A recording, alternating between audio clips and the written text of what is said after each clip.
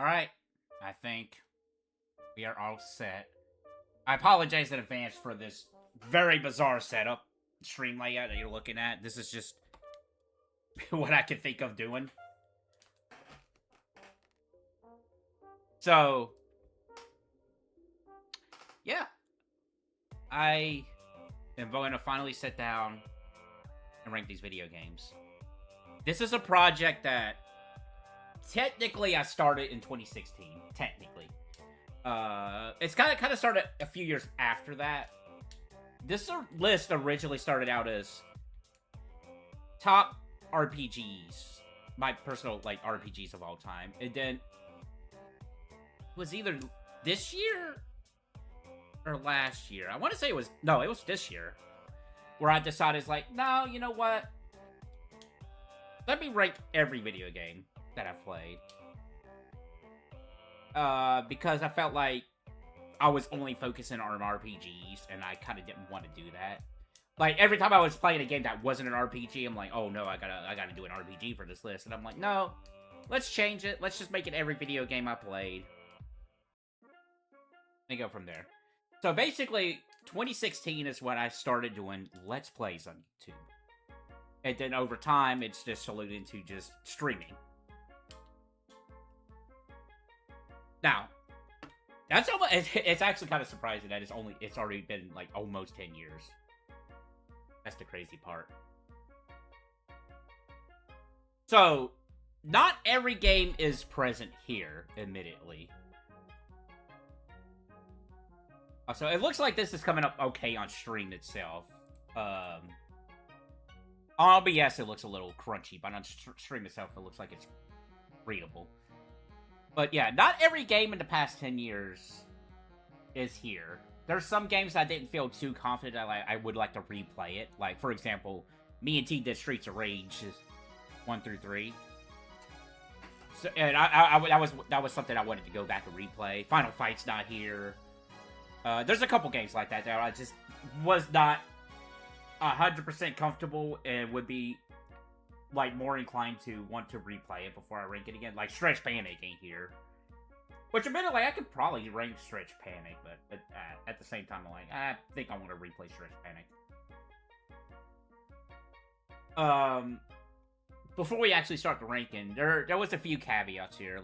So I did take off Super Robot Wars OG Original Generations 2.5.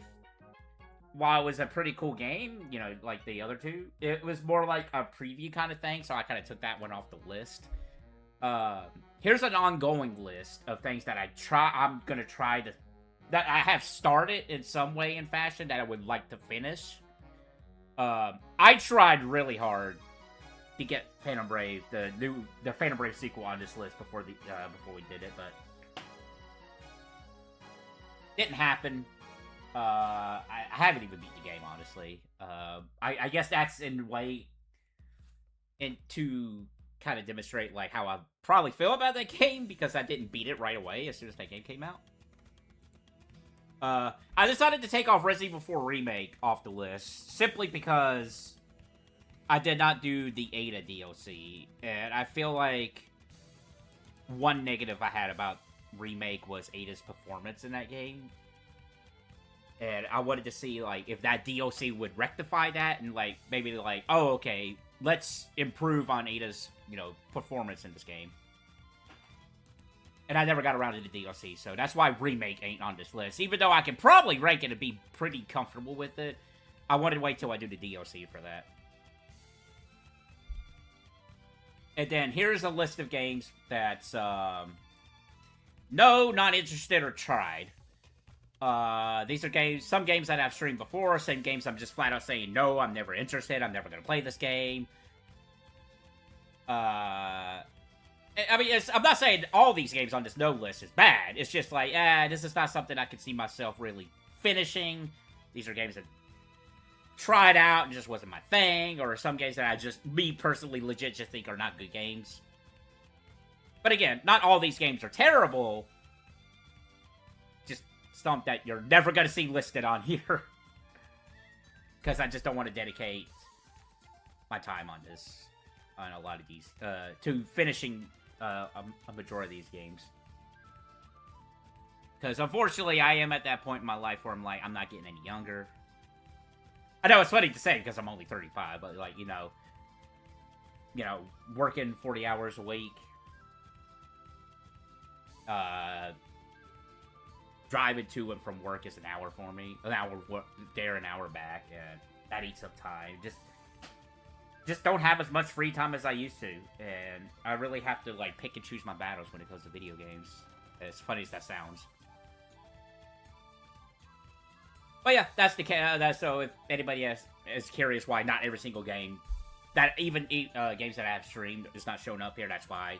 It's a combination of some of these games I just wasn't 100% committed to, or these are games that I have beaten, but I felt like I would like to replay that game before I give it a ranking spot, etc., etc. So, 142 games. And you'll notice that not all these games I have streamed or did a playthrough of. Because I am including games that I played off stream, off video. For a number of reasons. So. Let's just begin. When I upload this to YouTube, this VOD, I'll definitely put timestamps in just in case anybody wants to see me like specifically talk about a specific game. Alright. So, in leading up to this, I did look over some, get a refresher, just a refresher. And for months, actually, I actually thought about this is the first game I would talk about. For whatever reason, this just seemed right to talk about first. So, Super Mario RPG. Again, I apologize for this jank setup. It's an aesthetic, that's what I was going to say. I'm just going to say it's aesthetic. So, Super Mario RPG, the remake of the Super Nintendo Classic, I would say. I very much enjoyed my time with Super Mario RPG remake. It was finally a good feeling to actually sit down and play this game in full, finally, after so many years ago where I would rent this game from time to time back in the day and never really got that far in it, admittedly. It was good. It was good to sit down and finally play this game in full earnest and have it under my belt. It's a cool little RPG. I like what this remake does, what it adds to flavors to it. It's kind of funny because you can look at the graphics card the character models here with the remake. They kind of like made it more Mario-fied in terms of graphics, which is pretty funny. Also, I should go ahead and say, all these are my opinions, This is just how I feel about these video games, We all have our tastes and dislikes and whatnot. This is just my personal list. I'm not, do not claim to me being, like, for whatever reason, people who watch this think that I'm, like, top of the, like my word is law kind of situation. No, that would be idiotic. If anything, I probably really have some bad tastes. Anyway, going back to Super Mario RPG. Yeah, I enjoyed my time. It was great to sit down and play this in full. The music's fantastic. It's great that they remade the music, and it's pretty good. Right off the bat, the one flaw I would say that I had with this game in particular is there was some lag that had happened. Since then, I don't know if the Switch 2 would rectify that. I imagine it would, admittedly. But it never got to the point where... I don't think it affected combat, if I recall correctly from that playthrough.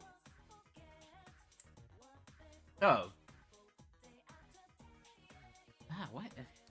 Yeah, like, I guess some games there's gonna be, like, I'm gonna say a lot about it, and there's some games that are like, yeah, I liked it. I'm trying to really be in depth here, because there is gonna be some contenders here where I'm gonna have to, like, really do some deep thinking on about how I feel one particular game over another. In the beginning, I imagine this is not going to be as rough to think about.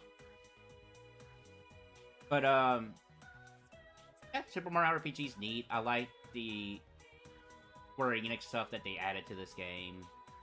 You know, Kulix is a funny gag, and what they did for him in the remake is really, really funny. Where they actually made him 3D too. The extra boss fights they added was pretty interesting. They definitely amped up the difficulty of this.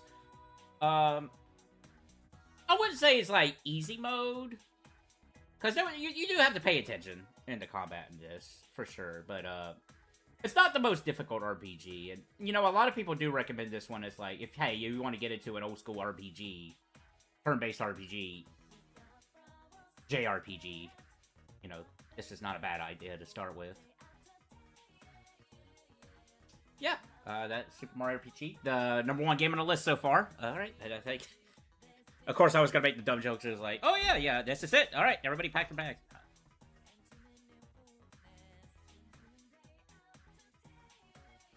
So the second game I want to look at, these are the only two ones I had in mind about the order I wanted to go with, because for some reason it always just came up to me.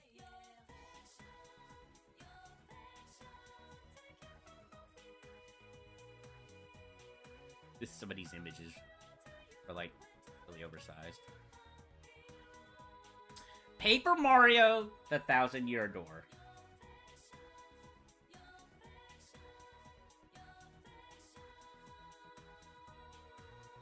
There it is. It's actually kind of insane how many Mario RPGs we got under a year, because we got Super Mario RPG, Thousand-Year Door, and Brothership, which unfortunately I have not played Brothership. I have a copy of it sitting right behind me, though. But I have not played Brothership yet.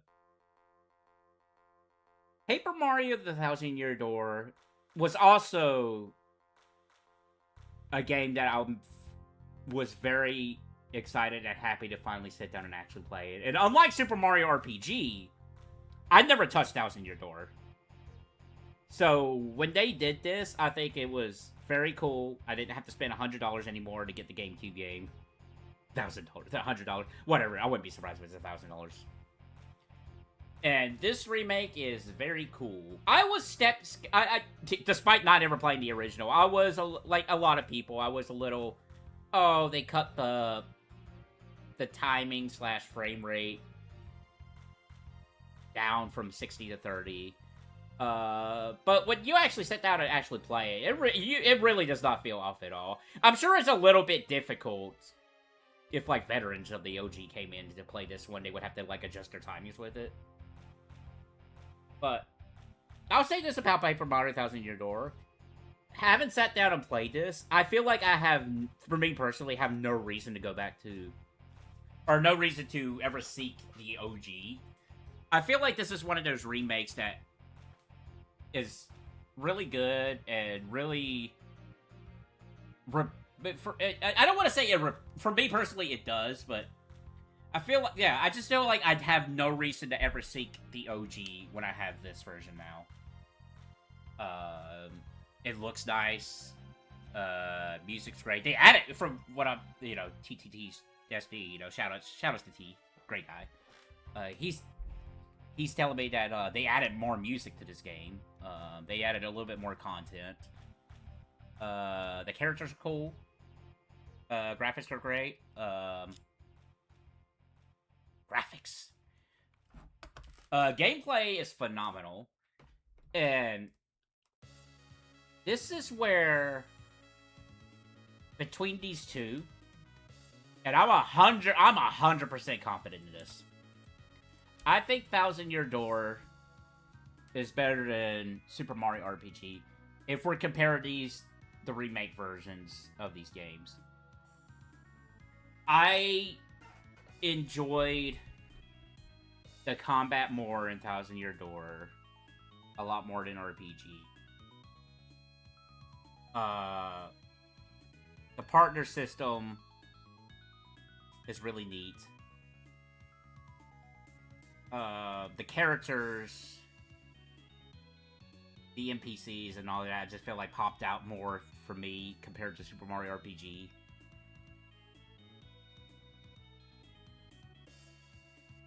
what else, really? I don't know. Honestly, I think it... honestly, between these two games, I think it just really boils down to, hey, I like Thousand Year Door more.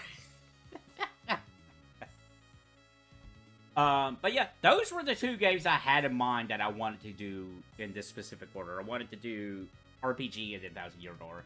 Now the rest of it is just out the window. I have no idea what I'm going to end up picking here. So we'll just go down here and see what I feel comfortable ranking at right now.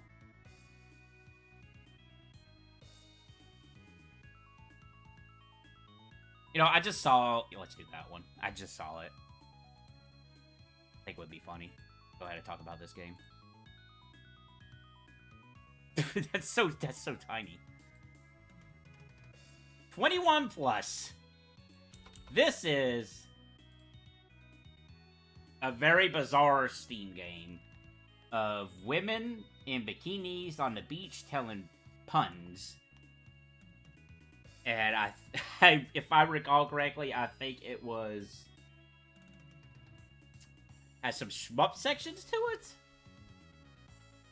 So this is where I'm going to... I'm going to admit, I'm going to probably like pull up some gameplay footage on the side here, just to get a little bit of a refresher with some of this stuff.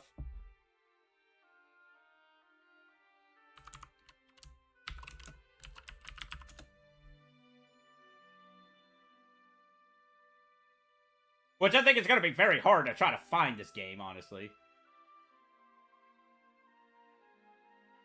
Because, like, oh, 21 plus.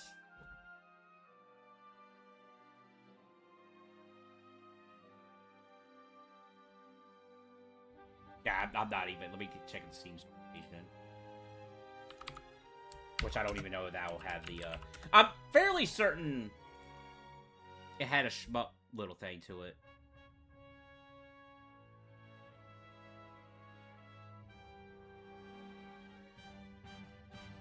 Yeah, it did. It did. The trailers or the Steam page doesn't even show it. So I had actually... So from time to time, me and T will be in a Discord call, and he'll have me, or I'll just pick randomly a random game to play on Discord screen share. You know, we just joke about it and laugh, and this is one of them.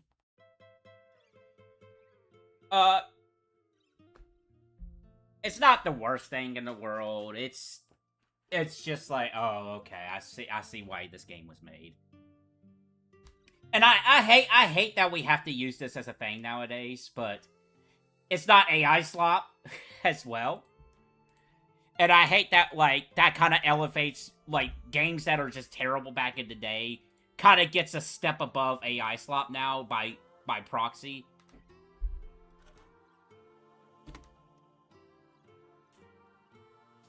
By the way, this game is currently 49 cents on Steam right now if you want to pick it up. 21 plus. Collections of jokes is what the description says. Oh yeah, it's literally all it is. It's like a, it's just a... It's just like a visual novel with like a little shmup style minigame in between. And then all the girls just say a really bad pun. So, obviously, it's better than, you know, the Mario games. Obviously. No. It's, number 3 on the list right now. It's really not much to it.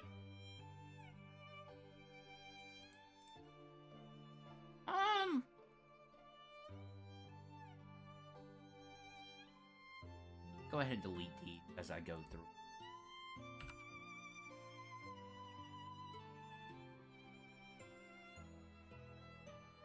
So that way I'm not losing track when it comes to these images. Because I was going to start a little bit sooner, but I wanted to get these images up.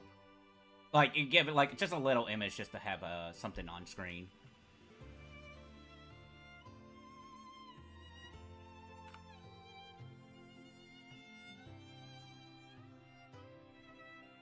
Sure, I have it hovering right here.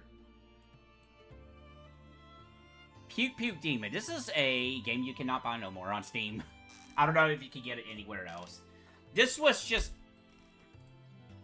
God, was it even 5 minutes? What was my playthrough length on?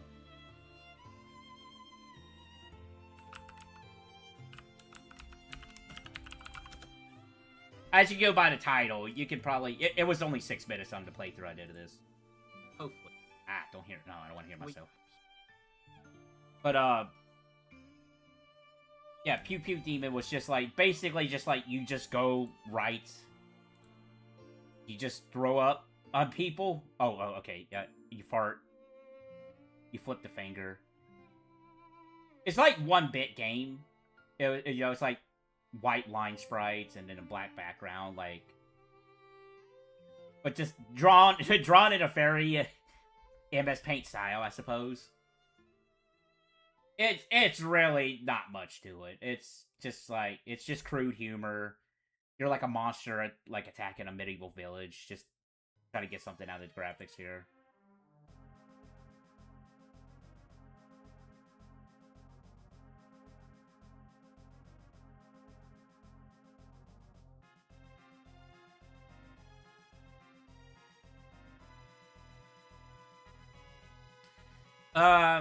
Yeah, it was just basically go right, kill people, puke on them, fart on them, flip the bird. You blow up the town with your poop. Something. I'm just reading the ending here. It's very bizarre. Let me pull it up.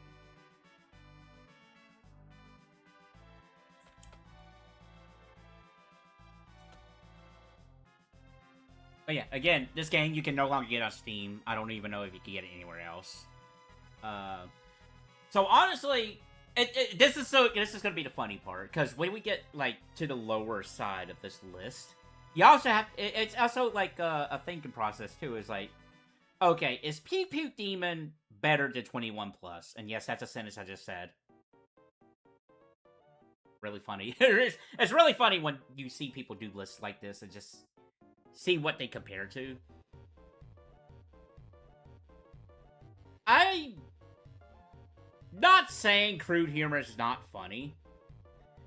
It's not one of the things that go specifically sought after in a video game. Like, there are funny crude humor stuff, don't get me wrong. There's a couple games on here that has that kind of humor. But they know how to work it in and make it funny.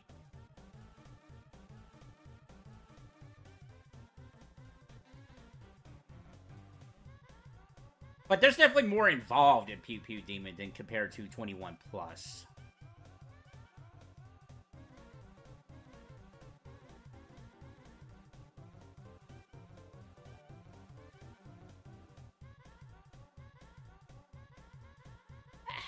I'm kind of aiming on 21 plus being better than PukePuke Demon. For some odd reason. That's what I'm feeling.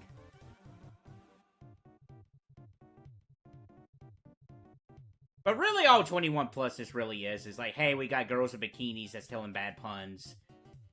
You're buying these images. Because we know who you are.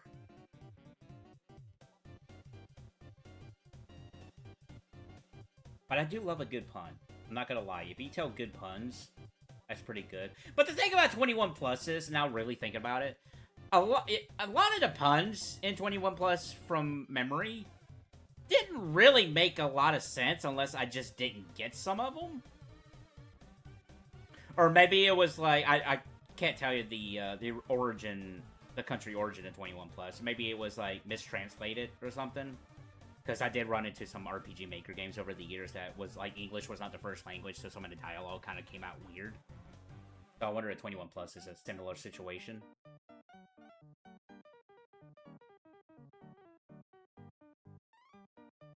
If the puns were better, 21 plus would be a better game.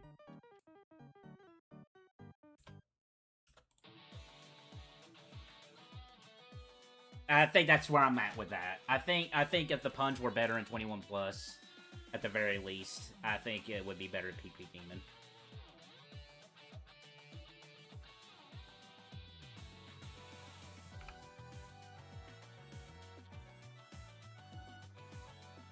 Okay, you know what? I'm gonna go ahead and bring this one up.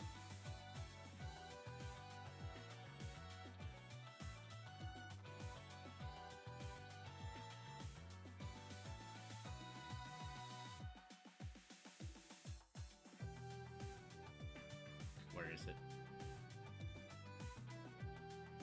Q is such a weird letter on the alphabet. I don't know why. I keep thinking it's like later in the alphabet when it's right before R.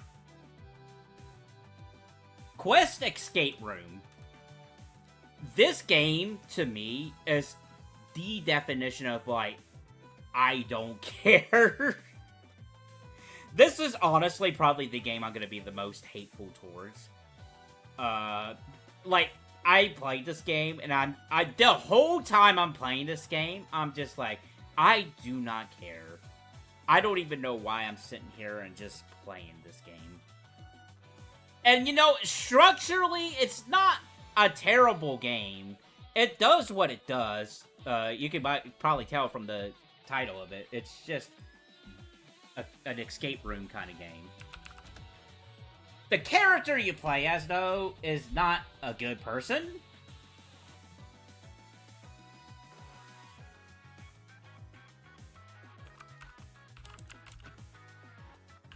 How long did it take me to beat this game?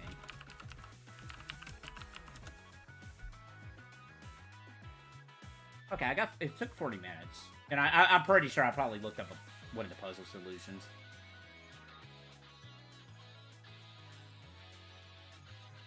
But this was definitely a case like, man, I just do not care. Structurally, I'm sure this game is better than some of the other games I'm probably going to rank above it. But it's just like, I'm like, I'm alright. And you know what? I kind of want to look at the Steam page real quick, if it's still on Steam. It is still on Steam, yeah. As far as I know, it doesn't use AI art. Which, yay. 2020 is when it came out.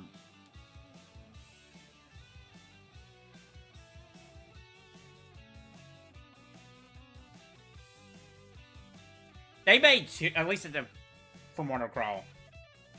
They made 2 Quest Room Escape sequels. And as you can probably tell, I just straight up like, I'm just not interested. So with that, I'm actually going to put that on the bottom of the list. Again, it's better structured, more likely, than 21 Plus and PukePuke Demon. But it's just one of those games I'm just sitting there playing, and even at the time of playing, I'm just like, I do not care. I had no investment whatsoever with it. I don't know if it was just... Honestly, the protagonist, to being the way he was at the beginning of the game, probably actually killed whatever motivation I might have for that.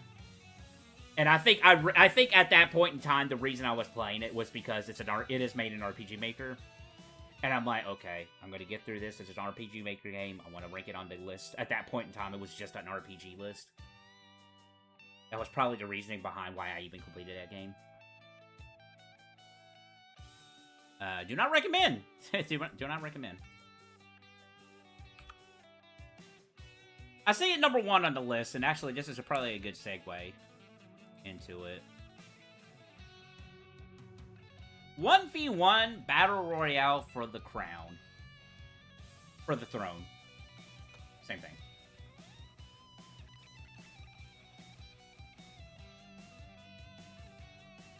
This is an RPG Maker game. And I could just stop right there. No, this is probably like the most basic RPG Maker game where it's all default assets, but don't get me wrong, there's nothing wrong with using the default assets that come with the game. But you can tell and get the vibe from it. It's like, we're just using everything that comes with us, that comes with this program. We're just gonna throw it up on Steam. There's not too much with it. The story is very basic. The interesting part is you play as... Okay, so you pick between 2 characters. A male and female. They're both, you know, competing for the throne. And so you pick one and go through it. But as soon as you're done with one character, you go to the other character immediately. And I'm pretty sure the ending is just the same. I think the only thing that changes is who you're going to do first, the male or the female.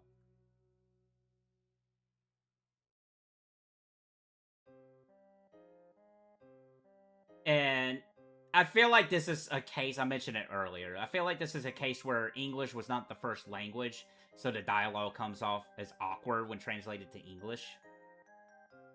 Because I think there is a script for RPG Maker games that auto-translates the dialogue, and it seems odd.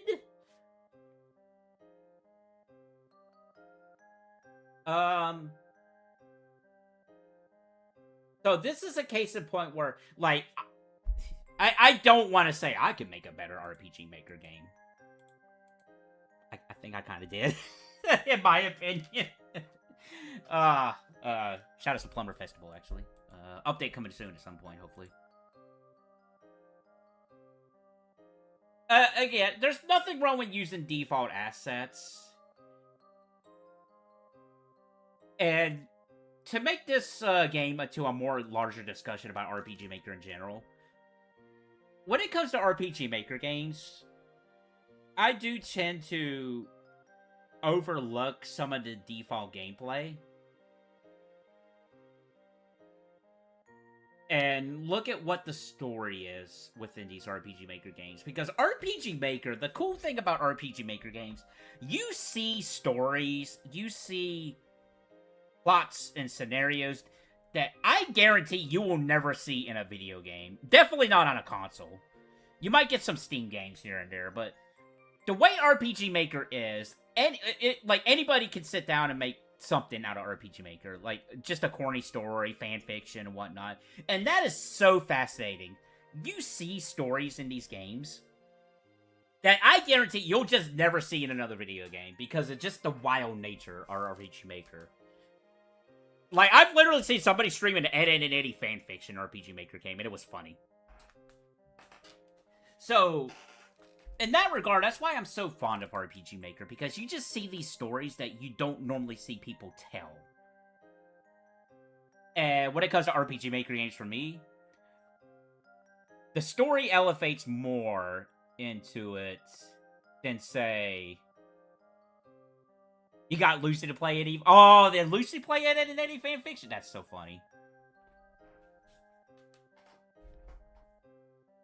I'm gonna have to check it out, actually, myself. I need to go look that game up again. But yeah, RPG Maker, that's the great thing about RPG Maker. It's just, it allows people to create a story that you will never see anywhere else. And there's more RPG Maker games on this list that's just, like, so bizarre. Fan fiction, just everything in the woodwork. And the more charming RPG Maker games, honestly, it's just like, I don't know how to draw, I'm just going to use MS Paint graphics. I mean, heck, look at Space Funeral. Well-regarded RPG Maker game, and look at graphics of that game. People love Space Funeral. I need to play Space Funeral myself, actually. But yeah, 1v1 Battle for the Throne, it's all default assets. It's just bare bones. It's just like, you get exactly the vibe. It's like, hey, we made this in an hour. We're throwing this off on Steam. We're gonna just have it on sale all the time because people like me who love RPG Maker games are just gonna buy it for 99 cents. Goblet Grotto is really cool. I'll have to check that one out. But I will say this, 1v1, definitely better than Quest Escape. Is 1v1 better than 21+?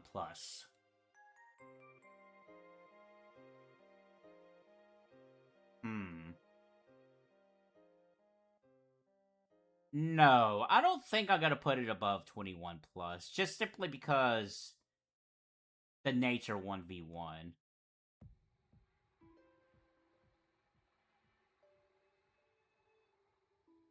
I think once we get some more games ranked on this list, I think it'll, like, some things might just shift around just a little bit more.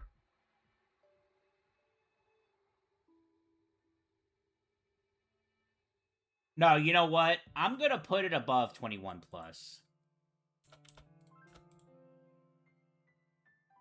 Because both of these are kind of like their bare bones engine. And if we're gonna go by that, then I would definitely go a bare bones RPG Maker game than a bare bones visual novel. Even though 21+ does have like a little mini game in between, but still, it feels very, very bare bones.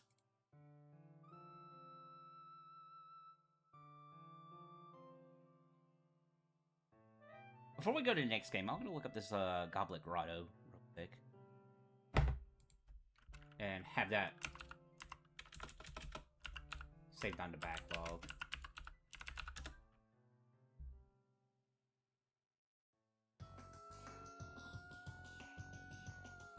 Are any Lucy Jane I can't read. Are any of the Lucy Jane God dang it! Are any of the Lucy Jam there we go games on the list? Some are. Any of the ones that I feel like were complete, I did put on the list. I know some of those were like they claimed they were demos. So I didn't include those on the list because I would want to rank those if a complete version on it. Is Silver Sword on it? If Silver Sword is complete, I'll add it to the list. I didn't know if Silver Sword has more work to be done to it or if it's pretty much a complete product. Well, no, actually, okay, so I'll take that back. Yes, you can complete the game and get an ending. Okay, so that's another caveat. I did forget to mention that for this list. Another caveat is, for the most part, these are games I have to beat. And I didn't beat Silver Sword. So, that actually, yeah, it's coming back to me now. So, I did not put Silver Sword on just simply because I did not beat it. And I feel like I did not put enough time into Silver Sword to put it on the list.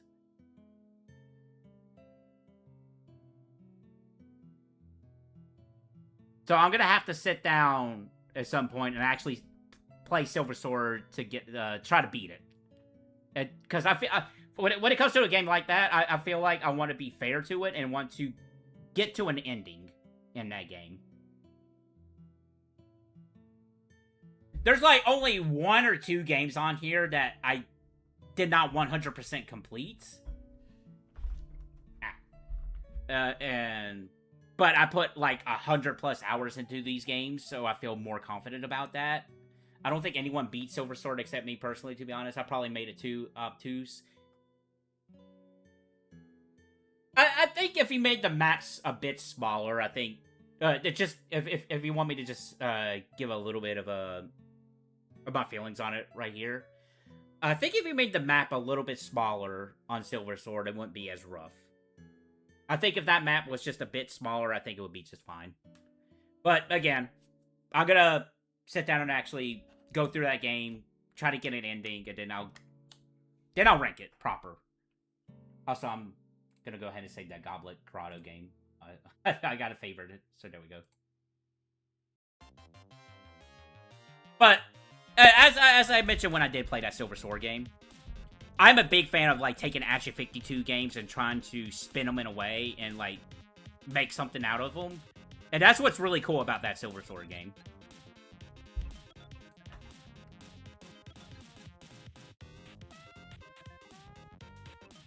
Alright, what's the next game we're gonna look at here?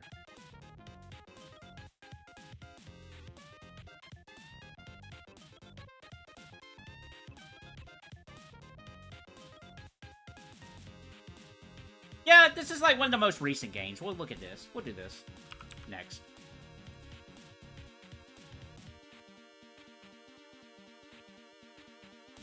So, Macbat 64, Journey of a Nice Chap.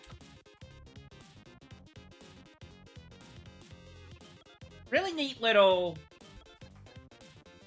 N64 inspired video game. I actually did not know this was a sequel to Kiwi.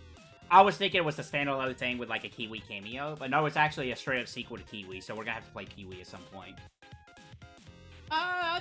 This was a neat little game. I like the graphics. I like how it actually feels like it could be on an N64, you know, just put, like, a CRT filter over it.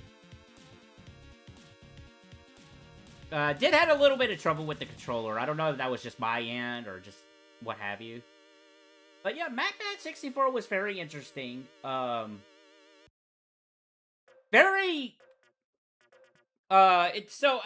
one point I thought there was like ARG sections of that game, and I thought it would like led to like a deeper like ARG story or something. No, I think it was just like little extra side things that like, oh, here's a thing I didn't complete. I'm just gonna put it in this game as a secret. Here you go, little thing. Like, just little Easter eggs. So, honestly, I think this is pretty easy. I think this game goes right underneath Super Mario RPG. I think it's like the best non-RPG game on this list so far, for sure. It's neat. Love the graphic style. Yeah, again, it's like the perfect N64 inspired video game, and I would definitely like to check out all the creators' other video games that he's made. It's on my bucket list.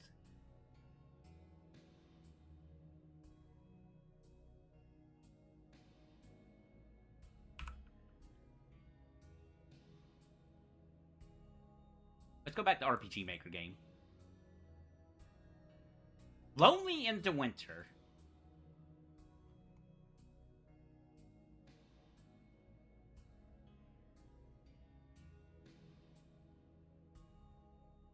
I enjoy the story and the idea of this game than the final product. I think if this game had some more tooling to it, it would actually be pretty good. Basically, this game's about this dude who's like climbing under mountains. He runs into a kid who has a Yeti curse, and they bond and stuff like that. I'm trying to remember, was it that his wife died, or was it that one of his children died? I'm trying to be not... Like, I don't want to be inaccurate when it comes to this. I want to be sure that I got all the details correct.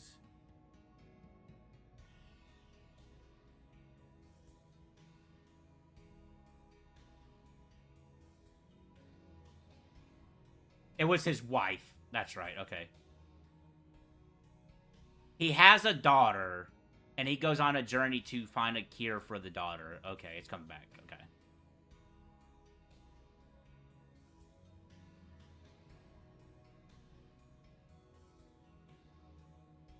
But, again, this is a nice little RPG Maker game. It uses a lot of default assets, but it also brings in its own stuff into it.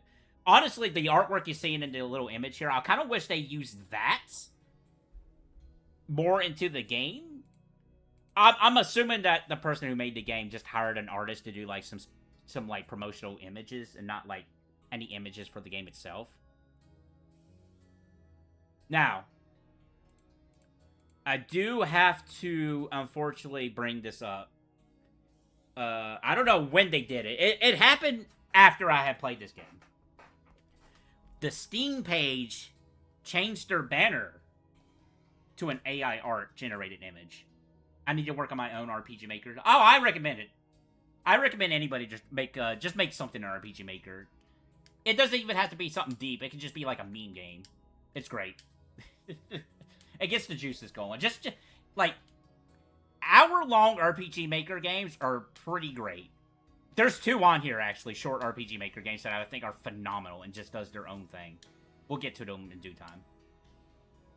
But yeah, the unfortunate thing about Lonely in the Winter is at some points after I had played this game, they added AI art. And not even to the game itself. That's the weirdest thing about this whole thing. They did AI-generated artwork for the banner, but nothing else. And it's just weird because, like, well, you clearly had an artist do the artwork. Why did you need to, 1, do this in the first place? 2, updated it to this? It's very bizarre. And because of that, I think I'm going to drop it down a little bit on the list. It's better that there's no AI art in the game itself, sure. It's just, that's the thing with this whole AI art generation thing. It's just like, why are you doing this for such minute things when it's like, oh yeah, it's like, oh yeah, we just did like stickers or we just did banner art, and like, what? that's so minute. Why did you just not get somebody to do it? It's very weird, very odd.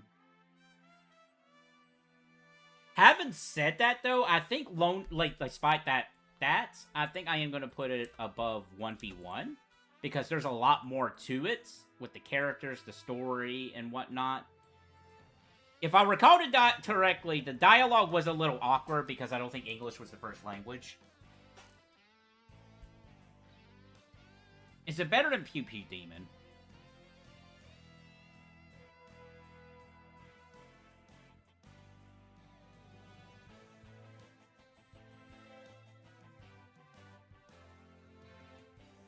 No, I'm gonna keep it below PukePuke Demon.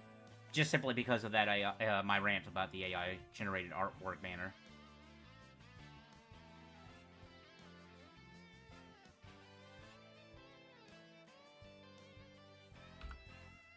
Oh, actually, this is a good segue into something.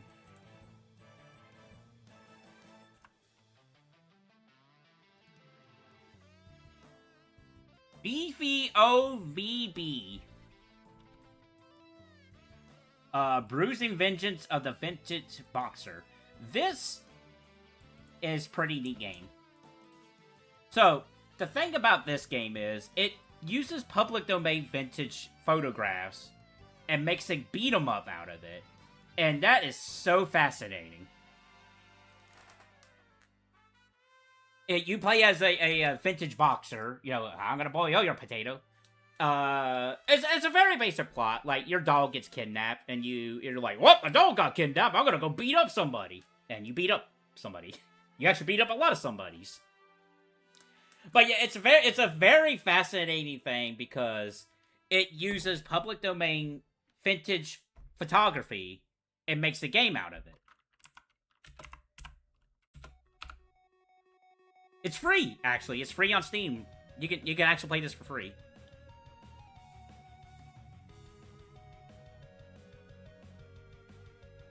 And it's really cool how they rigged the images together to make them move and whatnot. It's very interesting. I remember it throwing me off a little bit with the difficulty, but once I got it down pat, I understood the game.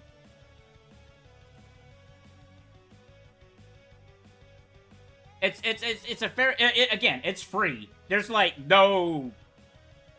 You're like, I mean, I know Steam has a refund policy, but, like, there's literally no... It's free. Go try it out. It's fun. It's a neat little beat 'em up. It's pretty straightforward, but it's pretty funny with how they animate the sprites and whatnot. And, you know, it is kind of, like, even though the story is, like, basic, it works, you know, it's like, oh, my dog got kidnapped, I'm gonna go beat up people to save my dog. That's awesome. It's basic, but it's awesome. So where does this rank? It's not better than Super Mario RPG.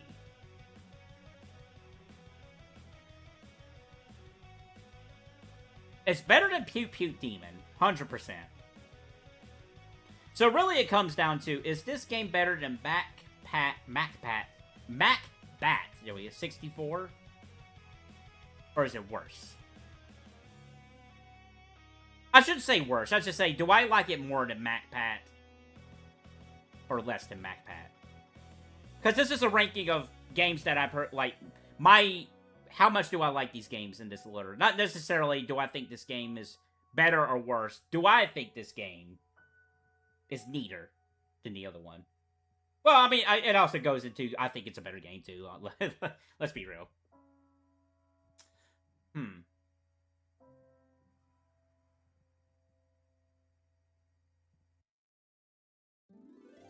Aesthetically, both games are doing their own thing, and they're both doing their own thing very well.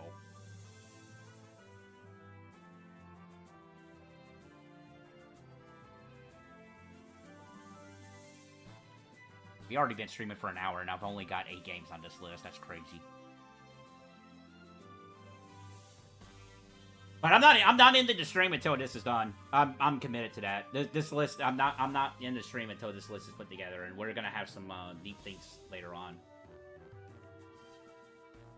But I want to be able to look at when this list is done. I want to be able to look at this list and be like, yep, I can walk away from this and being 100% satisfied.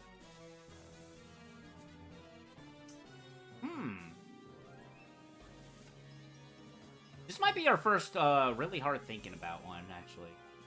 Because again, Macbat,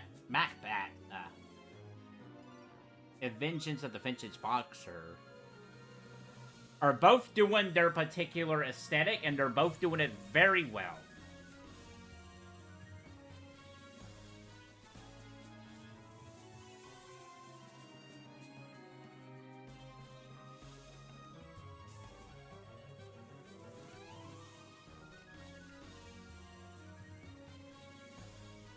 I might be giving it to Macbat. Let me talk my way through this. Let's see. So, maybe if Macbat was a little bit more expanded, which I know that's not the point. The point of those 64-inspired games that a creator makes is like short, bite-sized, and 64-like experiences. But maybe if it had just a little bit more, just a little bit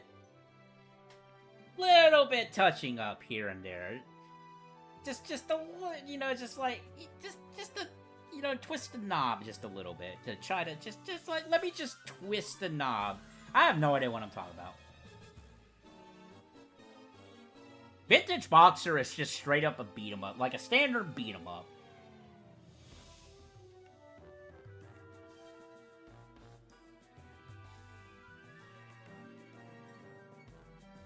Let me put it on the list here. Let me see how I feel about the placement.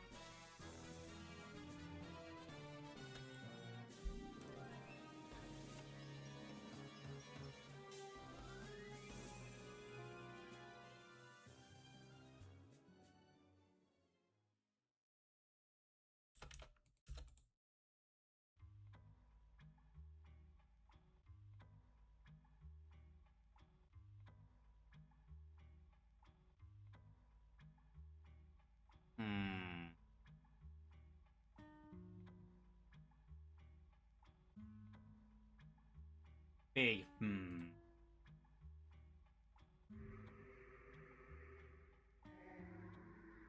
Are you doing these in any particular order or just picking the stand? I have no order whatsoever. If you see something on the list that you would want me to talk about next, by all means. Like, I have no particular order. I'm just kind of, like, just picking out one that I think I can, like, place on the list easily.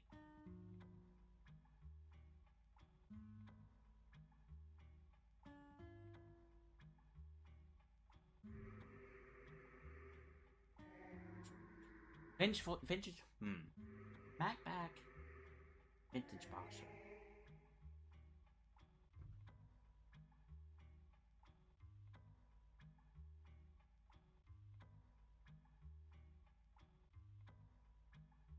If we're talking about strictly the style of the game, I think I like Vintage Boxer more. But Macbat is charming.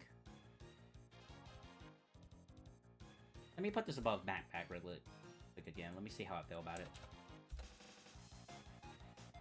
I'm sort of interested in FF Pixel Remaster just as a fan of FF1, though I've only played the NES and GBA version. Okay, we can talk about Pixel Remaster next.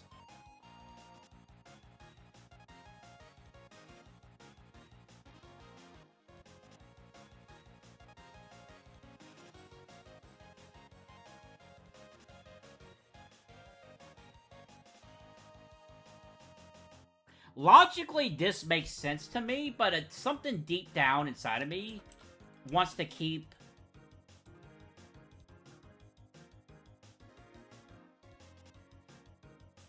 it like this.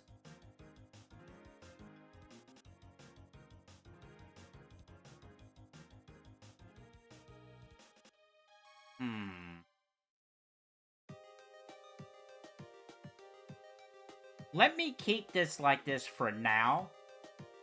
And when I re-look over the list, we might shift some things. Alright, yeah, Final Fantasy Pixel Remaster. Great choice. Great choice.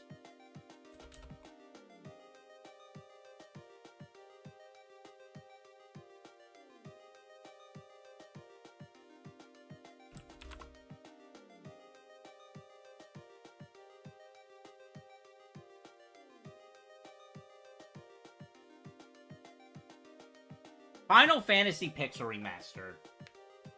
I thoroughly love Final Fantasy 1. Final Fantasy 1 is so simple. It's literally just like, hey, go kill this guy. He's bad.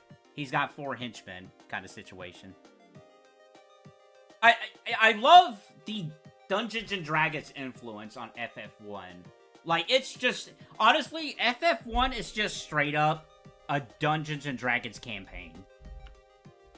And they're like, oh, let's turn our campaign into an actual video game. Now, it's much more to that, but it is, like, looking at it, it's so funny how much Dungeons and Dragons did influence this game. Pixel Remaster is fantastic. I think it's the best way to experience the original version of Final Fantasy 1. I still think the best version of Final Fantasy is the PSP version. The GBA version's not bad. The GBA version's really good too. But, in terms of, like, specifically Final Fantasy 1 rankings, PSP I haven't played in a while, so that's why it's not on this list. But Pixel Remaster is definitely the best way to experience the original difficulty of Final Fantasy 1. They have been patching Pixel Remaster quite a bit. I think all the fixes to it has been fixed. Like, any issues that the original had, Pixel Remaster went in and fixed it.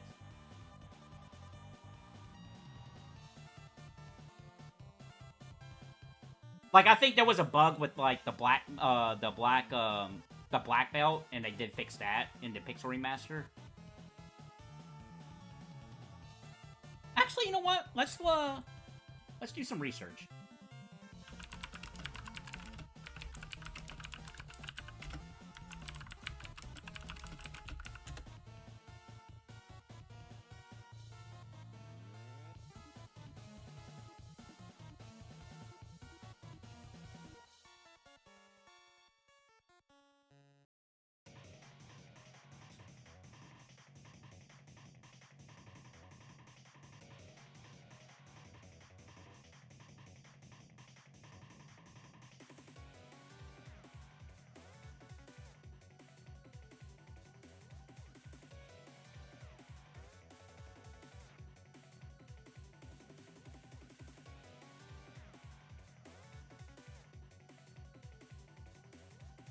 Let's see.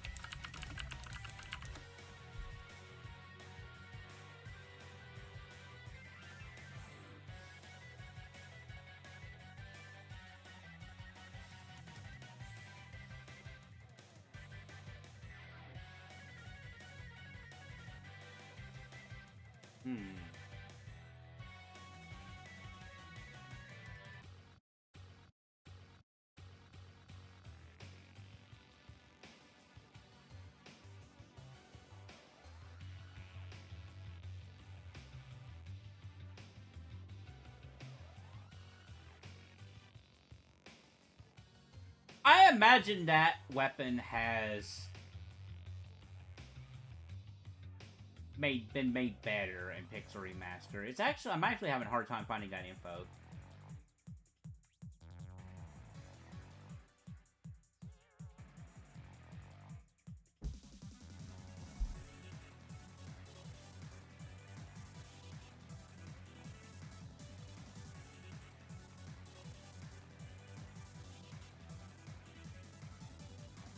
Okay. I have confirmation that they did fix the critical hits in the Pixel Remaster version. So that would make that sword a lot more viable.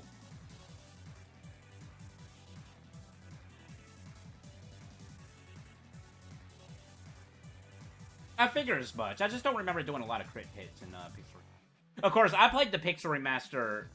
Well, I played twice in recent memory. Like, I played it when it originally came out on Steam, and then I played it again on PlayStation when it came out on PlayStation 4. But yeah, Final Fantasy Pixel Remaster. Let's get back to the game itself. In the original FF, it was supposed to have a higher crit rate, which was, well, it technically became better, so it did literally every other weapon. Yeah, FF1 on NES is a disaster. That thing is held together by duct tape and bubblegum. Pixel Remaster fixes a lot from that game.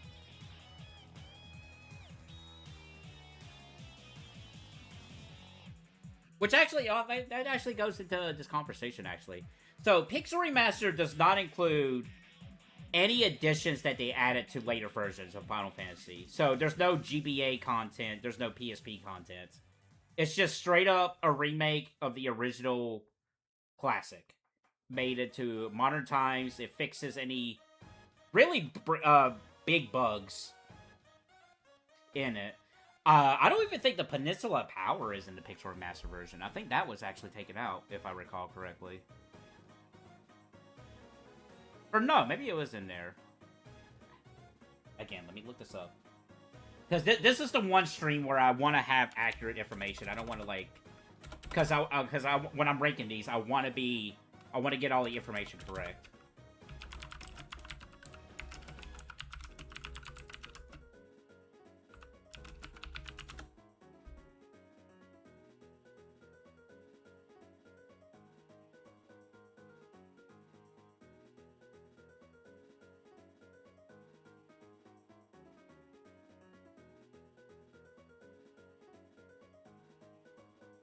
Okay, they did remove... Okay, that's right. They did remove the Peninsula Power from the Pixel Remaster version. So, honestly, so Pixel Remaster is really... This is our original intent for the game.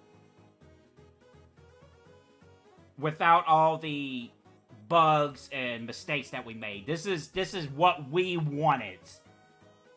And now we can actually make what we wanted to so many years ago. I think that's the best way you can view any of these Pixel Remaster games. But I love how straightforward Final Fantasy 1 is. I think Final Fantasy 1 does have a bit of a slow start. But once you kill... Or once you fight the first Elemental Fiend... I think that game gets so much better. But you gotta get to that point. Like, I think it's a bit of a slow grind before then. But once you defeat the vampire, once you defeat that first dungeon, that first major dungeon, I think the game just becomes substantially better. It gets outclassed by the Earth Cave. I mean, you're not wrong. You're not wrong.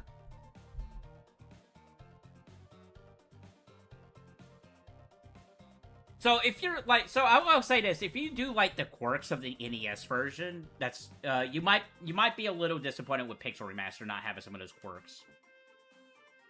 But yeah, Final Fantasy Pixel Remaster is great. It's fantastic. I like the updates. It's in my opinion the best way to play the classic version of Final Fantasy.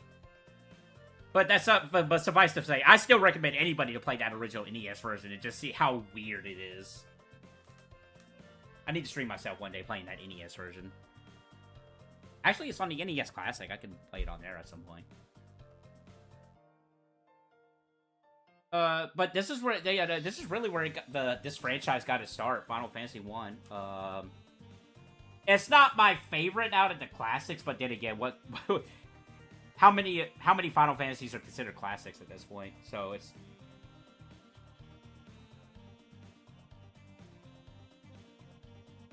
So let's see. Okay, so without any shadow of a doubt, this game to me, is all the way up here better than Macbat. Is it better than Super Mario RPG?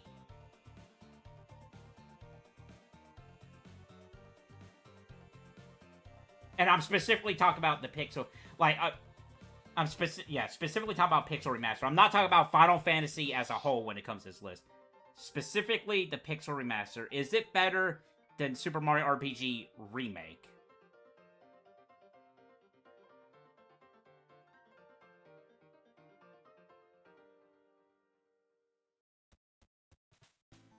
As a Final Fantasy fanboy, yes. To me, it is better than Super Mario RPG. Again, the straightforwardness of Final Fantasy 1 really helps it out. It's a short romp. I think you can literally beat that game in under 20 hours. I think that's very much possible.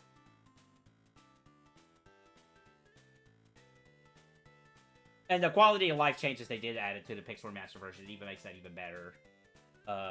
When I played this game, I did not use the speed up function unless it was an accident. I did not use any of the cheats that comes with that game because I want to play in its raw form.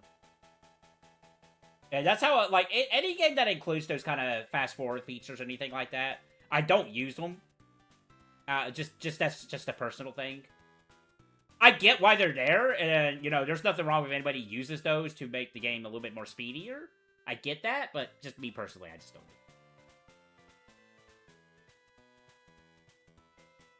Yeah, I think it's better than Super Mario RPG.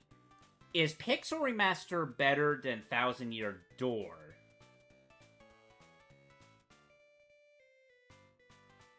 That's gonna be a hard conversation. Thousand Year Door is really neat. It's really neat game. I gotta take away the legacy of Final Fantasy 1 from this conversation. That's how I'm approaching these games. Like, I'm taking away the legacy of these games. I'm trying to just judge the game itself. I'm not trying to judge the legacy of a game and what it has changed the video game landscape. It's like, is this game still fun? Do I still love this game? Can I look past some of the flaws this game has because I really do enjoy something about these games? That's in general. Just every video game, not just this one in particular.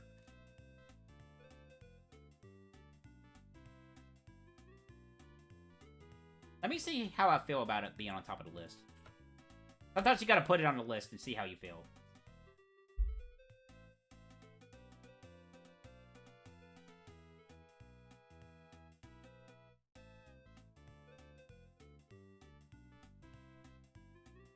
This feels right.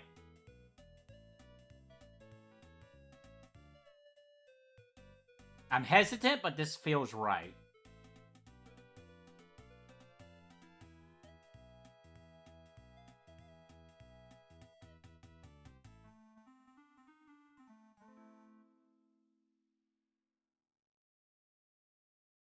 And you know, I've played Pixel Remaster a couple times at this point. Thousand Year Door, I only did that one playthrough.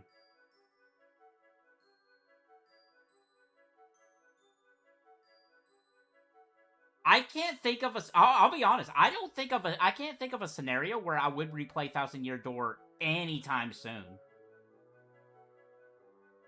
Maybe if I ever get a Switch 2, just to see how the game runs on Switch 2. That's the only scenario I can think of where I would ever play Thousand Year Door again. Final Fantasy Pixel Remaster, I can like, oh yeah, I want to play this game again. Like, I could be like next week, it's like, yeah, I'm in the mood for Final Fantasy Pixel Remaster. Or, oh yeah, I want to do like a Final Fantasy marathon. I can think of 1,000 ways I would want to replay Pixel Remaster. Thousand Year Door? Not so much. But Thousand Year Door is a great experience, though. It's a fantastic game.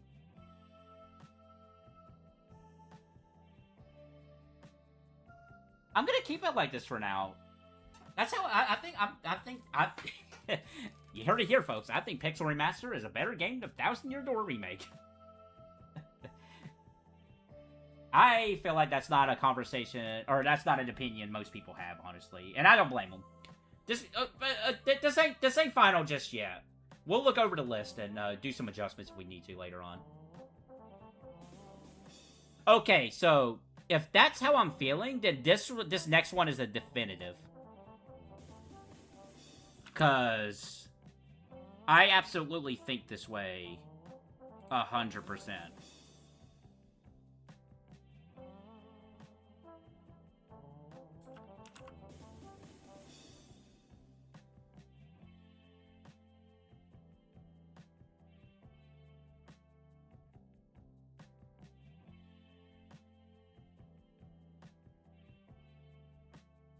Without question, I think Final Fantasy IV is better than Final Fantasy 1.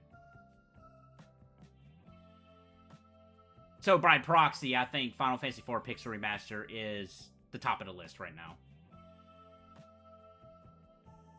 So this is a weird way of how I look Final Fantasy IV, because it's not gonna make sense.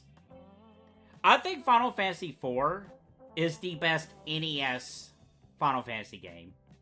And you might be a positive like, wait a minute, isn't Final Fantasy IV a Super Nintendo game originally? And you're right. But I think Final Fantasy IV definitely has that DNA of the NES Final Fantasy games.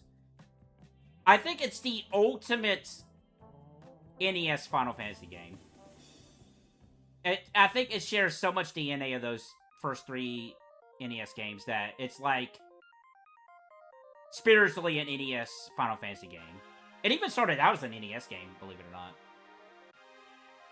I think it wasn't until 5 where they're like, okay, let's push beyond this what we've been doing these past 4 games. But we'll get the Final Fantasy V sometime in the future. It's not on the list. I haven't sat down and played it in full. 5 will get its due time. But for now, Final Fantasy IV Pixel Remaster is fantastic. It's pretty neat. I really enjoy it a lot. I enjoy the characters. I enjoy the plot of that game. I enjoy, Cecil's journey. Him discovering, hey, I'm using this dark power, but I don't feel good about doing this. This is a path that I don't want to go down. Can I better myself? I regret my decisions. How can I, even if I'm never forgiven, how can I make, atone for this in some way, shape, or form? Party members are all great. Just like Final Fantasy 1 Pixel Remaster, 4 Pixel Remaster does ignore the additions that the GBA and PSP versions add. And this is also another scenario where I think the PSP version of Final Fantasy IV is better than the Pixel Remaster.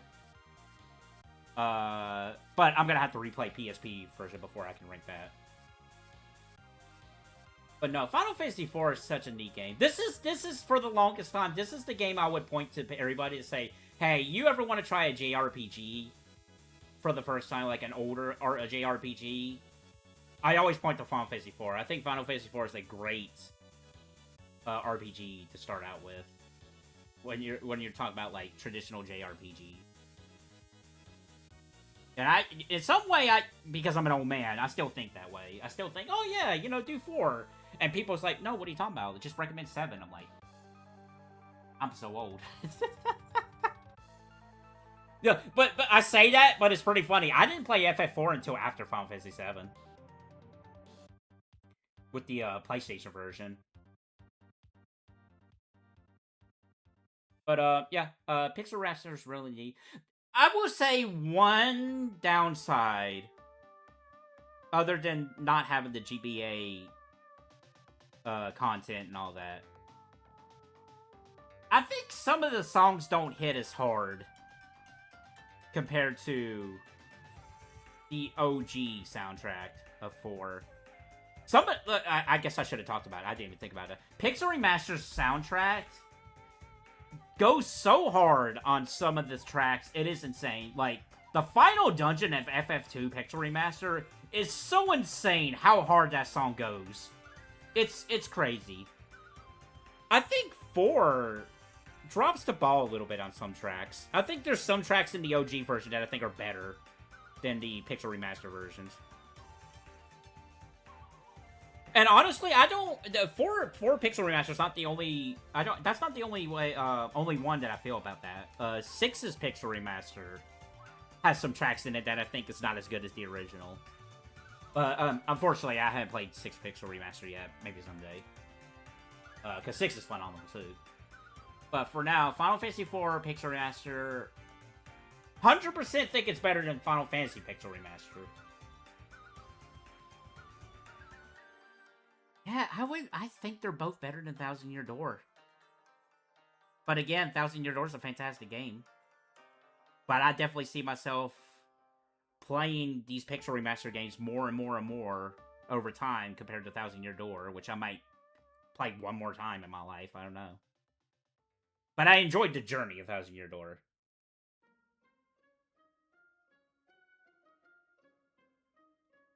What's next? Let's not do another Final Fantasy game. Let's try to do something else here. Because when it comes to these Final Fantasy games, they are...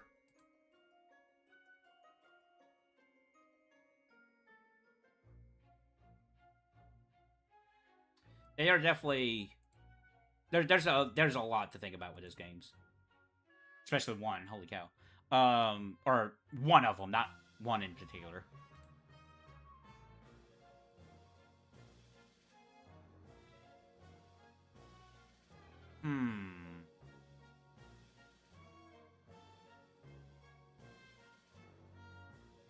You know what? I just saw it. Let's talk about it.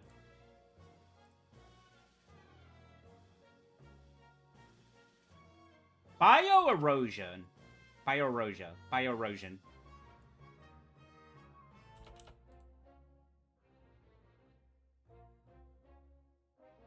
This game aesthetically is so nice.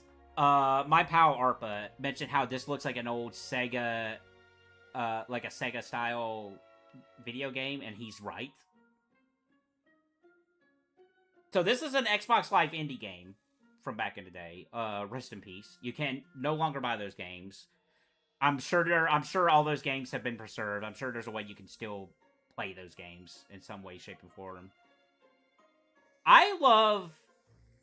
This is a larger conversation about Xbox Live indie games in general. I wish I had put a lot more time into that service.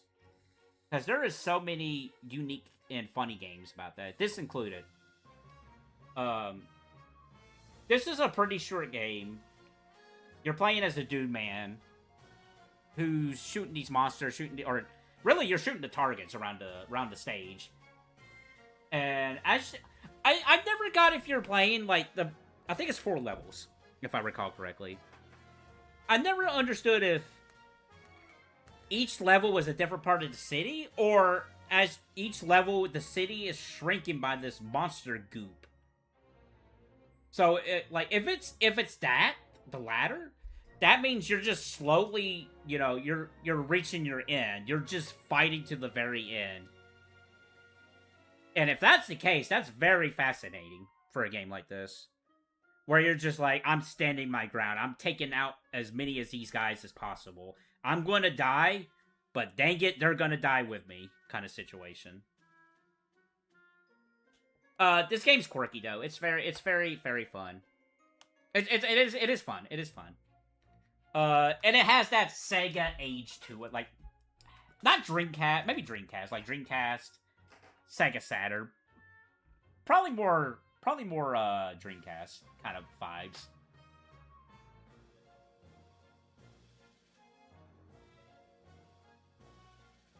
And you know what? I think okay, is it better than Macbat? It's better than Vintage Boxer, I think. Which we were having that harder conversation about, do I think Vintage Boxer is better or worse than Macbat 64? But once we get other games settled in here, I think a lot of these games I was having a hard time with will be easier to rank when you have other games in between.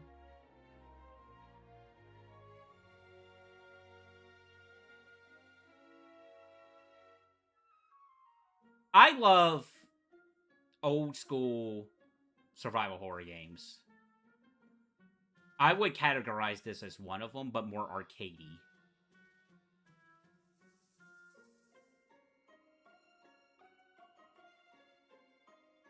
But I would still put that in the realm of that category.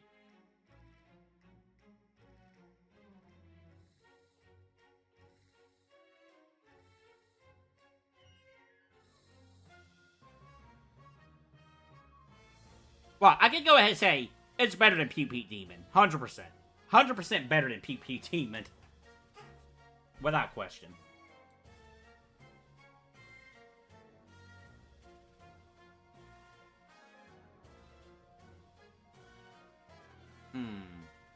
I don't think it's as good as Super Mario RPG.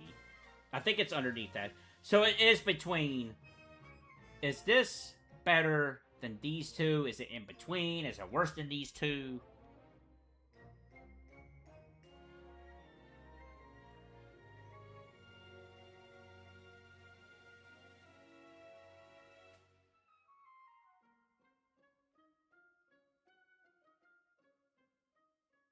From a gameplay perspective, Bioerosion would be better than Vintage Boxer. Vintage Boxer does have that unique public domain Photoshop style to it that I think really is nice and really neat. And I do like a good beat 'em up. It's a basic beat 'em up, but I do like beat 'em ups.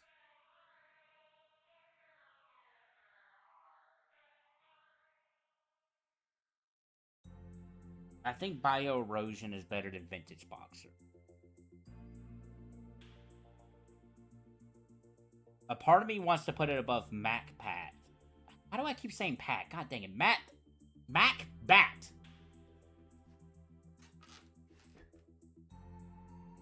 I think the only thing stopping me from putting it above Macbat 64 is because the characters and the writing and the level design is pretty neat in that game. Bioerosion looks cool, it plays cool.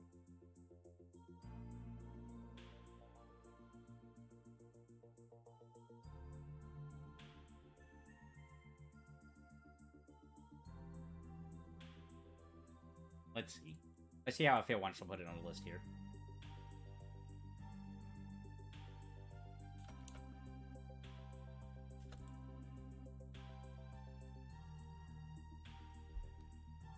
I know for sure it's not better than Super Mario RPG, in my opinion.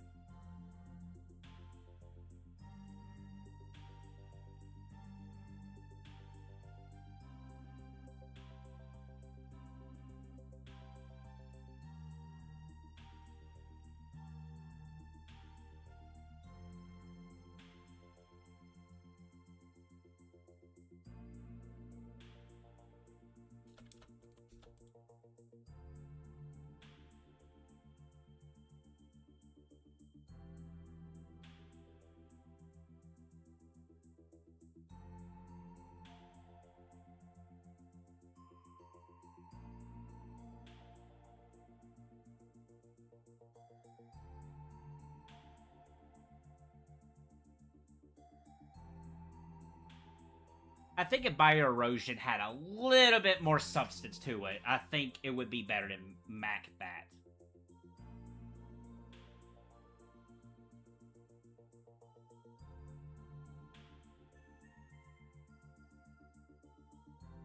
But the aesthetics of Bioerosion is so good. It really is.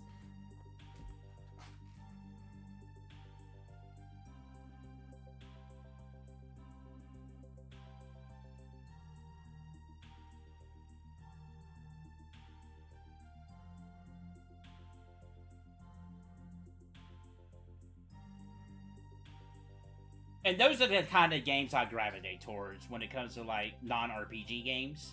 The games like Bioerosion is kind of like what I'm... Like, I like a good 3D platformer, don't get me wrong. But whenever I'm seeking out non-RPG games to play, I always gravitate towards more games like Bioerosion.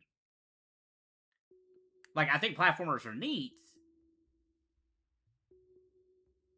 But they're not the first kind of genre of games I'm going to seek out, if that makes any sense.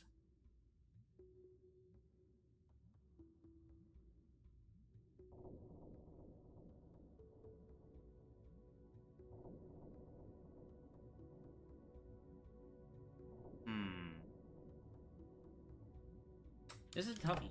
This is a toughie one, too.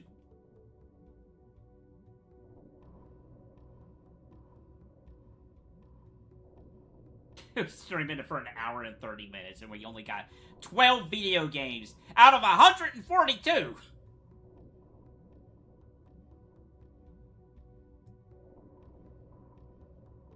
I will go ahead and say right now, this is like just about 10 years worth of video games that I've played. I'm gonna start doing this every year as a tradition. I don't think it's ever gonna get this many video games again that we have to add to a list.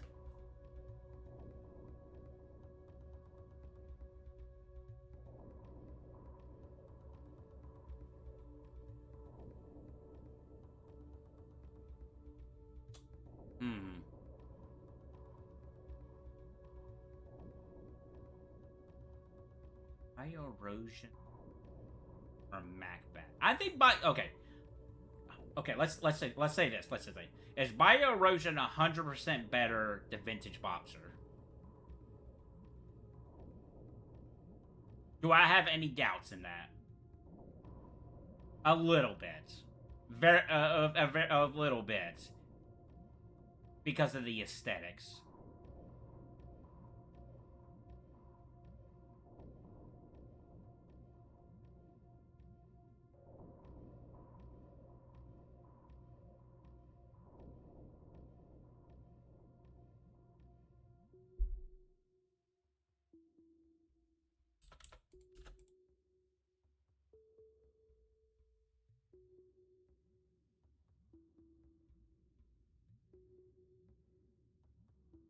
I'm gonna keep it like this for now. I think I feel more confident about this one.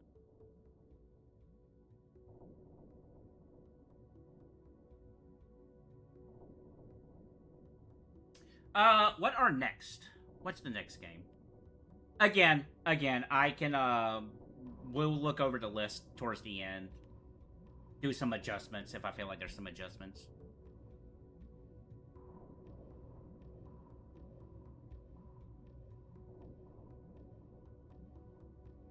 Ooh.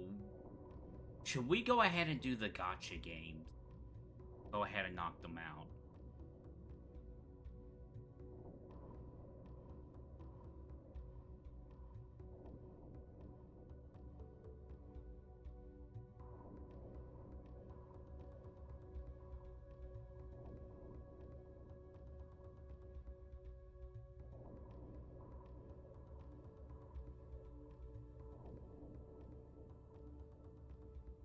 Let's do that.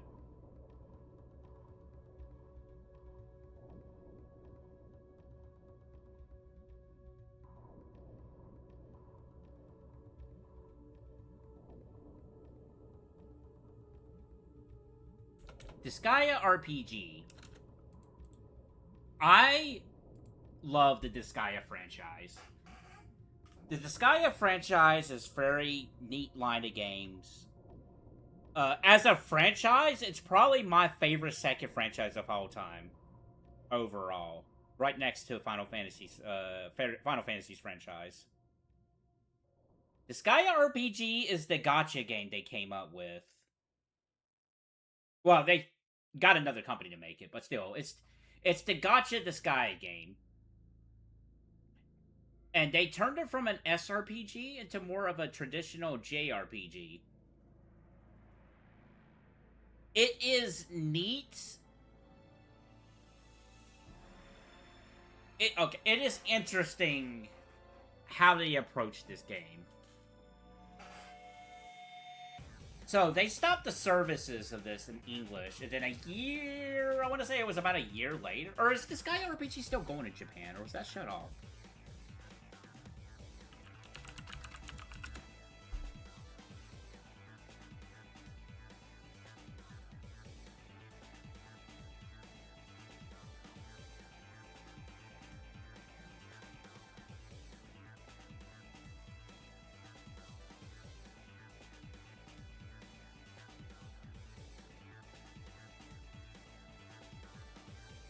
No, I think the Japanese version is still going.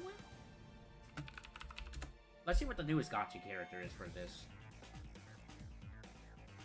The services end in English. The international version specifically, actually.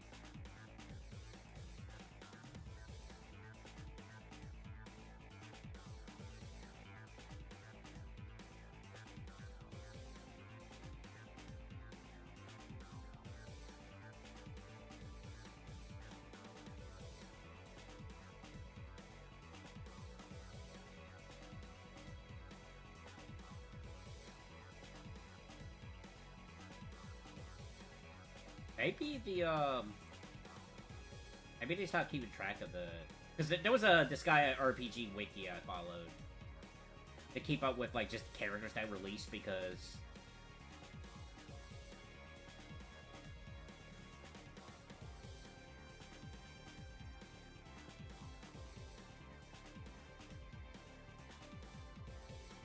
Has this game... Hold on.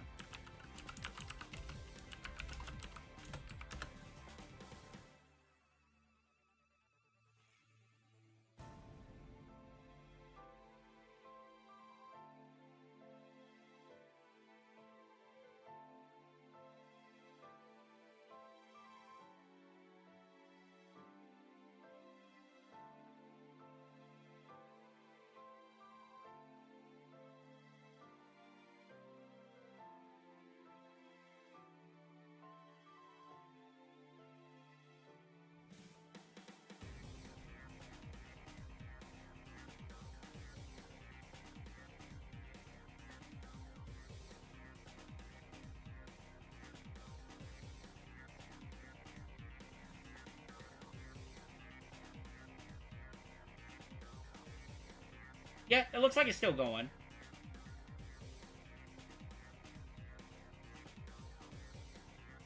Okay. I guess the wiki just has this, it just stopped keeping updates with the characters. But, like, looking at some of the character releases, so that, okay, that goes into an issue with this Disgaea RPG. It seems like they really struggled with the characters for this game. There were so many, at least from my time playing this, they really struggle with the characters where they just kept like, changing the outfits of the characters and making them new characters. They did make up some cool designs, though. Like, I think Future Asali is the greatest thing they ever made. And I wish she becomes a character in the franchise. The mainline game.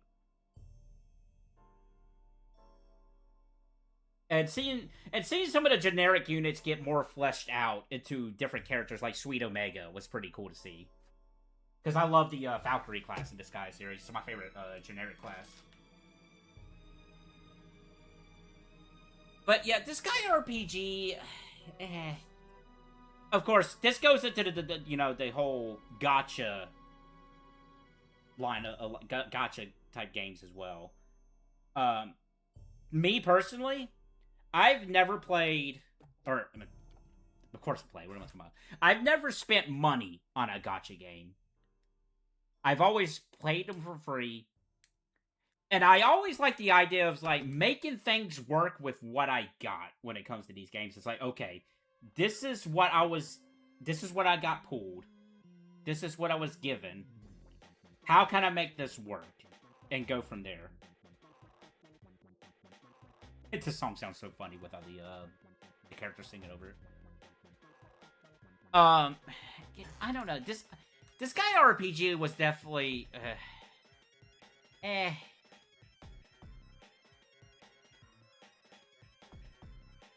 I can say this for sure. It will be the lowest ranking Disgaea game on this list by the end of things. That is a guaranteed. And of course, you go into the whole conversation of gacha games and how they go into these things. Like, if I could choose to have, like, a game that's not a gacha game, absolutely. It's one of the reasons why, that Final Fantasy VII gacha game, I tried it, like, for 5 minutes, and I'm like, nah, I can't do this. Like, games like that I wish just was not a gacha game. I just wish it was just a thing. And even if you want to implement it, like how Fire Emblem Engage does, is like, oh, you have a random thing. You're like, you can do this thing for 5 times. Just a little extra thing, something like that for these gacha games. I definitely wish there was more offline versions of these gacha games that you could play, but unfortunately that's not the nature of them. I haven't really... okay, let me get back on track here. So, Disgaea RPG. They turned it from a grid-based thing to more of a JRPG style with 5 party members. Which is very interesting. It's very neat that they're turning Disgaea into a different kind of play style. But it was like, I feel like I was definitely playing it for more of like, oh, I want to see these characters interact. I want to see what shenanigans these characters get into. I want to see what kind of characters they can make themselves for this game. And they made a few, again. Future Australia, fantastic character. Hope she comes into one of the mainline games at some point.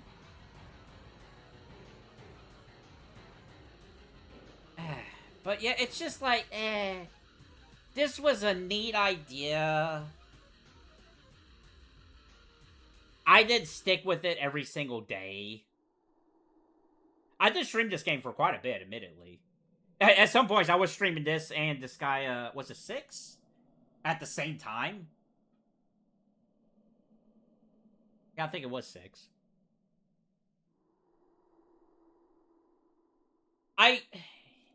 This might be the worst ranking gacha game on this list. Possibly. If one I'm thinking of is not considered gacha, which I would have to look that up. I'm not too sure if the one I'm thinking of is a gacha game, or if it's just a really bad mobile game. Now, this is going to rank above some of the games on this list right now, just simply because it does have that Disgaea element. It does have characters here that I really do love. But how far up does it go? I think it's better than PukePuke Demon.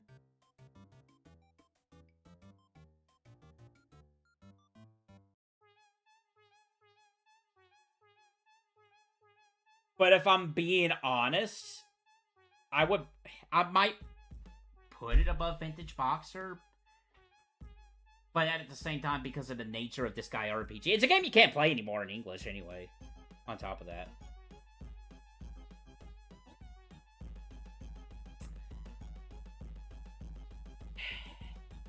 The Disgaea connection does really make this, like, go up the list. If this was, like, any other gacha game with, like, some kind of other subject matter to it, it would not be, it wouldn't be as high up. And they do struggle with characters. They had some interesting collabs. I guess there is that. They did Attack on Titan. They did 7 Deadly Sins. They did, what's that really popular anime? It's an isekai. I can't even think of it.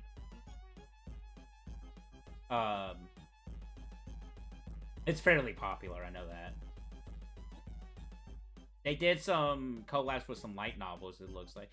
Which is interesting because NIS, the guys behind this guy, has done collabs with other things before. But none of them show up in this gacha game. Like, I feel like they have more of a track record and, like, friendly relations with the collabs they did in their other games compared to this one. That I don't even think show up in this game whatsoever.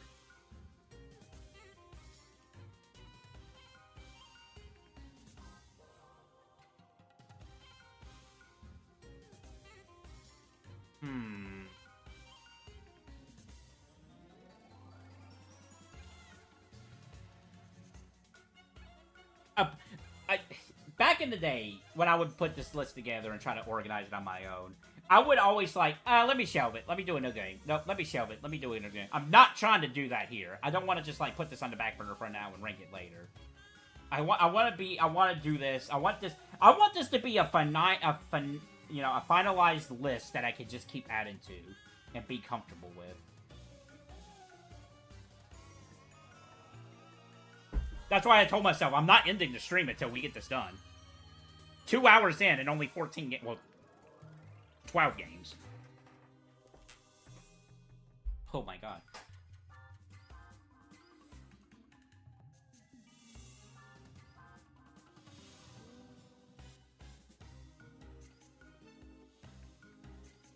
Okay. I know for sure, 100% it's better than PukePuke Demon. Absolutely. The Disgaea Connections wants me to put it right below Super Mario RPG. I don't think in good conscience I can do that because of the nature of the gacha game and how even if it's emulated and whatnot, you just can't play it because of the nature of it.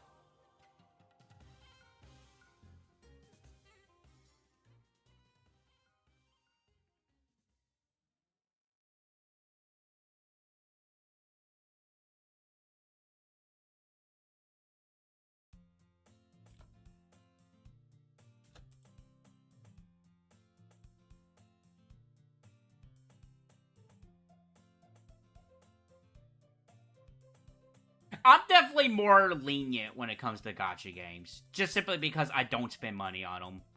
I get my enjoyment out of it. I just do the free-play routes. I just go, okay, what can I do? What can I get? What can I pull? How can I work with this? And sometimes it works out. Sometimes it doesn't.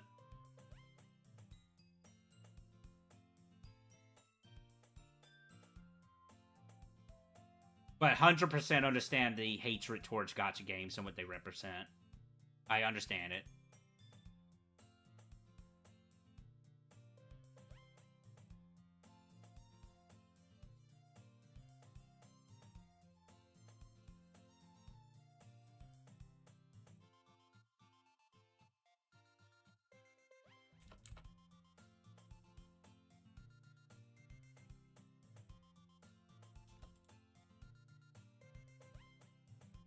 I cannot in good conscience put that any higher. There's no way. I cannot put that above Super Mario RPG. That would be insane. That would be insane. The only reason I would put it above Macbat is, again, the Disgaea connection. That is all. And even then, I'm pushing it. Even I'm like, you're insane. Why are you doing this?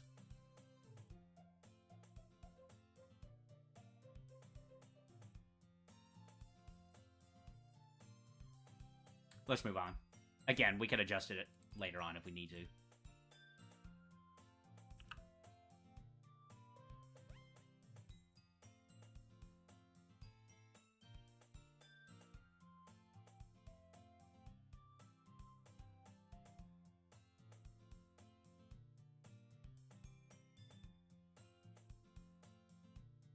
They're fresh on my mind.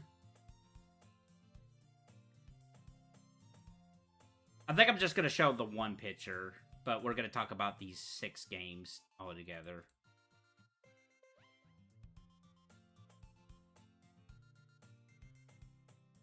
Because I did, before, like, yesterday, actually, look back at these games. The Metal Slug games. These are very fun games.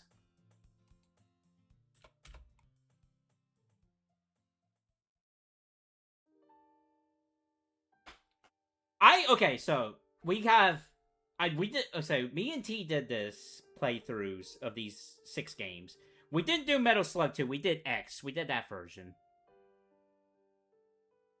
But we did 1, X, 3, 4, 5, and 6 all together, back to back, as a little marathon. We've done this twice. We did this with Metal Slug, and we did this with TMNT. We'll probably do TMNT next after this, since I'm on this subject. So, out of these Metal Slug games, I think 4 is the worst, but I would not call 4 a terrible game. Like, I think all 6 of these games right here are fun games. And let's go ahead, you know what, I can actually go ahead and make this into like a mini ranking within the ranking right now.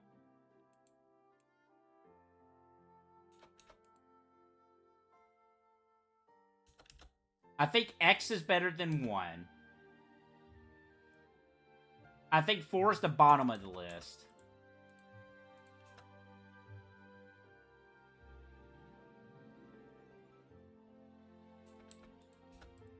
Five runs better than 1, but I think 1 is better. It's short and sweet to the point. A lot of those early Metal Slug games, really, honestly, a lot of those early ones, the only issue is they lag. Because there's so much going on in those games. That's the only downside with those Metal Slug games, I feel like.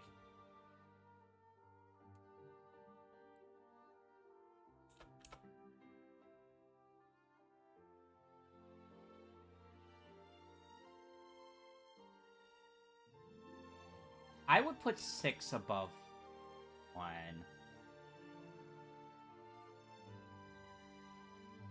Maybe. Me, personally, I would put 3 above 1. Even though 3 does get pretty ridiculous. I'm not gonna lie. 3 was pretty ridiculous. But it definitely felt like 3 was their that was the last one they were gonna do. To be a little bit fair. It seemed like they wanted to go out big, and that's why 3 is the way it is.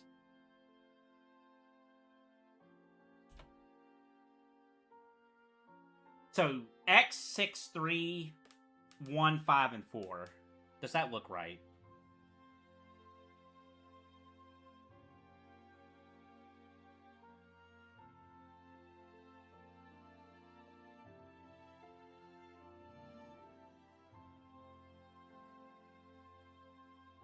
I think that's right. Again, I don't think any of these games are terrible. 4 is definitely the lowest point between these games, but 4 is not a bad game. 4 is just weird. 1 just lags quite... I remember 1 lagging the most. Well, no. 1 had some major lag. 2 did have lag. 3 had lag. 4, I think, actually had lag, too. 5 and 6, I don't recall there being any lag to them.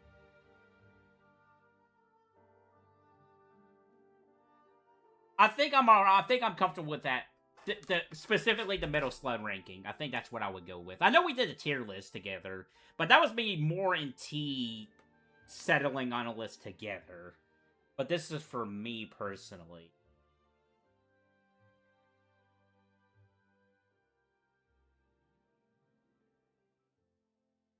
Ralph and Clock is in 6 as well, so that's pretty rad. Okay, so honestly, I wonder... These Metal Slug games might be ranked on the list altogether. I don't think there's going to be any games in between them. Like, I don't think it's like, oh yeah, I think like Super Mario RPG is better than 3, but not quite as good as Metal Slug 6. I don't know. I don't think it's going to be like that. These games are very fun, though. They are very, very fun. I love a good old arcade game. You just jump in. And the good thing is, the way you play these games nowadays, you don't have to worry about quarters. You can just like, oh, I just have infinite virtual quarters.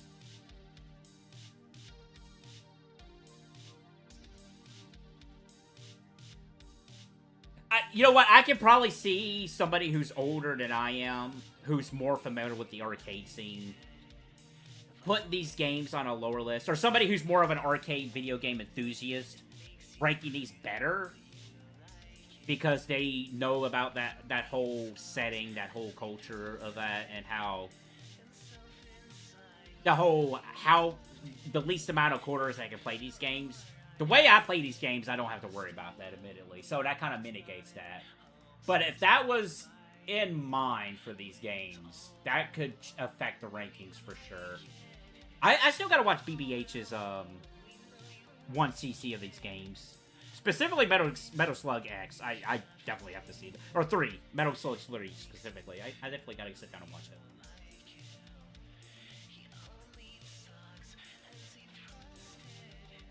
Without question, these Metal Slug games are better than Disgaea RPG. All of them. All of them. I would put all of them above Disgaea RPG.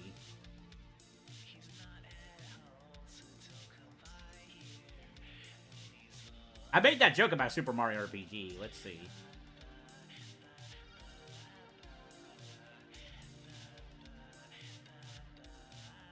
Oh, these might be better than Super Mario RPG.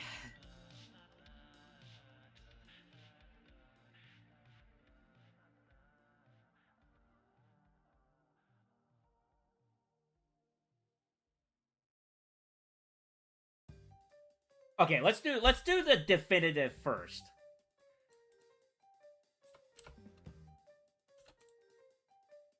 I would definitely take Metal Slug 4 over Disgaea RPG. I don't think Metal Slug 4 is better than Super Mario RPG.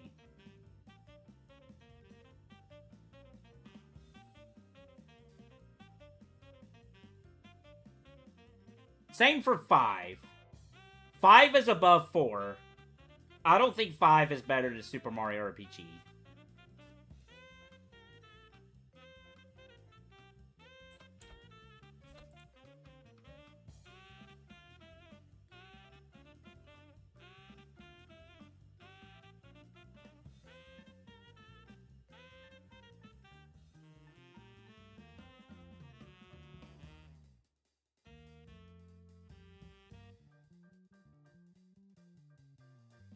I might put 1 above Metal Slug 3.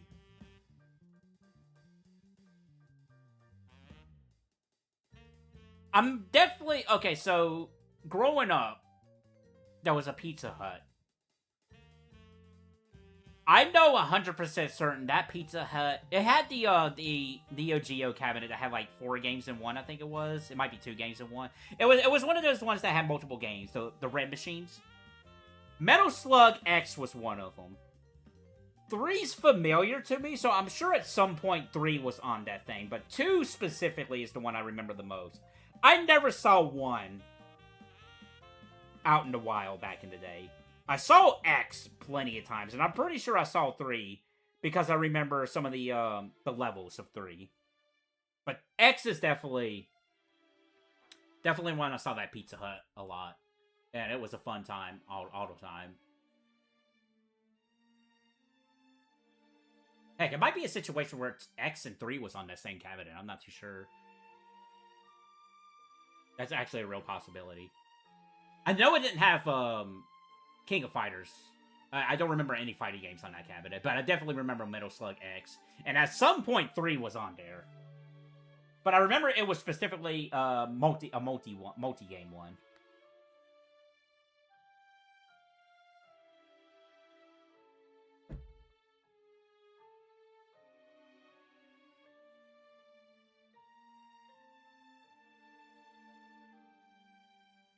I don't think any of the Metal Slug games are better than Final Fantasy Picture Remasters to me. That one's a definitive. I don't think any of them would be better than Thousand Year Door.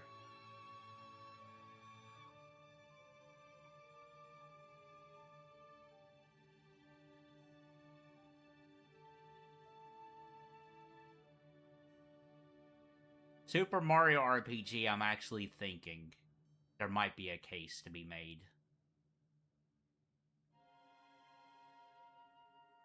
And it's kind of funny, too, because I'm not, like, really feeling... Because Super Mario RPG, the original Super Nintendo game, I did rent back in the day as a kid. I did play that game for a little bit. So, there's a little bit of nostalgia attached to that. Very little, but it's there. Thousand Year Door... No nostalgia whatsoever attached to that OG version.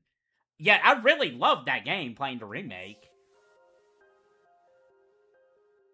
But yet, I could, like, Metal Slug, with the exception of X and possibly 3, have no attachment to it, nostalgic-wise, but I think they're better. Some of them might possibly be better than Super Mario RPG Remake.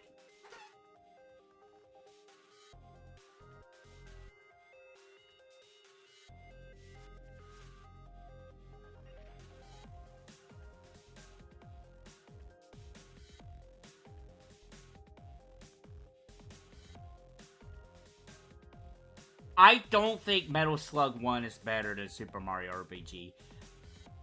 I think Metal Slug 1 would be better if it didn't have lag to it. It's understandable lag, if that makes any sense. X had it too, but not nearly as much as 1. 4 did have quite a bit of it, and it was very odd because 4 is a later game. 5, I don't recall having it. 6 definitely didn't have it. If it did, I didn't notice it in 6 whatsoever.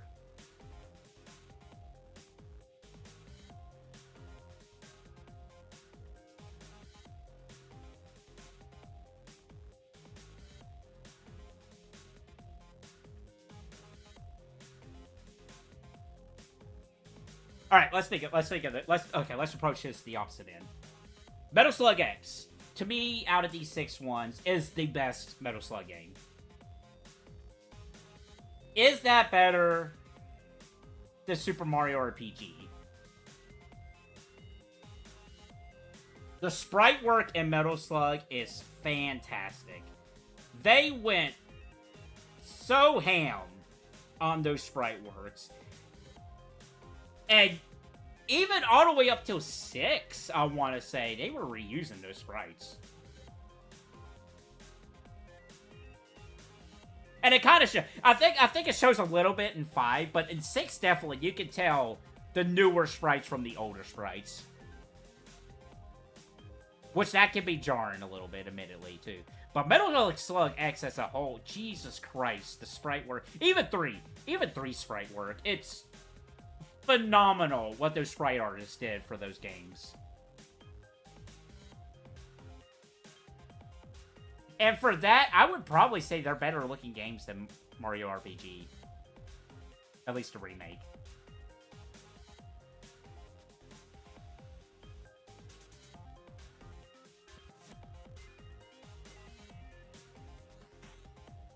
I think I could give that point over Super Mario RPG with some of those Metal Slug games.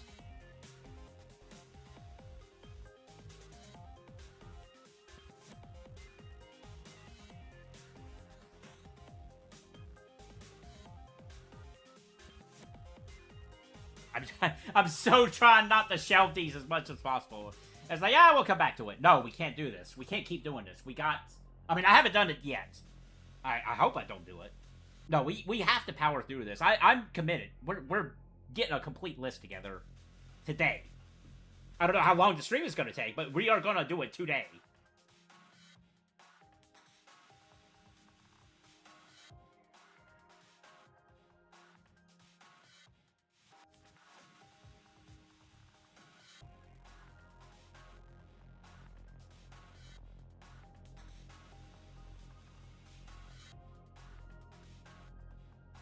Alright, let me take a step back here. Let me think.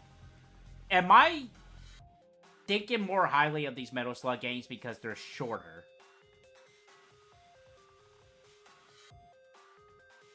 And if I am,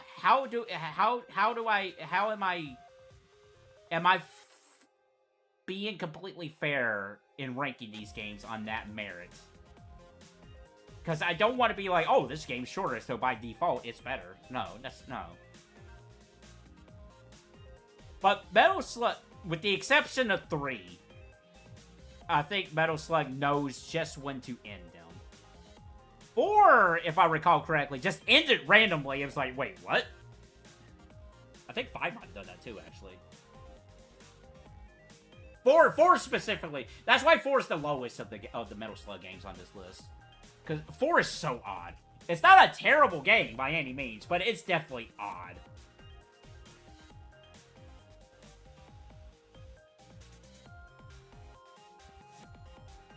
Good song. I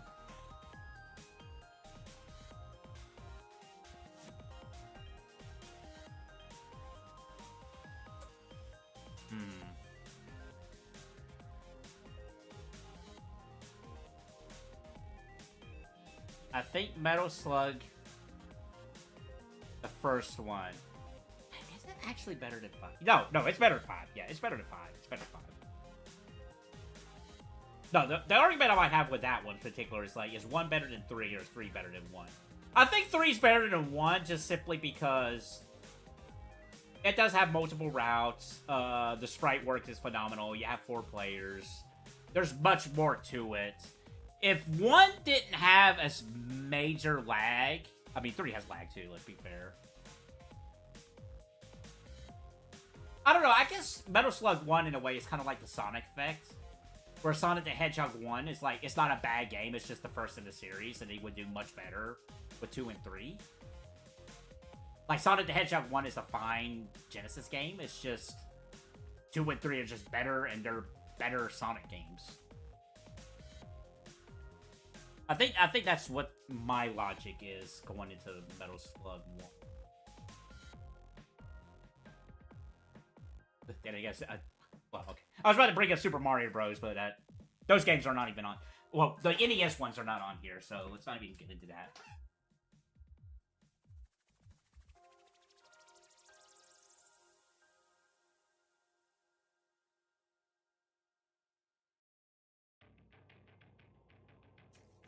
Okay, where would I... Okay, 4 and 5, definitely not as good as Super Mario RPG. 100%. 100%. I don't think 1 is either.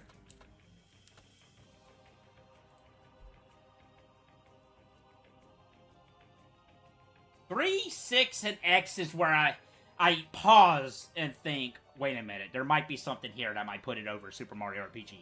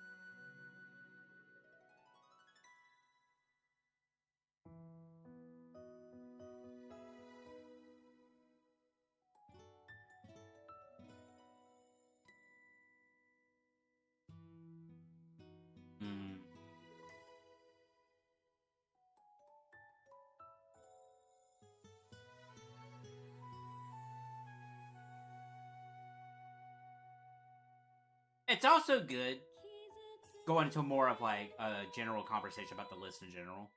I think that was a proper sentence. To save these ranking lists for the end of the year, because I feel like if you're right hot off of a game, you're gonna think more highly of it, or more negatively of it, depending on the game and the subject matter at hand, as opposed to like sitting on it for a little bit, then ranking it. Because here's another thing too I gotta look at from this angle. What's the lasting impact these games had on me?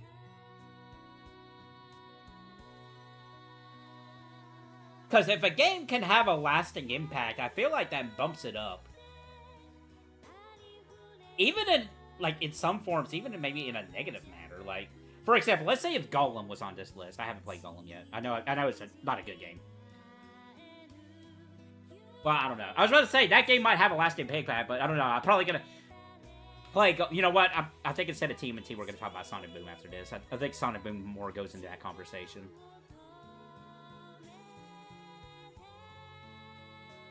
Yeah, well, okay, we'll do Sonic Boom next. But let's put that part of the conversation on the back burner for now. Let's get these Metal Slug games ranked. Let's get these on here.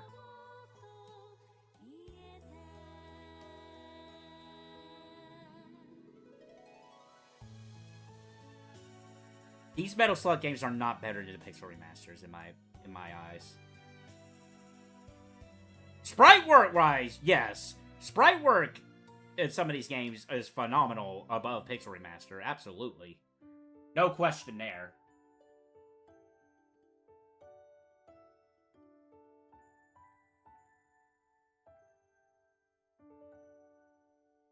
I think 6 and X might be better than Super Mario RPG.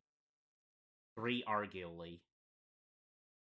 The only like, I'm thinking back to that conversation me and T had about 3. He was a little bit more harsh on it than I am. I think 3 legitimately was, without looking it up, I think they were planning on 3 being the last one in the series. So they went all out with it. And that's why I'm a little bit more lenient on it with the length of that game and how long that final mission is. Oh, this song's great, by the way.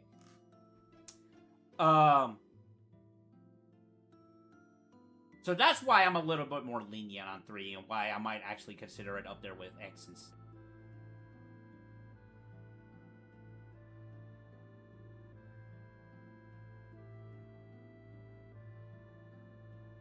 Let me put these above.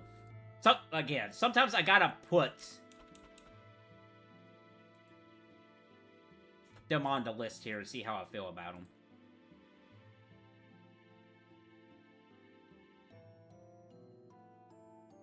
I love 6 aesthetic. It was made on different arcade hardware, and it shows. I love that graphics settings. There's other arcade game. I forget the arcade engine. It's on the top of my... It's the same one that the Rumblefish is on. There's a certain aesthetic of that kind of art that on that arcade engine that's so weird, appealing. It's so neat. It's like like a more refined Bioerosion, really, if you think about it.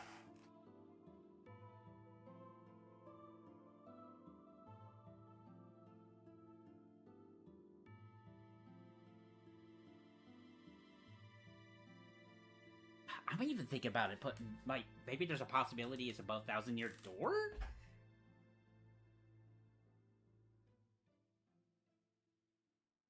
Like, that's not an argument in my head that I'm opposed to having.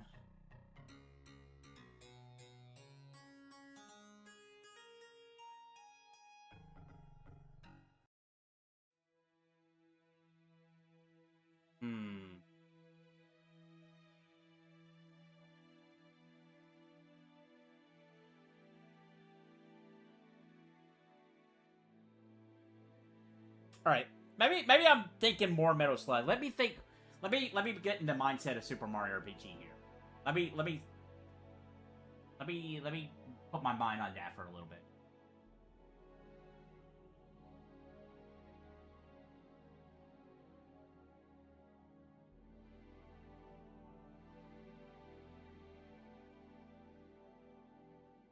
It's always neat to see Mario in an RPG setting. That's always going to be a plus.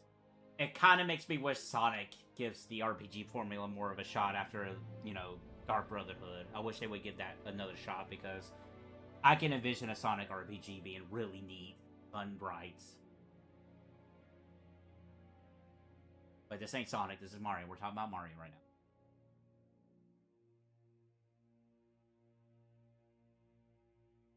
Super Mario RPG is not a bad RPG game. It is not.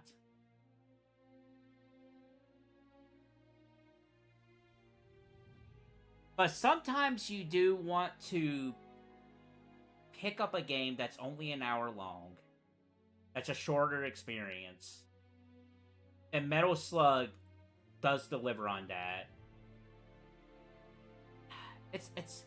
See, I can't really put myself in the mindset of quarter munchers.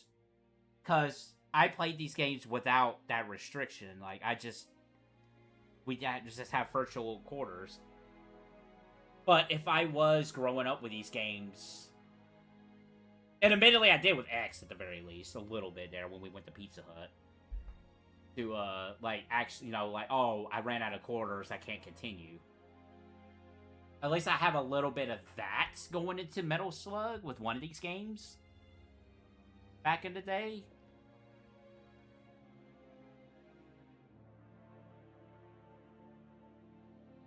Yeah, I can't really put myself in that mindset to judge those games on that. Even though I feel like that is a completely valid way of looking at these arcade games. So you best believe, though, if we ever do Double Dragon 3, that's definitely going to hamper that game, absolutely.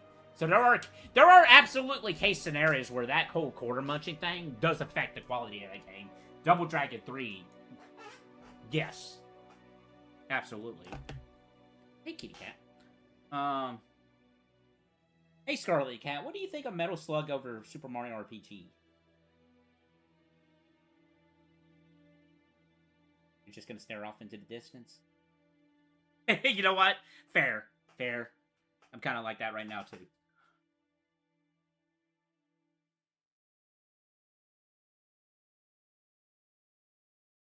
I'm actually alright with this. I think I'm alright with this.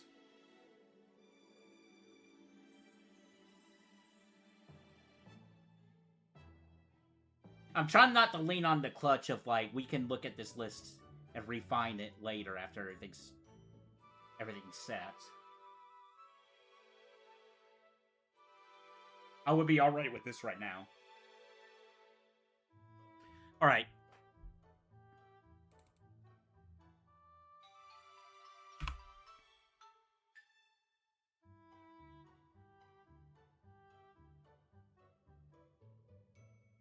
So we're gonna do Sonic Boom next, and then we'll do the TMNT ones.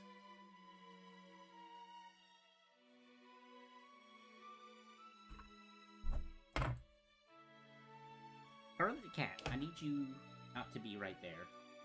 Please and thank you.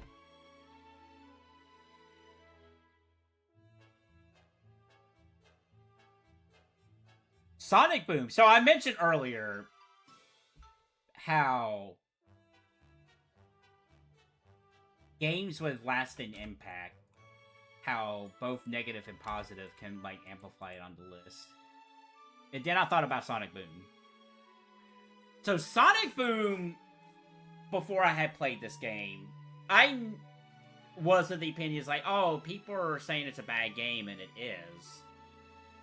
But if I'm, like, I have an affinity towards bad games. And I can have fun with a bad game. And I thought I was going to do that with Sonic Boom Rise of Lyric. No. I didn't. It's not great. I thought it'd be like a situation where it's like, oh, this is so bad it's good kind of thing. That's how I was approaching this game. And honestly, I wouldn't be surprised if this game is the reason why I don't do that more often when it comes to games like this.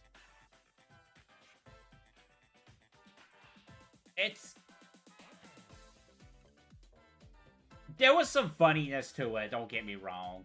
I had played the game after they patched out the Knuckles Infinite, the flying glitch with Knuckles.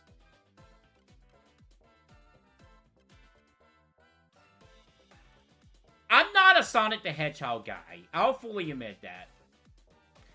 Honestly, quite recently is probably the most I've ever gotten. Like, the past 6 years of my life. Keep in mind I'm 35. It's probably the most recent, like, I gave Sonic the Hedgehog any acknowledgement. Like, I played one. One's not on here because I want to replay that again. But I played one for the first time and beat it. And I played... I'm more interested in, like, the Sonic side stuff. Because those are just more fascinating to me. You know, Sonic R, the Sonic the Fighters, those kind of Sonic games. That's why I mentioned Sonic RPG. Like, I would love them to give it another shot again. I'm always more interested in the Sonic spin-off stuff. And I guess in a way in the Mario stuff, too. Not thinking about it. But, yeah, so I'm not a Sonic guy. So a lot of the things that some people might not like about this game doesn't affect me when it comes to, like, character designs, character personalities.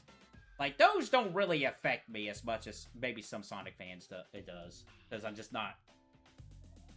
Like, I have nothing against Sonic the Hedgehog. But it's just one of those things I'm like, oh yeah, I acknowledge it. I think a lot of their games are pretty neat. You know, Sonic Mania, your Sonic Colors, I heard is fantastic. You know, the classic Sonic games. 1, 2, and 3, and Knuckles.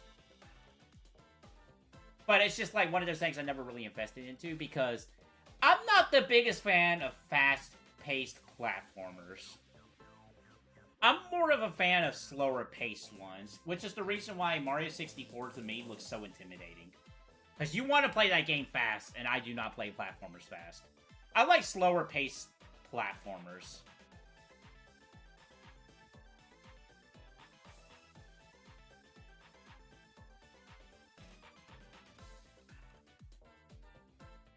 A Sonic Boom Rise of Lyric is... Is this the only Wii U game on this? I'm thinking about it. It might be. That's funny. I gotta look. Is it?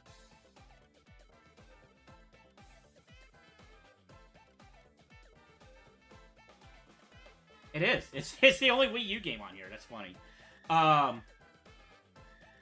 It's not good.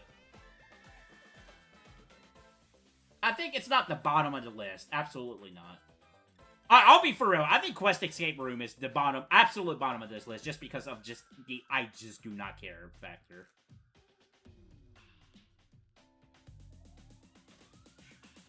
I think Sonic Boom is right here.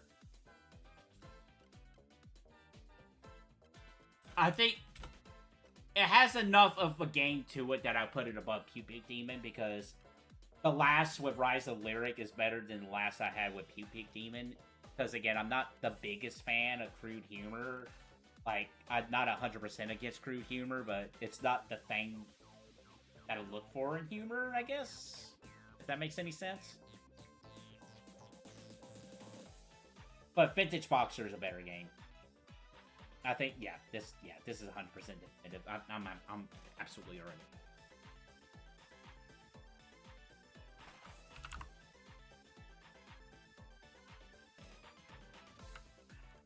Alright, so I'm going to do this like we did with Metal Slug. I'm just going to pull up one picture, but we're going to talk about 5 games here. We're going to do this cover, because this is funny. Look at this arcade flyer. So good.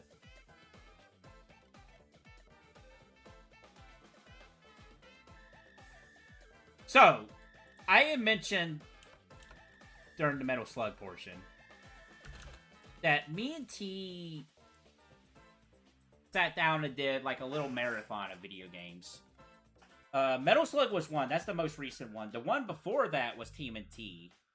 And that was a fantastic time as well. We need to sit down and do... I would love to sit down and do a similar thing with him again like this. I would just have to think what series of games to do. But Turtles and Metal Slug was like the two ones I wanted to say, you know what? I want to sit down and play with somebody with this to do these games. He actually mentioned that he wants to do Turtles again because it's been 5 years since we last played these. And that's actually the last time I played any of these Turtle games was 5 years ago. So I did refresh myself on these. But yeah, definitely have to get back together with T and try to do some kind of co-op thing, like a franchise similar to like this and Metal Slug for arcade. I think that could be fun. So Turtles, I don't think I'm gonna do it like I did with Metal Slug. I think we're gonna just do it one at a time.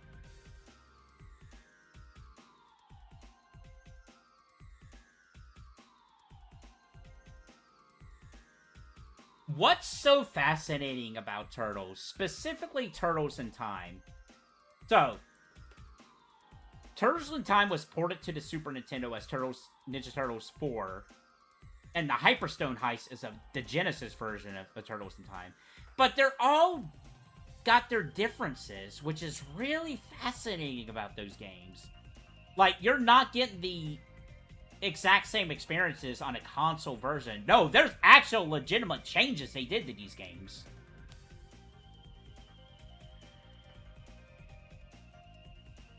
So, let's not do Turtles in Times versions for right now. Let's do the other two.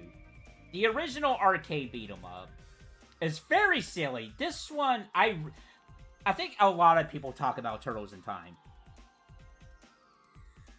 There's an NES version to this. We didn't play that one. No, we only did these 5 games. There was a couple Turtles games we didn't do. But Turtles in Time, or the original arcade Turtles game, is pretty neat, but you can definitely tell it was their first go around. Konami did. I think Konami did all these games, actually. I don't know if they did the NES version. No, they did. I think all of these are Konami. But you can tell this was early Konami with this arcade, because it definitely shares some similarities to some of their other arcade games. Or at least it gives off that vibe like Sunset Riders. I think there was a Ninja arcade game I can't think of off the top of my head that kind of... that same realm. They play completely differently, but I don't know. There's like a connection there somehow. So, Turtles Arcade, it's not bad. It's just different. It's a neat little beat-em-up. But it's definitely early beat-em-up. Maybe. Like, what was the year on this? Final Fight pretty much came in and just kind of like, not changed the landscape, but kind of influenced a lot of beat-em-ups.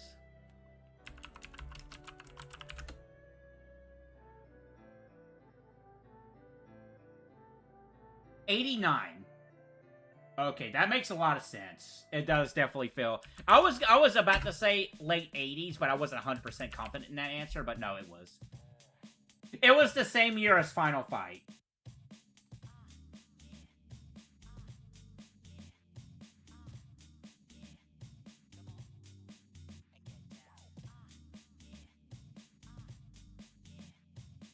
Final Fight actually came out a year before. A month after TMNT. Which, you know what? That makes a lot more sense.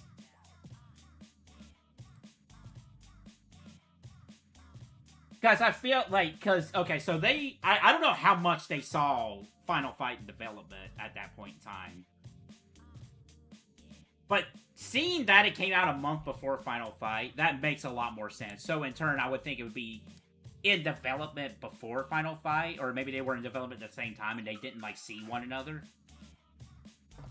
That makes a lot more sense, because I feel like after this, and when Final Fight came in and kind of, like, influenced a lot more of the beat-em-up genre, at least that's the impression I have gotten, that's when you could see the beat-em-up TMNT game start to vastly improve over this original arcade game.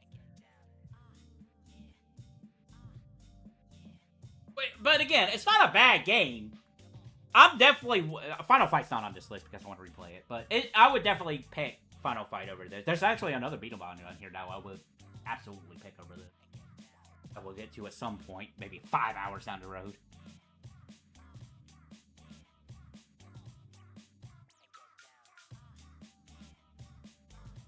But you know, now we got the Metal Slugs on here.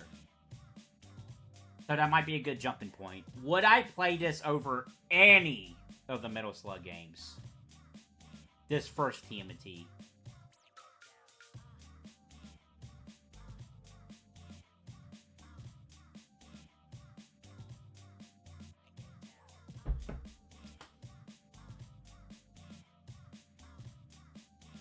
Okay. It's better than Disgaea RPG. I would put this above Disgaea RPG. Yes, I would put this above Disgaea RPG. I'm a little hesitant in that sentence, but logically, yes. Would I put it above Metal Slug 4?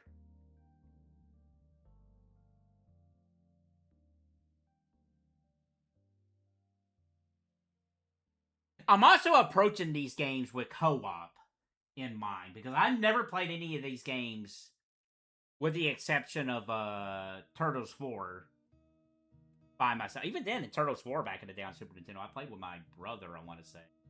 With a friend. I do remember playing that by myself and playing that with a friend. Or with somebody. But for the most part, I have co-op in mind for these, and not single player.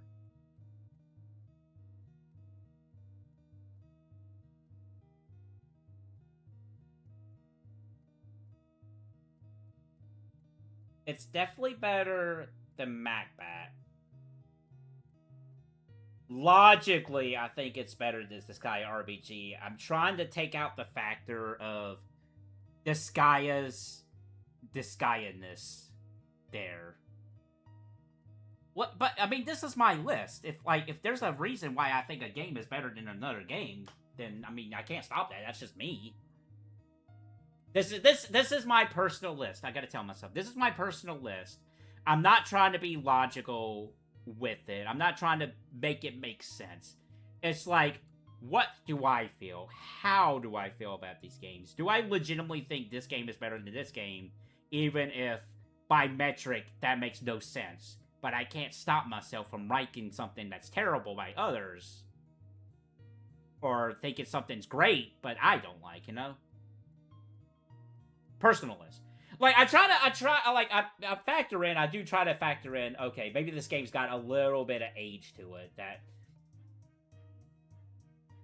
maybe I can look around, or I can't acknowledge, or something of that nature. Like, I do acknowledge a game's ageness does bring it down, and not, oh, this game is aged, however, da-da-da-da-da. No. The way I'm approaching this list is, does the game still hold up today? Which is why while it's not on this list, I think Super Mario Bros. Is still a fantastic game to this day. The original NES game. Like, you can still sit down and play that game perfectly fine. I think it's great.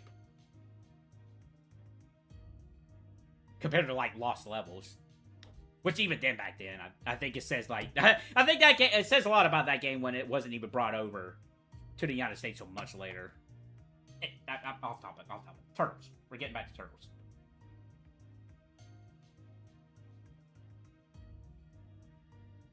Okay. 100% better than Macbat 64 on this list. My personal list.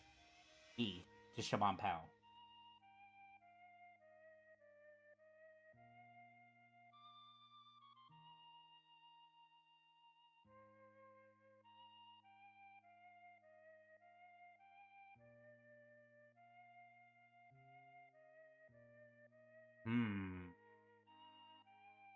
The only hang-up I'm having right now is, do I think it's better than Disgaea RPG? The only reason I'm having this argument is because of the Disgaea factor in it. Because despite what it is, being a gacha game and a weird Disgaea thing in general, it does have characters that I really enjoy. I do love seeing some of the interactions. I do love seeing the, like, oh, Adele and Rosalind's relationship after 2. How's that going? Sort of situations. These scenarios, these characters get themselves in with one another. Seeing those, like, the story elements is really cool to see these characters interact and what they're up to. What are these guys doing in this dimension, anyway? That's a whole thing with the Disgaea franchise. Every NIS game, really.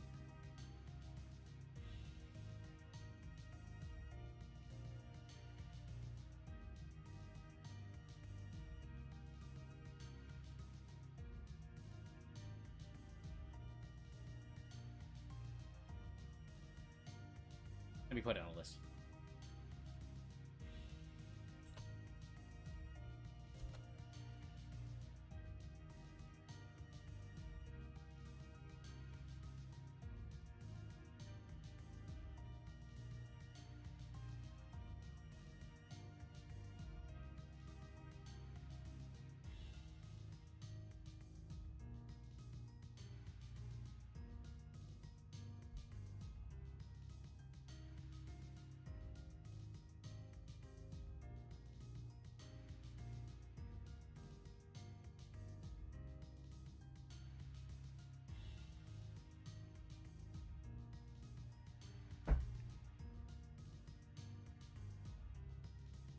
I think this is right. Okay, let's look at it this direction. Let's look at it this way. Would I put it above Metal Slug 4? Again, Metal Slug 4 is not a terrible game. It's weird. It's a very odd game. It's very odd.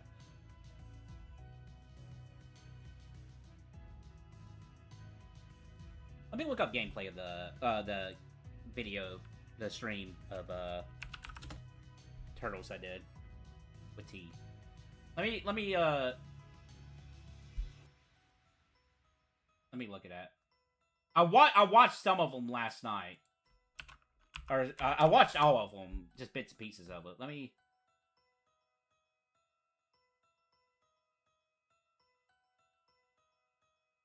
look at some of the gameplay.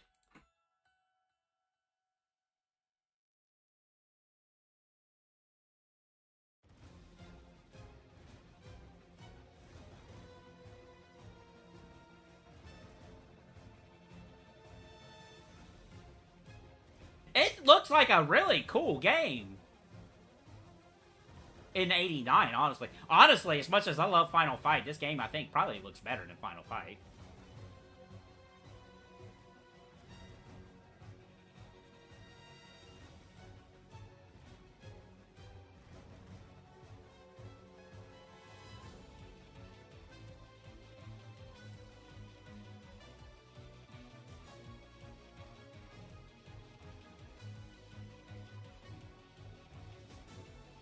Sorry, I'm watching the reaction to the foot soldiers in this.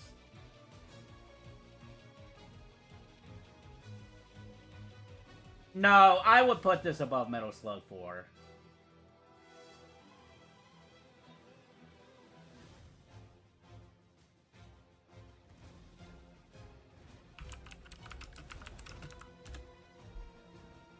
Let's look over Metal Slug.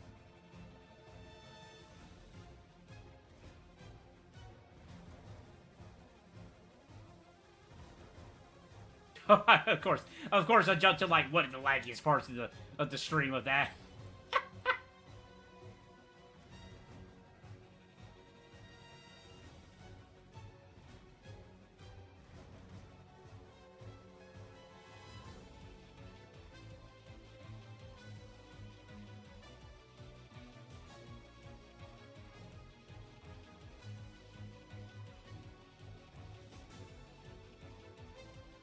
Honestly, okay. What does it come down to? Okay, I'm looking at an arcade cabinet of Metal Slug 4. I'm looking at an arcade cabinet of TMNT arcade game. They're right next to each other. The smell of Pizza Hut is in the air. Which one am I playing? Which arcade cabinet am I going to play?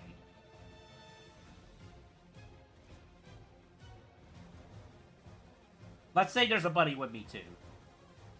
And he's like, oh, pick whatever one. And I'll play it with you.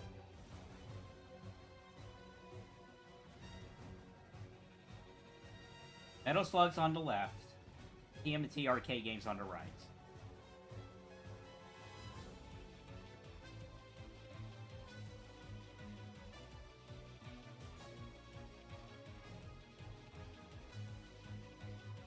Current me right now, I'm going with Metal Slug 4. Yeah, I'm going with Metal Slug 4.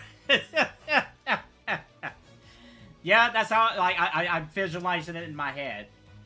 If this was probably, like, younger me, more into TMNT. I don't know. Okay, it's Metal Slug 4. It's Metal Slug 4. I'm gonna stretch it a little bit. Give me 1 sec. Ugh. Get a good stretch in here.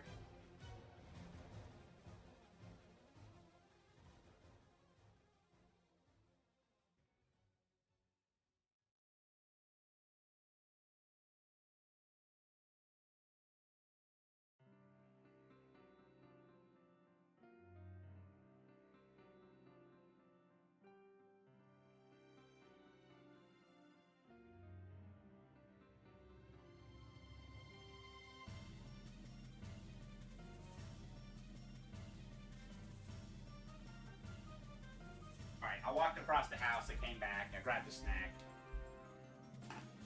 It's good to get up and stretch every once in a while when you're sitting on a chair for a good bit.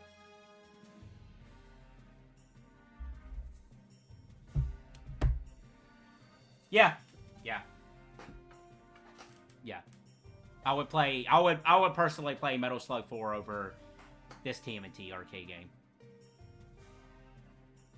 Manhattan Project is a stupidly difficult video game. But it's fun. It's a good game. But holy cow! There's a reason why if anybody looks up this playthrough of the stream of me and T had on YouTube, the thumbnail for it is specifically a recolor of the Foot Clan color blue. There's a reason for that. Jesus. But it's a fun game. That's the thing. It's not like, oh, this is difficult and bad. No, it's fun. It's just difficult where it doesn't need to be difficult, I guess. I don't know. It's funny. Despite that, though, I think I would play it over the arcade game that we just ranked. Because it's a neat NES game. It really is.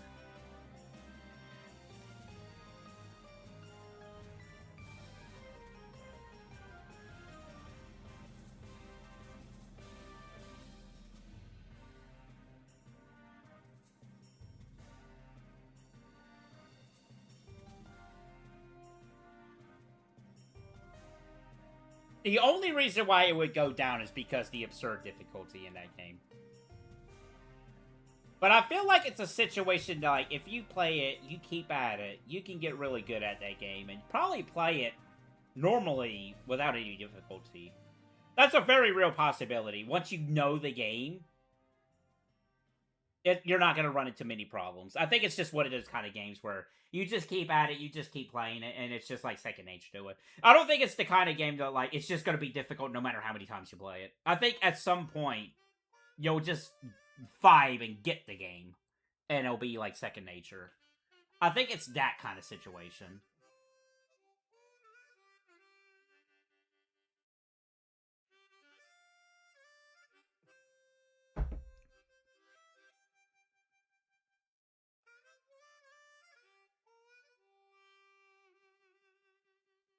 I'm gonna look up gameplay of the stream I did. I'm gonna be doing this a little bit. I tried to, like, refresh myself a lot before the stream, but it's just inevitable. I'm just gonna be having to rewatch some stuff.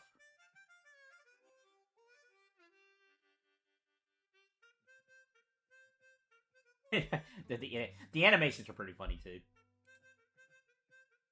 It's a really nice looking NES game.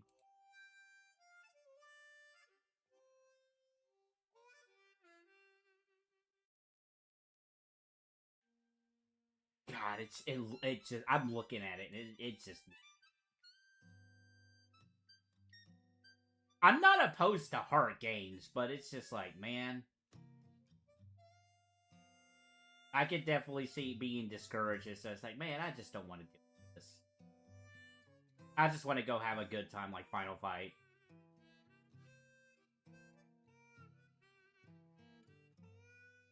And you don't have the quarter situation here. You have a limited life base. Like, it's not like, no, that's it. Like, if you run out of lives, you're going back to the beginning of the game. That's no ands, ifs, or buts. Continue such.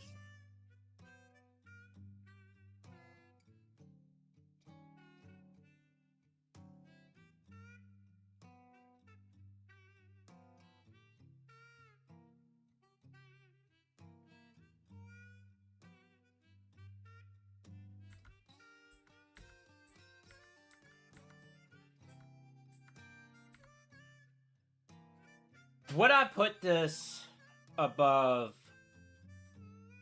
the arcade TMNT game?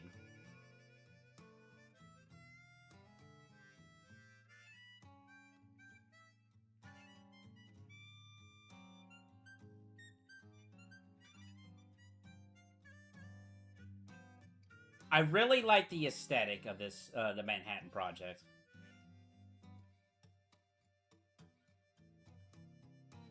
It's neat what they did with this game. It's difficult.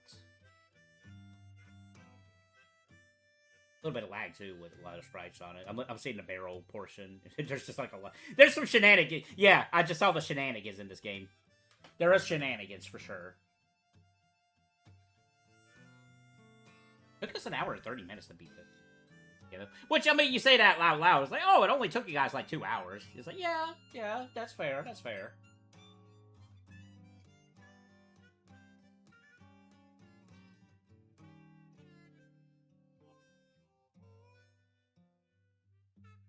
I would probably put this... Okay. It's better than Macbat 64.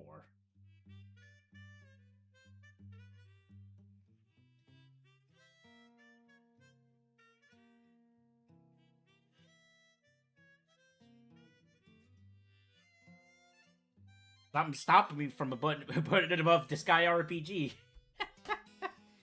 Let me look up a Disgaea RPG stream that I did. Let me do that. Let me look up a Disgaea RPG stream.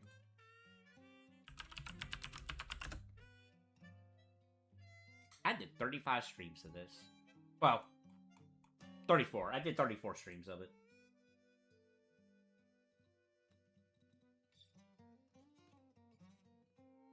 Oh yeah, I'm looking at the newest one. Yeah, it's a stream where I'm playing Disgaea 6 in the corner and Disgaea RPG on the. That was so funny that I did that.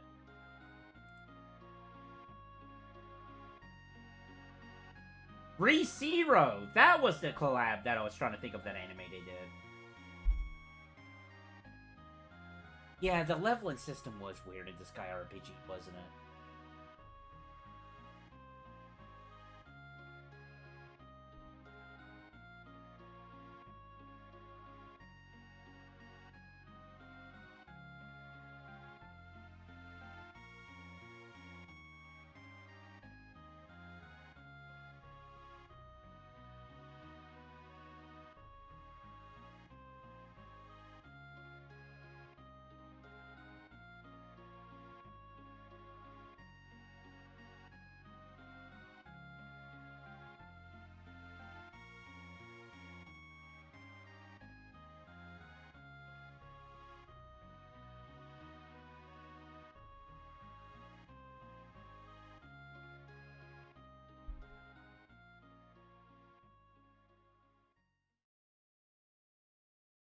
Let me see if I can find a later one that has more of a focus. That's not Disgaea 6 in the corner.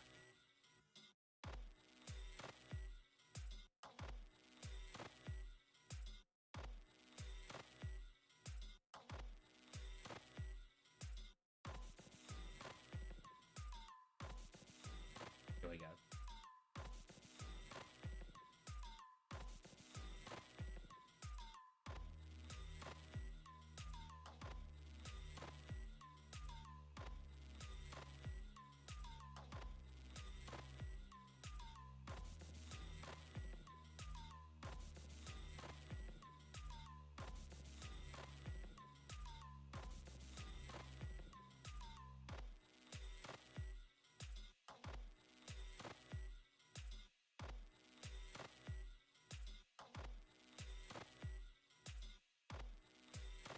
Why did a picture of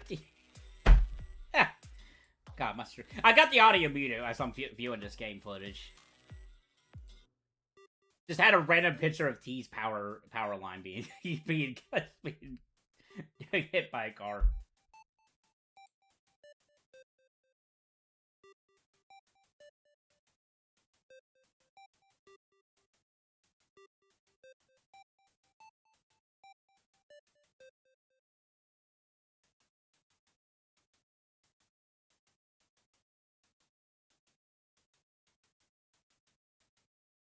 Okay. Okay. Okay. Okay.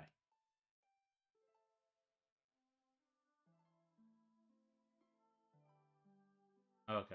Okay.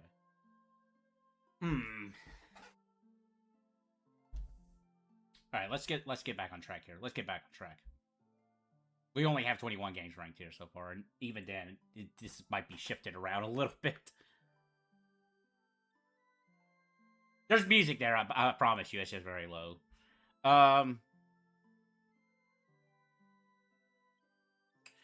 TMNT 3, The Manhattan Project. Better than Macbat 64. Better than Disgaea RPG.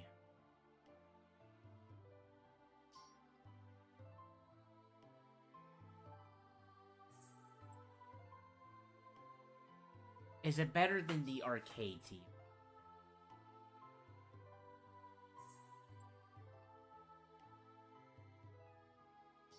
Despite the difficulty of that game, I might put it above the arcade.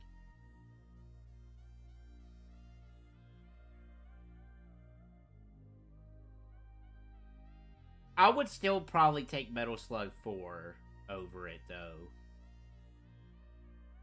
Maybe if Manhattan Project was as stupidly difficult, or if it even had infinite continues, I could probably see it better than some of these Metal Slug games.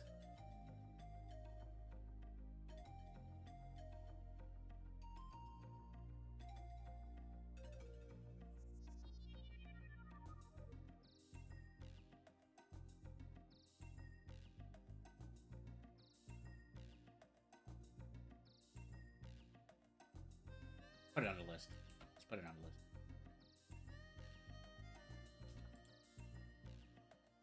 A part of me wants to put it below the TMNT arcade game. I am so wishy-washy. It's... you know, you get... I guess you get more of an appreciation with people who can make a definitive list. There was this one guy I watched on YouTube who did their favorite video games. I think it was top 100. And it was so uniquely personalized. You could tell this guy was playing games, grew up with RTSs, really appreciate that genre of game. There was games in there that, you know, you could probably say, oh yeah, Final Fantasy VII or stuff like that, yeah. But, you know, like, his top 20 games was like, this is such a personalized list. And I really respect that in that one person. Look and see if I can remember the guy's name. It was actually legitimately a really good top, I want to say top 100 list. And those kind of lists is the ones I really do appreciate.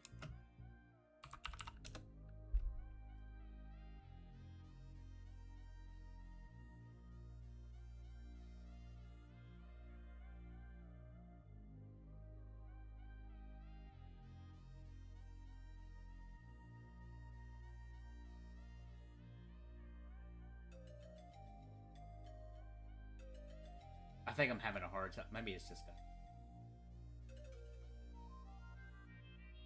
Because I highly recommend. I think this might be it.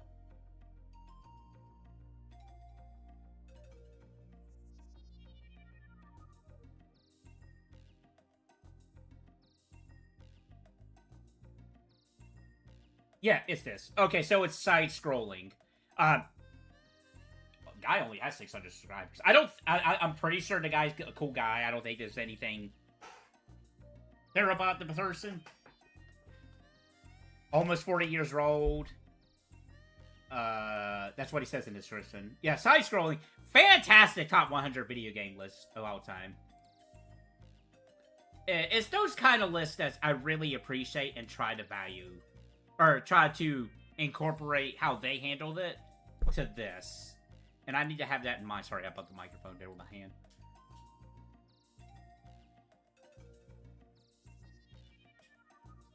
I was gonna say for example, but I don't want to like spoil this list because it's a really good list. It's like games and you can tell this guy was a PC gamer. I'll say that.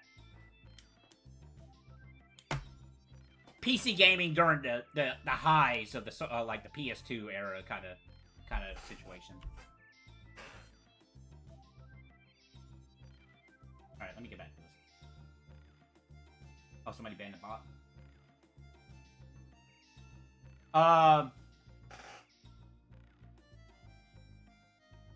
Alright.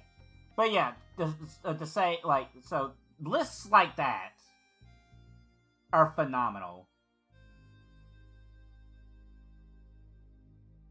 And what I'm trying to aspire to do for my list At some point down the road, I want to do like an more edited video of this, like when I reach 40 or something like that. Which is kind of why I want to replay a lot of the games from, you know, growing up for this list. For that. I am avoiding ranking these as much as possible by going off topic. I realize that. Alright. Manhattan Project.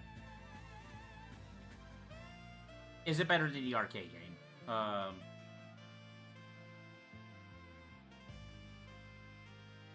think I can... some of these are definitely... I can put this here for right this moment and be okay till we go over and finalize the list.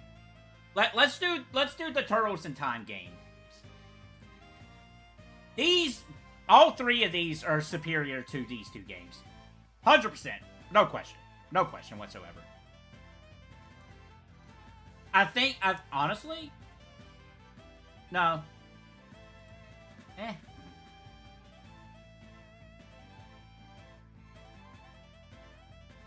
I think this is a situation where both console games are better than the arcade version. I definitely think the Super Nintendo... so the arcade version of this game is not terrible. The only downsides with the SNES version and the Genesis version compared to the arcade version is it just doesn't have the fluid, like the big impact. Like they definitely had a compromise. That's what I'm trying to say. They had a compromise with those ports, but they did additions to both the Genesis and the Turtles in Time Super Nintendo version. That makes them both stand out.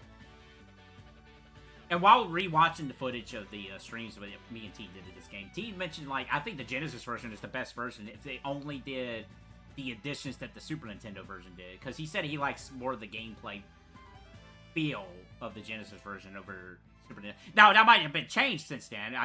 You know, not to put words in his mouth. That's what he just said at that point in time. It could be changed. He could be playing all these games behind the scenes. He might be a speedrunner of these games now. I don't know. That would be funny.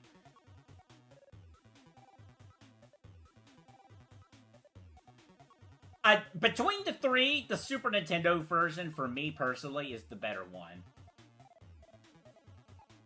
I'm gonna say the Genesis ain't bad either. I think these three games are great, but I think between these three games, it's gonna go in this order. And honestly, I think they're gonna stay like this on the bigger list. I don't think there's anything gonna go in between these. And right off the bat, all three of these is better than these two Turtle games. I think they're better than Metal Slug 4. Metal Slug 5. Are they better than all the Metal Slug games? We might be shifting some lists, some entries here around.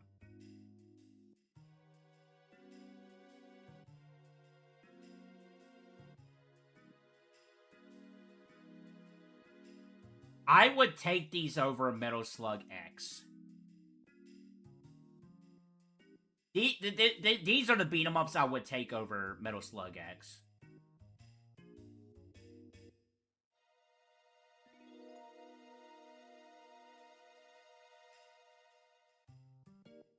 Hold up. Hold up. Hold up.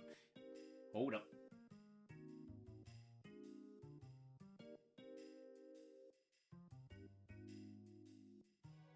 They're better than 4.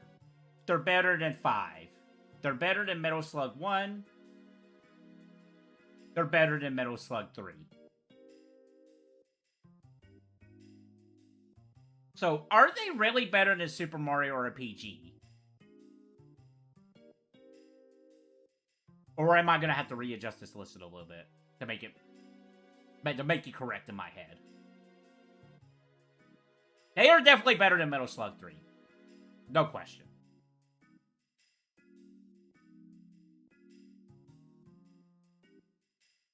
I think they're better than all the Metal Slug games.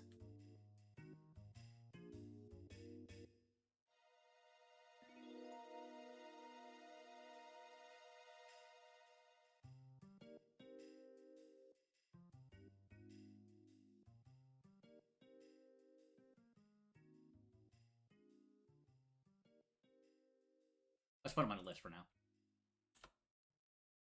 They're not better than 1,000 Year Door.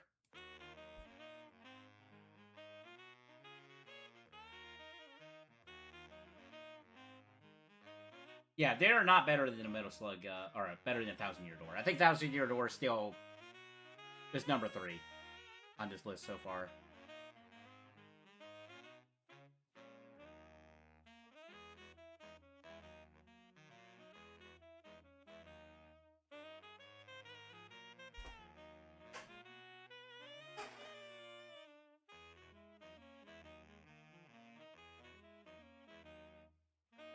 I think we need to start getting some heavy hitters on this list, honestly.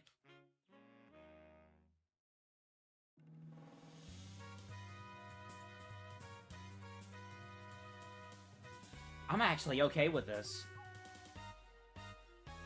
I think I'm alright with this right now. I think all 3 of those games are better than Metal Slug. Metal Slug X.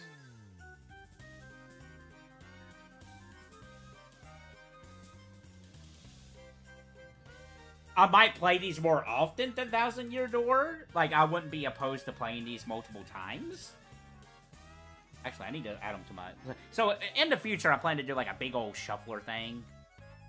Like, 1,000 game shuffler thing. I think that would be pretty silly, and I need to add all these TMNT games to it. But, yeah, I would definitely play these turtle games more often, but I don't think they reached that level with 1,000 Year Door.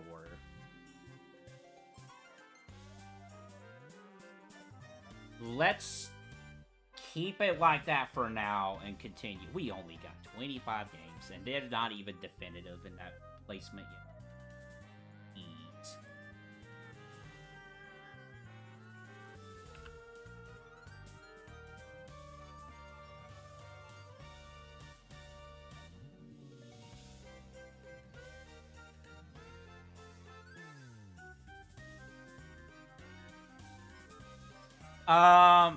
What are next?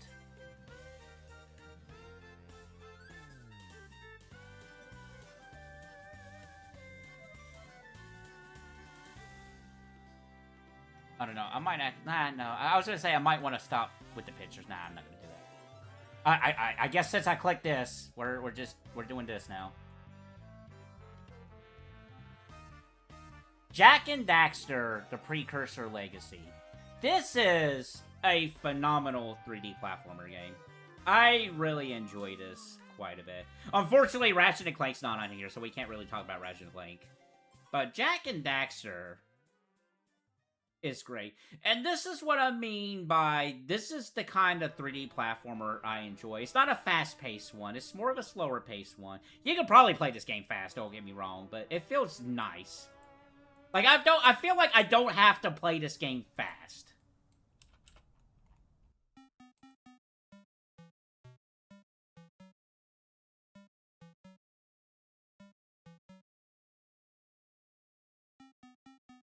Check us out on stream. Yeah, Jak and Daxter, the Precursor Legacy is this is the kind of 3D platformer game I like. And I'll be honest, eventually I would like to play Jak 2 and 3 at some point. Like, I played the original PS2 version of this, and I played the HD version. We got the HD version here for this ranking. I haven't played the PS2 version since we started this list. But yeah, this game is fantastic 3D platformer. Every time I play it, I always do 100%. I always like doing 100% of this game. This is the kind of 3D platformer that I like, and well, okay, it's been a very long time since I played Mario 64. I'm not gonna say it's better than Mario 64. It's not even on the list. I don't even know why I'm bringing it up right now. This is a heck of, like, if we're comparing this to something on the list right this moment, that's a heck of a lot better game than Sonic Boom. This I would definitely pick over, like this is content, like this is one of the harder hitters. This is definitely better than the TMNT games, in my eyes. So really it comes down to, is this better than Thousand Year Door?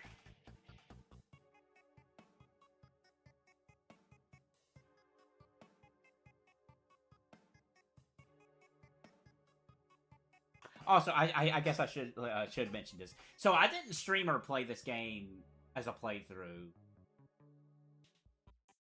This game, I think this is the first game of this type to show up on here. Looking over it, yeah. So at one point in time, I was planning to do a 30 Platinums in 30 Days challenge video. A couple years back. Might have been last year, actually. Now I'm thinking about it. 2024.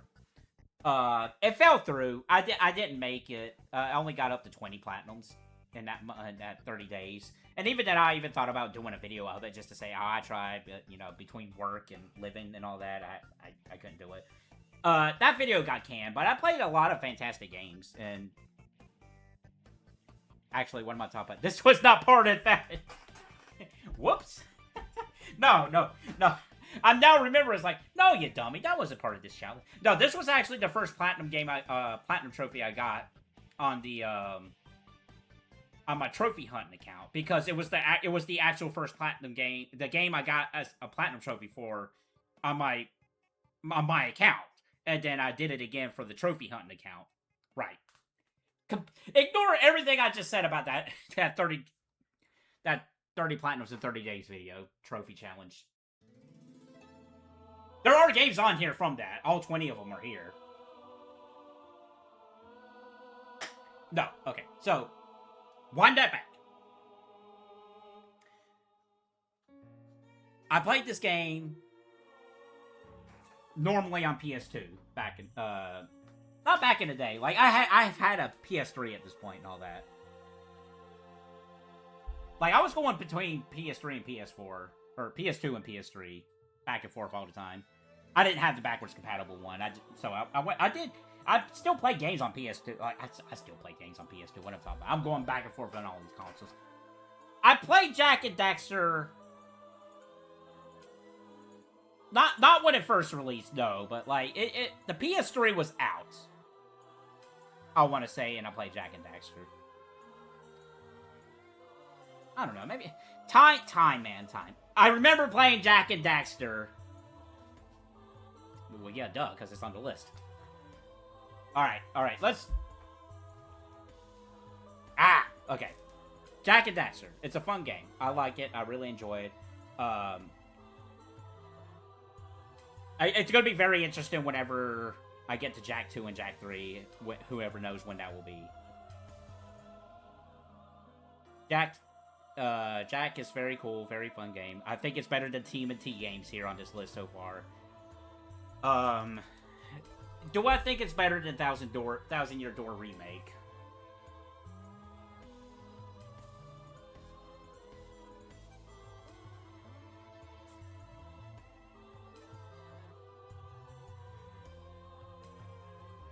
It is not better than the Pixel Remaster games.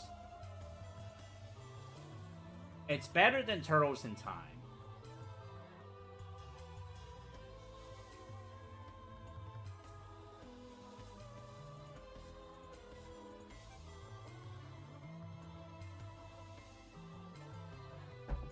I love the personality of this game, too.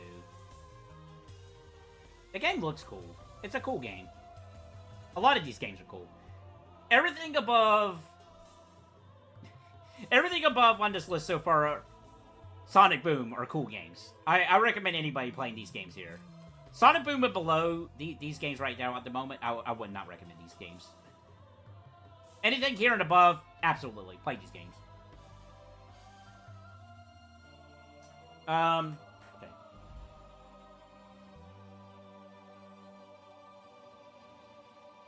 I would still play... Well, no. I still think it's better than Pixel Remaster. I think Pixel Remaster 1 and 4 are better. It's better, or... This game is better than Turtles in Time. The argument we're having right now is it better or worse than Thousand Year Door?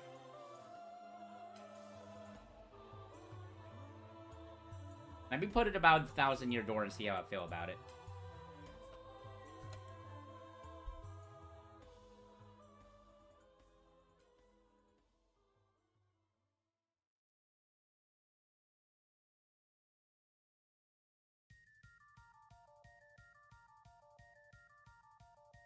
I would not be uncomfortable with that.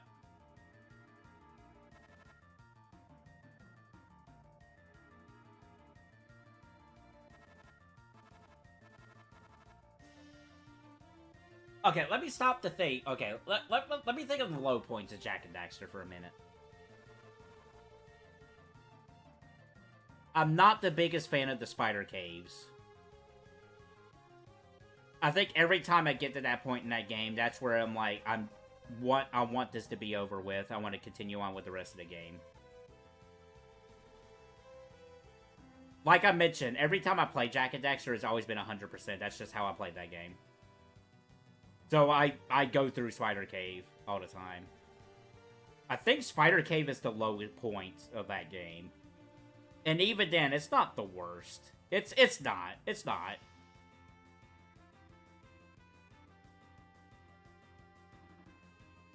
Traversing some of the hub world, some of the main areas to get to the levels. Like, I'm specifically thinking of the Fire Sage. I think it was the Fire Sage's area. The cave area. Getting through that main area to get to the levels can be kind of a hassle.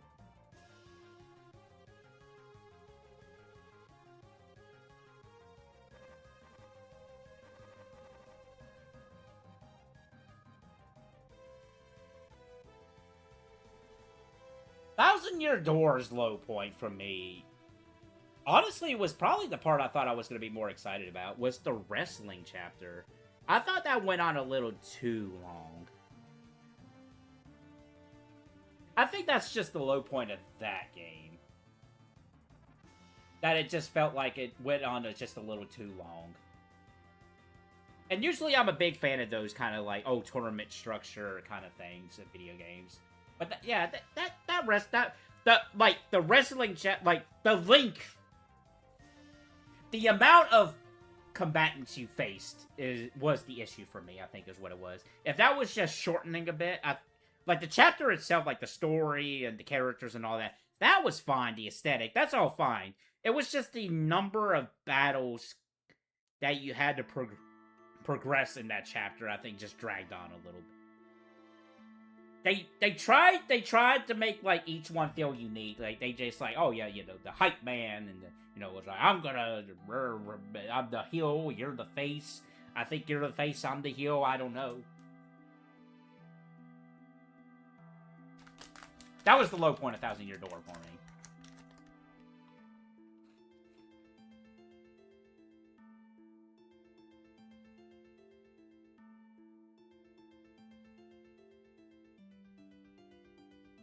I'm gonna leave it like this for now. Again, we might come back. We will refine it a little bit more. I mean, that's the mindset I need to go to this for the moment. Just like, okay, let's do general locations for things, and then we'll go in there and touch it up. I mean, if I can get a perfect placement for things, then we'll do that. Yeah, you know what? I'm looking right at it. Let's do it. Lisa the Pointless. There's a couple of Lisa games on here. We don't have Painful and Joyful on this list, just because I want to play the console versions that got released, and I haven't done so. I did actually, I've never played Joyful, but I did Pointless a couple times at this point, or not Pointless, Painful. So, Lisa the Pointless. I will go ahead and say this right now. The reason why I started adding fan games, letting fan games be on this list, is specifically this game alone, Lisa the Pointless. Because I really enjoy this game, and sadly, I don't think we're ever going to get I don't know if it's a complete version of this game, or if it's just a sequel. I think we're pretty much, this is it for Lisa the Pointless, this chapter. I'll be straight up. I think without too much hesitation, I think this is the best RPG Maker game on this list. I really enjoy Pointless. I think it takes what Painful does. Keep in mind, Painful's not on this list, so when I say I think it's the best RPG Maker game on this list, you know, there's obviously some games that are not here that might be better than Pointless that I haven't got around to yet. But with the current games on this list, out of all the RPG Maker games on this list, I think Pointless is the best one. It looks at Painful and does its own thing. It's like, okay, we clearly, you know, we're inspired by Painful. We like what it does. We want to tell our own story. Or the guy who made this, like, we wanted to take the story of Painful. I want to take, you know, what I grew up with, the story I want to tell within this universe. And that's so, this is going to be a weird way of describing this. This feels like a foreign movie. And I love it for that. Like, this just feels so foreign. Like, this just doesn't, this is so outside of my realm, but I love it for it. This is just so weird. And I know there's some influences from, like, some very bizarre movies for this game. But yeah, like I said, the entire reason why fan games are on here, there's a couple fan games on here, is because of Pointless. Because I wanted Pointless to be on this list, so I'm like, okay, if Pointless is going to be on here, then I'm accepting fan games. But yeah, I think this is the best RPG Maker game on this list. I love how bizarre it is, how it's doing its own thing. It's taking what Painful did, doing its own thing within the realms of that story. I like the characters, I love the fights. I love the risk-reward factor to this. It's funny, too, because Painful does this, too. But this kind of, like, amplifies it in its own way. You know, from Alex's fighting stances to, why can I not remember the other guy's name right now? Shoot. Joel. Between Joel's, hey, I got a gun. You don't know if I'm gonna shoot you or not. So, you know, I'm gonna point it at you. No, it's such a cool dynamic. Like, you got one guy who's doing the work, but the other guy's like, I'm gonna be here and, you know, help you out, but I'm not attacking deliberately. Unless I have an empty bottle, but I'm gonna help you out by putting these status elements on these enemies, and hopefully it works out or not.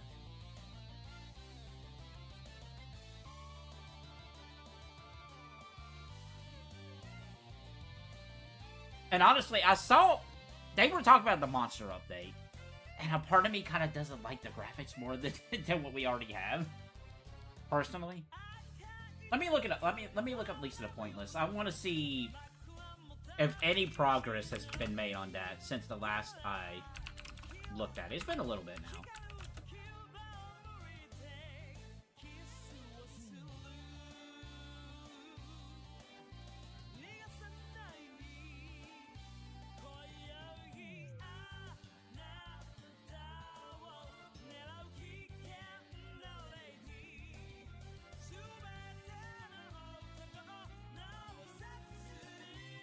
That monster update video was 5 years ago. That's crazy. And as far as I know, like, I don't keep up with the Discord. I don't follow the creator or the team that does this. I don't know if there's shenanigans behind the scenes. It's not something I really know of, admittedly. I'll be perfectly frank on that front. I don't even know if the game's being worked on, still. I'll be honest. But yeah, I saw the monster update. I'm like, I kind of like the graphics on this the version we already got now. But for what we got, and possibly what we'll ever get, I love this game. And actually, this will segue into the next game we'll do later, actually. Or after this. That'll be actually a perfect segment point. But yeah, Lisa the Pointless, I think, is the best RPG Maker game on this list. There's a debate to be had for sure when we get to two other ones.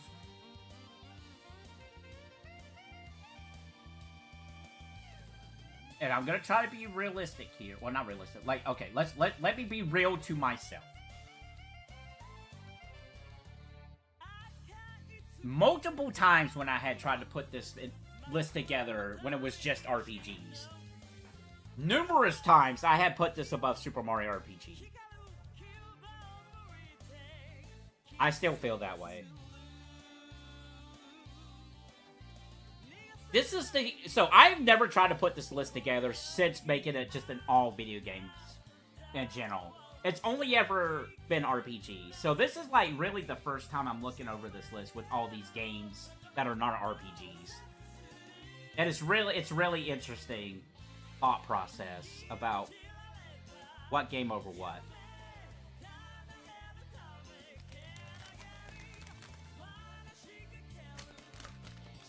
Sorry, I got some Ritz crackers here.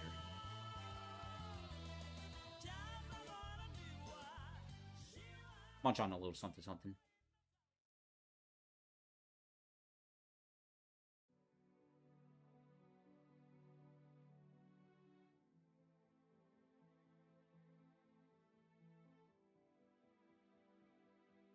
I would not put Lisa the Pointless above Thousand Year Door.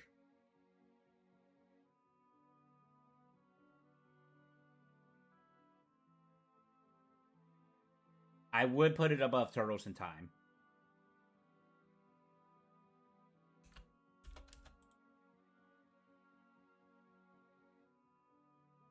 I think I'm comfortable with that.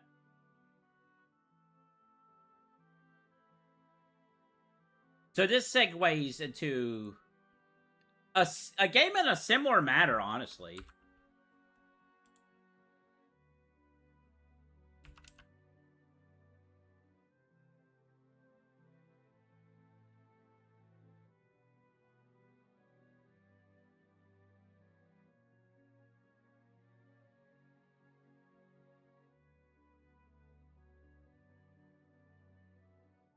So, Steel and Steam, Episode 1. So, like Pointless, this was never finished. We only got Episode 1 of this, and that was it. The company, Big Red Meat, or whatever the company was, it was a funny name. They moved on to other projects. This was a Kickstarter game that they kickstarted. I had no knowledge of that when I first played this game, I believe. Later on during the playthrough on that game, I did look into it. Because I watched the Kickstarter video at some point during that playthrough. It was pretty funny. So I think this game's got a negative reputation because of the promises they kept and they never fulfilled. Which is fair. I mean, it was a Kickstarter. People paid money for it. You know, and they didn't hold up to what they were going to say they were going to do. And at the end of the day, it's very, you know, it's the RPG Maker engine. It does a little bit more than, like, say, 1v1. Definitely, for sure, what it does more than, like, 1v1 and Lonely in the Winter. In some ways, it has some reminiscence of Phantasy Star, funny enough. In terms of, like, it's, what they were trying to do with it. But it's still doing the default RPG Maker stuff. There is some summon FMVs, and boy, let me tell you, those videos are compressed. But it's funny. It's very funny. I like the setting of this game. If you look past the defaultness-esque of what it uses here. It is trying to do a steampunk vibe kind of thing. If they worked on the graphics more, they could have probably achieved that a little bit better. It's a neat little game. It's on a cliffhanger, and it's never gonna be resolved. I think I made a joke comment somewhere on one of their YouTube channels or YouTube videos or something about like, oh boy, I can't wait for this game for the next episode, just as a joke. But yeah, like Lisa the Pointless, it's you know, it's only one episode. It's not going to I think I'll just say this. I think Pointless has a higher chance of getting complete or getting another episode than this game does. But you know what? I wouldn't mind them saying, "Hey, now that we're like actual game developers, we can work on things outside of RPG Maker. Let's actually remake this game into an RPG, like a full-blown RPG." I wouldn't be down for that. So you know what? Maybe this has a higher chance than Pointless.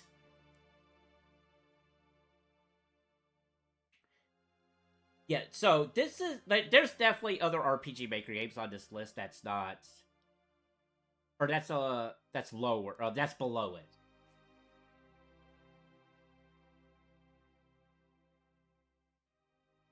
I can't imagine putting this above Vintage Boxer.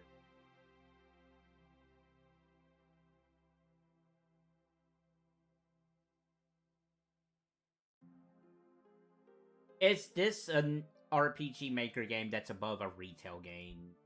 A full-blown release retail game like Sonic Boom? It's definitely better than PukePuke Demon.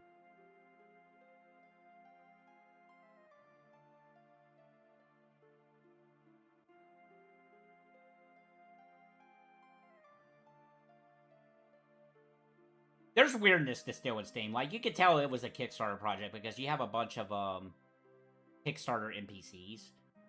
The game feels very empty, strangely enough, too. I recall it feeling like the game, like, man, this feels really empty. I feel like there should be more, like, there should be something here that's just not here.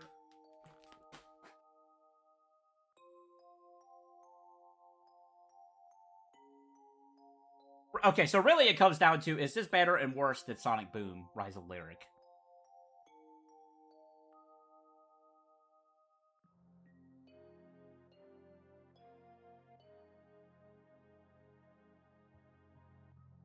It's like the most amount of talking I've done. And usually my streams are not me talking, honestly.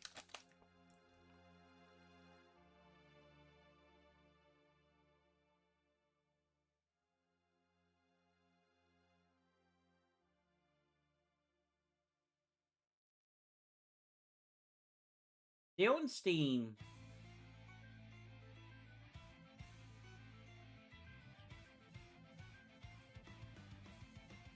Okay, let's be a little fair here. Sonic Boom does have some things to it that are not, you know, that's not absolutely terrible. Like, the characters themselves are cool. The character, like, the designs themselves, I think, is pretty neat.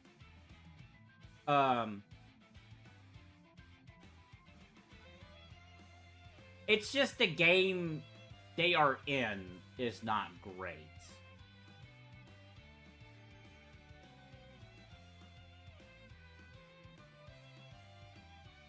And some of the dialogue in that game is very bizarre. I still think about that Robotnik League.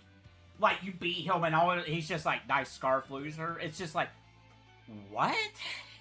I do still think about that. I'm like, what's the context of you saying that after being beaten? Was this just a line that was just not in the right spot? That still throws me off.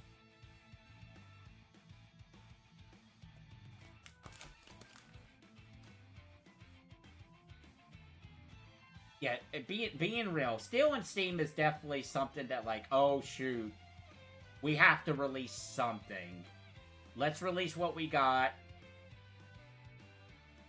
Do an episode 2 and never do it.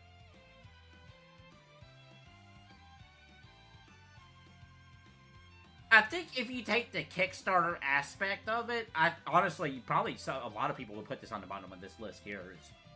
I can see that somebody else who was doing this list put this on the bottom of the list with that Kickstarter stuff in mind, and I'd be like, you know what, that's completely fair. I completely understand. I did not kickstart this game. I didn't even know it was a Kickstarter game when I bought this game originally.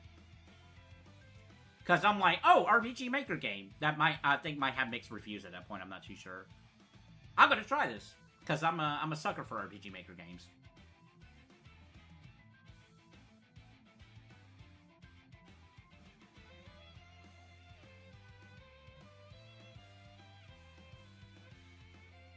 I think I might put it below Sonic Boom.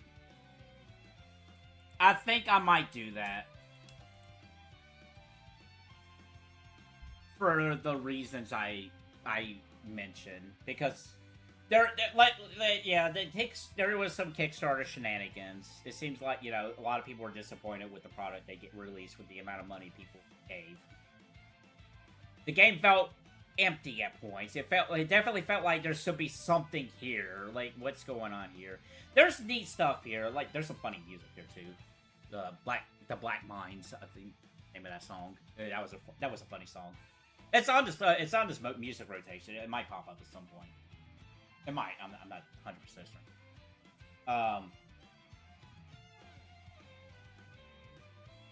I can't put it below PukePuke Demon.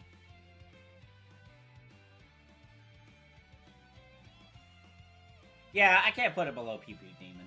It's definitely above PukePuke Demon, but I think I'm gonna keep it below Sonic Boom, just because of mostly the Kickstarter shenanigans. I think if it came as is without the Kickstarter stuff, it would be above Sonic Boom. Yep. That makes sense.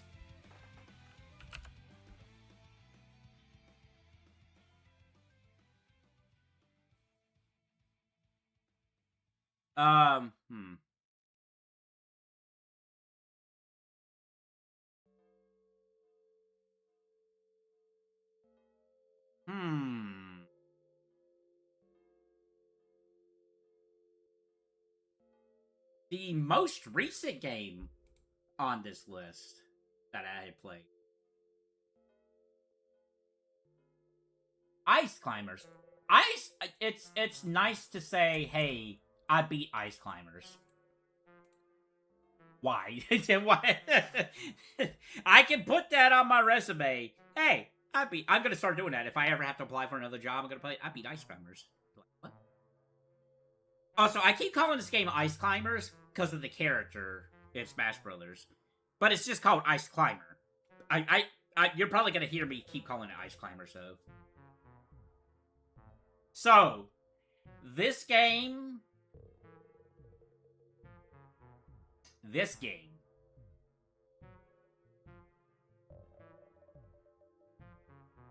wouldn't be as bad as I'm thinking it is okay. The jump is one thing. You can see it during my playthrough. I don't know if the NES Classic first, it's a little weird compared to the NES Original. I imagine it's like 1-to-1 or pretty close 1-to-1. But the amount of times I jumped and clearly went through a platform. I'm not just talking about the corners. There were times where I went straight through the middle of a platform. It happened enough times where there was frustration, admittedly. I hammed it up for the stream. I did. I always ham it up. I really do. It's like I'm playing a more exaggerated me when I'm streaming. Like, it's still me, I'm just hamming it. But there was definitely frustration there. I just, hammed it up. To try to make some people laugh, try to make people smile, try to make my friends smile. But that is the one big thing about this game that I repeatedly have trouble with it over and over again. Yeah, the jump is weird. Like, when you jump, you really don't have... It's not like Super Mario Bros., where you have, like, more control of your movement in the air. That's one thing. But I could get around that if the shenanigans of you landing on those platforms wasn't so weird. I don't want to outright say this game is terrible. I don't think it's a terrible video game. It's frustrating. Simply because of you phasing through platforms. And even then, like the whole going through the corner of the platform, there's clearly situations there where I'm like, no, I should have landed on that. What are you talking about? Kind of situation. I kind of want to rewatch Jeff Grubb, or Jeff, guy who, one of the founders of Giant Bomb. He's he's doing like an NES ranking videos on the NES games. It's his personal list. Agree, disagree. That's perfectly fine. He's scientifically doing it, and when you say that, I have a little bit of questions with some of the placements he has on that. Besides the point, I need to rewatch his Ice Climber one in full and his Ice Climber portions and see what he says about it. I forgot where he ranked it on. Let's check that out actually.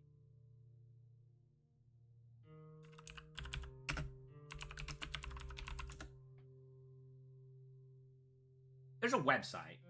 I want to watch the website. Or I want to watch the website. I want to look at the website.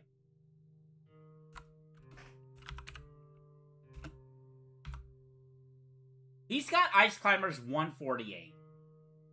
Currently. It was his 11th episode.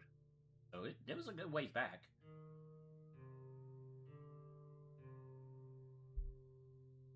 I would be interested in rewatching his take on it. He's got Ice Climbers above Final Fantasy. No. No. I mean, sure, whatever. Final Fantasy NES is very buggy. I get it.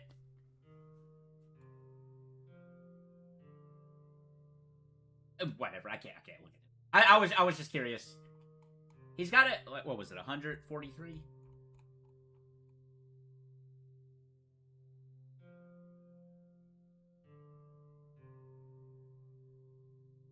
148. 148 out of 654. So, in the grand scheme of things, that's pretty high for his list. Out of, 650 NES games, he's got it, 140. 150. So he might...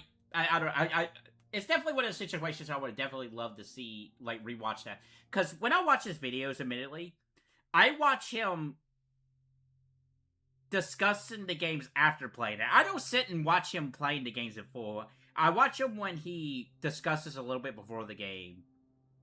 And then at the very end, during his ranking process. I don't really... Unless it's a game I'm just, so unfamiliar with. I don't watch him playing the actual games himself, admittedly. That's how I watch his NES ranking list.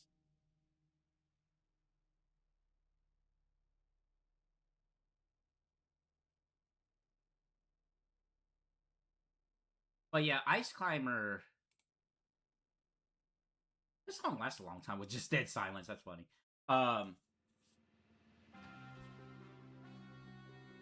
Ice Climbers... to me is frustrating because of the platform shenanigans. The jump is one thing. I can get behind the jump after a while. It's a little... I guess because I was going into it thinking the jump was going to be more like Mario Brothers, or Super Mario Brothers, and it wasn't. But I'm like, oh, okay, I mean, yeah, sure, it's a different game. Why would it... just because it's Nintendo, it doesn't mean it has to follow Super Mario Bros. Rules. But man, that platform, it's like, think if Super Mario Bros. Had that issue where you would just fall through platforms. And I'm sure there are situations, but it doesn't nearly happen as much as, I did with this game.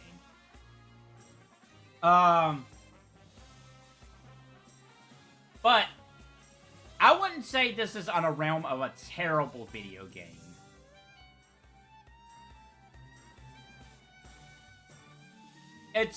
I can definitely see a version of this game being really good. And I'm surprised Nintendo never capitalized on this. Just recently, I did watch one of Jeff's podcast, going back to him, about how somebody's like, hey, you think they should do like a Ice Climbers 99? And he's like, and I agree too. It's like, yeah, you know what? Yeah, absolutely. They should do that. And out of the 99 formula, yeah, Ice Climbers would make a lot of sense.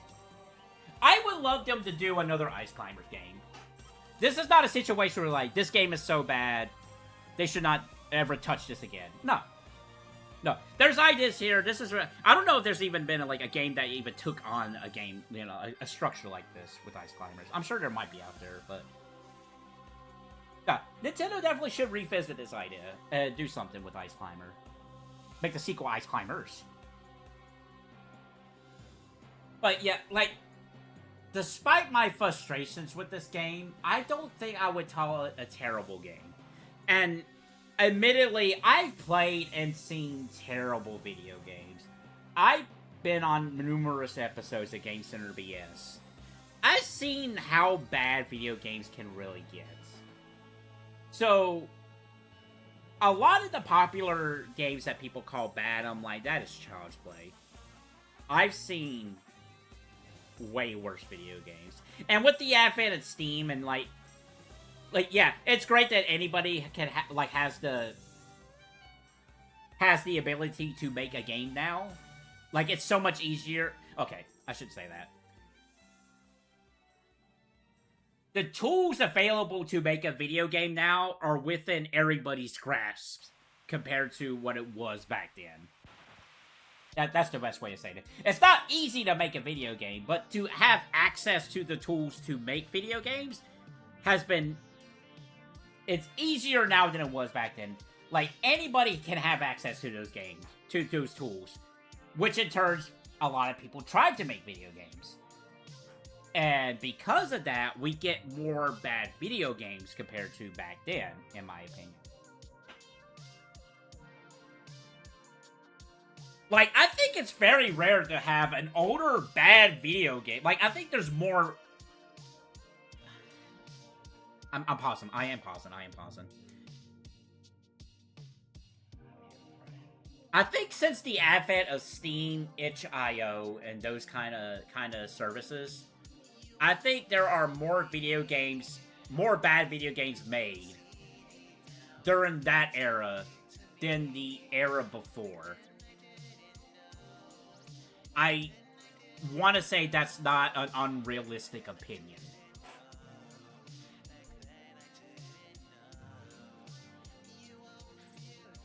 Alright, well, that was a very weird conversation on Ice Climbers.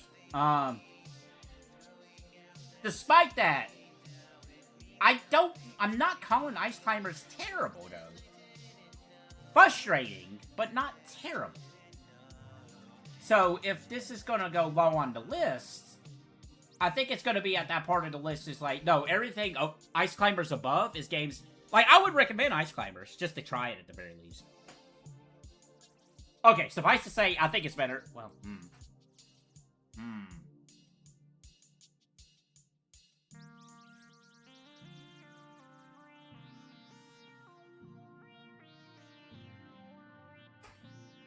Ice Climbers is not better than Bioerosion. Ice Climbers is not better than Vintage Boxer. Ice Climbers is better than PukePuke Demon. Ice Climbers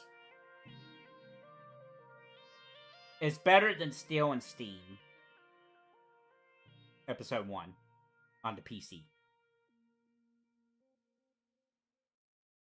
Is Ice Climber better than Sonic Boom Rise of Lyric?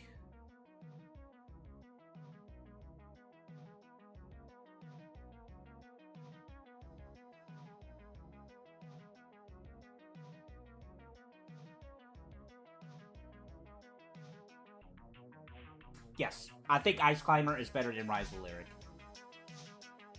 I might have a little hesitancy with that, but I think the overall feeling on that is I think Ice Climber is... Like,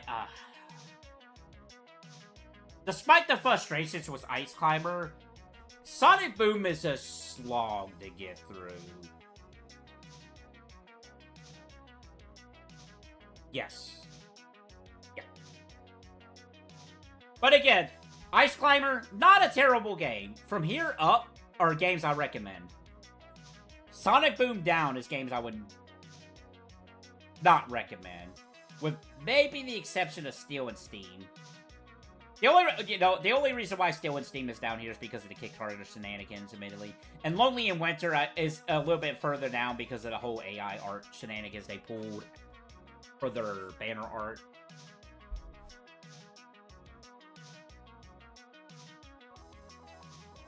Yeah, I'm alright with that.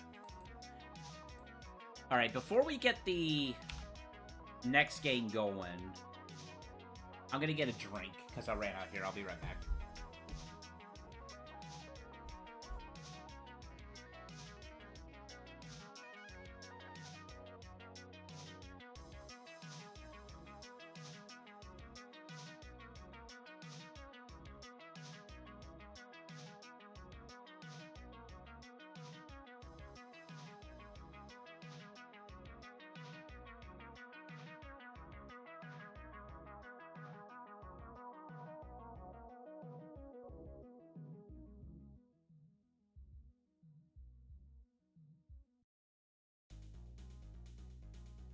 That's a tasty drink, I tell you. I'm going to tell you what.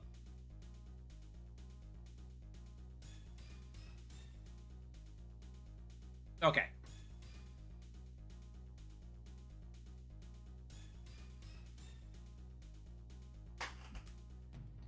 I'm looking right at it.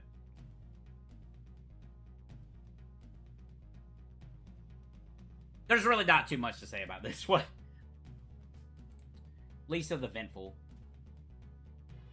You know what? Let me look this real quick. See if this game somehow got an update since I last played it.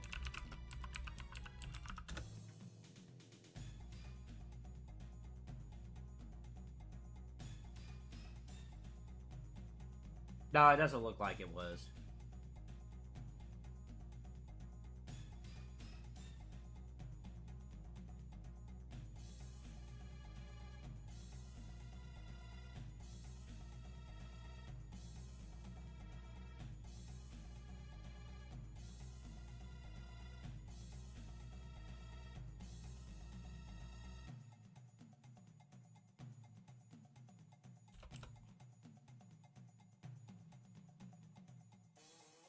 Lisa the Ventful.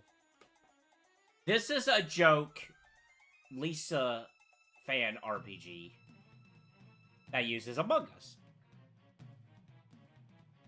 I like the way it looks. I love the idea of having an Among Us in the style of a Lisa RPG maker game. This is just a guy. This is a person's, going into RPG Maker, just making a one silly little joke, and that was it. There's only one fight. I love the idea of this more than the actual game itself. Like, again, I would love to see a full-blown, or, like a short 2-3 hour Lisa fan game with Among Us characters. I legitimately think that could work. And it's one of those ideas I always have, I don't know if this happens a lot with people. You ever get, those game ideas that are like, oh, I would love to sit down and actually make that, and that list keeps building and building and building. It's definitely, the lower-end list. It's like, oh, yeah, I would love to take, if I had more time, to make a silly 2 to 3 hour Lisa fan RPG maker game with Among Us. I can envision how that works. I got ideas for that. But, just time management and just between work, responsibilities. That's why I should win the lottery, because I want that free time, dang it. It's not even just the money. I should want enough money where I don't have to work. Dang it. No, but it's just one of those things that, it just goes on the back burner. It's like, this is probably something that I'm just never going to be able to do. But yeah, it's just a one-off little RPG Maker game. I'm not saying it's terrible, but it's probably right there. Right above PukePuke Demon. Simply because, I like the subject matter of Lisa and Among Us. you probably see the meme out there where it's like big Earthbound fan, or I'm just giving an example, like big Earthbound fan playing Earthbound for the first time, or finally plays Earthbound for the first time. That's me with Among Us. Never played Among Us. I have Among Us figurines because I love like Among Us. I don't know if anybody else has this. Among Us is my favorite video game I've never played. Out of that. And the joke is, I probably would never play Among Us. But I love these little guys. They're funny. Like, I use Among Us for Vampire Survivors, which is a game on here. Oh yeah, that's Lisa the Fimble.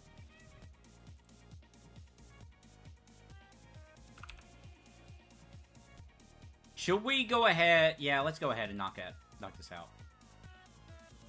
This is the last Lisa game on here. An official Lisa game, funny enough.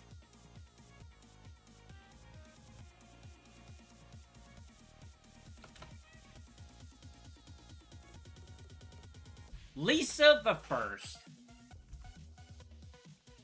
Definitely the most... that you can definitely see where, like, oh, you know, the dude who made this. I really like Human Nikki. I really like, you know, Earthbound. I want to make something kind of go, you know, based on those games. I need to play Human Nikki. I really do. I think I like Lisa the First a lot more because of the connections to Lisa the Painful. It's a very interesting game. I saw somebody was trying to remake this game to be more in line with Lisa the Painful. I hope that project is still being worked on because it looks very cool. But yeah, Lisa the First. It's a very interesting game, and the history and what this game would spawn afterwards. I mean, even like Lisa the Painful wasn't even supposed to be a sequel to this game. That kind of just happened, according to the developer. But this... So, Lisa the Painful was kind of the exception of, oh, this is a game we'll never see on, like, consoles because of the subject matter at hand. I think they were able... Well, there was some... They did have to do some changes, admittedly. Mostly alcohol, I think, is what it was. But Lisa First, this is a game you would never see on a console. I don't think you would ever see this, because Lisa's the First subject matter. Like Painful, there's a lot of messed up stuff in Painful. Lisa the First is, I don't know, like it gets a lot darker. First, I feel like there's element like don't get me wrong, Painful is a dark game too. It really is. The first, Lisa the First, oof. I think it gets darker more than Painful does. Because at least in Painful, like there's jokes in the first, don't get me wrong. But there's stuff around Painful that kind of like softens it a little bit, I guess, in some ways. The first doesn't really have that. I mean, it does. It's like there's like again, there's a little bit of nuggets of humor here. But yeah, I think this game, on the old RPG lists I did, this game was ranked a little bit higher than probably where some people would view it because of its connection to Lisa the Painful.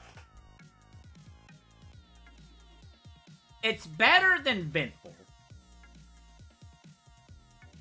I think Lisa the First is definitely better than Lisa the Ventful. I think it's better than Steel and Steam. It's a lot better than Sonic Boom Rise of Lyric.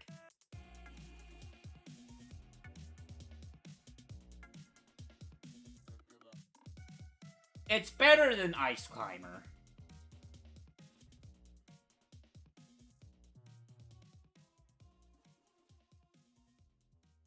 See, this is where the connection to Lisa the Painful comes in, because I think it's better. It might be better than Vintage Boxer, but it's like... Is it though?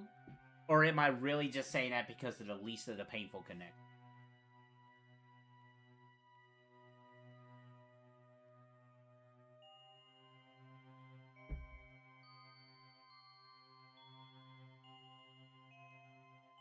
It's not better than Bioerosion.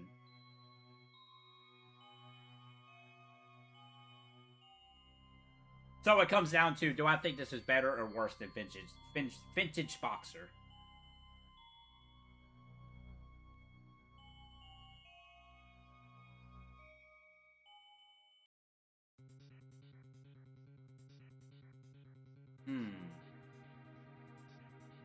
Big.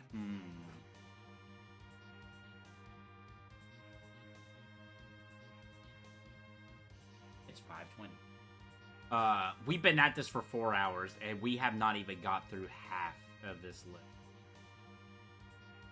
Admittedly, I'm, like, going off topic, but holy cow, like...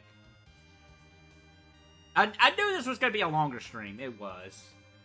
I just don't know how long this is going to be, because I want to be definitive about this list by the end of the stream. I really do.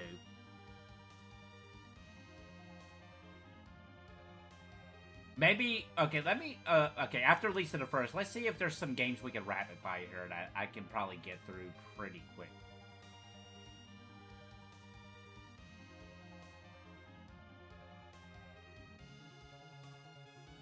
It's not as good as Bioerosion. It's better than Ice Climbers.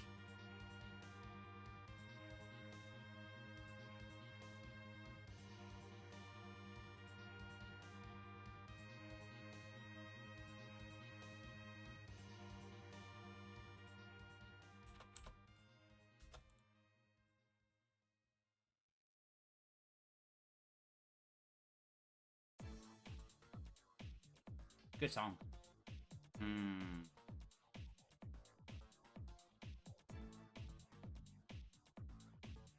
I'm uncomfortably comfortable with this. I don't know what that means.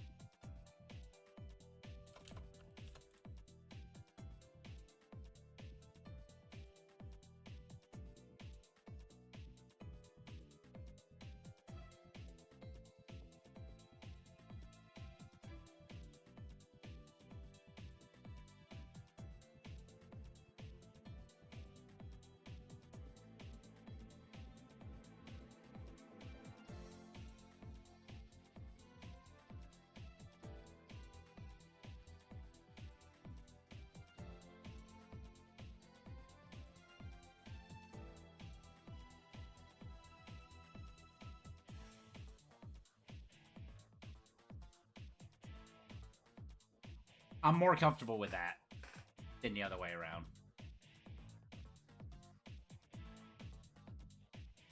Alright.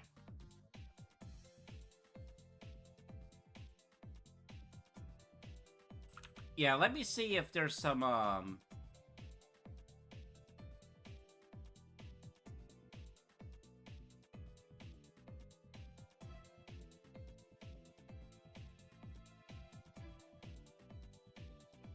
My Name is Mayo. We'll just do My Name is Mayo 1 and 2 here.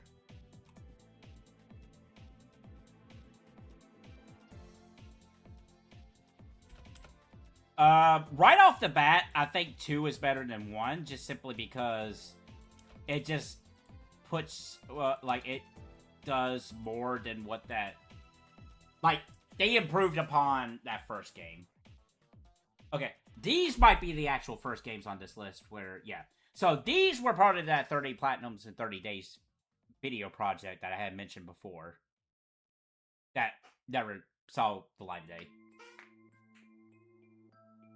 One of the best songs of Final Fantasy VII. But yeah, I think My Name is Mayo 2 is better than 1. These games are okay for what they are. They're just silly little games. A lot of people... So I enjoy a good... Like, I enjoy, like, platinum... like, trophy hunting videos and whatnot. And I like trophy hunt too. So the way I approach when it comes to trophy hunting games, I like to play the games casually first, and then later on, or if it's a game I'm really into, like Tactics, for example, that's the most recent one. If I really love the game, I want to do everything. I want to do everything I can possibly can in terms of like getting those trophies. But I'm not as go-getter, I guess is a proper term, as I am with when it comes to trophy hunting, like some trophy hunters, YouTubers that I watch. But to wrap this point around to what I was trying to start with, I guess. So my name is Mayo is like one of the few like shovelware type games that they overlook. They're like, you know, and they are right when it comes to My Name is Mayo 1. Like, that game came out at the time. It was just like a silly little goofy thing. It's not like, oh, this is a gimme, you know, shovelware and platinum trophy situation. Like it is now if you look on the PlayStation 4 or PlayStation 5 store. No, this game was made in a time where that wasn't really a thing. It was just like a silly little thing. It's like, oh, yeah. And you know, My Name is Mayo, as far as I know, was not made with that in mind. It was just a silly game made because, oh, I want to make a dating, or not a dating sim. I just want to make a game about touching a mayonnaise jar. And that's it. So, a lot of platinum trophy hunters in general will overlook that. They're like, yeah, it's just a silly little goofy thing. It came out at a different time. And I agree. It's a silly little game. It's like, these are the kind of games you would find a lot of people try to make nowadays, I feel like. In this vein. And I you know, I think, you know, over the years, My Name is Mayo, for me, has a more appreciation to it.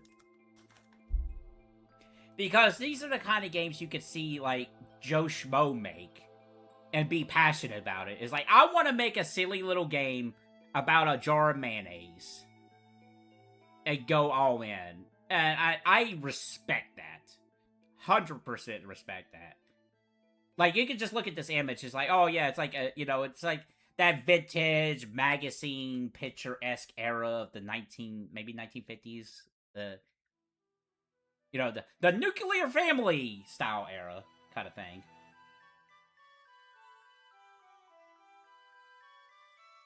I have not played the third Mayo game, and they remade the first one. So that would be very interesting to look at. But yeah, the reason why I have these on this list is because I played them for that Platinum 30 days thing. These were games that I'm like, I wouldn't mind trying these. I would be alright with having, you know, trophy hunting these games. But I'm not, like, when I do play these games, I want to sit down and play these games and enjoy these games for what they are. I'm not specifically, right, yeah, I'm playing this game as a jumping point to get this Platinum trophy, but that's not yeah, that's the end goal when I play these games. But I'm sitting down and I'm enjoying these games for what they are. I'm playing these games for, I'm not seeing just a trophy for this game. I'm seeing the game for what it is. I want to see what the game is like, how the game is, what silliness is it in this case.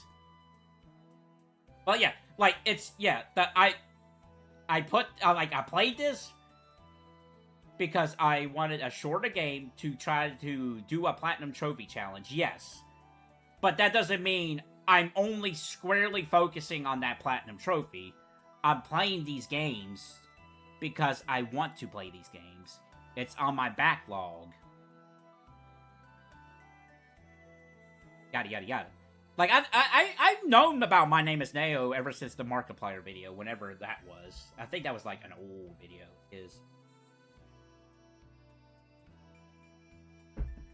But yeah, I love what these games are.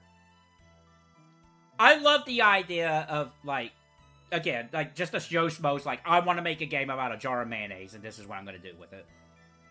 I love that attitude when it comes to game development, and I want to see more of that. Those are the kind of the games I would love to see more of.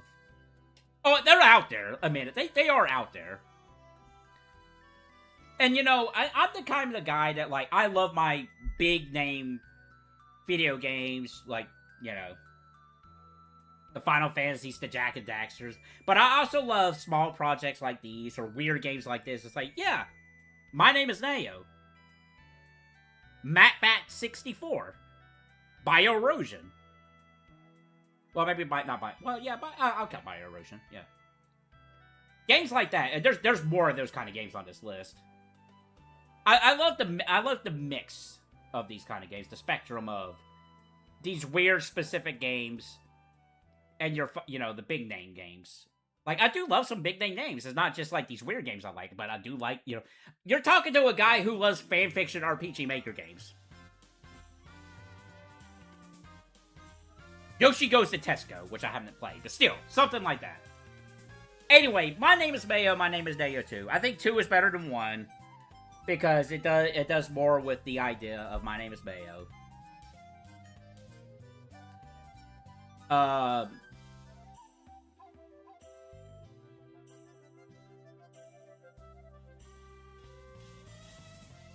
It's better than Lisa the Ventful. Both. I'm talking about both these games. It's better than Lisa the Ventful.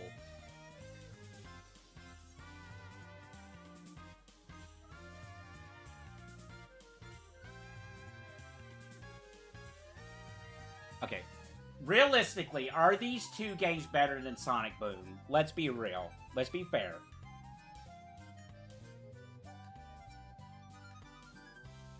Is a game about clicking a jar of mayonnaise better than Sonic Boom, which is not a good Sonic game? I can't imagine this game 20 years in the future getting like, actually, Sonic Boom was a good game. I can't envision that, but apparently, supposedly, people are saying that about Sonic 06. It's like, oh, no, you know what? 06 is not a terrible game. I'm like,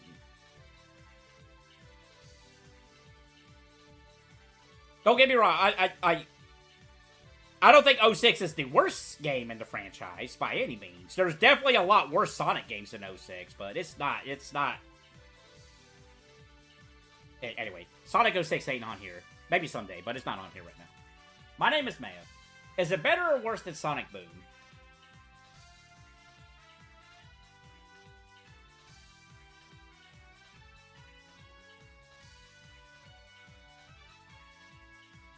I think they are better than Sonic Boom. I might be saying that because I might just prefer to play these games over Sonic Boom, which is a game that drags. Compared to these two shorter games. I don't believe I would put them above Ice Climber, though.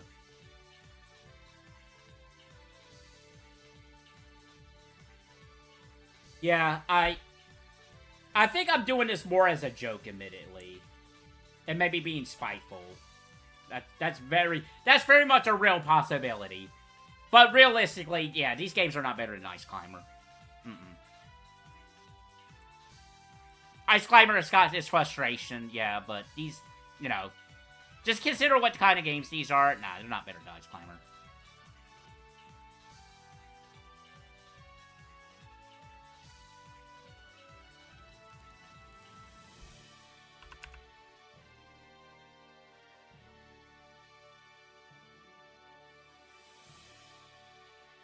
Yeah, we can talk about these two games next.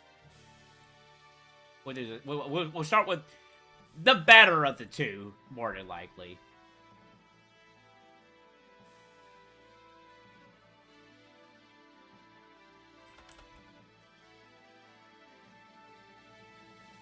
Plumbers Don't Wear Ties Definitive Edition.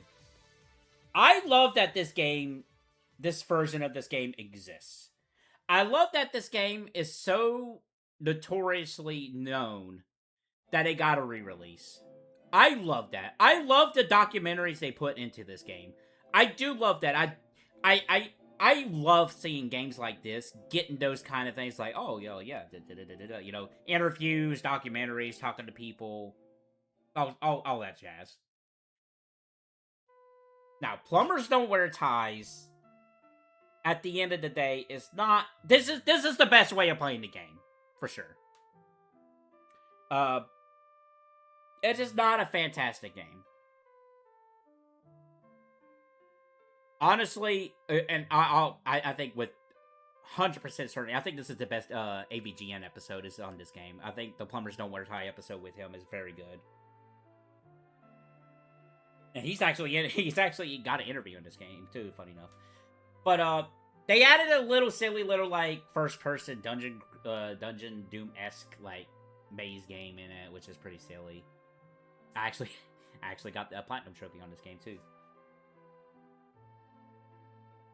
But no, this was definitely one of those cases where, oh, they're doing a release of this game. Oh, they're doing a physical. It's limited run games, and you know, there's definitely a lot to say about limited run games. But it's one of those games like, yeah, I would be willing to. This was one of those games that I would be willing to get from limited run games. Because it just, look at it. It's Plumbers Don't Wear Ties. With that being said, I don't think this is, like, on the same caliber as, like, say, Troll 2 and Best Worst Movie. I don't think this is, like, Best Worst Video Game. You might be able to have that discussion, sure, but I don't think it's Best Worst Video Game. Because when I streamed this game, towards the end, I was like, okay, yeah, okay, sure. You know, like that.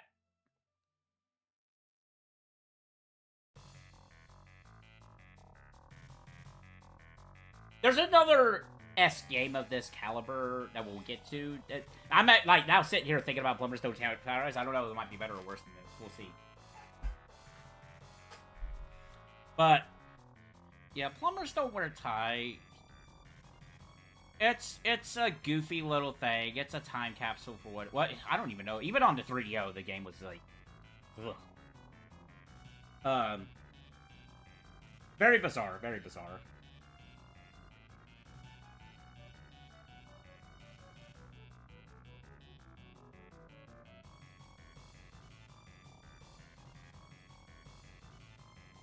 I was about to say this is probably the worst visual novel game I've played, but that's not true. That's not true. We have 21 plus here. I think this game is better than 21 plus. I can 100% say that for certain.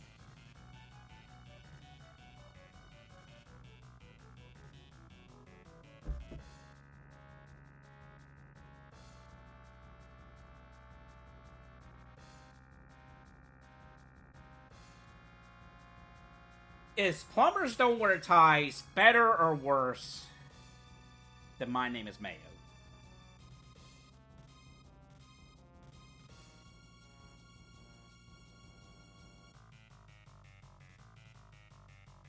Honestly, if you're sitting down and playing Plumbers Don't Wear Ties on your own, it can be a bit of a slog. It really can be. It's not. For example, I think it's funnier watching people play this game or watching a video about this game than it is to actually play the game itself. I mentioned the AVGN video, and I think if you watch that, you never have to play this game.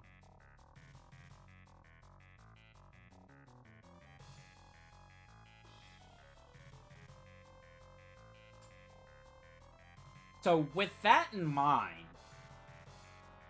it's better, like, 100% certain. It's better than 21 plus.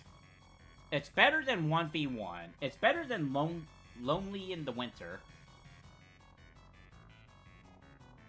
It's better than PukePuke Demon. It's better than Lisa the Ventful. It's better than Steel and Steam Episode 1.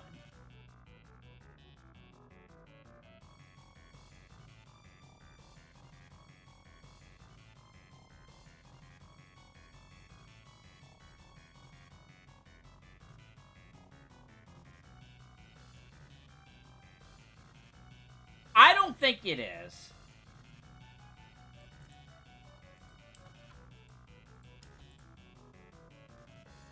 Because I'm sitting here thinking, yes, there are really funny and bizarre moments, but they are far and few in between in Plumbers Don't Wear Ties, if you really think about it.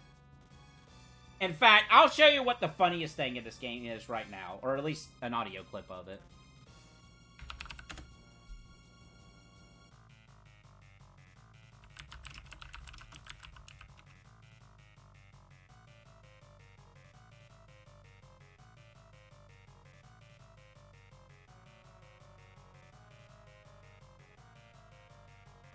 your damn clothes off. That I think that's the funniest thing in the whole game, right there. Just that 3-second clip.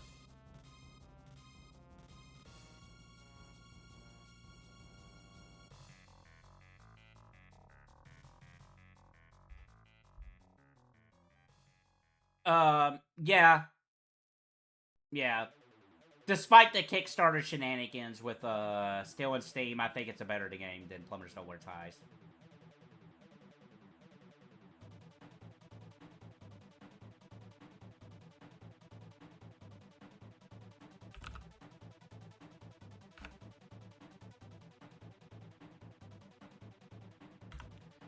So let me go on the other end here to a game that I have, that I guess in a similar vein.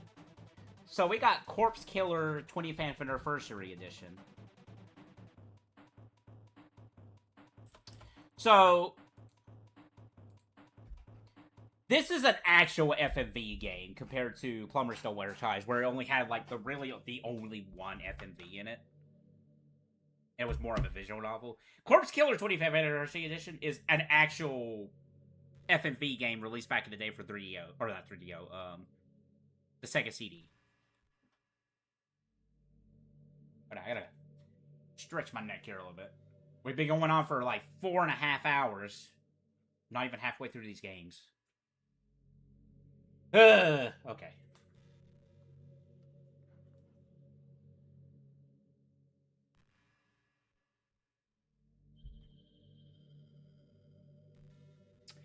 So, I know very briefly, I did say that I think Plumbers Don't Wear Ties is better between these two games, but now really sitting down and thinking about it, I think Corpse Killer might be a better video game. It's got more laughs, and in this version, it is really funny seeing the more high-res images of the enemies you're shooting at. Let me tell you though, getting the platinum for this game was pretty rough. Kind of seemed random about if you get it or not. I don't know if that's been fixed since then. Ominous music for the game, actually. I think it's a better game than Plumbers Don't Wear Ties, but honestly, I think it's just right above it. It's a goofy game. I thought I would be more into the FMV style games of this era, admittedly, but I really haven't come across one. Like, I thought I would be more into these games, admittedly, because, goofy FMV, B-roll, B-style movies, or something like that. And admittedly, I haven't played every single one of them. And when I'm talking about the FMV ones, I'm talking about, like, stuff like this game, like, what's another one? Night Trap. Stuff like that. Not stuff like Time Gal or Dragon Slayer. I don't know if that would be a similar vein. Like, those I think I would get some more enjoyment out of. But when I'm talking about, like, not being into these FMV games, I'm talking about, like, games more similar to Corpse Killer. Not The Quiet Man! That one's a contender. Yeah. Yeah, I think it's better than Plumbers Don't Wear Ties, but that's where it's at. That's like the most certain I've been about this whole list, I'll be honest.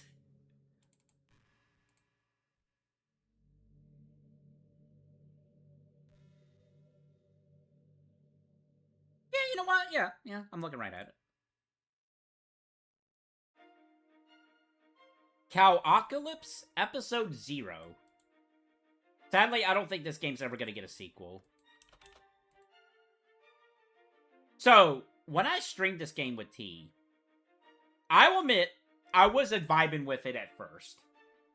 And it wasn't until close to the end, seeing the ending, and then looking at the whole thing in full, I'm like, you know what?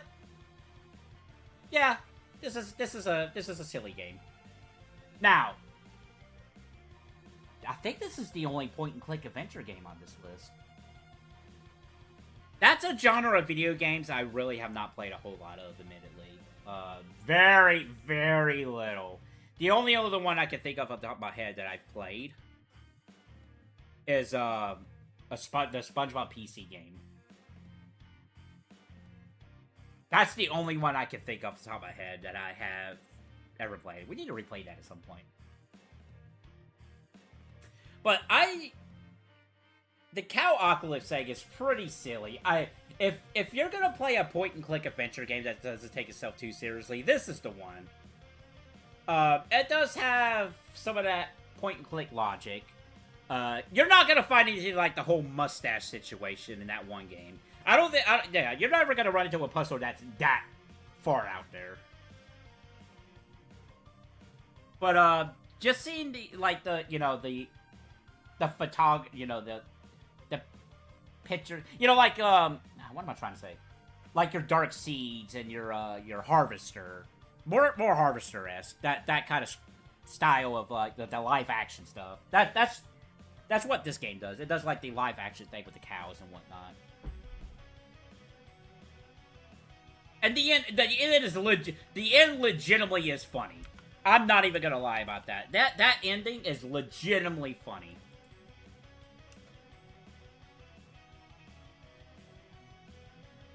And this game is free.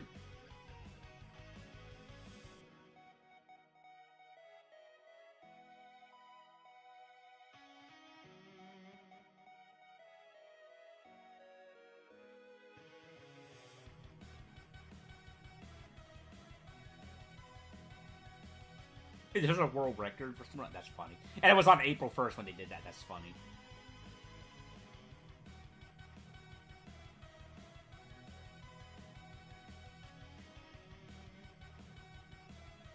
Yeah, this is, I'm not too into the point-and-click things, myself personally. I'm willing to play more of them. I really am. I want to find one that I really enjoy. And I know they're out there. There was one I watched a whole video essay on that looks very fascinating, but I would probably never play it. That was like a detective kind of thing. It's a genre of video games that I really respect. Think I would enjoy them, but end up never playing any of them because of numerous reasons. So, Cowpocalypse Episode 0, which is free on Steam, and everybody should go try it out. It's better than Lisa the First.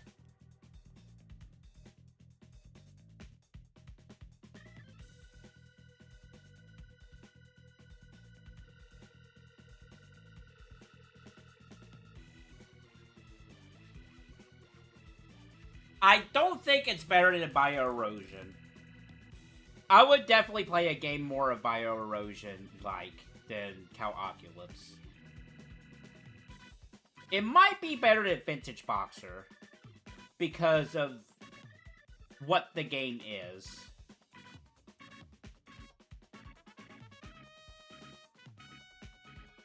Then again, if Cowpocalypse was like a beat 'em up where you guys just beating up like cows and whatnot, that would actually be pretty funny.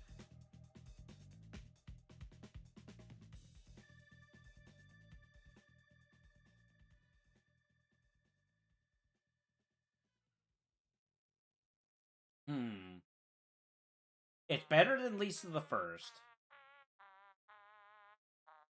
Not as good as Bioerosion.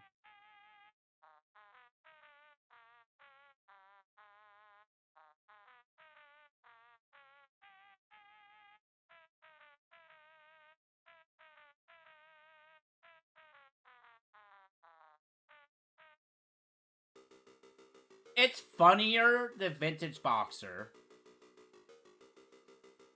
But I definitely look more... video games that I enjoy more is definitely the beat-em-up genre. And I think on that front, I think it's going to be below Vintage Boxer. Let me put it on. Let me see how I feel.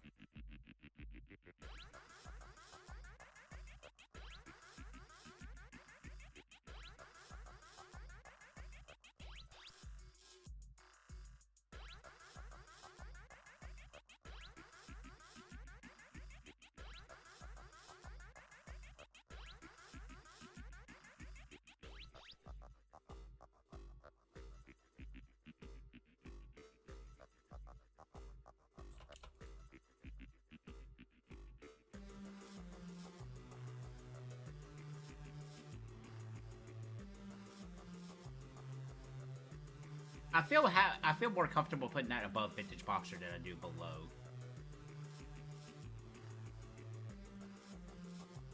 I don't feel 100% good about it, but I feel better about it than putting it underneath it.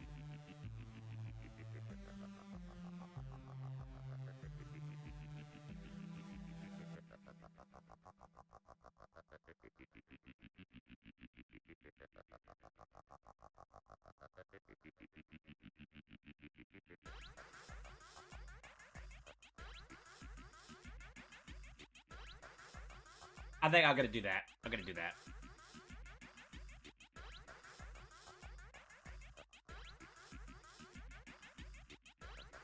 Ooh. Yeah, let's do it. Craig Bandicoot. Otherwise known as Crash Bandicoot. Yippee-ki-yay. That's a reference that nobody's gonna get. I mean, yeah, it's Die Hard, but anyway.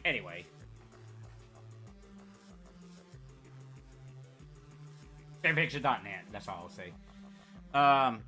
Crash Bandicoot is a really neat game. I really like this game. I've never played 2 and 3 outside of like a Pizza Hut demo, I think, for 2. I think it was 2.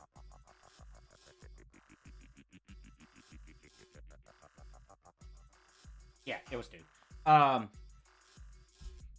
really enjoy this game. I really do. I wish I had played this game sooner. I got this game when I got my PlayStation. I want to say a year after launch. Well, no. I don't know. At some point I got... Okay, so I can't exactly put a time frame to it, but I had gotten a PlayStation 1, and I gotten 2 games for it. Final Fantasy VII and Crash Bandicoot. Never played Crash Bandicoot. I immediately went to 7. Don't even know whatever happened to my copy of Crash Bandicoot. It just vanished. I honestly could not tell you. And it's pretty funny that Mario 64 music's playing right now with Crash Bandicoot. I'll be honest. But, I had wished I took time to play Crash Bandicoot back then, though. I really do. Crash is fun. I really like Crash. I like the aesthetic of Crash Bandicoot. I like how that game plays. I like a lot of things about that game. Yeah, it's a little annoying with the whole, if you want to try to get the boxes and you die, restart the level or something. But you don't get the full ending. Or, I don't know, Crash 1 is weird. It's a weird game, but it's a weird game that I really do like. And it's a similar situation with Jak and Daxter, where I feel like I'm not gonna like it more than the sequels. I'll be honest. Like, I think I'm gonna like Jak and Daxter more than 2 and 3, but you know, that's down the road for another day. But yeah, Crash Bandicoot is neat. I really like it. It's a fun 3D platformer.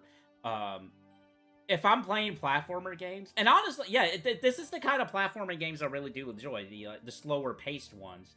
You really don't have to be fast in this game. When it comes to the platforming sections. And I really, if I'm choosing a platformer game, I'm always going to go with 3D rather than 2D. There's some really good 2D platformer games I really like. Unfortunately, the big ones are not on this list. I have not gotten around to playing them. But more times than not, I'm playing a 3D platformer if I'm picking a platformer game to play. So most of the time, you're probably going to see 3D platformers above 2D platformers. When it comes to those specifically focused on platformers, not like the mixed genres. So the biggest thing here is, do I like Crash 1 more than do I like Jak and Daxter? I think we can start it there.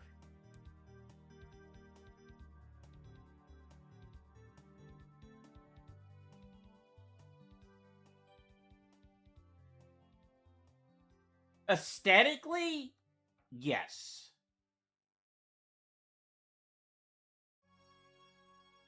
I think everything else, probably not so much.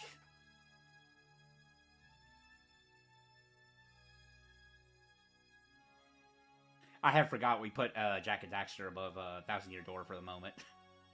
It's fine. It's fine. We're gonna refine the list. We'll refine it. We'll refine it.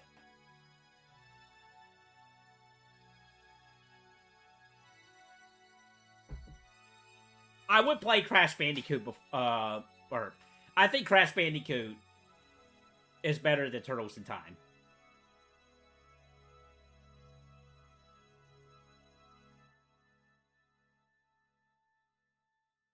I stop as I hesitate about that statement I just made. All right. Let's be real. Let's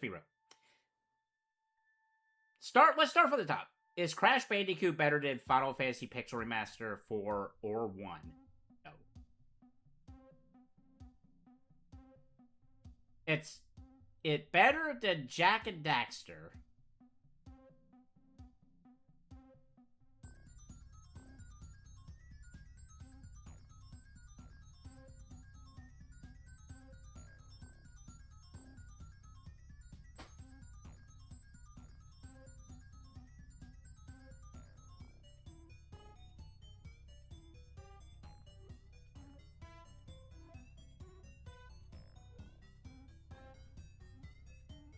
Is it better than Least of the Point?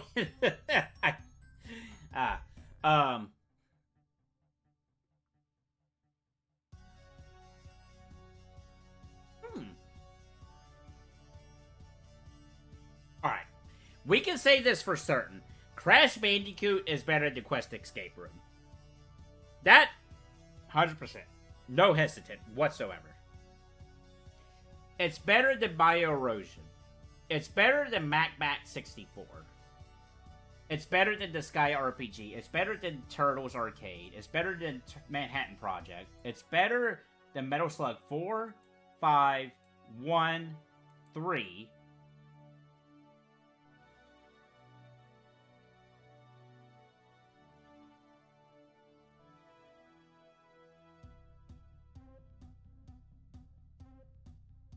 It's so weird having Super Mario RPG right here, smack in the middle of it.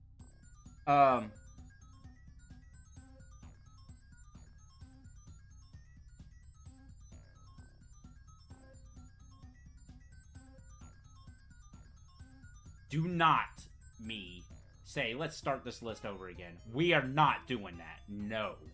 Don't even entertain that idea.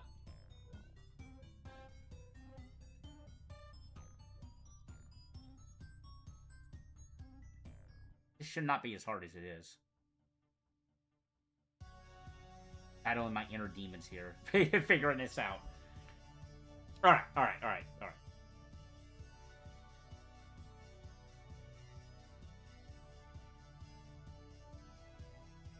No, that's a good starting point. No, Jak and Daxter's a good comparison starting point. Is Crash 1 better than Jak and Daxter? In my eyes, in my heart, in my brain, in my opinion, do I think Crash is better than Jak?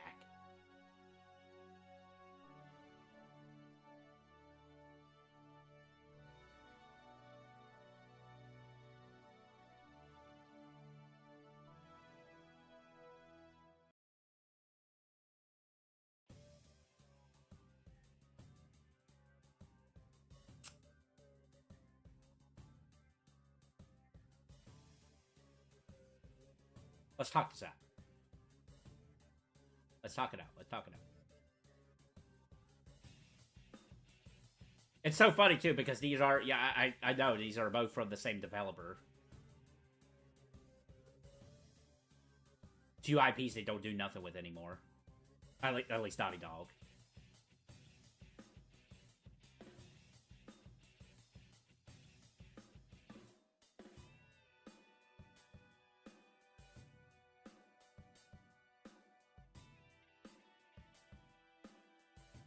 Alright, let's see here. So...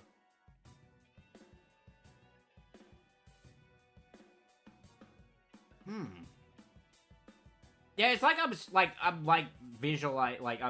scanning the list so far. And I'm like, yeah, it's better than this game, but is it better than this game that's lower on the list? Kind of situation. Because I'm like, it might be better, it might be worse than Jak and Daxter. It's like, well, hold up. Is Crash Bandicoot actually better than Metal Slug X? It's a very interesting topic when it comes to these lists. I feel like it's definitely easier, like I mentioned earlier, Jeff with his idiots ranking list. It's probably a lot easier ranking games that came out on one system when you're comparing. I mean, even then, that does have its hurdles. You know, like you're comparing different genres of games. But I'm assuming it's easier to do that than say, you know, games across different generations of consoles and arcades and whatnot.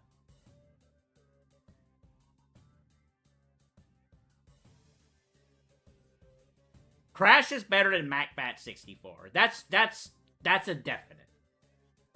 No question. Where do we start having questions?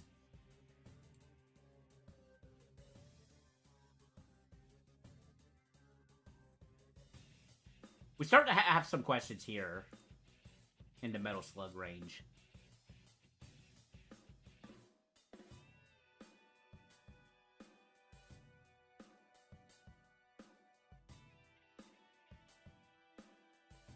Dang, I picked Crash thinking this was going to be an easier one.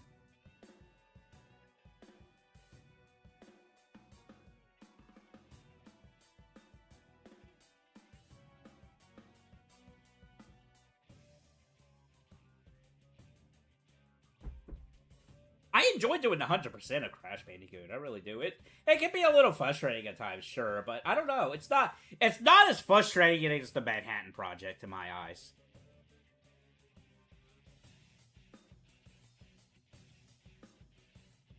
Which, so far, that's the most frustrating game on this list, is the Manhattan Project. In terms of, like, playing the game.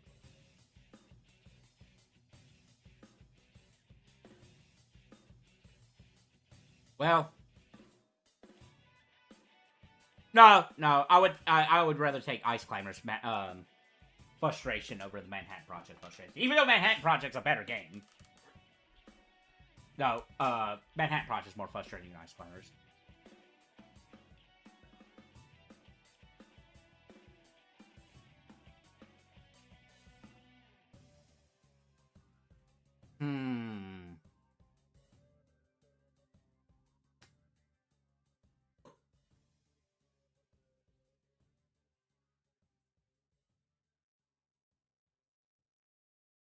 Metal Slug X is pretty good. Metal Slug X is a really good game. Frozen Time is a really good. Piece of the Pointless is a really good game. 1,000 Year Door is a really good game. Okay. We need to stop and decide. Crash or Jack in Daxter 1? Which is better?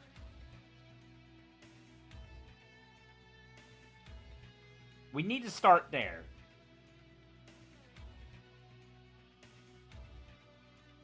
We can adjust this list as it goes on. We don't have to wait to the very end to adjust things. We can adjust things on the fly if need be, because I gave it some more thought. Yeah, we can do that. We can do that.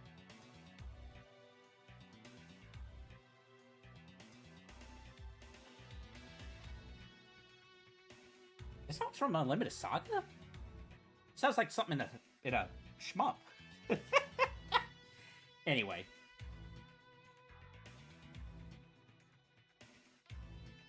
I think...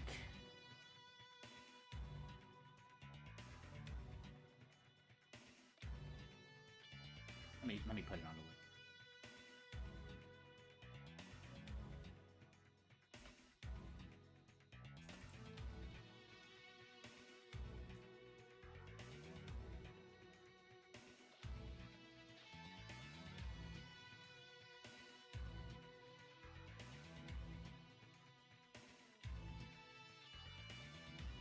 A little uncomfortable, but I'm not hating that. I'm not hating that at all.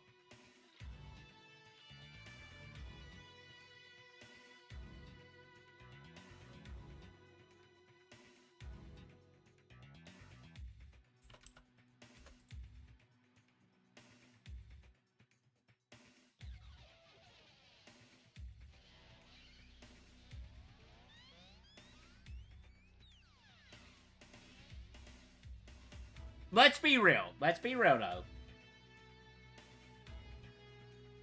Jak and Daxter is a better video game than Crash Bandicoot 1. But on my list, when it comes to, like, my enjoyment, my love factor for a video game, I think Crash 1 edges it out. Uncomfortably so. But it does. Okay, right now we're doing placements. And we can do fixing up on the fly if we... Honestly, it might actually start to get easier once some more games are on this list. I'm doing Crisis on the Middle Ages. This just... I don't think this will take as long. I think this will be an easier. This game is very weird. This is an RPG Maker game that uses default assets and also uses default asset packs. A lot of mix and match in here, which is, I mean, that can work. You can make that funny. I mean, look at the Amazing World of Gumball with its mixed media. Smiling France does that too. A couple shows do that, and that can work. It really can if you play into it. It doesn't really work here, especially when you have NPCs that are just walking without walking. They really... This is one of those cases where this is just like, we're just throwing it in. Just throwing it in. We're doing a lot of stuff. And this game really should have been shorter. They really did not... They really, like, artificially inflate this game.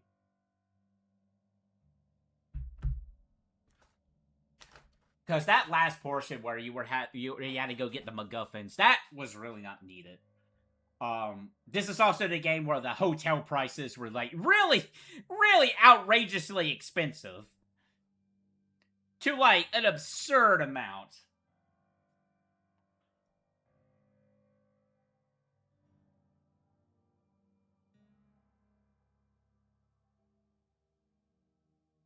It does have a bit of a story to it. It does. Enemy dialogue was pretty funny. That was a pretty cool... Oh my god, I might have actually been inspired by this for Plumber Festival and not realized it. Huh. That might actually be in a subconscious thing that I did. Anyway. So, for a fact, this game is better than 1v1. Normally, this would be below Lonely in the Winter. But because of the AI shenanigans that they pulled on their Steam page. It's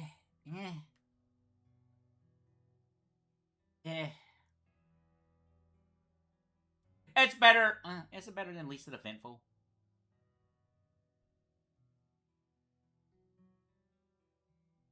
It's better than Lisa the Ventful. Lisa the Ventful is just a one-off show. Let's be real. Let's be real.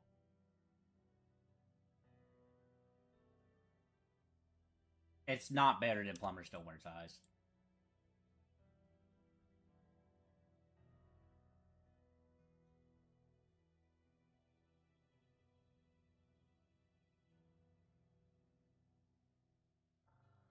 So many. There's so many. We are not even at the 40 mark. But...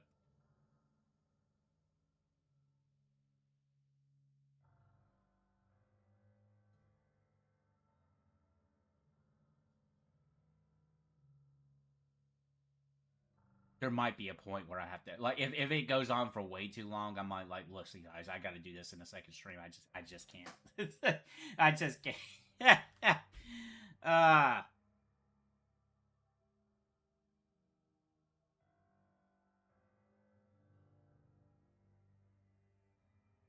Yeah, we can do this. We'll do it. So, here's another RPG Maker game. Towards the Pantheon.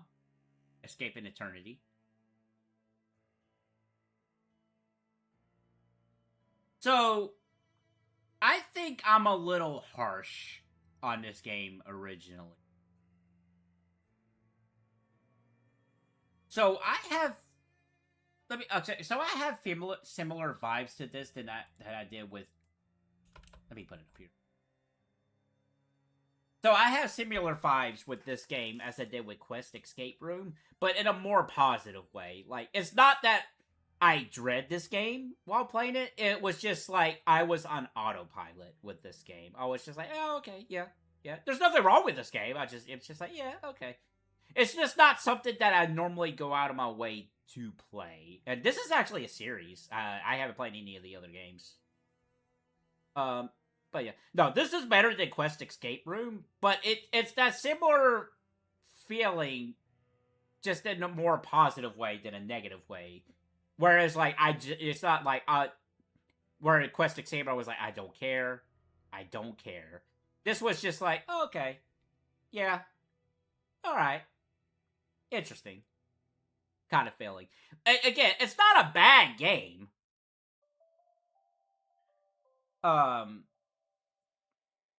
And it kind of goes into the RPG Maker horror genre, which is something that I should get more into. There's a couple of those games on here.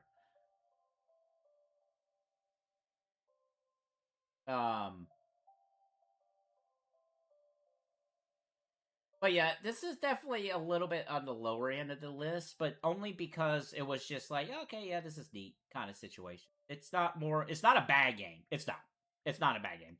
It does things a lot of, it does a lot more than some of the RPG Maker games on this list, for sure. Like, it's above Crisis of the Middle Ages.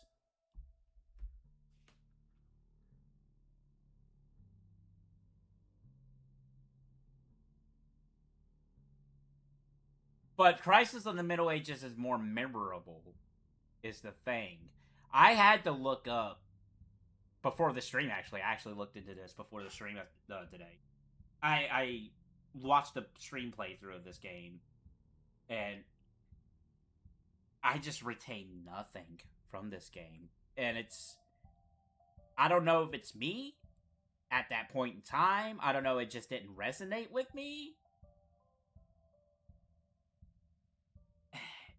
And that's the weird part about ranking this game in particular. It's not a bad video game.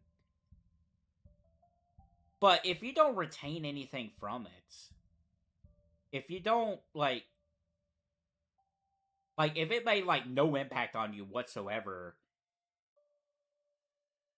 should it be above a game like Crisis of the Middle Ages? Because Crisis of the Middle Ages, you know, I remember more of it. I remember the mismatched enemies. I remember the dialogue. Like, the enemy encounters have a dialogue.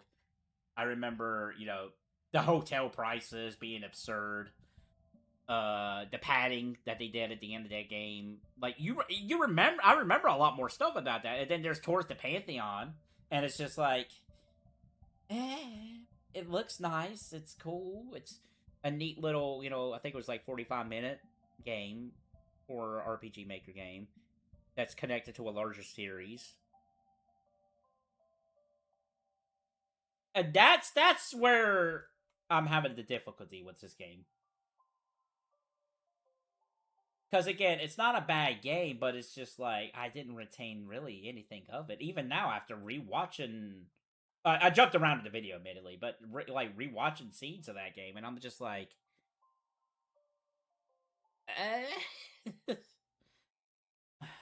So that's where the issue of this comes into play when ranking this game.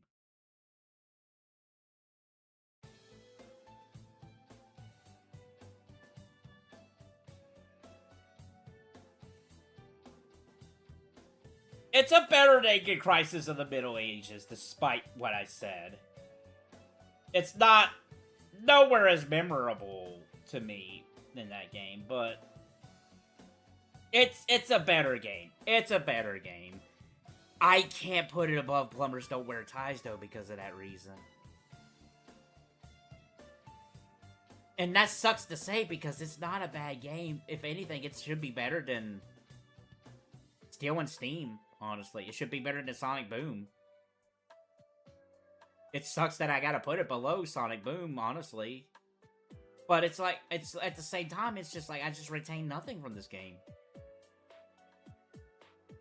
I'm probably gonna forget what little I do remember of this as soon as this, you know, the stream's over. And I hate that. I really do hate that, because I do.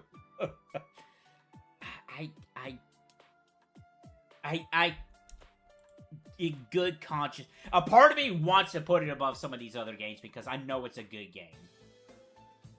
Or at the very least, it's a decent game with a decent story. But I can't do it. I could do it, but I can't do it.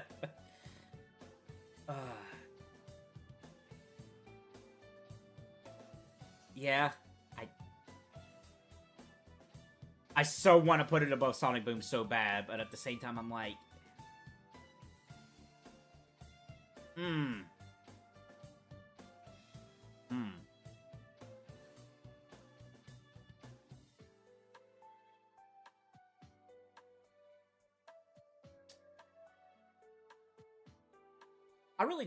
I need to sit down and see if anybody's like live stream themselves making a video game ranking list, because I would love to see the full process. I don't want to see an edited person. I want to see somebody like really sitting down and thinking like I am and see their thought process. Everybody's unique. Everybody's a unique individual, and they got their likes and dislikes and their thought processes.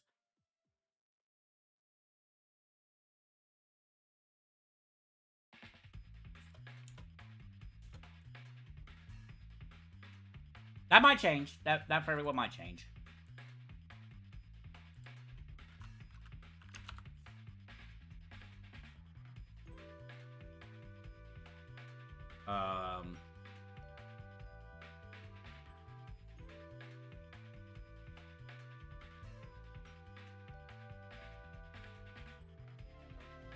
Like parking cops.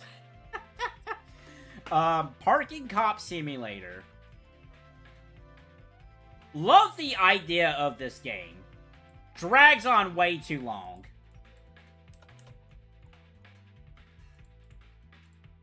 Honestly, the fact that this idea is made in an RPG Maker game makes it more fascinating, because I feel like if this was just straight up a parking cop simulator video game, I don't think it would be nowhere near as charming. But because this is RPG Maker, it's very weirdly charming.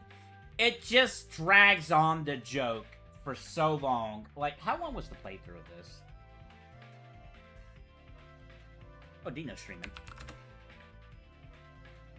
I wonder what he's doing today.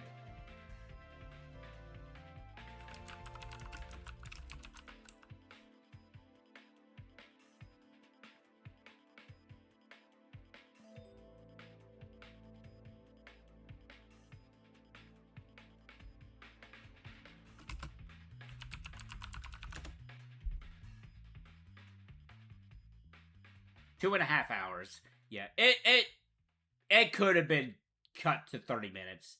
Hour tops. The thing with that game is it dragged the joke on for way too long. I love the cute idea of it being a parking cop simulator game in RPG Maker. You're handing out parking tickets. That's so funny. You could have done a lot more with that and made it shorter. Like, you don't have any interactions with, like, angry people when you're doing that. You could have done that, and heck, you might have even been able to do it at 2.5 hours if you added more of that to the situation. No, it's just, like, level by level at a time. I think there's a timer, too, yeah, where you're just putting, parking tickets on things. There's, like, no real dialogue to the game. You're not, like, again, you're not having, like, any interactions like, hey, man, what are you doing with my car? Stuff like that. That's where it drops the ball. So I love the idea more than I like the actual game itself.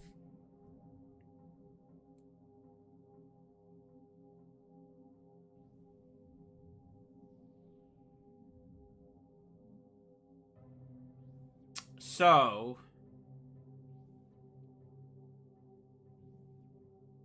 it drags on, but does it drag in as much as Crisis of the Middle Ages?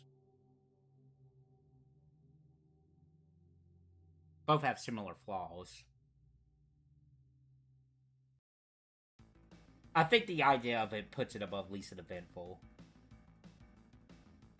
I won't put it above Towards the Pantheon, because that's an actual game.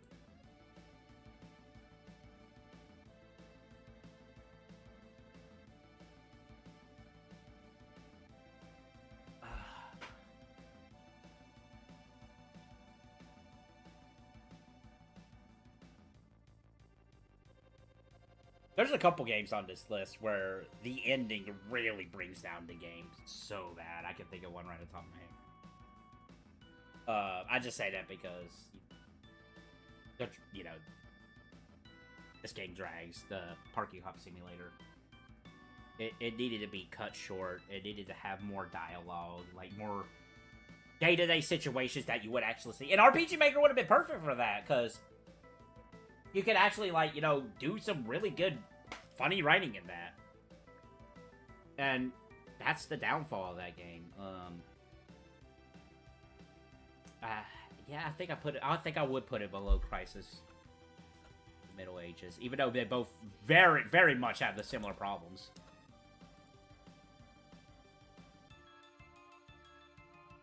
I might actually put it above, or put it below Lisa the Ventful. Now thinking about it.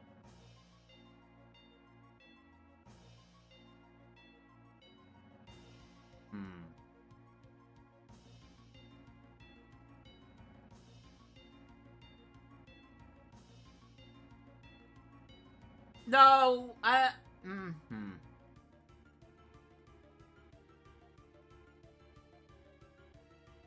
Lisa the Ventful also is a game that I love the idea more than the execution.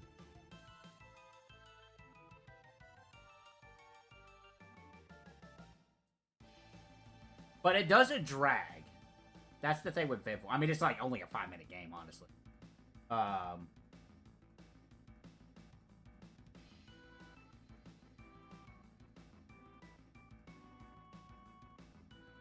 I'm not opposed to, like, I was thinking of this earlier. I was not opposed to having somebody on, or somebody in chat, like, saying some things or how they feel. Because because I like to have that back and forth exchange bit, because sometimes you just don't think about things, and when somebody says something, it's like, oh, yeah, you're right. It's not so much like, oh, you're influenced my opinion. It's like, oh, I didn't think about that. You're right. Or they can, like say, hey, you know, let's approach it from this angle. It's not so much that they're, you know, changing your opinion or influencing your opinion as so much as, like, this is a healthy discussion. These are things I'm not thinking about. You're right. Kind of situation. I did think about that. That's why, like, if anybody ever wants to hop on Discord, they're more than welcome during this thing. It's just a funny little thing that I'm doing here.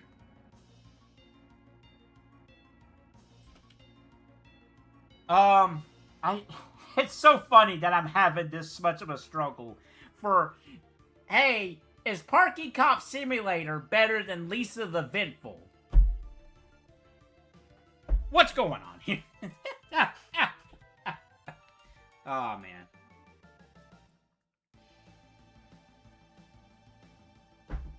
And these games were on the previous list when it was just RPG, so I really have no excuse.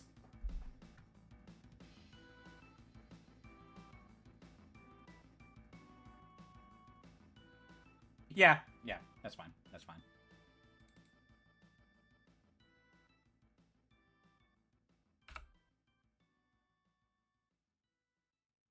What's another big game? Let's do a bigger game.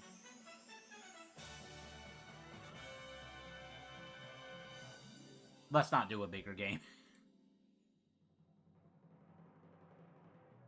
We're gonna do Night Rogue instead.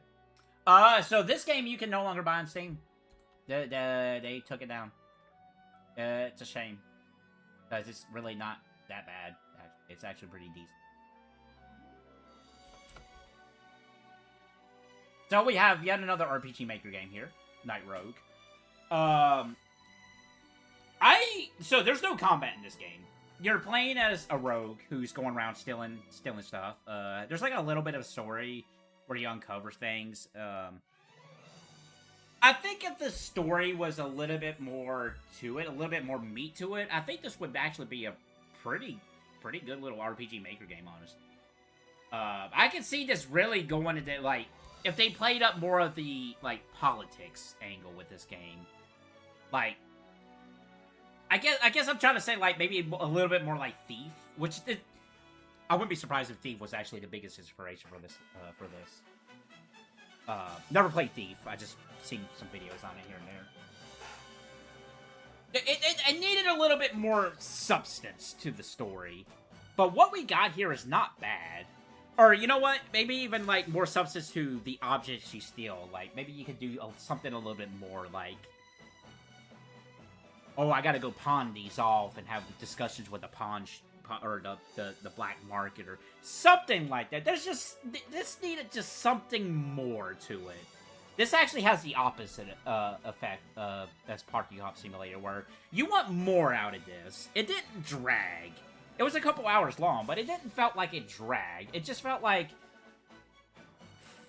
there's like a lot of fluff, but there's no substance in between the fluff. It felt like it just needed some more stuff into it.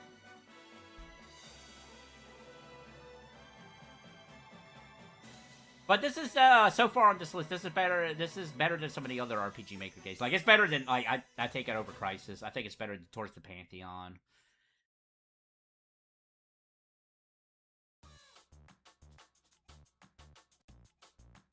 It's very interesting that Plumbers and Corpse Killer is right underneath Still in Steam, which is an RPG Maker game.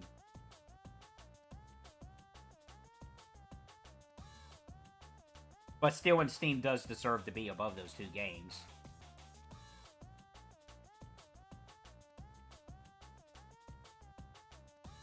What does Night Road do? I was about to put it above Still in Steam, then I'm like, well, I got Still in Steam below Sonic Boom. We're interesting.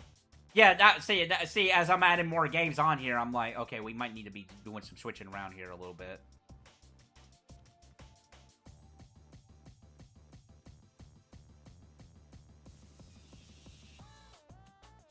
It's not as good as Still in Steam. It's one of those situations where I like the idea. It just needed more execution to that idea. But it does a little bit more than Parking Cop Simulator, at least to the Ventful and all that.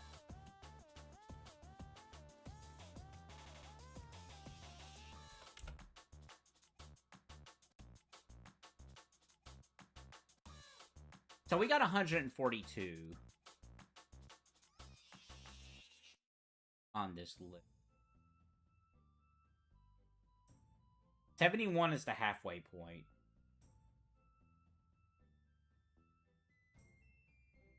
We're already past the third of the list, I think.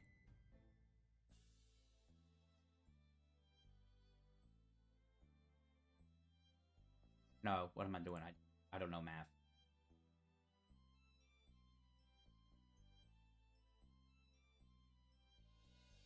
We're past a fourth of the way.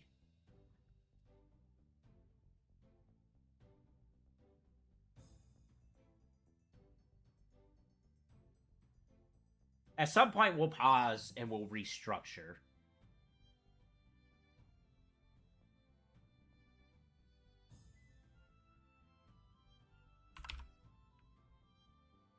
Make sure I do got Night Road. Yeah.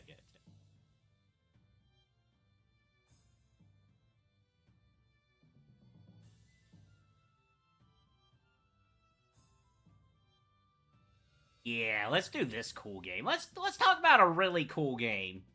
Let's talk about Desert Child.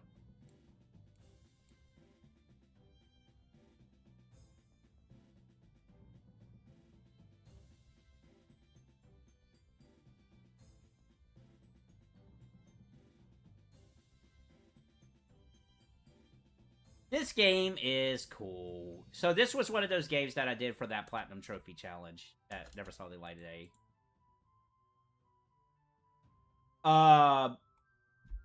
Look up the soundtrack for this game. It's licensed. I think most of the tracks is licensed, but it's so good. This game has a really cool aesthetic to it. A really cool, like, gameplay loop to it as well. Where you're playing as this dude who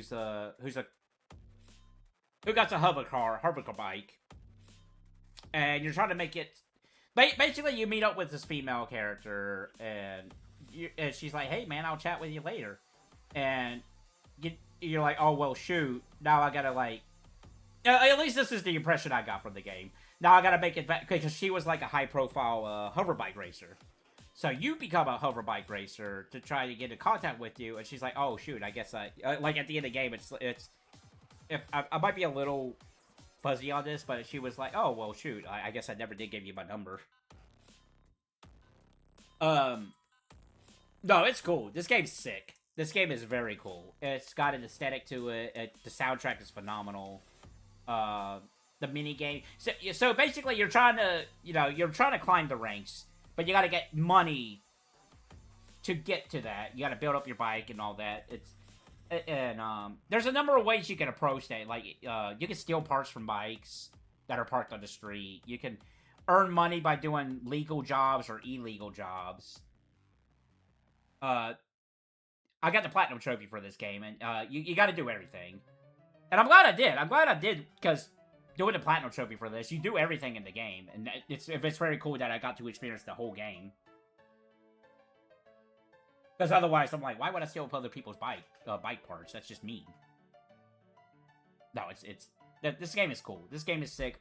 Highly recommend this game. Honestly, this was probably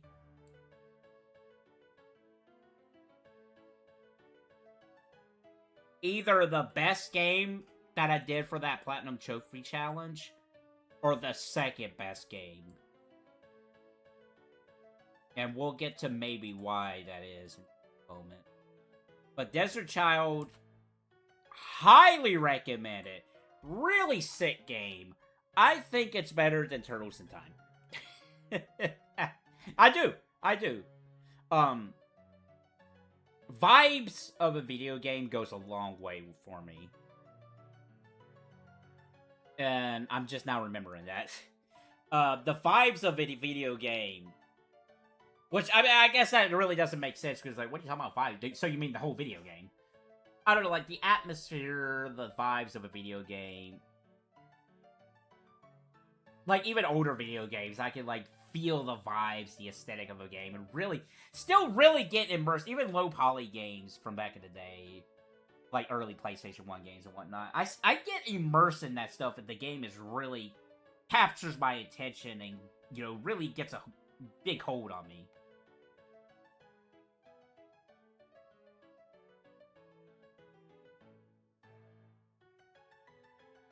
Desert Child is better than Turtles in Time.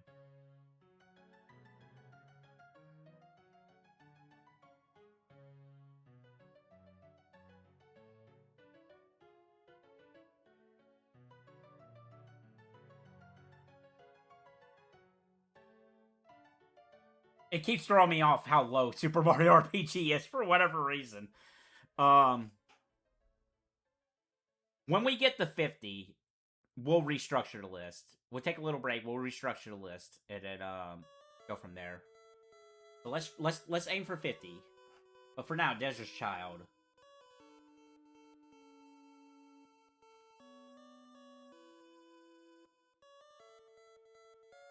It's better than Turtles in Time. Is it better than Least of the Pointless? That's a really good sound. Like I said, a lot of it's licensed, but it's a really good soundtrack.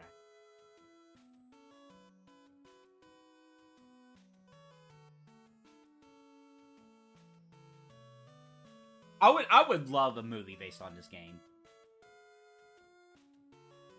Like, I think this would make a very good movie.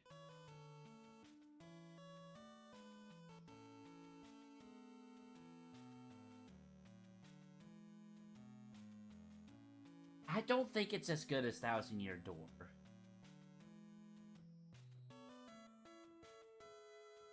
But then again, there's a slight possibility in it. I don't think it's better than Jak and Daxter.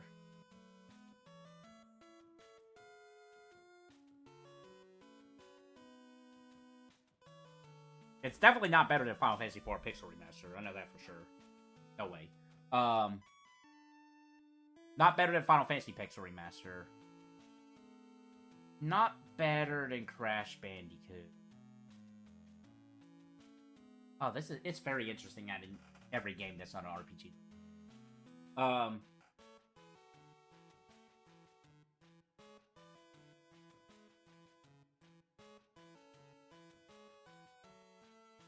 It's better than Turtles in Time, yes. 100%. I'm fully confident in that answer.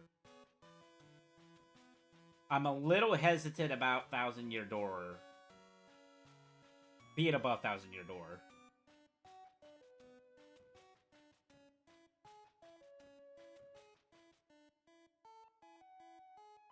I actually have the Desert Child soundtrack. I didn't put it on this rotation of music that we're listening to, just because of I was a little bit worried about the copyright music.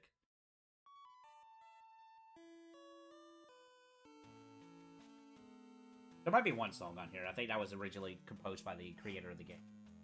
Outside of that, I don't think there's any songs from Desert Child on here.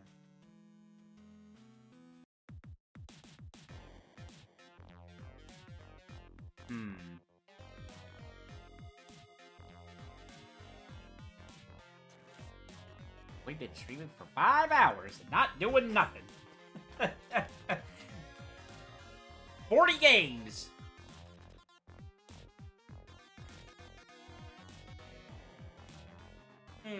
It's better than the Metal Slug games. It's better than the TMNT Turtles in Time games.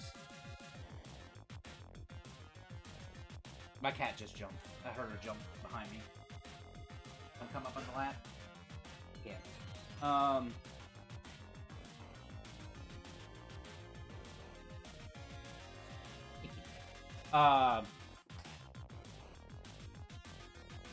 I think I'm gonna put it right below Thousand Year Door for now.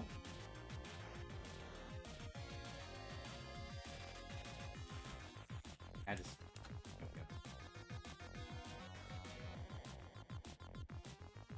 and be alright with that.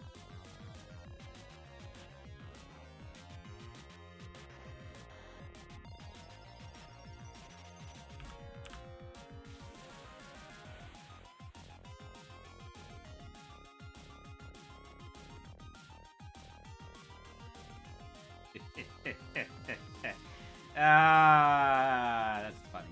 Okay, I do want to get clarification, though, before we really get into the nitty-gritty of this game. I need to know if this was set up like a gacha game, or the deal, it was like normal DLC. Because that can be a deciding factor.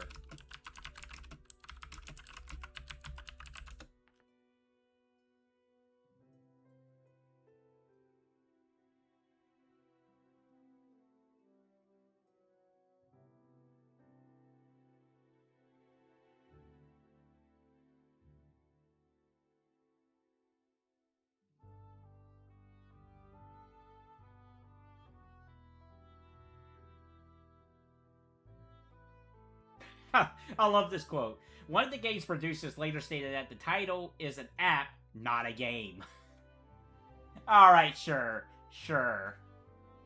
Sure.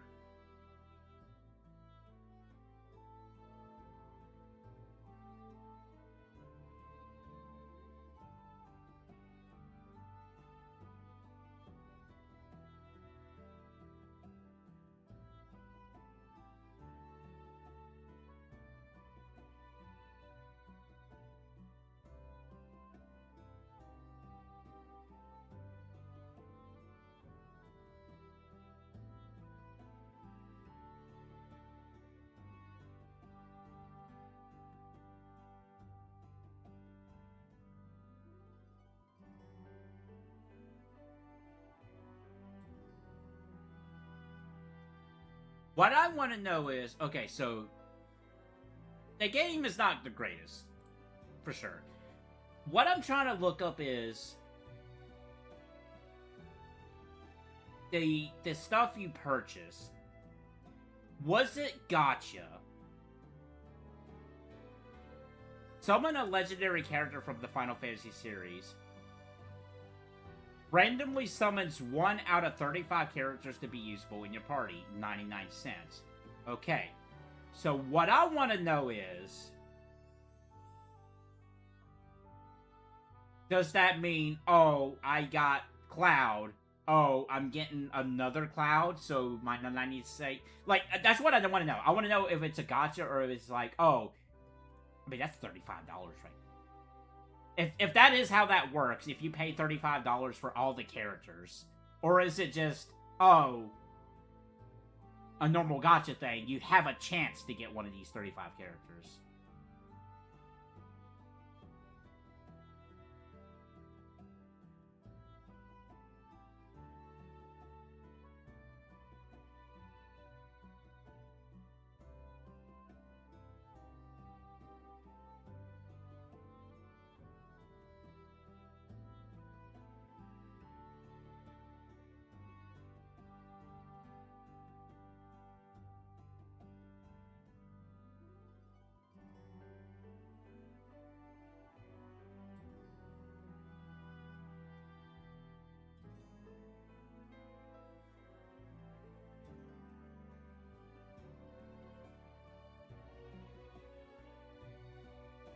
Can I actually technically still download this game?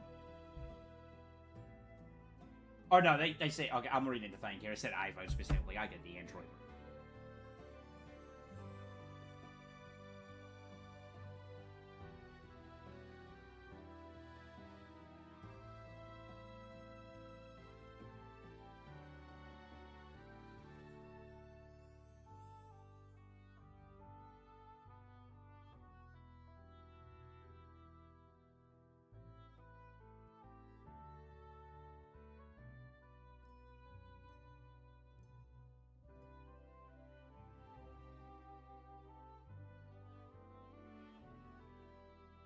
I'm actually... I'm assuming it's because nobody really played this game. Let's be real.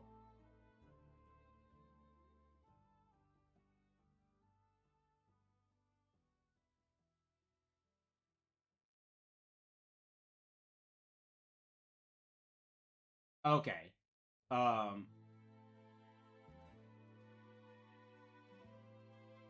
It's a bot. Thanks, Twitch.com. Maybe it won't affect the... Okay. I'm going to assume it's like a gacha system. I'm gonna... let me see if there's a...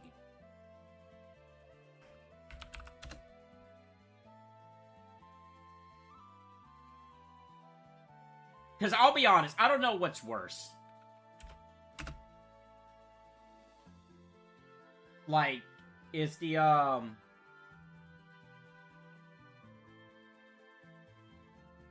like, randomly being able to get all the characters, or paying 35...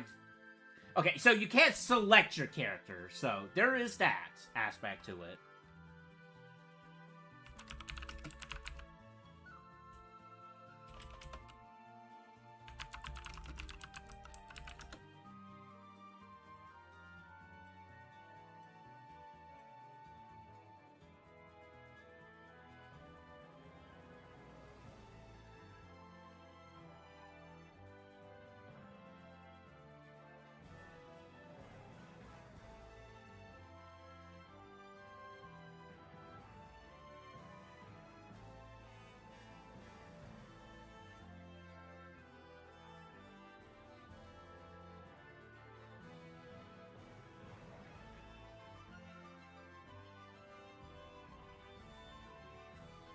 I know there was DLC in terms of, here are, like, maps based off, or scenarios based off, like, specific games.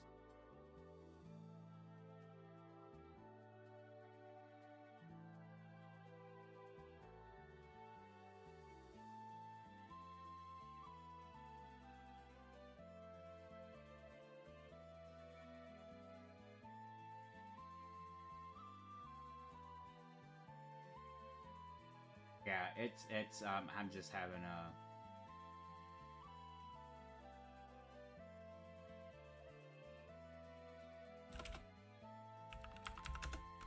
a hard time finding this info. If anybody ever watches this video and knows the answers to that, let me know how that system worked for this game. How... I never engaged doing it. I just played the game itself. Did a full playthrough of it back in the day.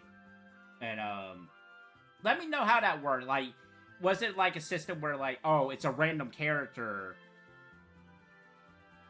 but once you get like 35 of them, that's it, you got all of them? Or is it just like, oh, you can have like 5 clowns back to back or something? Like, I guess basically I'm asking, is it like a traditional gacha game, or was it like something else before gachas really blew up? All right, let's talk about this game. There is an idea here that's not terrible. In some ways, this reminds me of how something similar like Rhapsody 3 does things with its party. Not exactly, but that's the first thing I could think of. And all the, like, I generally, with no hesitation, think there is a good idea buried here. And Final Fantasy All the Bravest. I don't care what they say. Oh, it's just an app, not a game. No, it's a game. It's a game. We're ranking it. There is an idea here that's a good idea. I like that. I like that having a large party like that with your characters. You can't. I remember that in the game, you cannot choose your party. It was randomized.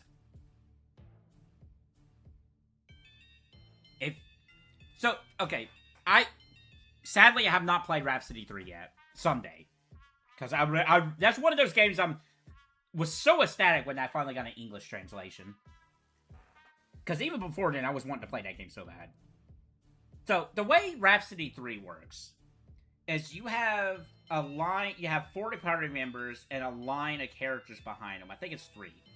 So 4, 8, 12. So you have 16 party members at once.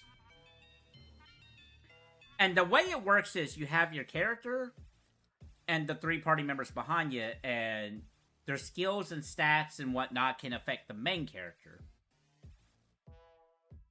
You're only controlling the characters in the front row of each line, with a few exceptions. The characters behind the main 4, so 3, 6, 9, 12, was CPU control. But again, you control the characters up front. And I feel like if all the Bravest did something similar to that, where you can, like, actually choose your party, do setups and combinations to where, oh, all fighters are like, oh, fighter, mage, something, you know, what have you. All the classes in that. I think you would be onto something if it did something similar to Rhapsody 3. It did not do that. It was always randomized. And the way this game was set up, if I'm not misremembering, was there was a cooldown meter. Like, you couldn't just keep playing and playing and playing and playing. Because this was during this time of gaming with these kind of mobile games and gacha games, where there was a cooldown period unless you wanted to, like, spend your currency, or aka money, to play more of the game. It's crazy. There's a couple games on this list that does that, a couple gacha games. Disgaea RPG was one of them. I actually completely forgot about that point. Jesus Christ. That might actually bump it down a little bit more. In due time, in due time. So it's very frustrating. But I could see a good idea here. This would not be a bad situation if Square was like, hey, look what Rhapsody 3 did. Let's make something on Steam or something. Just, like, let's do a little something. Because I like the idea of, like, before you include the DLC characters, the, like, specific characters, I like the idea of, like, let's take these job classes, and those are your characters, and you can mix and match these, these job classes, like, say, Final Fantasy V, for example, like, party combinations with these just generic classes. That's a good idea. Again, It was not executed here. I'm honestly talking about what this game could be rather than what the game is. So basically, it was like a mobile game where you're just tapping. You're tapping the characters to do attacks. I don't know if this was like Brave Exvius where it had combos. I don't recall that type. Where like if you attack at the same frame or something, you're doing a combo damage. Don't remember that part. I can't recall off the top of my head. But, you know, you would tap your character, and it would cool down, and you can tap them again to do more attacks. And the monsters, you know, they would attack you, and they would fly off the screen, and whatnot. But the fact that you don't get to choose your characters are randomized.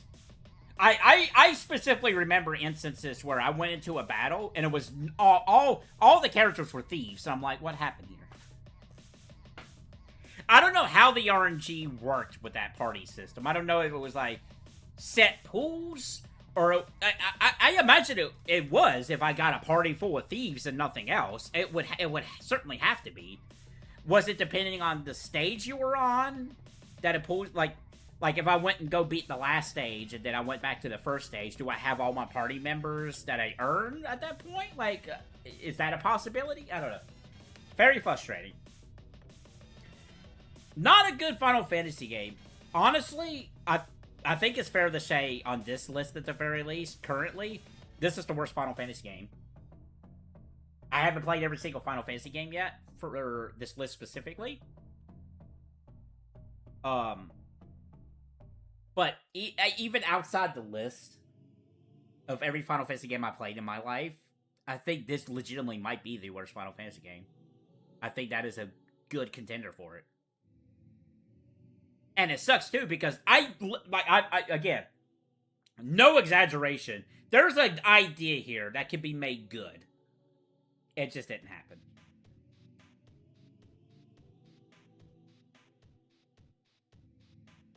So with that said, I don't think it's the worst game on this list.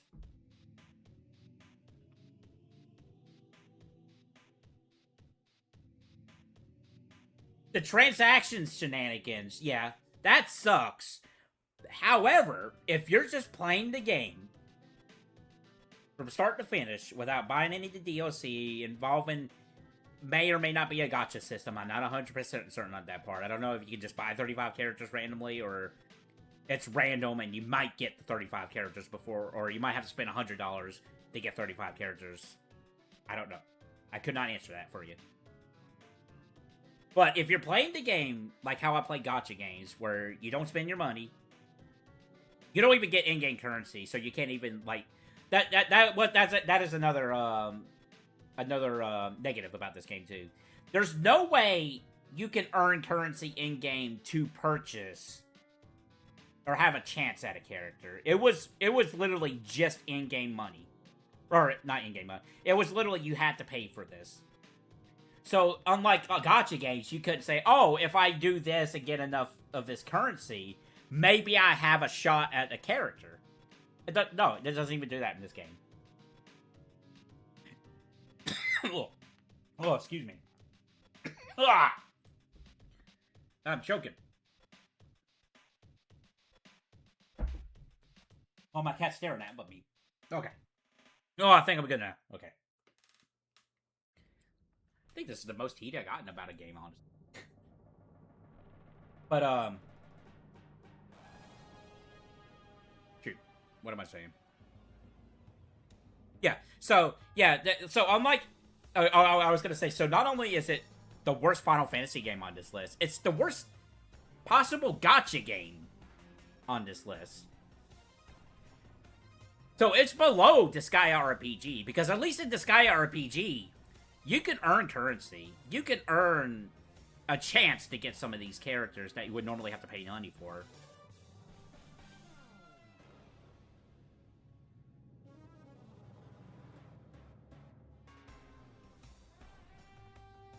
You can probably see where I'm highlighting it, where, like, it's going down, going down, going down, going down, going down, going down, Going down.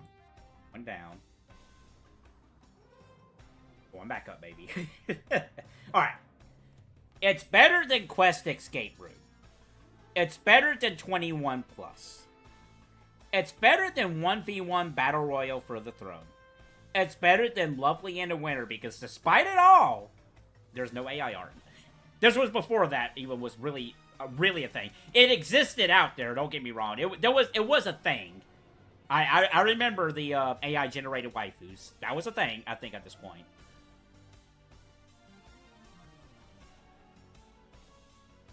It's better than PukePuke Demon. It's better than Lisa the Ventful. It's better than Parking Cop Simulator. I would play it over Crisis of the Middle Ages, given the chance right now. I would play it over Towards the Pantheon. Towards the Pantheon's a better game. But for what it is, I would play all the Bravest.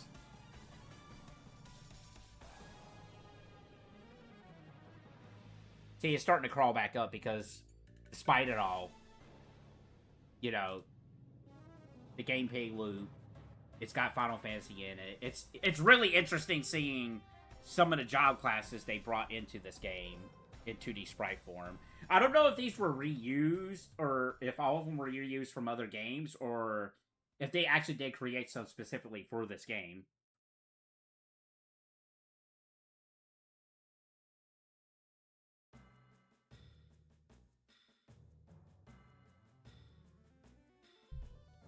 Go ahead and move the kitty cat.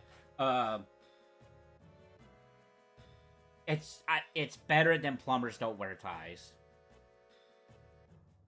But again, if anybody out there would say, what are you talking about? This is the worst game just in virtual because of the DLC shenanigans or gacha game shenanigans. I'm like, totally at it, totally valid, understand, 100%. I'm with you. But for this list, personally, for my list, I think it's better than Plumbers Don't Wear Ties. I think it's better than Corpse Killer.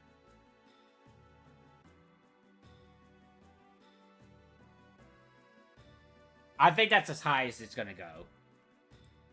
I might be able to make an argument to put it above Night Rogue.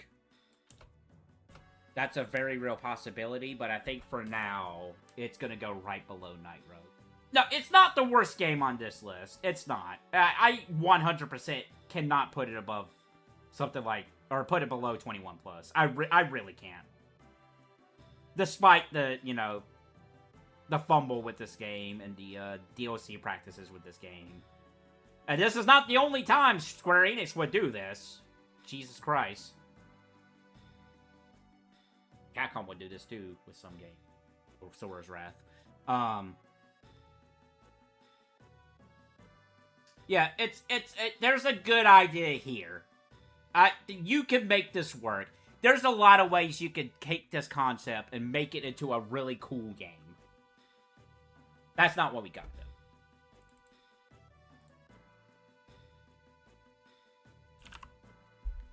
But I do like the play on the title. I do like that. That was pretty clever. Let's go from one gotcha, possible gotcha to another one. Final Fantasy Brave Exvius. So, at the time of me talking about this game is not only shut down, it's been shut down for a little bit now, and globally. This is also shut down in Japan. Yeah, Japan, that's right, girl. Brave Exvius has some gorgeous sprite work. They have some really cool characters they created specifically for this game that I don't know if we'll ever see show up in anything ever again. And that's a shame. That is a shame. They have a Columbo parody in this game. That's amazing. So, like other gacha games, this also has the trappings of, oh, you can only play a limited time. What have you. And I'll admit, so technically you could not complete the story in this game globally. They shut it down. I think they uploaded the last episode as a YouTube video for global.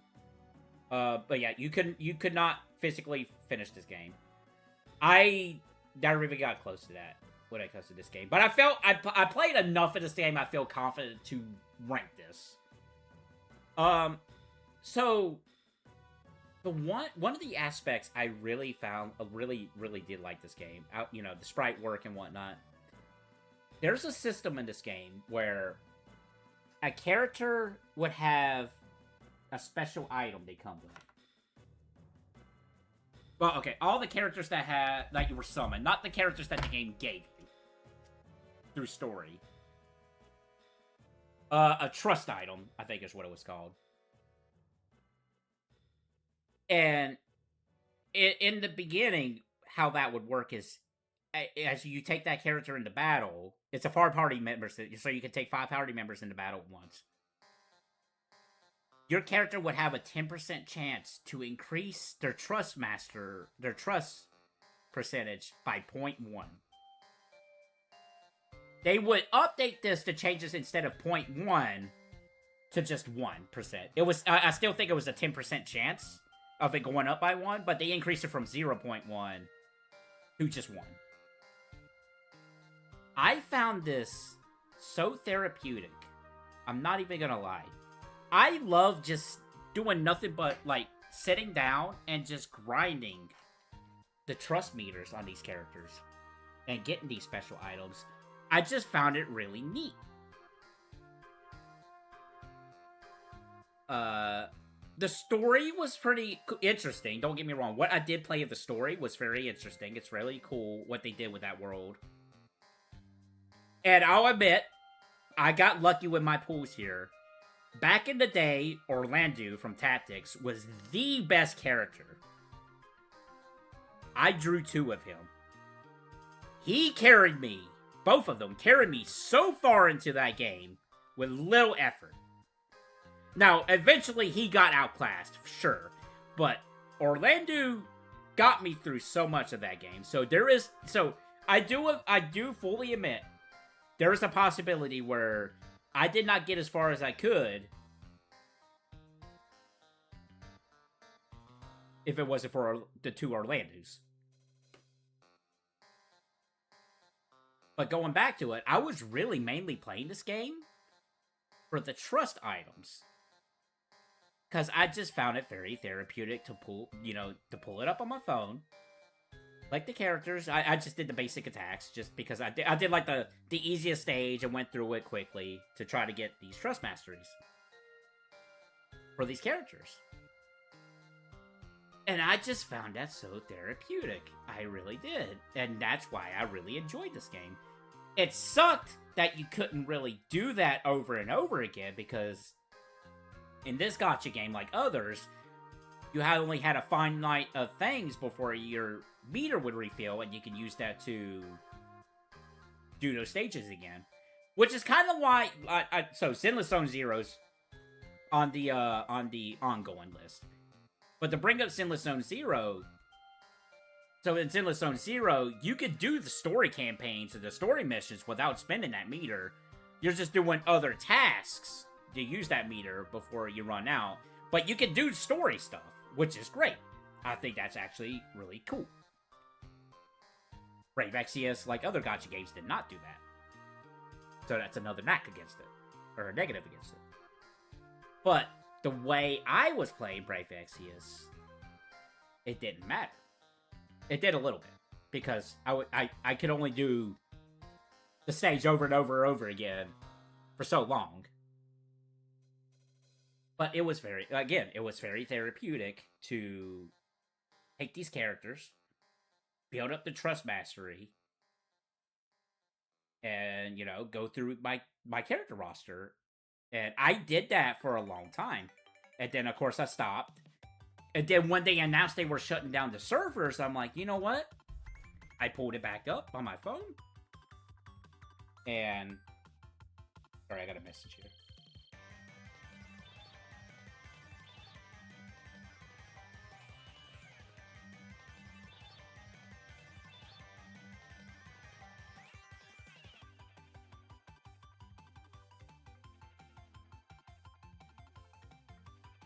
Alright, got a text from my brother. But, he finally got his, Christmas gift. The other one But, yeah, so it was very therapeutic to do that, and in a way, I was, like, not really focusing on the meta of that game at that point. I was actually going through the characters, seeing the sprite works that went into those characters, the moves that went into those characters. Because, I got the character here, I might as well see what their animations look like before I just do default attack. And that game's roster was, it was so spread out, and they did so many cool collabs in that, too. It was just nice seeing the sprite work, and the most frustrating thing is, all that sprite work, that's it. Like, yeah, there's like an RPG Maker game that will pop up every once in a while that uses that sprite work, but that's an RPG Maker game. It's a shame this never got an offline version. I think this is the gacha game on this list the most that is a shame did not get an offline version. Because I think that would have been great. It could have been made into a traditional Final Fantasy game where, like, you could set up a system that's like, okay, you have access to all these characters, maybe there might be some copyright shenanigans with some of the collabs, like Katy Perry. Or not Katy Perry. Yeah, no. Was Katy Perry one? I don't even remember. Like, Ariana Grande and stuff, sure. But, the IP characters that belong to Square and that we're able to do, you have access to this, but you can only draw one character a day. I think that would have been perfectly fine if they did an offline version where it's like, oh, okay, from this giant pool of character rosters, you can draw one character a day. And I think that can also, like, despite it being an offline game, that can get you hooked on that game still. And Square was like, hey, alright, cool, they're not buying other games, we're popular. So, yeah, that's the biggest shame about this is a game that you just really can't enjoy anymore. And again, it's a gacha game. People hate gacha games, with 100% fully understand why people hate it. I get it. But this is the best gacha game on this list, in my personal opinion. And might not be for the ways one might think. Did I ever do a Brave Exvius stream? I think that was a situation where I was just playing it.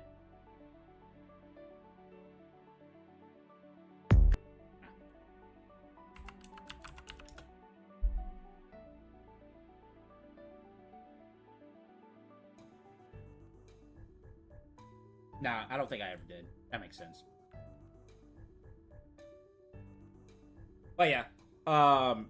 So yeah, I wasn't playing this with the way probably most people... I mean, people were grinding out their Trust Masters for the characters, don't get me wrong. But I was doing it for all the characters. Like, I was going down the list, the number value of the characters that are they're in the database and just going down that. Unless there was a character I really liked, because I ended up getting a couple clouds there. But no, the biggest shame is just that they didn't rework this game into an offline version, so you can't really experience this story. And who knows? I don't even know. I'm sure maybe it's all captured and documented on YouTube, in some way, shape, and form, including like all the seasonal stuff that they did. But yeah, that's the biggest crime about this. Is unfortunately this is a game that just cannot be fully experienced without an offline mode at all, and that's that goes into a larger conversation of like game preservation and whatnot as these games become more and more integrated into the online space or online component, gacha components. You start to lose out on this stuff. Like, oh, I want to play this game like 20 years down the road. You can't. Oh, but I want to experience these characters' growth and stories again. You can't. It's a good story. From, what I did play of the story and recall from the story. It was a good story. These characters were cool. I like these characters that they introduced. It just sucks that you just can't experience it no more. Without, like, possibly watching YouTube videos and trying to get the full experience. But then, you lose out on the gameplay, and it was a little bit more than just, like, mindless mashing on the button. Like, you had to... The other interesting about the gameplay of this was that you had to time the attacks. to utilize a combo system, so the attacks would like hit at the exact same frame from the other characters. That's what made Orlando so powerful in the beginning, because his Holy Explosion attack did multiple hits, and they comboed very easily with everybody. More so if you had two Orlandos like I did.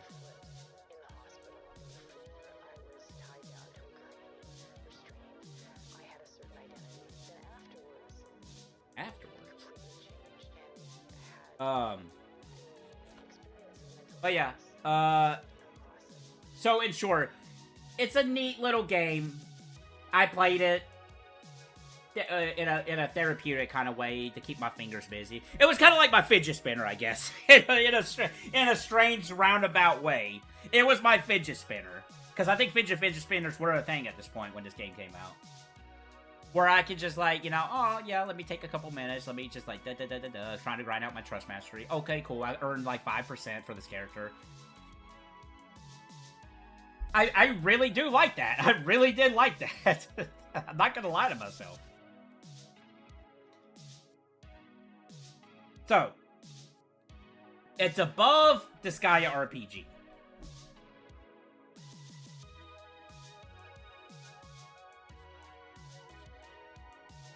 I can't in good faith put it above Metal Slug.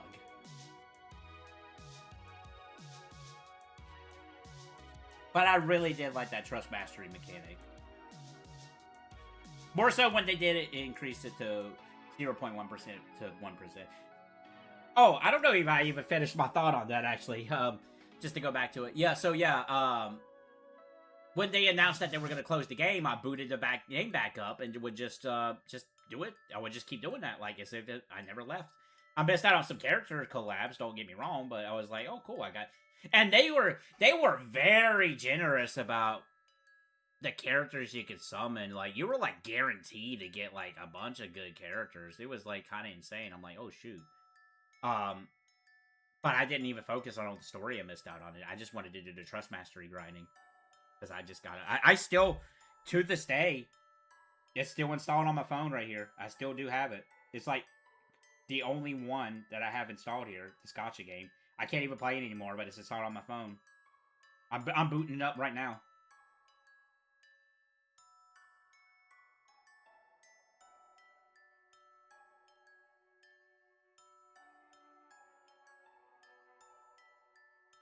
It's flashing. it's trying to load up, but it can't. Okay, we got the logo. I'm gonna put it up then in the mic.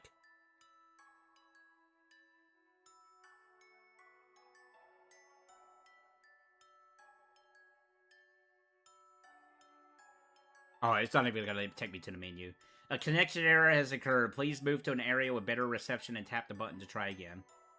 Yeah, it's not even gonna take me to the, it just takes me to, like, the little loading thing and then to a box that says that. Yeah, I still have the game installed on my phone. Just can't play it, because no internet connection to it, to the server. It's taking up space. I mean, there's no reason I should uninstall it, but I don't. Because I legitimately enjoy that game quite a bit. In a way, it makes so much more sense when I say it like that. As a person with ADHD, it's like, yeah, it was my fidget spinner.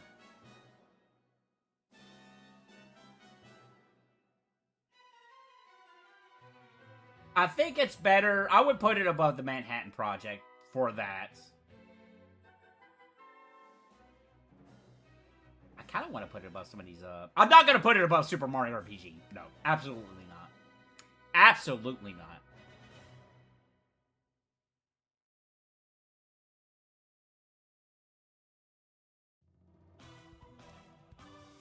I'm probably going to put it right below Metal Slug 4 right now.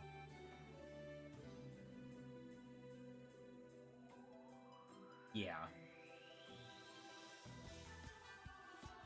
Yeah, Brave Exvius. Again, it's a shame they never, they have, as far as I know, there's no plans to bring that back. Like an offline version of that game. I got a little passionate about that one.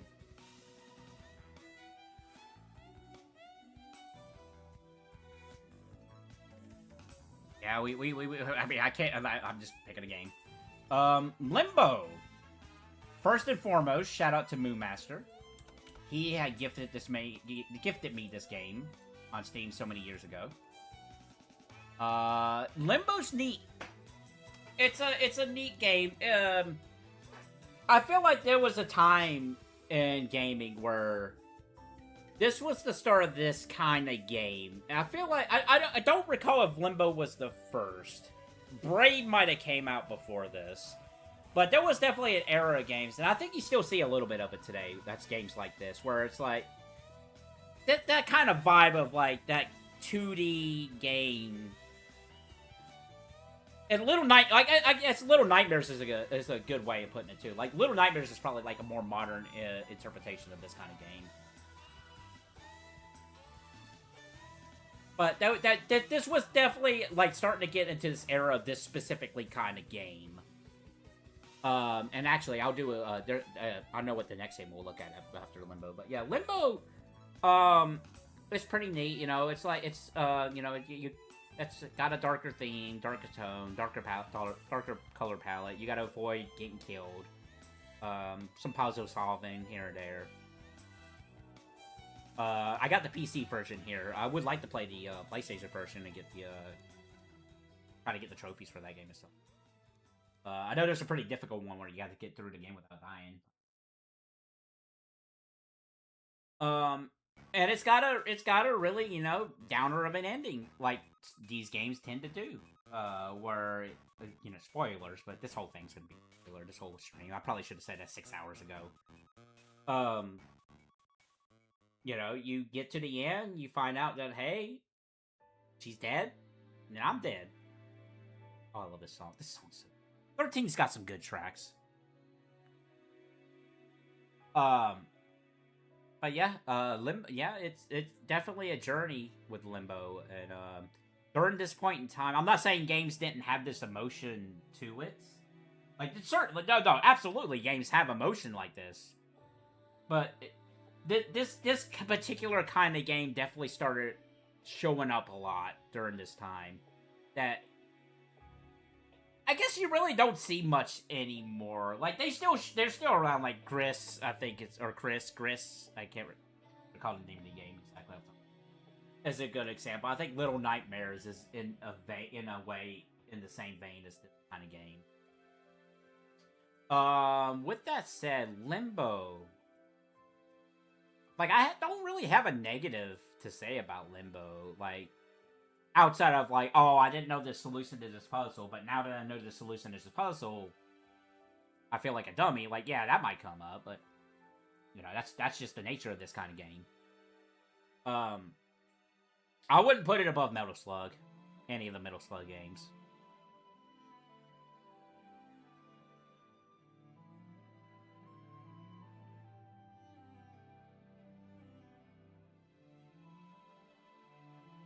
It might go right underneath Brave Exvius, actually. I think it's probably better than Manhattan Project. But I think I would rather play Manhattan Project any day over Limbo. But not being negative about that. That's not like a negative thing against it.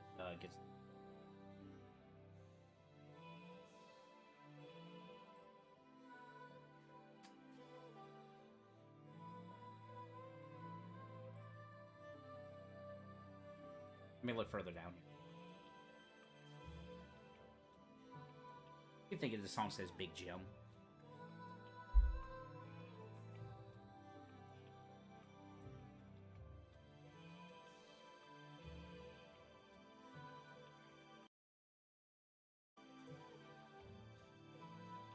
I'm hearing a part of the song that I don't recall ever hearing. That was funny.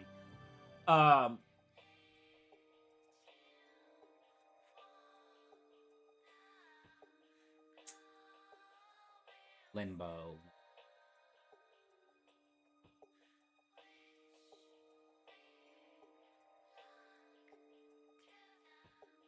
It's better than Macbat. It's better than Disgaea RPG.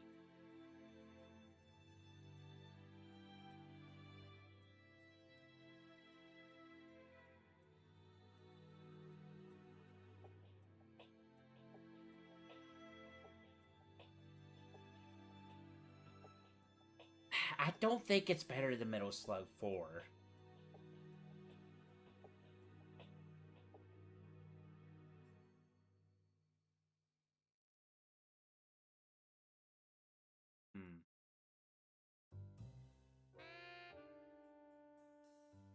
Um...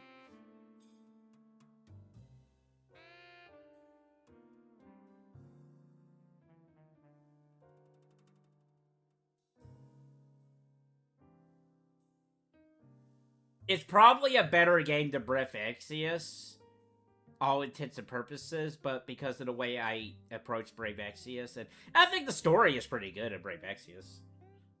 I think I'm gonna put it right below Exvius. I might actually put it below Manhattan Project. And I'm back at Manhattan Project now.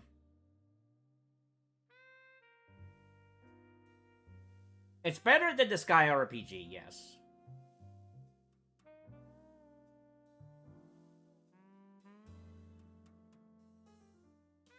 Manhattan Project's a hard game. It's a hard game. Limbo can be a hard game, too.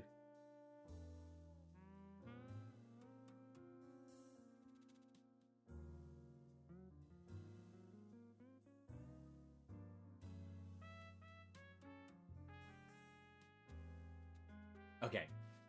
Limbo's in one corner. TMNT 3 Manhattan Project's in the other corner.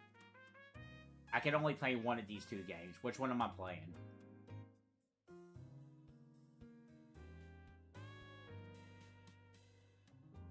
By myself. Which one am I playing?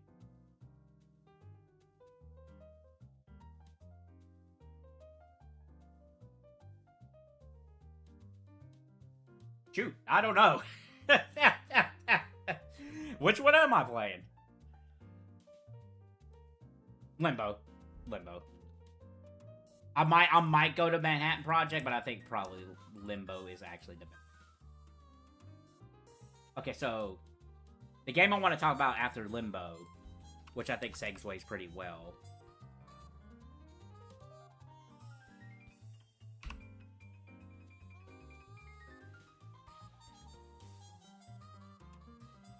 The Firefly Diary. Before I say anything, I want to see something. Did NIS America make this game, or did they just publish it? I want to say I looked it up before. And I know that answer. I'm going to say NIS actually made this game. They did. They did make this game. This is a very cool game. This is not like you would think NIS to make a game like this. Because, you know, they're the Disgaea people. They're the RPG guys. But this is that similar vein I mentioned earlier with Limbo, where you had that kind of vibe, that kind of story. This has a not as much of a downer ending, but it's just kind of like, you know. Let's talk about it. So you're playing as this little girl who has branches out of her head, and you're being helped by two fairies. I think it starts out as one, and then you get the other one. That detail I don't recall off the top of my head. And you basically the fairies are guiding you. You control the fairies. That's how the game works. Because this game was originally a Vita game, so I imagine like the touch, you know, that's probably it might actually be better on Vita. I don't know. I played the PC version. But you control the fairies, and you guide the little girl. So as the fairies, it's your job to get the little girl to progress. But you start learning more about the lore, and you start more into the world. And the fairies are actually the parents. If I might be getting some details. Some details are hazy here. So basically, the little girl is a clone of the daughter of these, you know, these scientists' parents, which they are the fairies now. What they're trying to get the little girl to a device where they got their daughter's soul in and want to use the clone's body so the girl's soul can go into the body. And that's the plot twist of that game. It's like, oh my god, okay, crazy. So now you're, you know, when that happens towards the end of the game, you're playing as the soul, as the little girl, and you're trying to, basically the parents, the fairies, are trying to kill you because they don't want you. You were created as a vessel to have her soul into your body, but you have your own soul.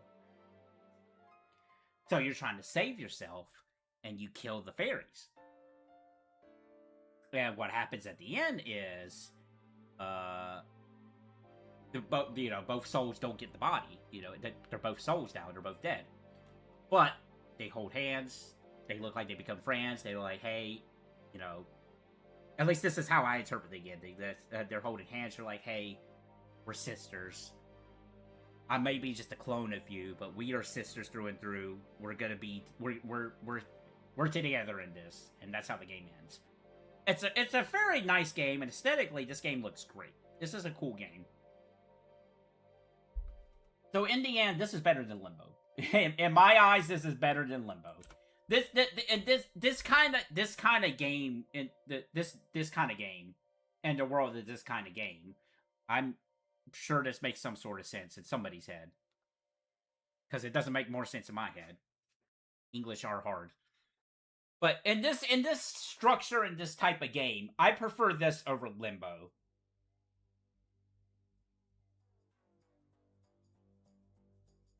But again, I don't think it's better. It's definitely above Limbo, 100%. When you're comparing these two games, I prefer this over Limbo. Yes, maybe that's because the NIS fanboy in me is coming out, sure, but I think it's a better game than Limbo. It has a more, okay, I shouldn't say it has a better story. It has a story that I have more, more attachment to.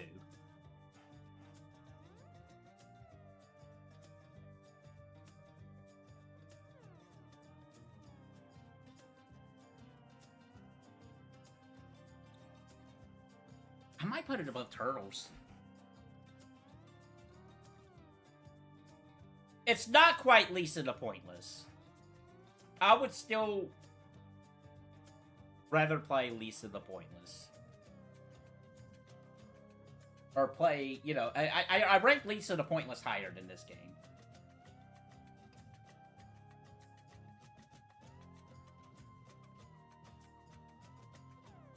Is it better than Metal Slug X?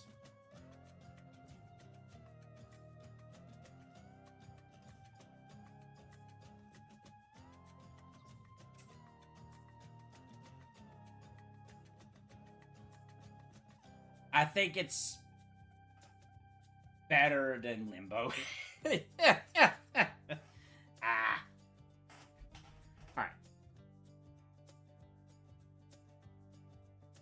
It's better than Brave Exvius. I do really like the vibes of this game, the Firefly Diary.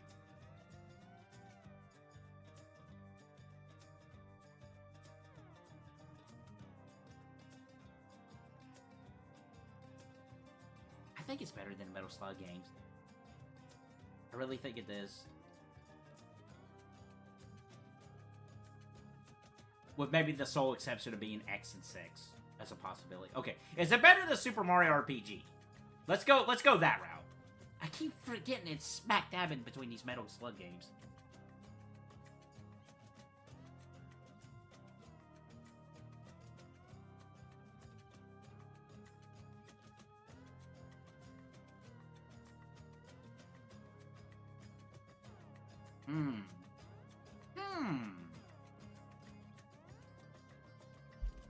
Did I take it off the list? I did.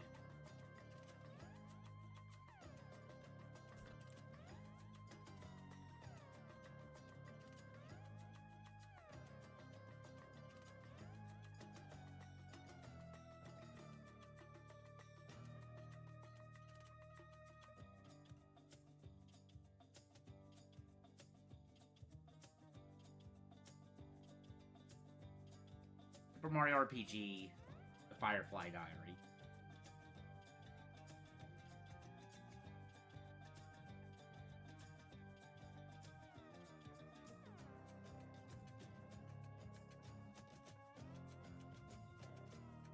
I think that's right. I think I'm comfortable with that for right now. I think Super Mario RPG just not much, but I think it does go above Firefly Diary. So in turn, I think it is a little bit lower to Metal Slug X and 6. That feels right.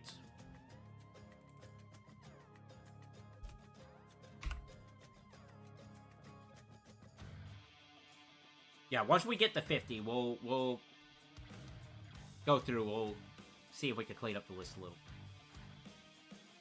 But hey, how about some Freddy Spaghetti? Who doesn't like a good thing of spaghetti? I like spaghetti.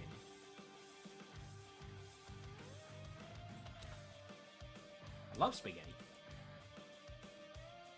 Freddy Spaghetti, another one of those games where I played for the Platinum Trophy Challenge. That, again, never saw the light of day. It's in vain of those, like, I Am Bread kind of games. Like, maybe your Goat Simulator kind of games. It's a similar vibe and vein of those games. And for what it is, it's a really neat little game. I like that it knows what it is. It knows you're playing as literally a noodle, a wet noodle.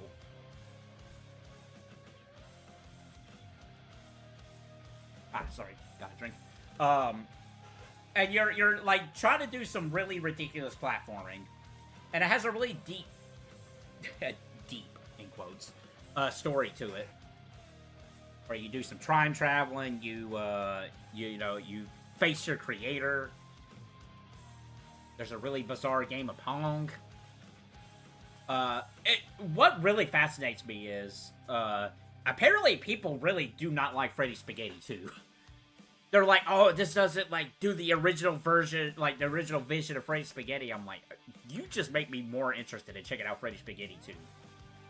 Because how in the world?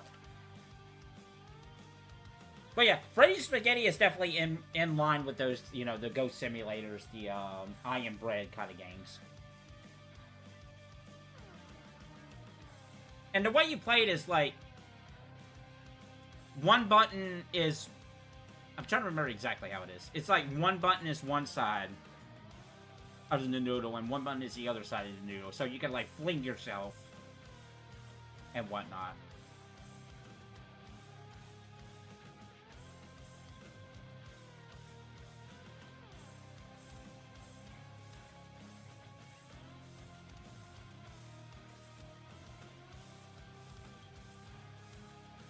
I think I enjoy Freddy Spaghetti more than I enjoy Macbat.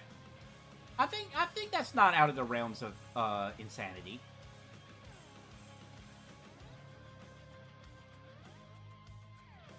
But I think that's where it stops. Because I think the connection to Disgaea with Disgaea RPG outweighs Freddy Spaghetti.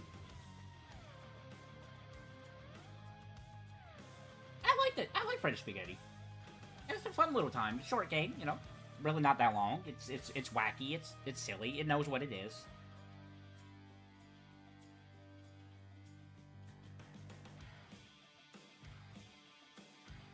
Like, like I said about My Name is Mayo, I like that people can just say, I want to make a game about a spaghetti noodle. I can do that now. I don't have to be, like, published by a big publisher or something. I could just do it.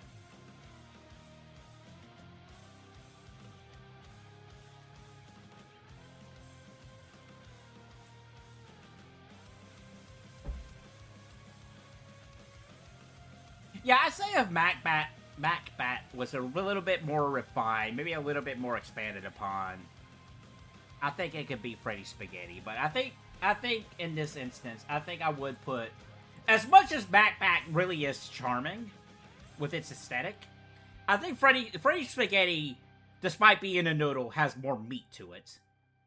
That's a quote.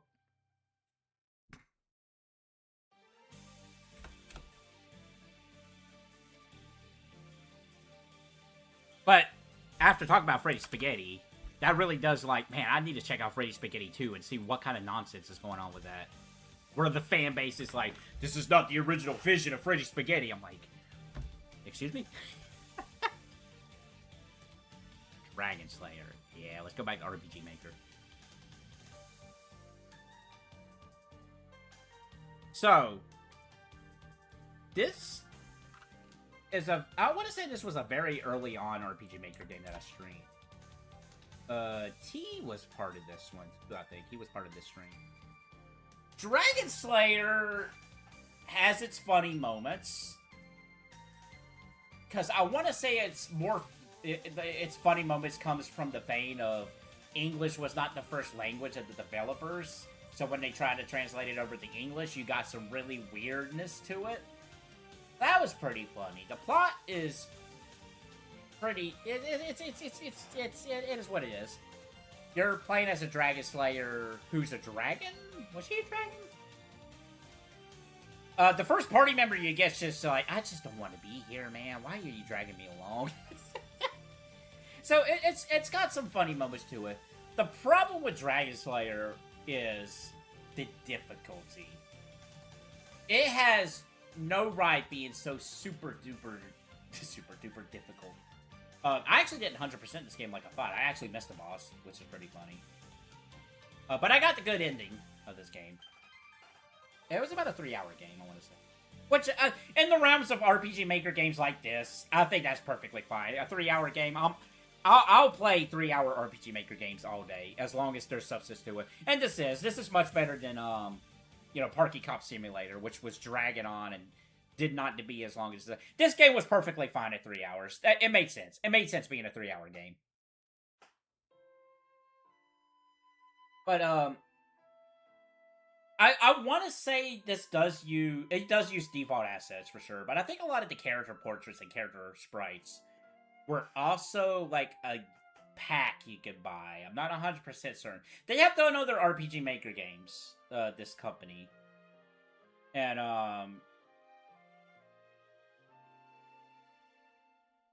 I don't think they're the same people who did Parking Cops about it. I played one other one that they did and felt very uncomfortable with the subject matter for that one. I'm not gonna lie. And I'm like, you know what? I'm good. They actually done quite a bit, I want to say, of RPG Maker games. Blue Sky Games. Oh, no, they have not. Okay. They only done 3. But I'm looking at the other one I have streamed, Ladies' Orders. And yeah, that was the one I'm like, I feel uncomfortable here with this subject matter. I'm good.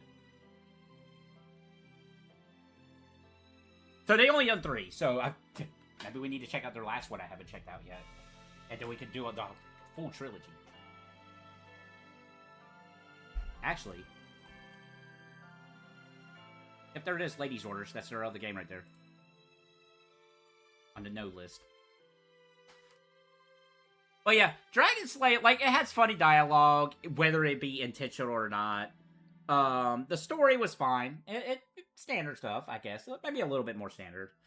It's just the difficulty is what really drags it down. Just overly difficult, where I think it didn't really need to be difficult. Like, I'm game for something, like, in the vein of Lisa the Painful. But you also have to have some...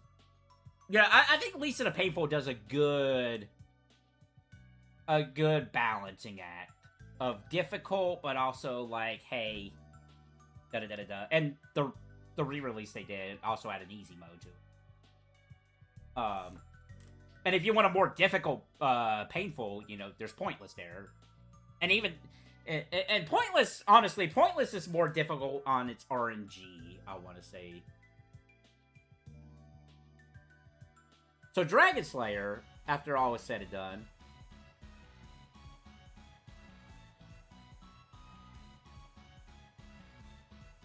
as much Undertale music has been playing, we don't have Undertale on this list yet. I gotta replay it. It would probably be very high on this list, admittedly. But not as high as you might want to think. So let's see. Dragon Slayer. It is better than Parking Cop Simulator. It is better than Crisis of the Middle Ages. It's better towards the Pantheon.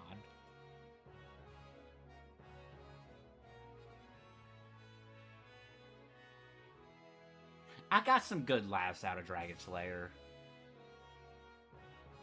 I would not put it above Night Rogue, because Night Rogue is definitely more well put together. It was actually trying to do like some interesting things. It just needed some more to it. Dragon Slayer, it's fine. It's interesting, but you can look at that and say, oh, this is just a standard a standard RPG Maker game. That, like, it's just standard. It's just the only, it's just a little silly. It's just stupidly difficult. Which now thinking about it, I am curious, wondering if that was just because they used the defaults, default stuff with it, or if they actually went out of their way to make it more difficult. I actually didn't even think about that. Because if they just let the game do it, then you might chalk that up to a little laziness. That's a very real possibility.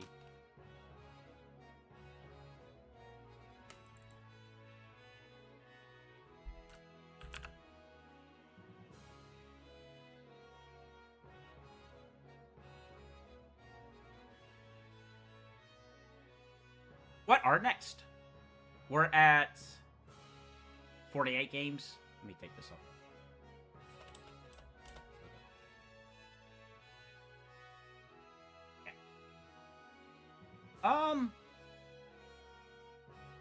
This might be interesting to talk about right now.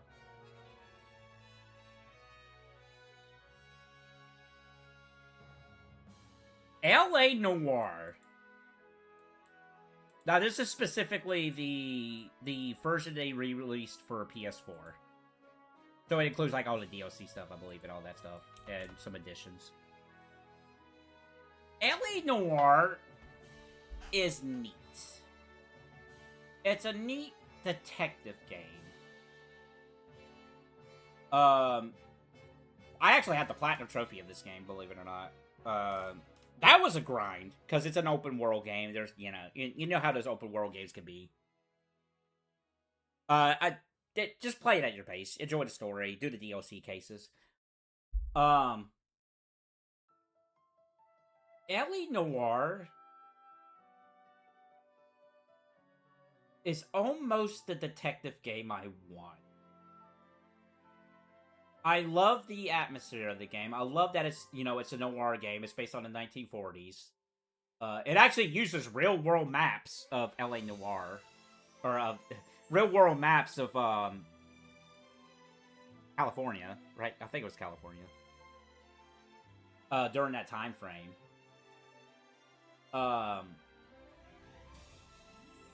The ending of this, or close towards the end of the game, is really where it drops off for me.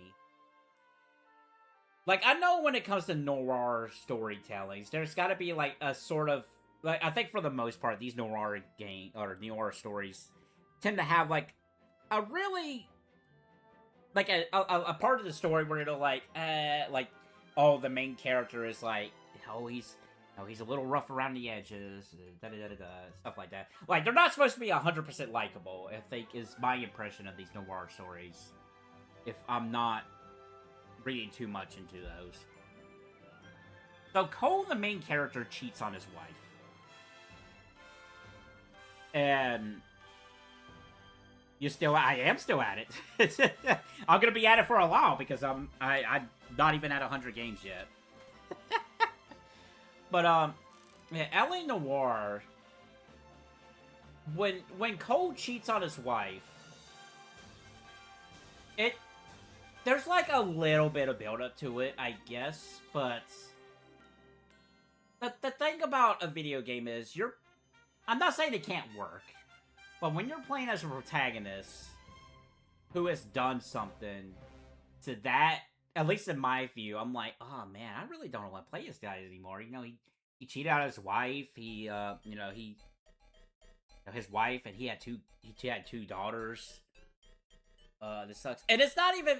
And to me, it felt like there wasn't even really enough build-up to him cheating on his wife with the other woman, which I can't recall her name on top of my head. Like, there was really not that much to... Like, it seemed like it just kind of happened.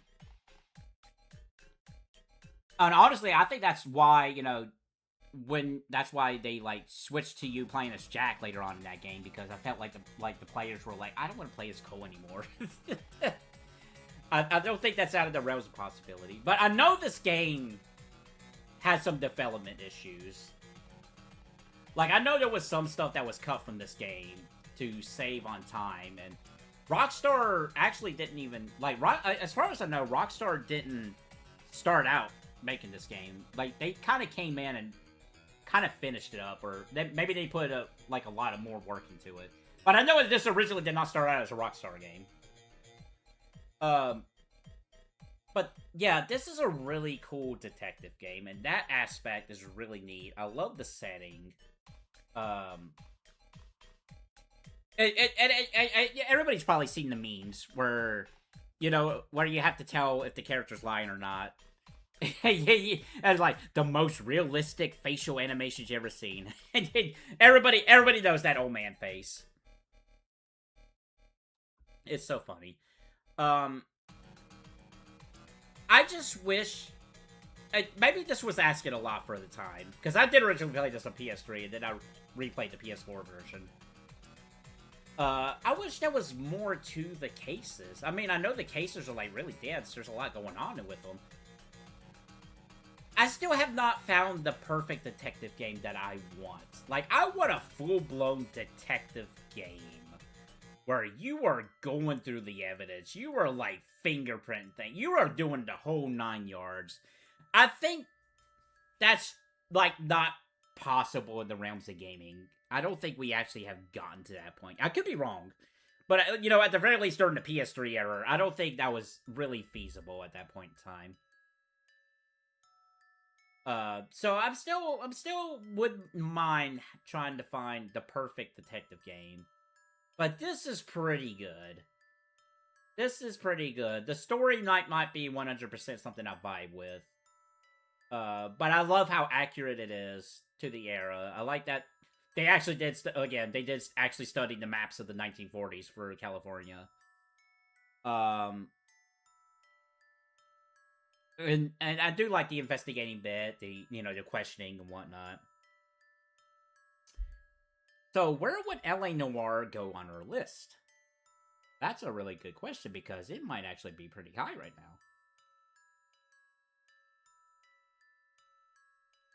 I think it's better than the Metal Slug games.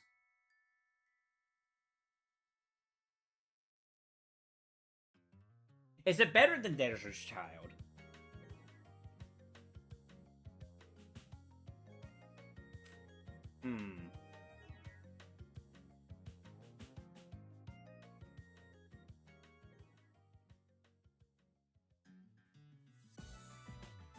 If we're going by vibes, I think I would pick LA Noire over Desert's Child.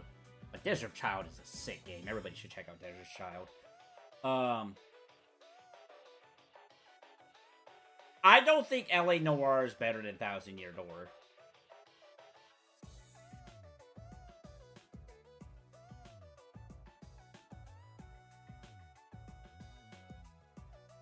I think LA Noire is better than Turtles in Time.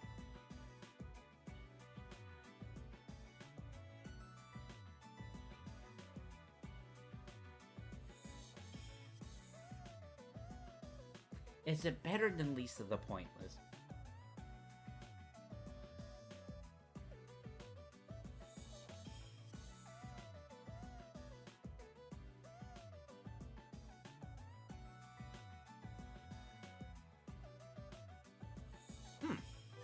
Is LA Noire better or worse than Lisa the Pointless?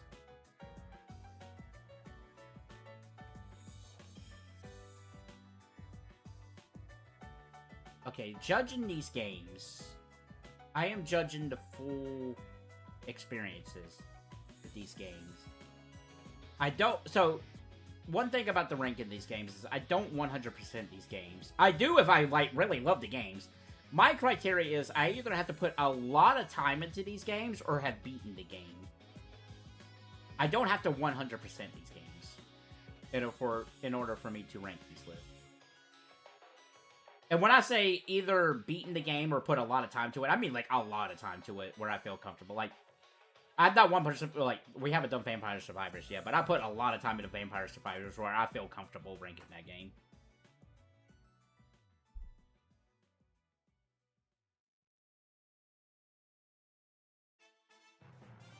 I think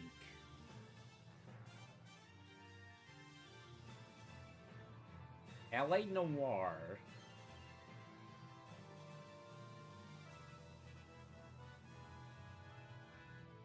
setting-wise, I would probably prefer the setting. Well, I don't know. Would I prefer the setting Desert Child or LA Noire more?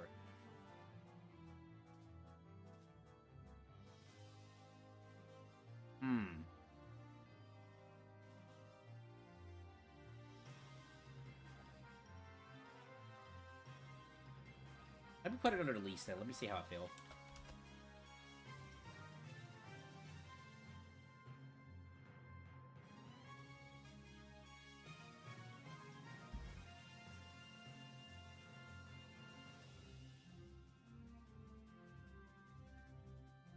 Yeah, I'm alright with that. I'm alright with that. But isn't it pretty late? Want your treat? Alright, that's actually a good time. Let me take a small stretch break. Get this cat her kitty treats, and I'll be right back for the next game we're gonna rank.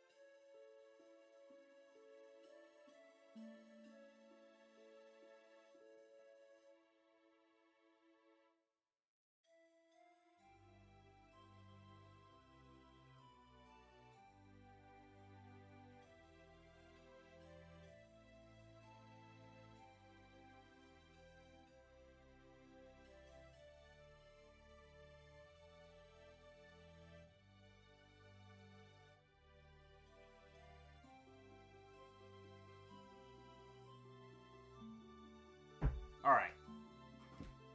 So, I've been streaming for 6.5 hours. I think I'm going to put my glasses. Actually, no, I'm going to take them off.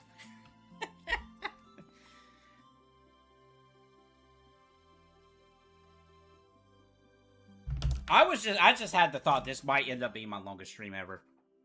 Which, right now, that record is 12 hours. Which, I guess we're a little over halfway there.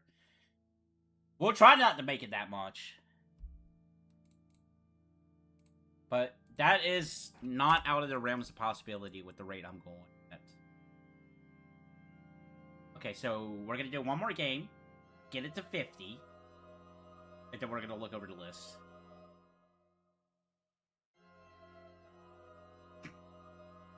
Sure.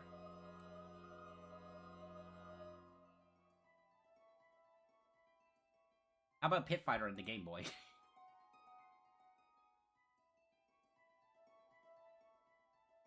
Another recent game on the list, actually.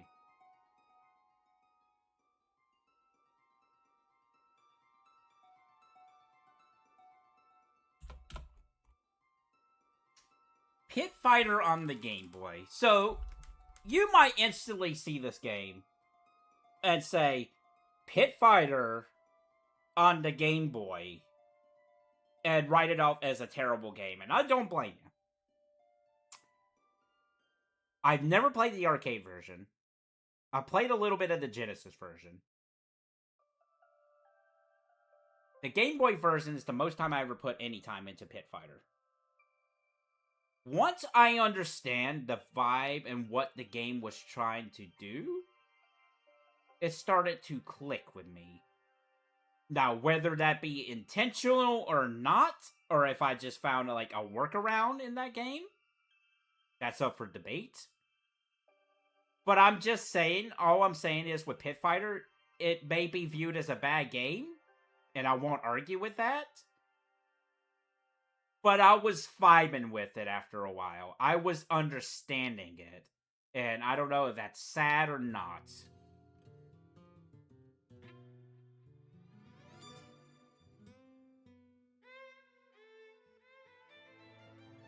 So, with that being said, where does Pit Fighter on the Game Boy specifically go on this list? Oh, my voice cracked there. Where does it go on this list? It's not above Ice Climber.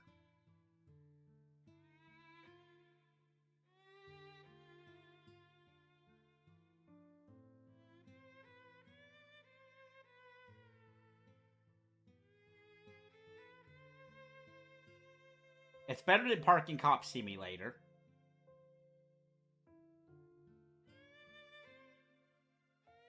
It's better. I hate that I keep saying this game is better than Towards the Pantheon, because Towards the Pantheon's not a bad. It's really not a bad game. It was just a game where I'm like, it is a game. it's the most video game ever, but that's only me.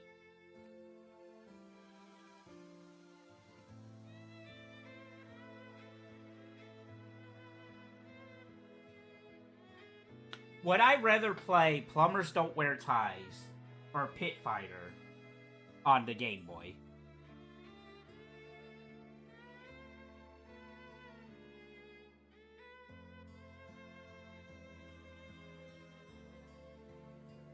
I guess if we're talking specifically about... Okay, so this is an interesting dilemma. So when we're talking about a game like Plumbers Don't Wear Ties Definitive Edition... Are we including, like, the extras, like the documentary pieces and whatnot? Does that add to the game? I don't think so. I think, like, I'm strictly only talking about the video game. I guess technically 2 video games are good. I don't know. That little dungeon crawler thing they added was, like, just more like a, whatever.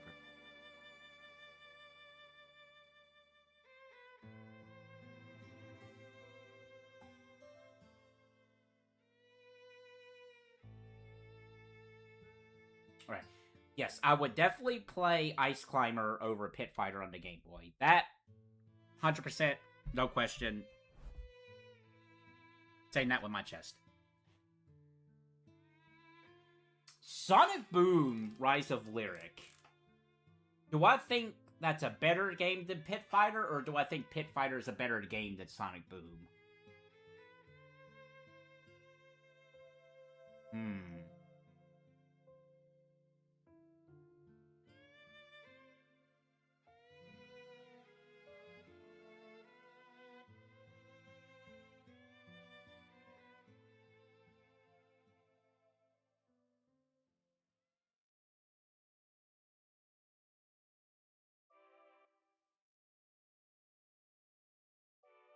I don't think it's as good as Sonic Boom. If I gotta be realistic about it. I would probably play Pit Fighter over Sonic Boom.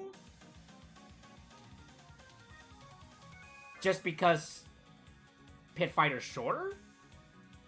But if I'm taking the goods, the pros of Sonic Boom, I think they outweigh Pit Fighter on the Game Boy. With that being said, it keeps throwing me off I got Steel and Steam below Sonic Boom. We're definitely going to be looking over this list. I might not stop at 50. We might do a little bit more before I go through and touch up the list. Night Rogue is a better game. Dragon Slayer's a better game.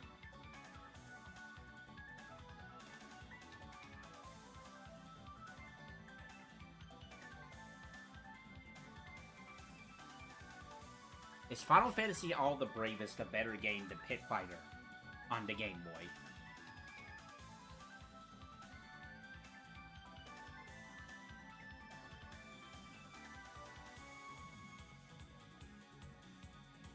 I would rather play All the Bravest. Corpse Killer.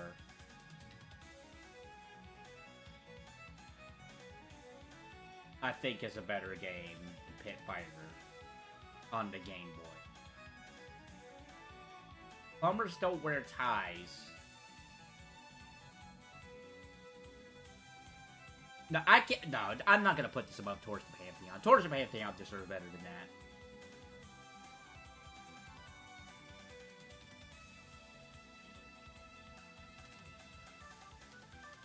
I think it's a better game than Parking Cop Simulator. Because I love the idea more than I love the execution of Parking Cop Simulator. I wonder what a speedrun of that, like, actually, that would be pretty funny. It's okay, Pit Fighter is definitely better than PukePuke Demon. We haven't got Sydney's World yet, going by that music. Sydney's World, no, Sydney's World is gonna come later.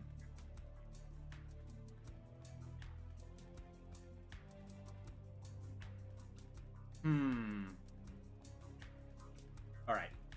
I think this Pit Fighter on the Game Boy, it comes down to, is it better or worse than Crisis of the Middle Ages?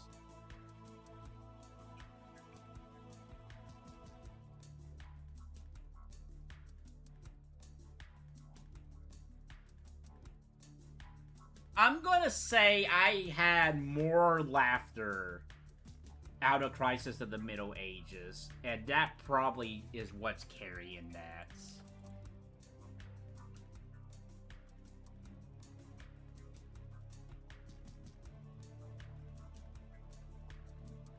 That final portion of the game did drag on, though.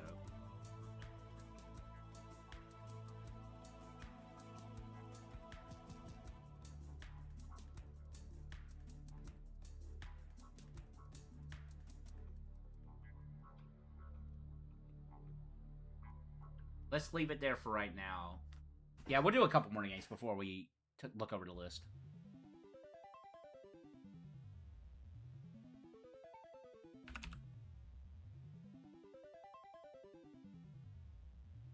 What? Yeah.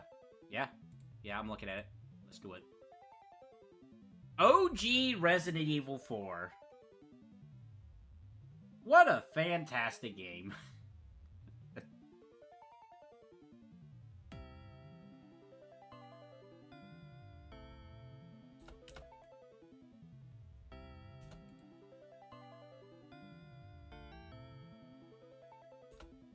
Resident Evil 4 is very neat. It's not my personal favorite Resident Evil game. It's possible it's the best Resident Evil game on this list. There's only two. This and 5. Resident Evil 4 is such a cool game. You just pick up and play and experience in it. It was a big deal when it came out. I have the frickin' chainsaw controller over here. That's how much I love this game.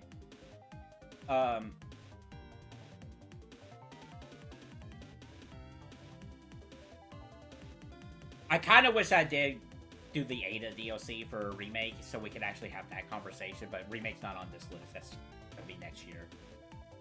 So we can't really... I mean, we can. A little bit, I guess, but we're specifically talking about the OG Resident Evil 4. And I think this game... Honestly, I think it still holds up. I know when they were talking about remaking it, I was like, do we really need a remake? I mean, I think Resident Evil 4 is fine. It clearly does show its age if you play, like, the HD version of this game. And you look at the textures and you're like, ooh, yikes. it does show its age. if you're looking at graphically speaking. But the gameplay loop of this game is very, very cool.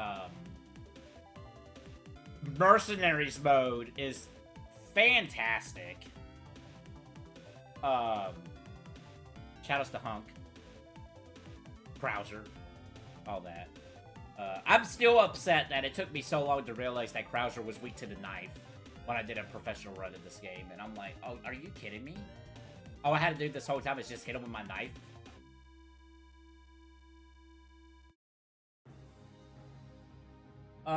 So Resident Evil 4 is really high up on this list. I'm not gonna lie. I would put it above Crash Bandicoot. I would put it above Jak and Daxter, for sure. So really, it comes down to, do I like Resident Evil 4 more than I like Final Fantasy 4? Or, wait. I don't know if I just mixed up words there. Is Resident Evil 4 better than the pixel remasters of Final Fantasy 4 and Final Fantasy? That's where this conversation is going right now, without any hesitation.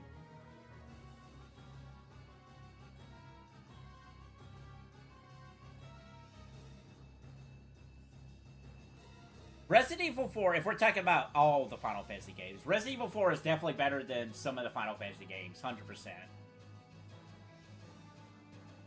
But these two specifically, I do have to pause and think, okay, hold on a second.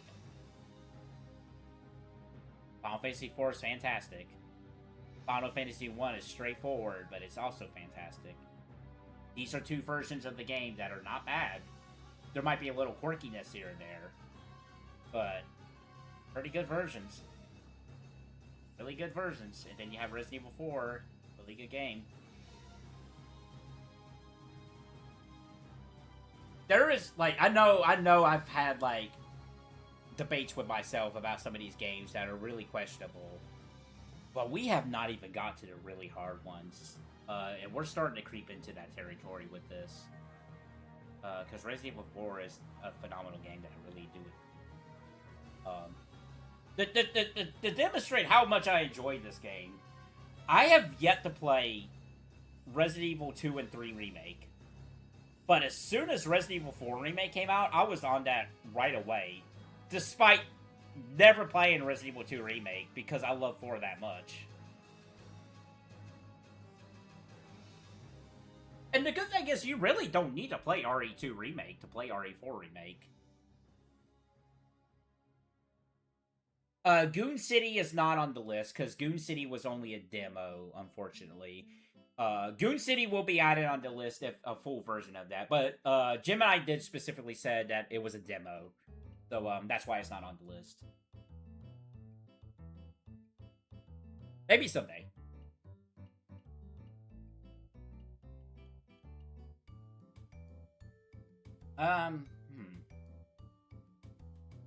Yeah, 100% certain Resident Evil 4 over Crash Bandicoot. No question on it. Is it better than Final Fantasy Pixel Master?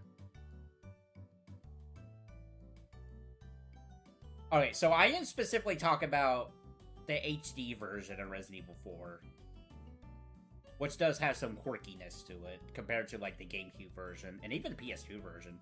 But it's mostly built off that PS2 version.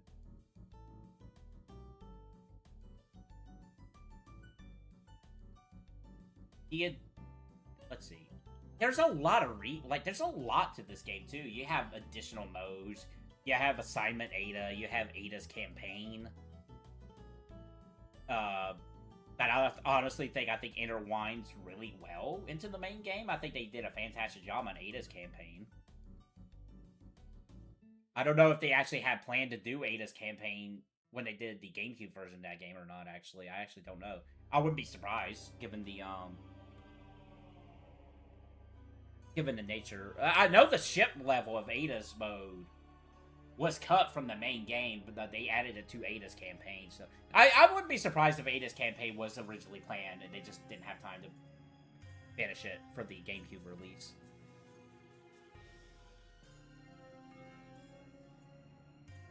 Again, Mercenaries mode, fantastic. Despite it being very more, that's English, having more action than previous games in the past. There are some, there's some unnerving, some goosebump moments here with the regenerators specifically, because Jesus Christ, I'll probably even argue they're still scarier here than they are in Remake. The Iron Maidens. This is definitely like the quintessential. This is a B movie plot in a S tier video game.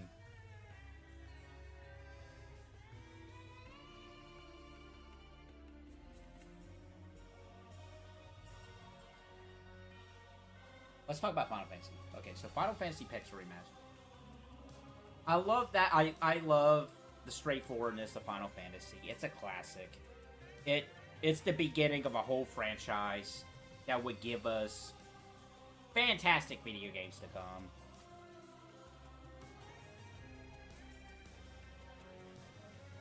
This version of the game is really good. It's honestly the go-to version if you want to experience OG Final Fantasy with the not the MP system, but the spell charges, just like Dungeons and Dragons.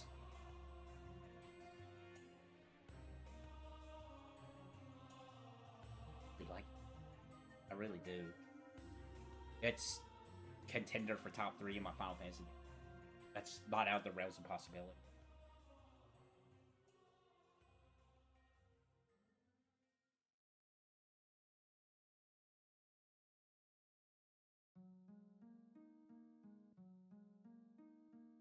Okay, so we know for a fact it's above Crash Bandicoot. No question. Absolutely no question.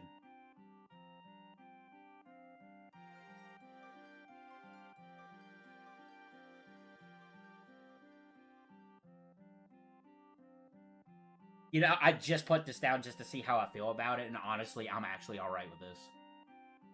I think I'm more alright with this than I thought. I thought I was going to have, more debate with myself if I think 4 is better than Pixel Remaster 1 and 4. It might change. It might change. I'm legitimately actually really comfortable with this placement.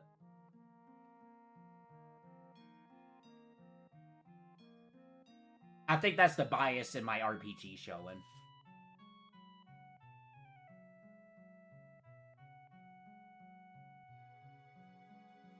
We'll see. We'll see. Is that Game Boy wrestling game you played a little while back on here? Yes, I did rank that. Pit Fighter is... Where was it? Right here. Number 44 currently. Not the worst game on the list. But it's down there.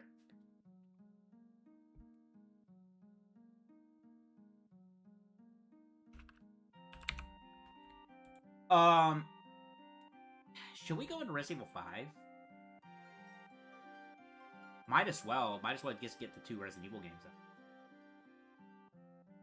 Resident Evil 5. I went years without ever playing this game. And that's not because I was never interested. It was just a thing. I just never got around to it. And then just a couple years ago, I played Resident Evil 5 for the first time. And had a great time with it. I played as solo. I did not have a player 2 with me. With this game. Which I know that's actually the ideal way of playing Resident Evil 5. Is to have a partner with you. That's kind of the big thing with this. I enjoyed my time with Resident Evil 5. I definitely need to go back and do a lot more of the playthroughs, because I barely touched Mercenaries mode in this game. I just did Rebecca's because she's my favorite Resident Evil character. And that was about it. There's a lot of trophies I still need to unlock with this. I still haven't done the hard mode in this. When I'm talking about Resident Evil 5, I'm specifically talking about the HD version on PS4. Which combines OG Resident Evil 5 and Gold into one package. Playing this game, you really see the Resident Evil 4 skeleton underneath. I was recognizing a lot of like, oh, I see this set piece in RE4 built in this way for Resident Evil 5. I got a lot of that from Resident. I mean, it makes sense, you know. It's Capcom, you know. They, you know, you have something you want to build upon it. I get it. Sometimes it's very interesting to see those connections. And they're like, oh yeah, this feels like a set piece built off of Resident Evil 4.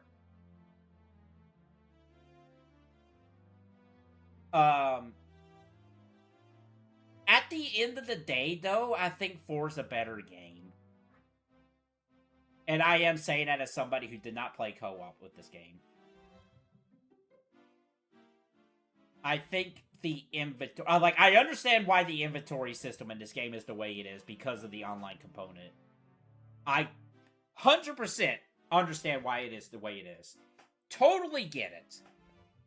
But I do prefer the old Resident Evil 4 inventory system. I think Remake was a really good compromise with how they handled that, but, you know, we're not talking about Remake. We're talking about Resident Evil 5.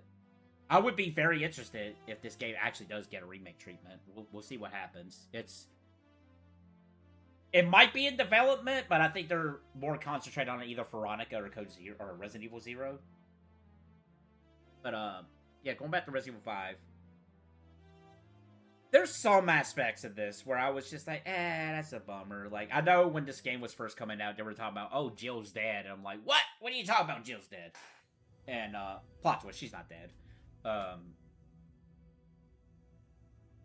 Yeah, there's some weirdness to the game. There's a definitely big yikes moment where it's like, ooh. And I'm not talking, like back in the day, this game did have some controversy with it because it's like, oh, you're killing black people. I mean, there's no other way, there's no other way to... That was the controversy back then. But that wasn't the real controversy for me. That wasn't it. The big, really yikes moment is when you're reading the files in the game. And, you are fighting natives. And they're talking about how the parasites regress them evolutionary, something along those lines, and that's where it's like, like, don't get me wrong, there are natives in Africa. Yes, absolutely, there are natives in Africa. Which is why I'm not like 100% offended by Resident Evil 5's usage of that. It's definitely like, I would have done this. I would handle this a little bit better. But it's not a deal breaker. Like, I got through that section of the game perfectly fine. It was just definitely like, you know what? It was definitely more of an eye roll moment for me. Let's say that. But it was definitely like, if this is being remade, I wouldn't mind them kind of like, changing just a little bit. But that's my 2 cents on that whole situation. Like, it's very, but not 100% deal breaker. And when it comes to that part of the game, some people bring up the whole space laser thing as like just a big what the F moment. I'm like, it's Resident Evil. It's goofy. That part I didn't mind whatsoever. It's dumb fun. I'm having dumb fun with Resident Evil 5. But at the end of the day, I don't think it's as good as Resident Evil 4. I don't know if my mind would change if I played that co-op. Because as we all know, playing video games with friends is always going to make a video game better. 100%, no matter what game it is. If you're playing a video game with another person, it's always going to be a fun time. And I'm not just specifically talking about, oh, you mean like online matches like a fighting game? No, I mean like playing with, with friends. Playing with people you're acquainted with. Even if it's not a multiplayer game, just in general. Like, just playing a game with other people, you're just gonna have a better time.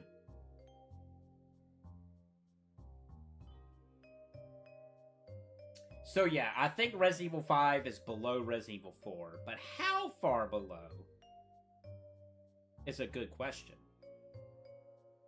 Like, would I play 5 over Crash Bandicoot?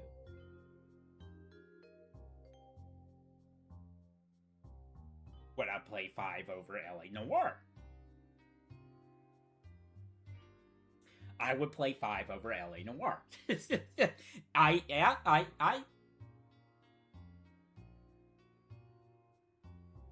I would. I'm a little hesitant on that, but I would.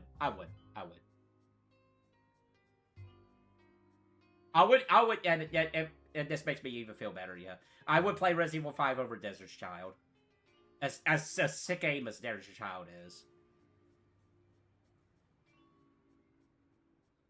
I would play Resident Evil 5...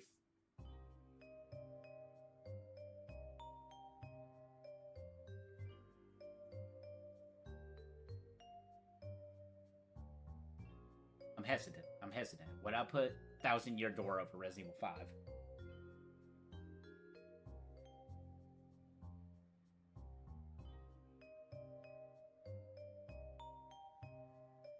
Right. Well, okay. Let's look at the definites.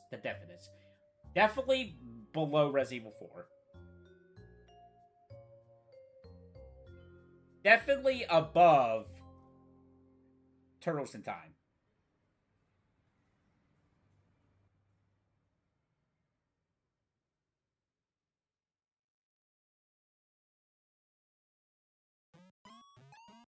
Thank you, Timmy.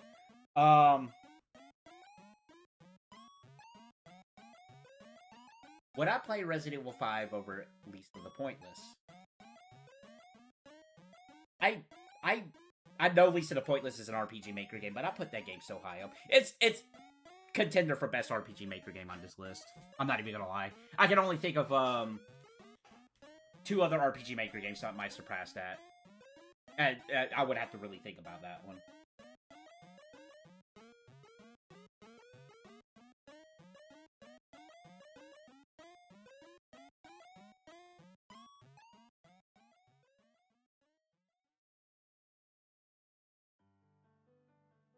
Would I play Jak and Daxter over Resident Evil 5?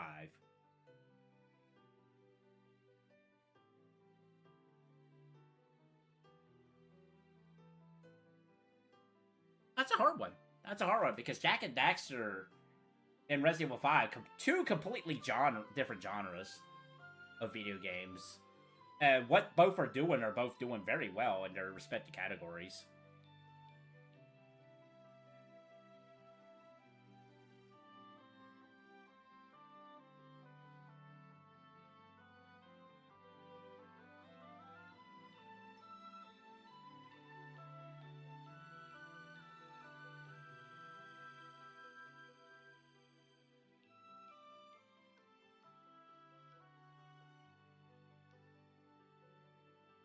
I think it's right above Crash Bandicoot. I'm looking at it. I'm thinking about it.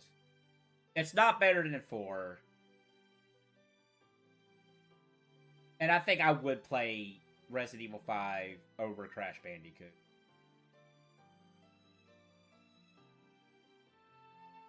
Because Crash Bandicoot is the kind of game that I would always want to play 100%. Because I'm always in that mindset when it comes to Crash Bandicoot. And you know, if I did consider the factor of playing it with a buddy, I think that would elevate it a lot more than some of these games. Yeah. I think just having the co-op in mind, even though I haven't played co-op, I would put Resident Evil 5 over Crash Bandicoot. That's funny. It's 4 and 5. Like that.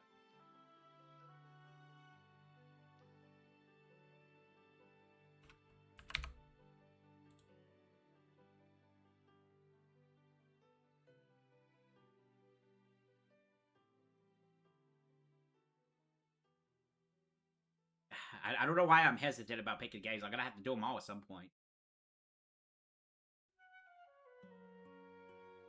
So, first and foremost, I want to shout out High Taxes. He's a follower here. He shows up in the streams, but really only when I'm playing RPG Maker games. That's really when he shows up. This is his game that he made, called Zach's Cute Game. I couldn't find a title screen. Unfortunately, okay, so I think you can still play this game. This game was on RPGmaker.net, which, you know, rest in peace. That website is no longer a thing anymore. They did archive all their video games, so you can go on there and download all the games that was archived. That was on RPGmaker.net. So I think in a way, Zach's Cute Game is still up there. So you do have to do a little bit of digging, but I think it is still available. But again, first and foremost, I want to say shoutouts to High Taxes. Very cool person. They stream RPG Maker games all the time.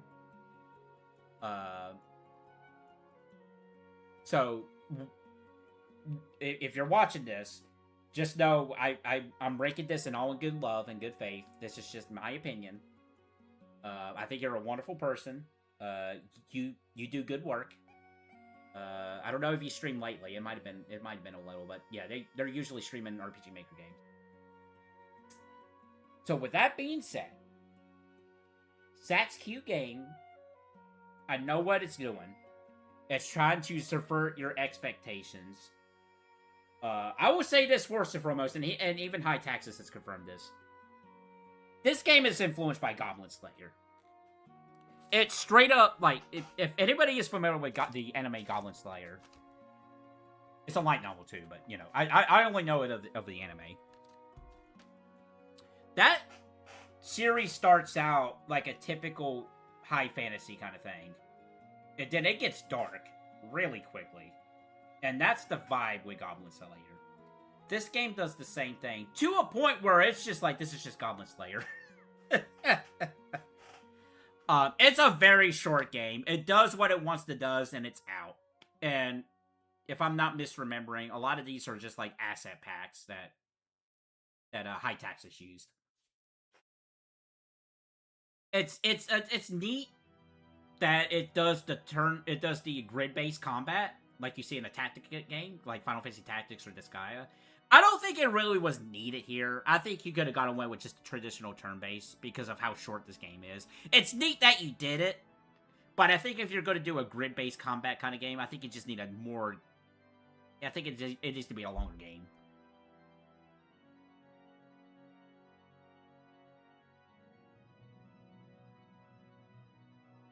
So Zach's Cute Game. But yeah, if you've seen Goblin Slayers, that at least that first episode, you know exactly what this game is. I think it even uses goblins too. Now thinking.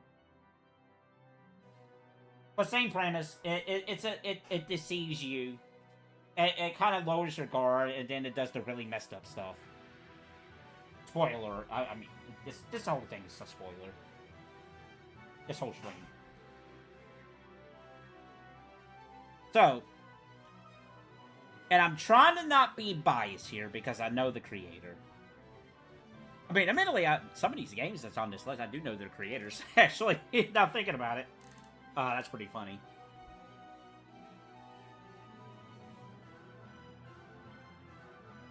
Zach's Cute Game is better than Pit Fighter. It's better than Crisis of the Middle Ages.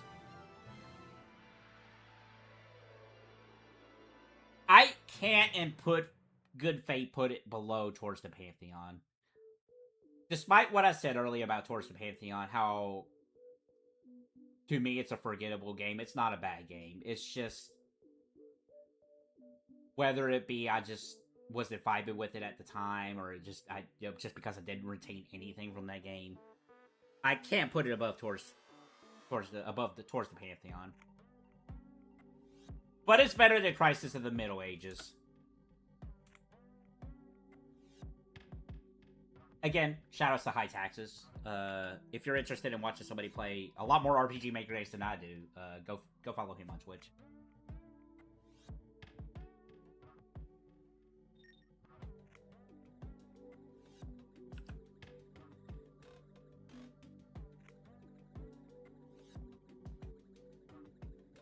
What are next?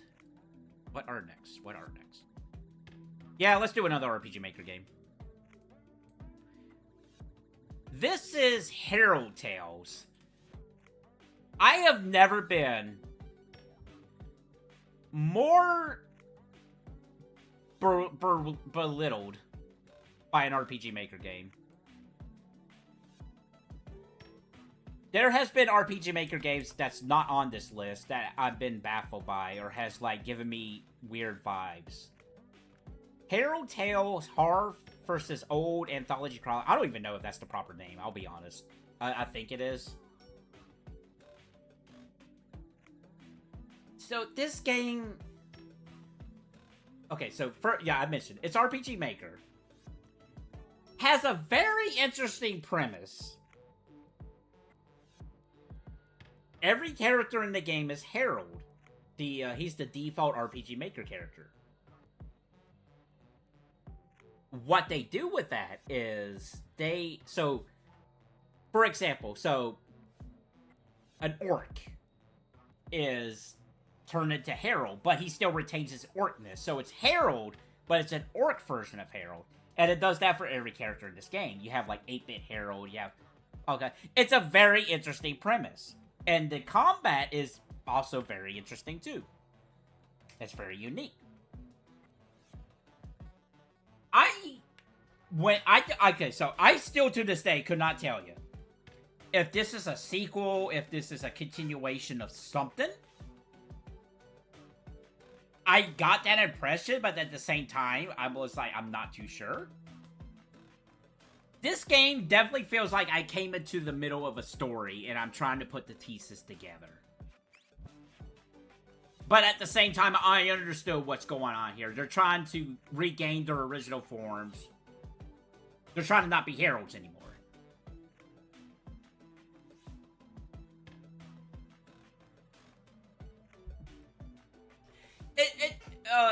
It's got unique art. Like, all the characters are, like, drawn uniquely. It's really cool. I like the idea of it. But it's just so odd. It's an odd game. It's not terrible. It's just the vibes of it was it was just odd. It's just odd. And I'm saying this as the guy who loves odd stuff. And I'm saying it's odd.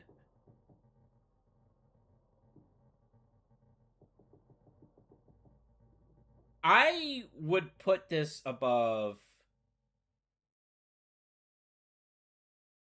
because of the uniqueness of this game. It goes a little bit higher than some of the other stuff, some of the other RPG Maker games. Like, it's above Dragon Slayer.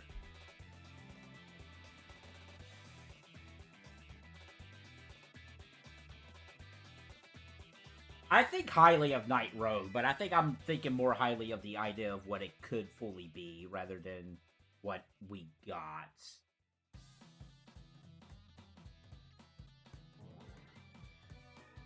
I don't think it's above Steel and Steam, despite it being, you know, the Kickstarter shenanigans. I'm being less and less harsh on the Kickstarter shenanigans as this goes on, because I didn't come from that. I came from, oh, this is just a random RPG Maker game I just bought.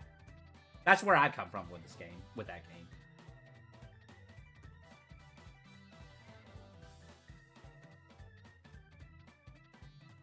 Yeah, I'm gonna put it right below Steel and Steam. If Night Rogue had a little bit more substance to it, it would definitely be better.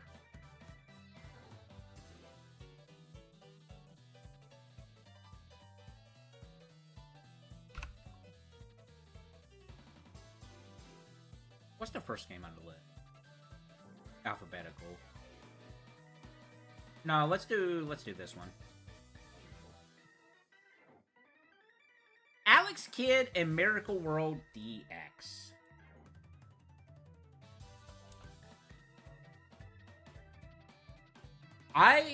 So, this was one of the games... Okay, so, background story. I mentioned many times at this point about how I was doing a Platinum Trophy Challenge. This was one of those games. So, this game... So, before I had tried to do that challenge, I did look at video games that might be in the realm of possibility to accomplish that challenge. Alex Kidd was one of those games. So, I did go out of my way to purchase this game because of the Platinum Trophy Challenge. I will fully admit that. Otherwise, I have no interest in Alex Kidd. I don't have no grievances against Alex Kidd. I don't think badly of Alex Kidd. I just had no interest in it. But because I saw it was a shorter game, I saw that I felt like the Platinum Trophy was achievable, I picked up the game. And of course, as I mentioned earlier, I'm still wanting to sit down and enjoy the game. I want to experience the game and keep the Platinum Trophy idea in the back of my head. But I won't lie and say I picked this game, you know, just naturally. No, this game I did sought after because of the Platinum Trophy Challenge. This game's weird. They get into it. This game is weird, and I've always known Alex Kidd was a bit of an odd franchise. The one thing that speaks to me the most... Okay, a couple things. So, the boss fights in this game starts out with rock, paper, scissors. You have to win that, and then you fight the boss. It's 2 out of 3. So there's a good possible chance, just because of RNG, you can't get to the boss because you lose the rock, paper, scissors portion.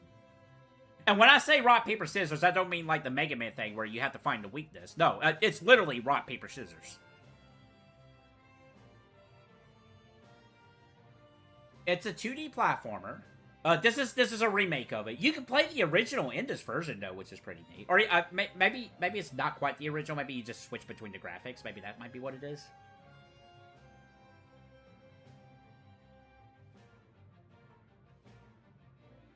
But another thing that immediately jumps out to me with this game is that there's a room towards the end of the game where it's nothing but spikes and you're underwater. I'm freaking out because, oh my god, this looks like a super difficult room. So, this game is a little weird with hit detection. Alex here, the top of his head can touch the spikes underwater, and he's completely fine.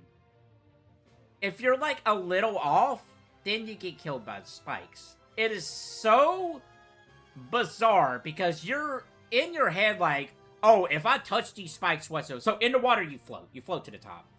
So you gotta kind of, if I'm not misremembering, so you kind of gotta keep yourself down to prevent yourself from floating to the top. I think that's how it went.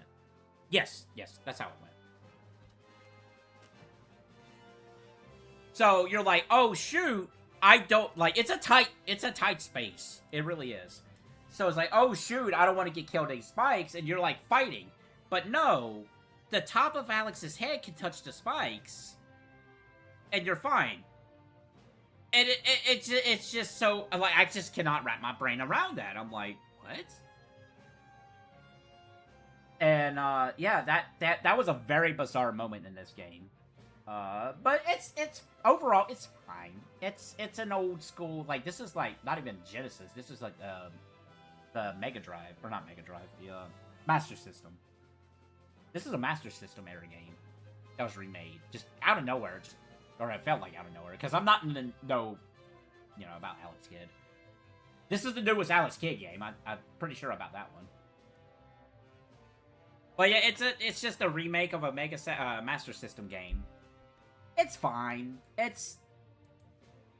I can think of a lot better 2D platformer games. It looks nice. I think the update visuals are pretty cool. The story was fine. It's pretty funny, though. When you beat the final boss, you're not done with the game. You gotta go back and do a puzzle. It's pretty funny.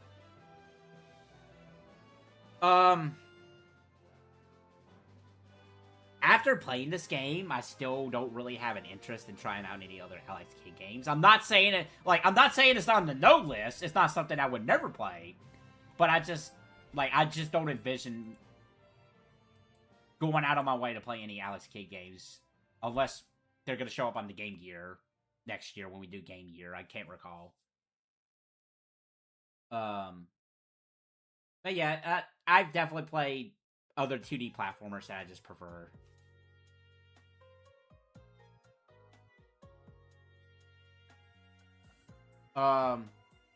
So where does this rank?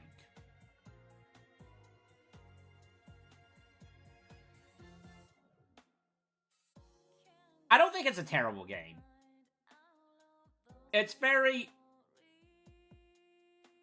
It's not odd either. It's just... I think it just goes back to, Like, not quite like towards the Pantheon where it's like, yeah, this is a fine game, but you know, I'm just neutral. It's just, my brain's turned off as I'm playing this. I'm not really retaining anything. I retain things from Alex Kidd. I can say that. Like, okay. It's better than Plumbers Don't Wear Ties. I think that's not unreasonable in this conversation. I think it's better than Corpse Killer 25th Anniversary Edition. I think that's also not unreasonable. I think it's better than all the Bravest. I'll give you that. I think it's better than Dragon Slayer. I think it's better than Night Rogue. I think it's better than Herald Tales. It's definitely better than Sonic Boom. No question. No question. It's better than Ice Climber. No, excuse me.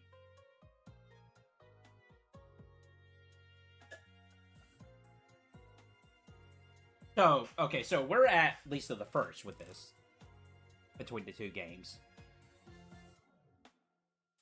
So, Lisa the First or Alex Kidd.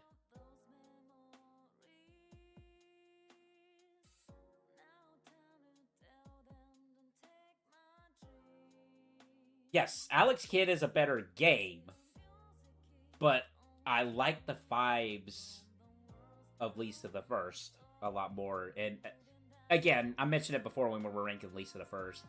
The connection to Lisa the Painful is really strong when it comes to Lisa the First.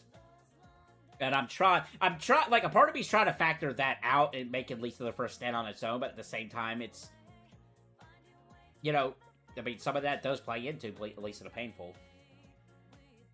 And vice versa.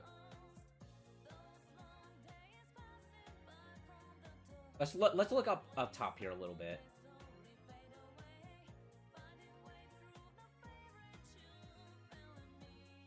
Maybe look at a game ahead will make it a little bit more, a little more right. Like, would I play Macbat? Dang it, I keep doing it. Macbat 64 over Alex Kidd.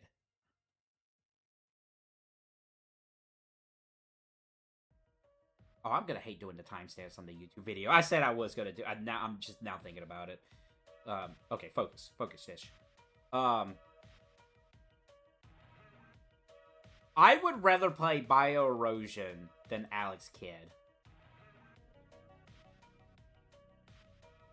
Cowpocalypse's humor, I think, elevates it above Alex Kidd. I really like the art style and what Vintage Boxer is going for than Alex Kidd. So we're right back to Lisa the First. Okay. Okay.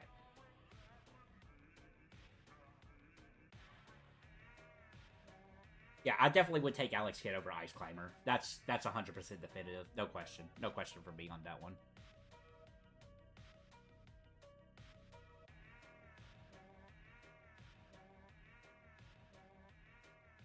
Lisa the First. Lisa the First. Below or above Alex Kidd in Miracle World DX?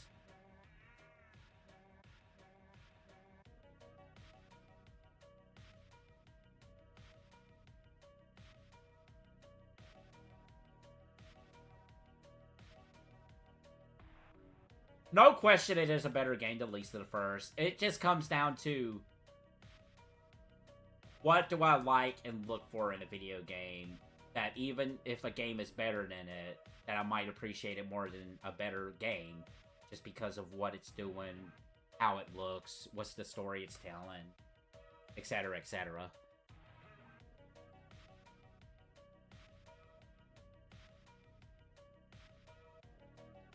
You know, Alex Kidd is not as messed up as Lisa the First in terms of story. That's for sure. The only thing messed up about Alex Kidd is just that whole spike room I was talking about.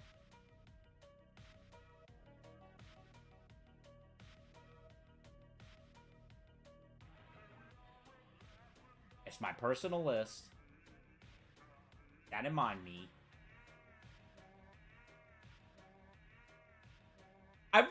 One thing going into this stream is I really don't want to sound hypocritical when it comes to this.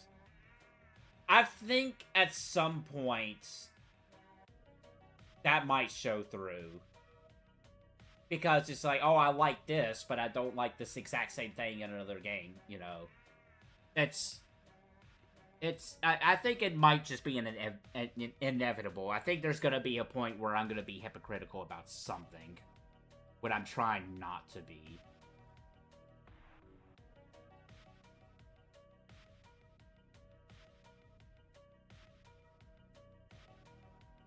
Let me put it below here.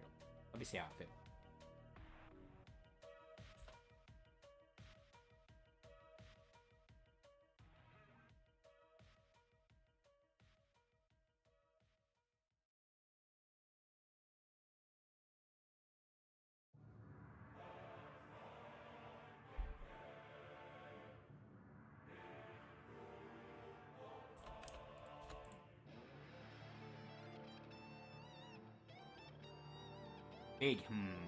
God, it's almost 9 o'clock by in. I don't know. I don't even know if T's streaming tonight. I'll be honest. I'm trying to hold to my word, and I'm not going to end the stream until we get all these video games ranked. And Jesus Christ, that's going to be a while. I mean, I got to stay up all night anyway to be prepared for work tomorrow night. I just didn't think I would be probably staying up all night. We're 7. It was just 6 hours in. That's not that long ago. What are you talking about?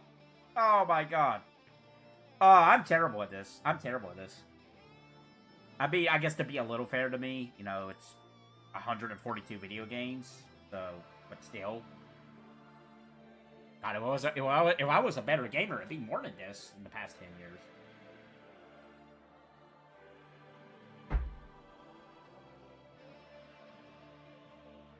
I think I'm alright with Alex Kidd above Lisa the First for the moment.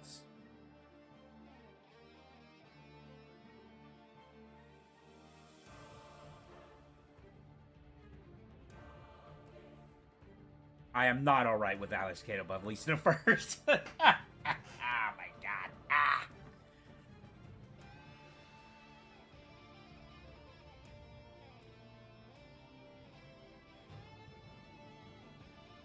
This is the tricky thing when it comes to these lists. I mentioned earlier how it's like, maybe it's a little bit easier to compare, like, oh, every NES game, oh, every favorite movie of this particular director. It gets a little bit more complicated when you're bringing in video games of all walks of life and the stories they tell and trying to make a list out of that. When, really, I know we're like 7 hours in, but the real message of this is just play the video games you enjoy. Just you don't have to do this to yourself. You can just say, oh yeah, I like these 10 video games. They're my favorite games of all time. Or I really enjoy these video games. Oh, what's the ranking? Why do I need to rank it? I just love these games. That's the real answer to all of this at the end of the day. I'm just a dumb that wants to do this because I have an obsession. Don't do this to yourself.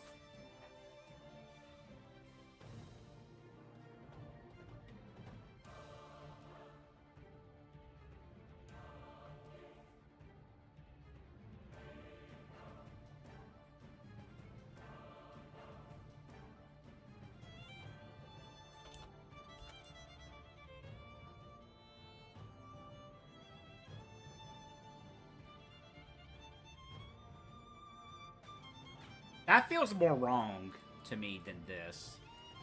So I'm going to stick it right there for right now and go ahead and move on to the next game.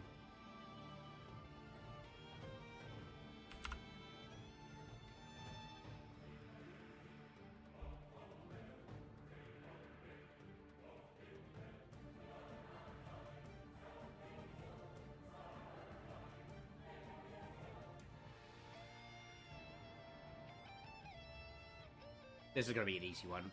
This is gonna be very easy. This is gonna be super easy. I'm gonna sit and talk about the game a little bit, but this is gonna be super easy.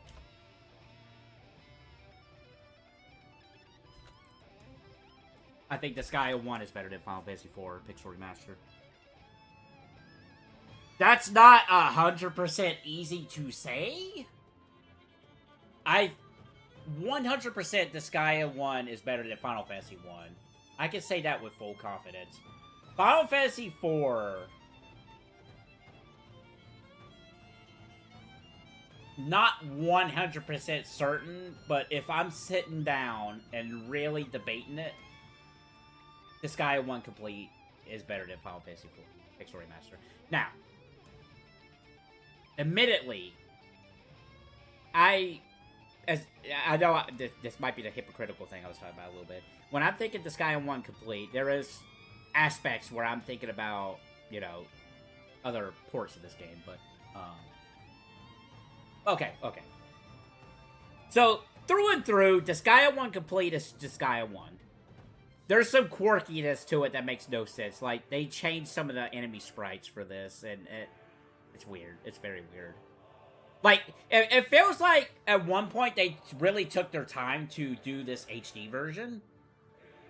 And at the same time, they took some shortcuts that don't make sense. But overall, I think this is probably still the best way of playing Disgaea 1. So, I had played... This is wee little me. I had played Phantom Brave before I played Disgaea. When I found out they made other video games, I went back and played Disgaea and had a fantastic time with it. It was very great. I love the system. I love what it did. It was phenomenal. And, you know, that's like, I really love Phantom Brave. We'll get to Phantom Brave. Phantom Brave is actually probably going to be one of two games at the very last on this list for a reason. I really love Phantom Brave, but once I played Disgaea 1 and played that, I became an NIS fan, and the rest is history. Or is it? No. My love for NIS, I will admit, my love for NIS has kind of gone downhill a little bit. Whether it would be Burnout or maybe like some of the changes. You know what? We'll do the next couple of Disgaea games after this one. Or it could be like just some of the changes they've done over the series, over the time, or over their other games. I'm super glad they are branching out and trying new things between like that. Mad Rat Dad. I always mess up the name. I had to look at my copy to make sure I got the name of the game right. Between that, you know, we talked about one of their games earlier, the Firefly Diary. And they're doing a couple more horror games like that. They're doing a new one that's more an action-based RPG. Monster Menu is a different take on their formula. I'm glad they're doing things other than Disgaea, but Disgaea is their moneymaker, so it does make sense why we got so many Disgaeas. And honestly, for the longest time, I felt like they were holding back, because they were trying other things before they finally went around to Disgaea 2, because people were asking for another Disgaea game. So they did Disgaea 2, and the rest is history. But Disgaea 1 is pretty great, at least on the corners of the internet back in the day. I remember, for the longest time, people would say that Disgaea 1 was the best in terms of its story. And that opinion seemed like it didn't change until Disgaea 4 happened. Then you started to see some opinions change.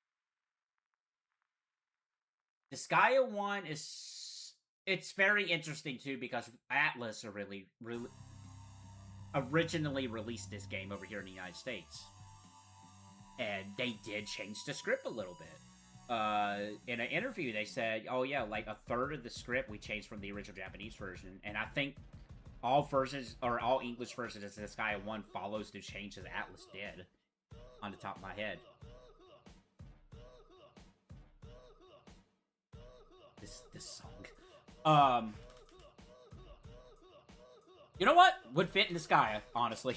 This song would fit in Disgaea. I love what this game brings to this genre. Like, as somebody who played Final Fantasy Tactics, just to compare it to something that's similar, and then you go into a grid-based game like this, and what they did for the formula, it's amazing. We talked about Final Fantasy Brave Exvius. They ripped off the item world for this game. I think that says a lot about Disgaea's legacy. I think, when you have somebody like Square... Okay, let's be fair. It was more like the company that made Brave Exvius, not Square themselves. Okay, let's pull it back a little bit.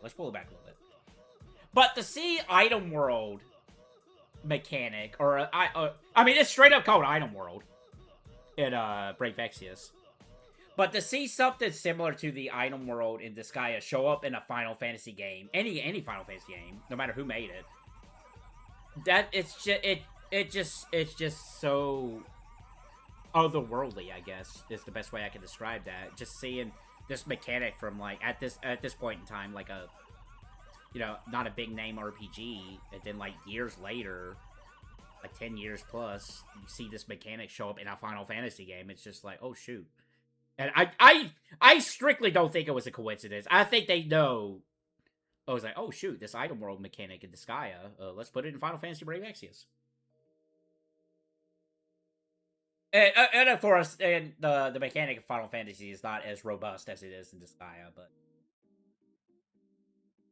Disgaea's item world mechanic is so sick. I don't think a game did anything similar to this before. I could be wrong. And I am wrong, because Le Precursor Ragnarok, or Le Precursor Tactics, had a similar thing to this before then. Not quite, like, okay, so Disgaea does borrow cues from the previous game, Le Precursor. It can be a little confusing because we got this game in English first, then we got Le Precursor, but Le Precursor was made first. So Disgaea does build off of Le Precursor. But I think Disgaea, you know, refined what Le Precursor Tactics did. And I think the story is a lot better. The vibes are a lot better, let me say that. One day we're going to do all the Le Precursor Ragnarok, or Le Precursor, the Marrow Kingdom games, let me say that. We'll do all the Marrow Kingdom games sometime down the road. We only got one on this list right now. Maybe I'll lump that in after the Disgaea segment here. But yeah, Disgaea 1, I love the story. It's very interesting how Atlas changed. According to them, they changed like a third of the script when they published this game. And it really works very well. I think that's why a lot of people like really resonated with the story. The characters are great. The mechanics of this game is really great. It's sure, it might be dated compared to some of the stuff that comes after this. But honestly, I would say the later half of the Disgaea games, some of their mechanics I'm not really the biggest fan of compared to this one. Like, 2 and 3 are probably the best middle ground for me. When it comes to, like, all the mechanics and how every, like, interlocks with one another.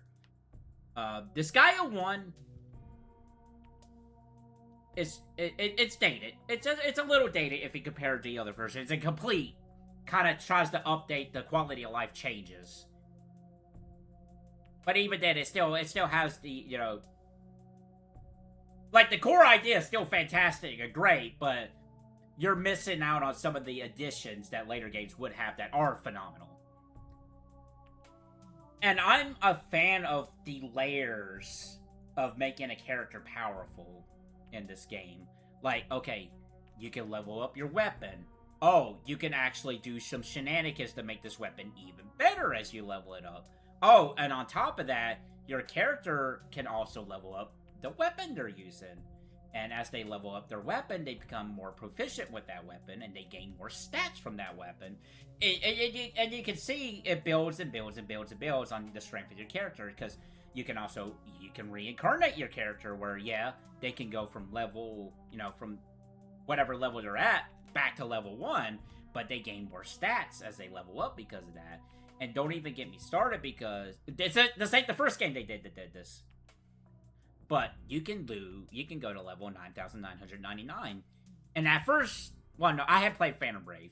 So, in Phantom Brave, I was mind blown. I'm like, at that point in time, I'm like, what do you mean you could go to 9,999?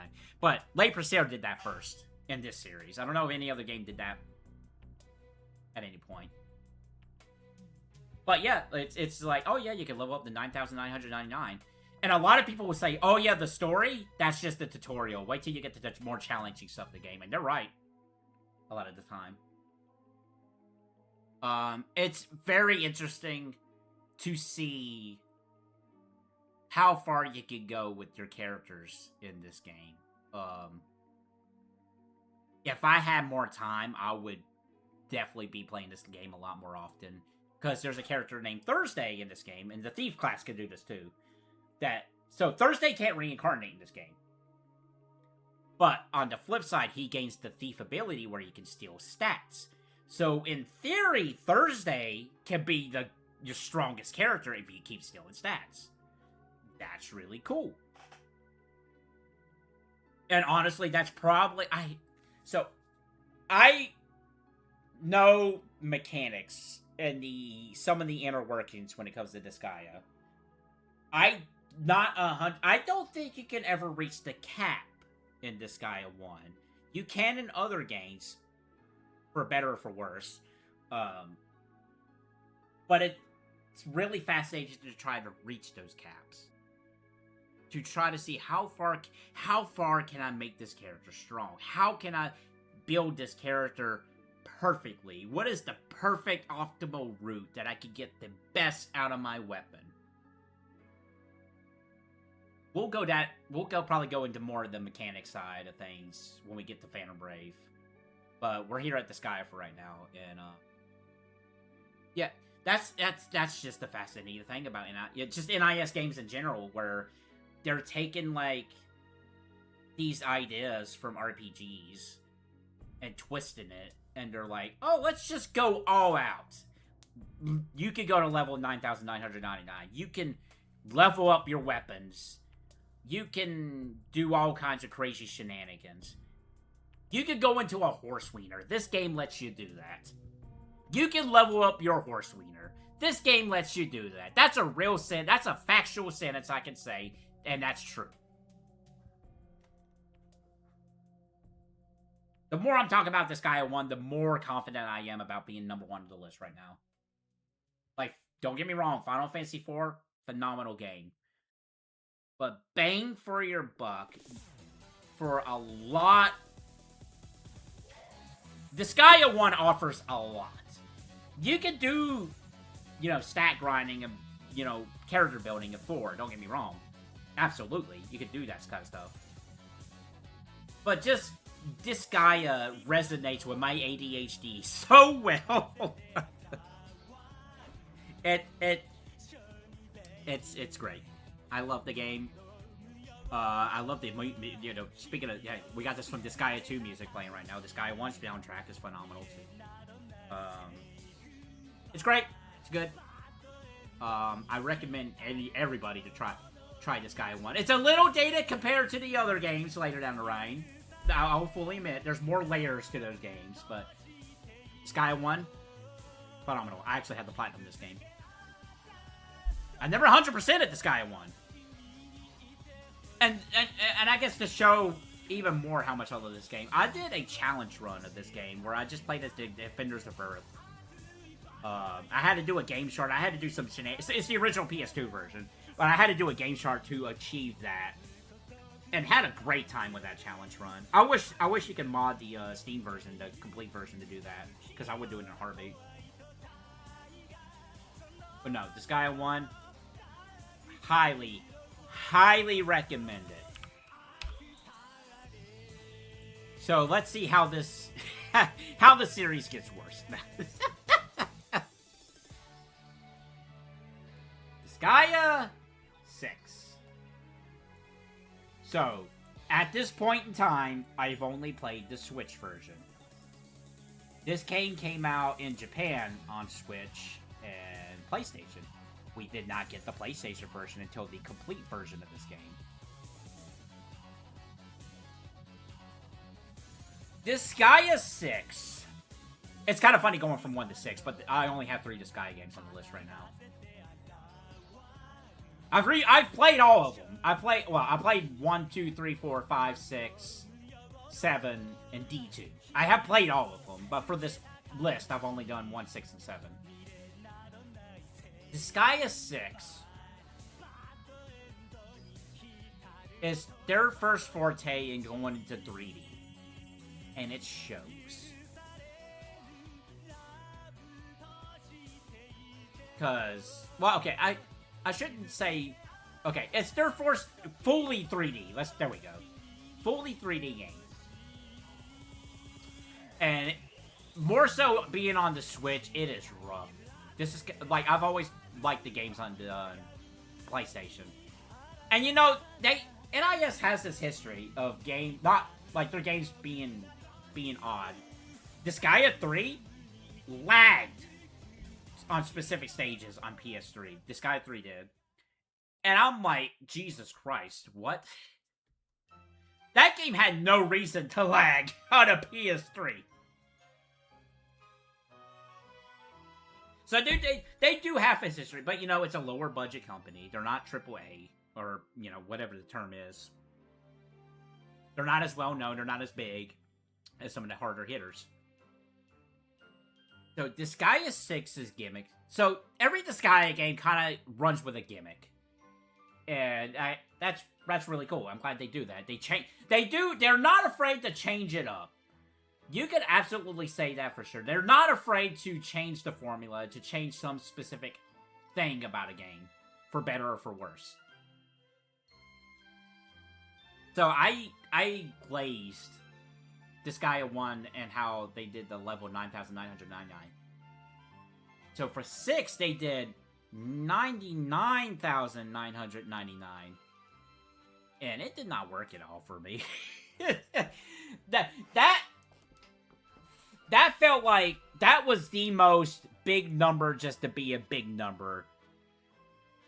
And I could never comprehend it. And we'll get to Disgaea 7. But I think it was so negative received that they went back on that one. But that was like one of the big gimmicks of this game. Trying to think of other gimmicks of this one. They'll probably come to us as I start talking about them. So the performances of this game, and I'm not a fan of, like, okay, admittedly, this is, like, more of a problem I have with later Disgaea games. There's mechanics in here that I just don't really vibe with compared to the older ones. Some of them I understand, like the juice bar. I get it. You want to make, it's kind of funny, because you're like, we don't want to make the player feel like they're wasting their time. And this 1,000+ hour RPG. that's where it kind of feels like they're button heads.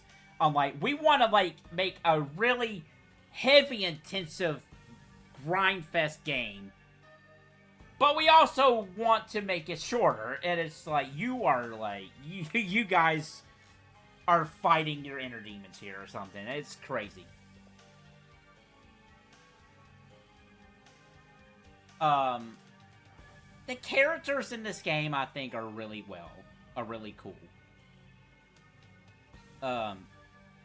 The story and the cast, I think, are really neat. I think where this game drops down, not only in this list, but Disgaea ranking in general, it's just the performance of it. And again, I've only played the Switch version. I haven't played the complete version on PlayStation now that I got a PS. Do I have the PS4 version or PS5 version? Look at my shit.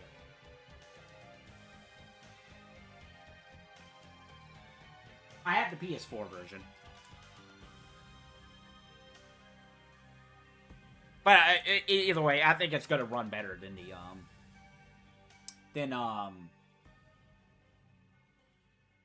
Switch version. And there's also the way NIS has been handling their DLC practices and whatnot, this is where it starts to get into that area of the Disgaea franchise. Where I was glazing 1, because 1, was originally a PS2 game, and they never did DLC for Disgaea 1. It's always just been, hey, here it is. Later versions of Disgaea 1 added content.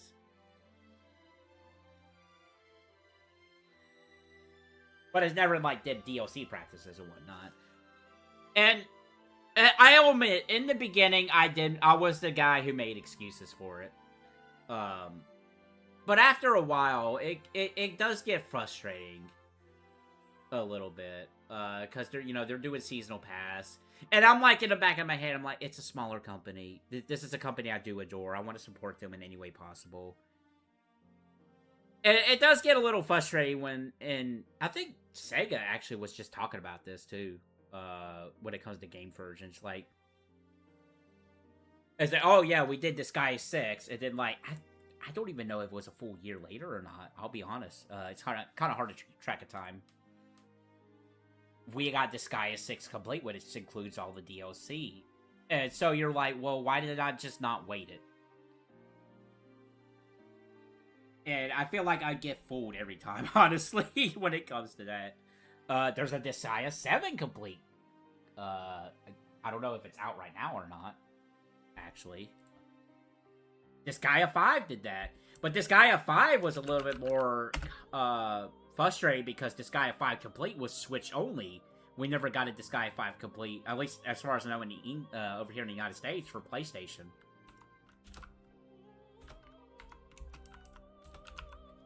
What is it, kitty?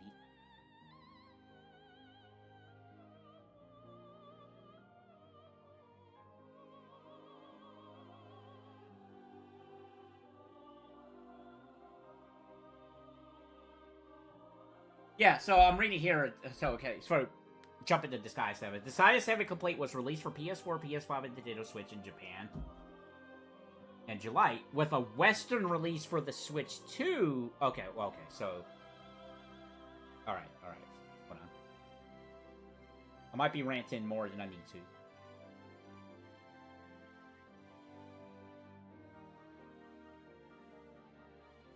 I don't know. It does get a little frustrating with this, and these are things you have to consider when you're doing lists like this.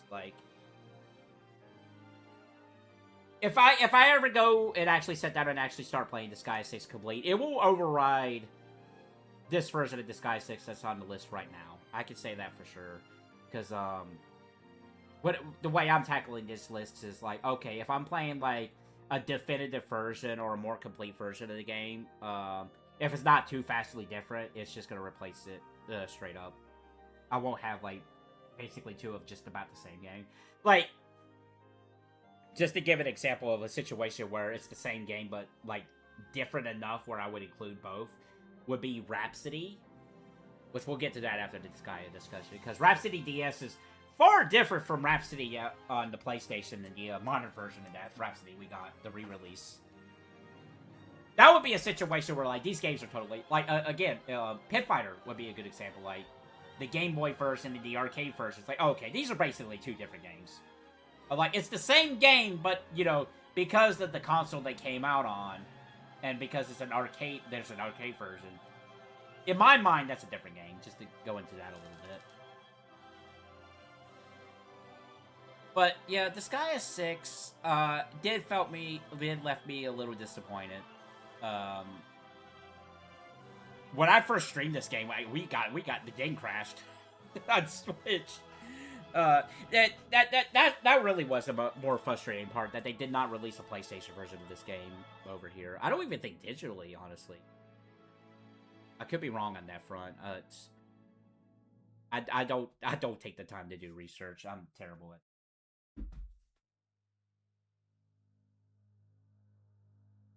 But I like the characters. I think the story is pretty well done. I really, really like the idea of Ivar, the guy at the top of this picture here. being like the super powerful overlord dude, but being a big fan of the cast. I love that dynamic so much for whatever reason. It's like he's literally the overlord. He's like the guy in charge of this netherworld, and he's like, oh shoot, I really like these guys. I'm gonna tag along. Like, I like that dynamic. That's really cool. It's like, yeah, I'm like a really strong, powerful dude, but I'm a big fan of these guys. I want to see what they go through. So here I go. But yeah, I like the cast fine enough. I think it's really cool. I definitely, there's definitely Disgaea characters in the other franchise that I dislike more than anybody in this one. I'm trying like really go into depth about Disgaea 6, but it's just like I played it, was a little disappointed. I'm more of a bigger fan of the older Disgaea games, but I'm gonna be very interested if that opinion stays the same after going back to those games for this list. So obviously, Disgaea 6 is right below Disgaea 1.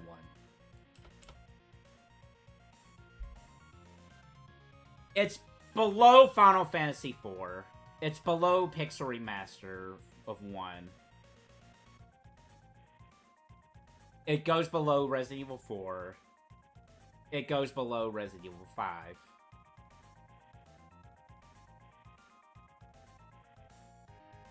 I did not feel like I wasted my time at Disgaea 6. I enjoyed my time with Disgaea 6. To the point where I'm actually not opposed to finally sitting down and playing the complete version of that game on PlayStation in my own time. Trying to get the Platinum Trophy and that and all that shenanigans. And just trying to sit down and enjoy it. And when that time does come, maybe it'll be higher up on the list. That's a very real possibility.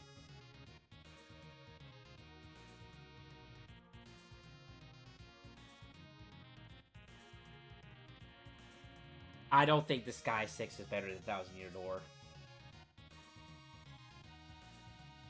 I like the Disgaea Connect, like the Disgaea brand. I like the Disgaea-ness of Disgaea 6.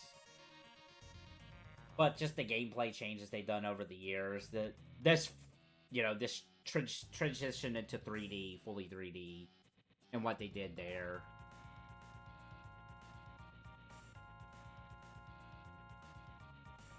I'm trying to think.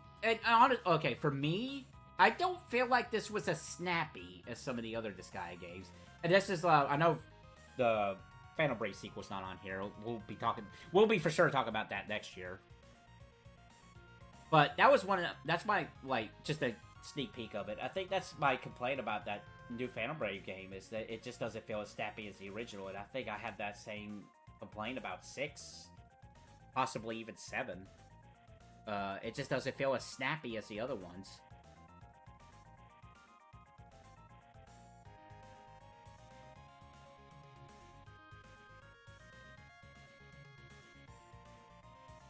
I would play... Okay.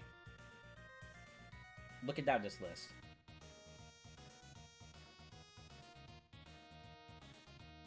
Disgaea 6, I feel, is better than Limbo. It's better than Brave Exvius. It's better than the Firefly Diary. And let me say, the story and the cast of characters is doing a lot of more of the uplifting in the gameplay and the performance of that game. If there's like a pillar of like the elements of a video game, casting characters is holding that ceiling up the most.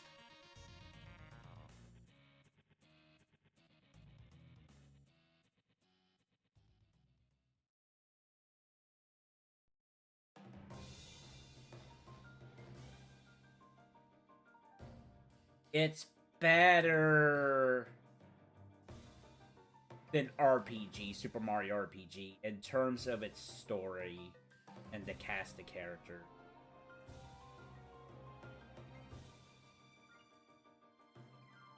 If we're talking about strictly gameplay, I would put Mario RPG above it. I would rather play...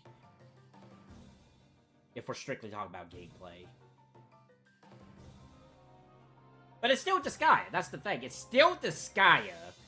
It's just got things to it that doesn't feel as good as other Disgaea games. In my opinion.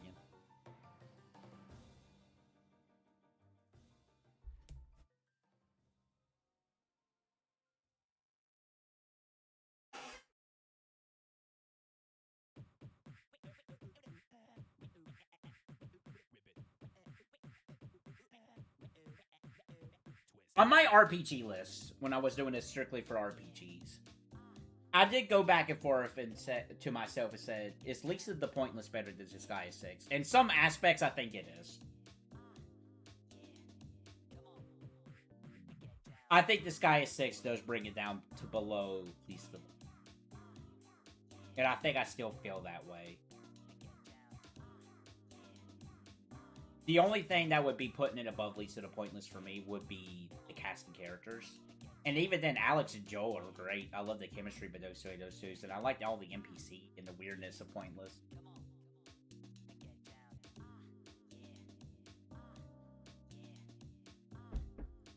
I think I would still play it over LA Noire. That feels right. That feels right to me.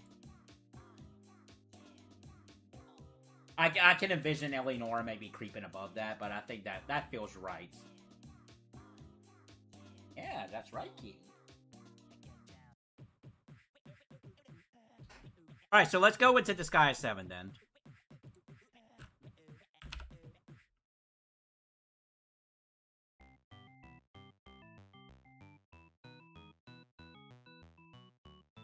I had to make sure to get the uncensored version. For whatever reason.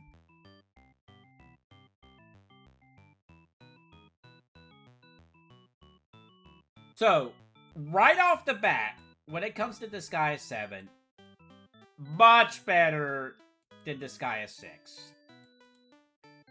Every way possible, with maybe the one exception of... And this is nitpicking. So, one of the characters in this game is the big bad guy in Disgaea 5. Right? Void Dark, right? That's right? Yeah, because I made the joke that that dude is like Zed from Disgaea 6 is a reincarnation of that dude. So yeah, so the big bad of Disgaea 5, they reused his portrait for Disgaea 7, and he's just some dude. And I'm just like, what? What do you mean? And he's not even an important of a character. You only see his portrait. You don't, like, fight him. Because they would have to make a whole 3D model based off that guy. But it's so bizarre that they reused his portrait for this game when he's just like, he's like the big antagonist, or one of the big antagonists of Disgaea 5, and they do a recolor of him here, and it's just like, what? Really bizarre. Really bizarre.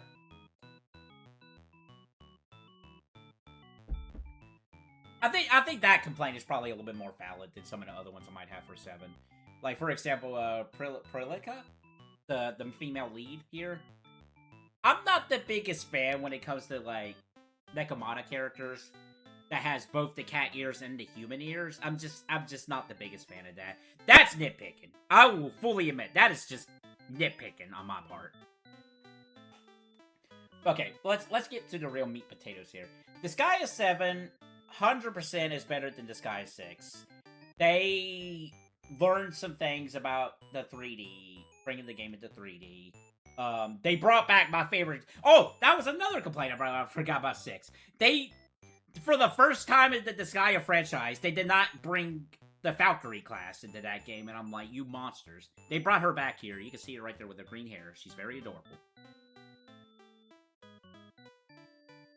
But yeah, they brought back the Valkyrie class, which is great. This game, I think, has the most classes, generic classes in the entire franchise. The only other one I think that might top that is Disgaea 3. Disgaea 3 had a lot as well. Sorry, I'm petting my cat. He wants... But yeah, Disgaea 7, just the story, the cast... The vibes. They got rid of the. They went back to just level 9,999 instead of anything further than that, which is great in my opinion.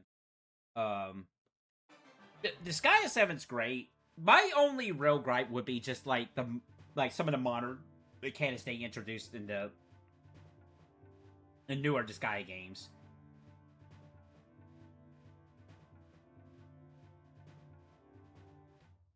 Was weapon levels in this one?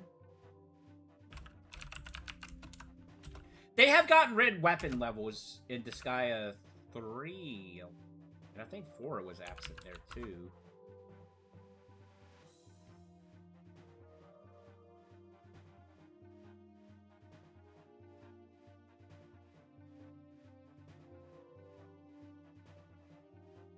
I'm looking at some formulas. Okay, 6 had it.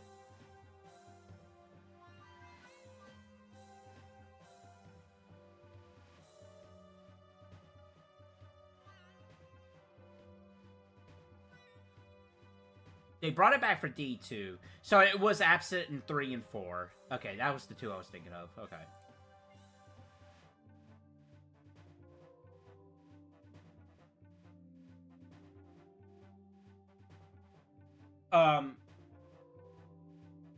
I don't know. It's like, so, you can reach the stat caps in these later Disgaea games, if I'm not mistaken. And I never know how to feel if that's a good thing or a bad thing. Like, I don't know if, like, oh, maybe we should increase the stat caps to see if anybody can ever match that through, like, our mechanics. Or what have you. I've always kind of leaned towards more of, oh, like in Disgaea 1, where you can't reach, as far as I know, you can't really reach the stat caps of that game, but you could try. And it's really fascinating to try to reach that. Because I think... So I don't think I beat Ball in this, did I? Or one of the Ball fights in Disgaea 7. It wasn't required for the Platinum Trophy, funny enough.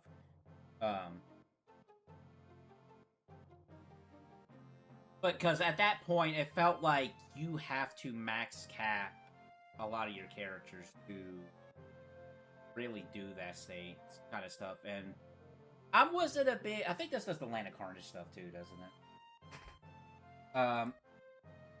Even in Disgaea 2, which I really do love Disgaea 2, I was not the biggest fan of Land of Carnage.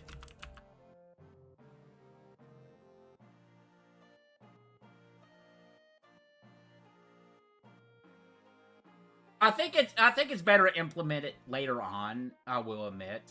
Because in Disgaea 2, the way... Well, okay, we're not talking about Disgaea 2. We're not talking about Disgaea 2. Focus.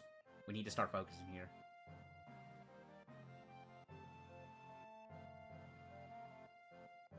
I don't know. I think it's just old man me about the Land of Carnage. Like, it's there to provide more challenge. I understand. Maybe I'm just still got Land of Carnage Disgaea 2 brain.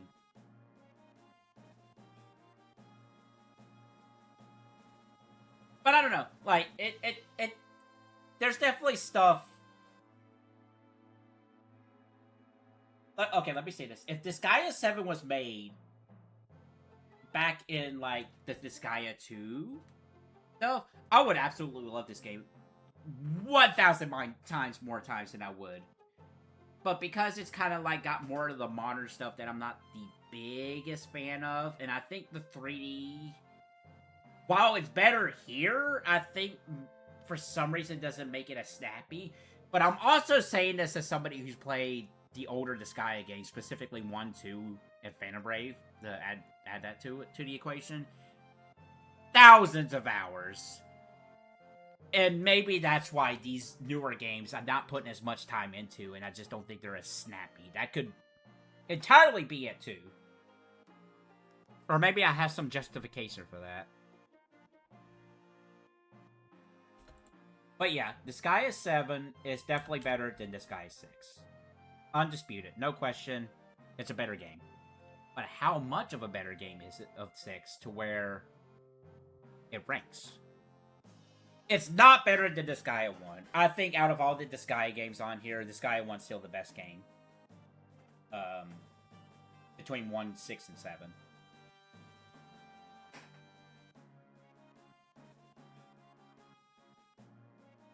The story and the cast, and it's the general Disgaea gameplay and whatnot, puts it over Least of the Pointless.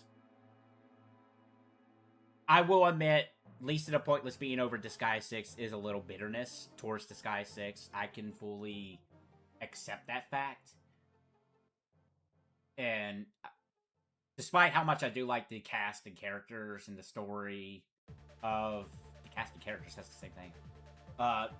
Despite liking them and the story of Disgaea 6, I think just... It has more of a negative impact that puts it below Pointless. But where, with the 7... Where the story, I think, is even better than 6. The cast, I think, is even better than 6.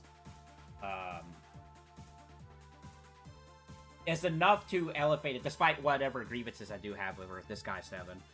Does put it above Pointless.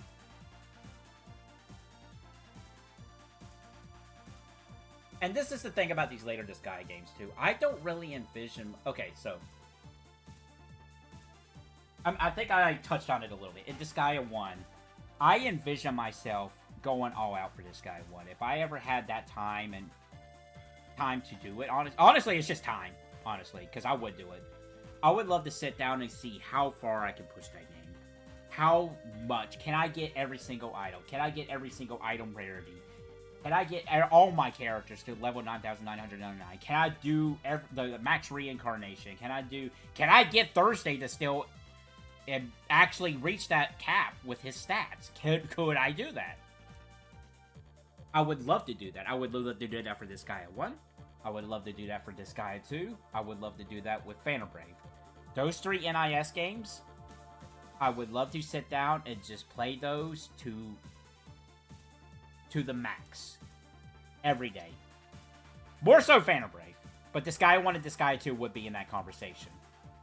Disgaea 6 and Disgaea 7 do not enter that conversation whatsoever. I'm perfectly alright doing...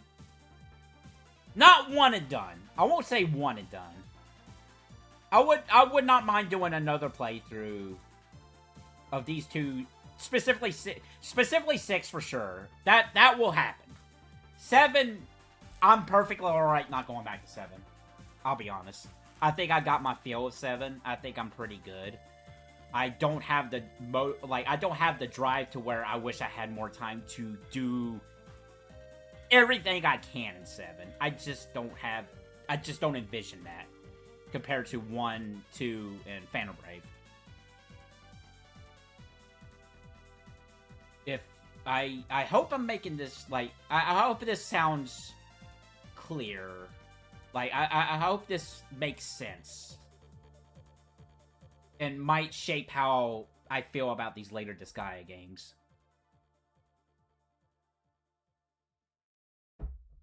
Because it's easy to say nostalgia. It really, really is. For sure.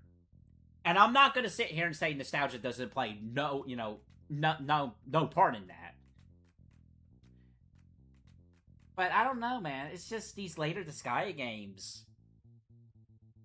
Despite how wonderful the characters and the story can be, and NIS's motivation to hey, we want to do some kind of crazy gimmick for this and center around that gimmick for each game. I'm glad they do that. I'm glad they do take risks in changing up the formula while still retaining the Disgaea-ness of Disgaea. It just doesn't. I don't know. It's just. These later Disgaea games does not hit the same way as it did in the past for me. And that really... I mentioned Atlantic Card and stuff, and there was a little bit of it in Disgaea 2. That was a little eyebrow-raising. However, I was able to overlook that, because in the grand scheme of things, Disgaea 2 is great. Disgaea 3 is where that really started to begin, where I was like, oh. Okay. Kind of situation. That one's the one I'm most excited about replaying is Disgaea 3. Because that one I'm very much going to be very interesting how I feel about that game whenever we stream it. Not next year, unless we do the Game Gear stuff. Pretty much all of next year is going to be Game Gear. I could probably say that for certain. But I would like to get to the other Disgaea games and stream those Disgaea games late, or sooner rather than later.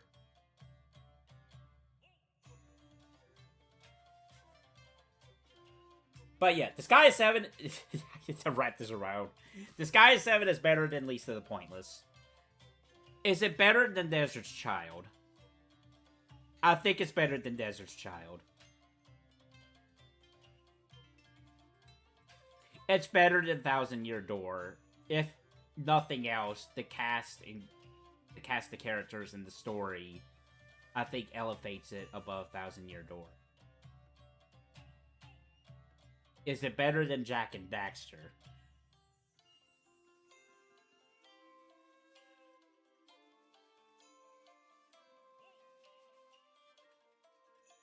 I'm hesitant.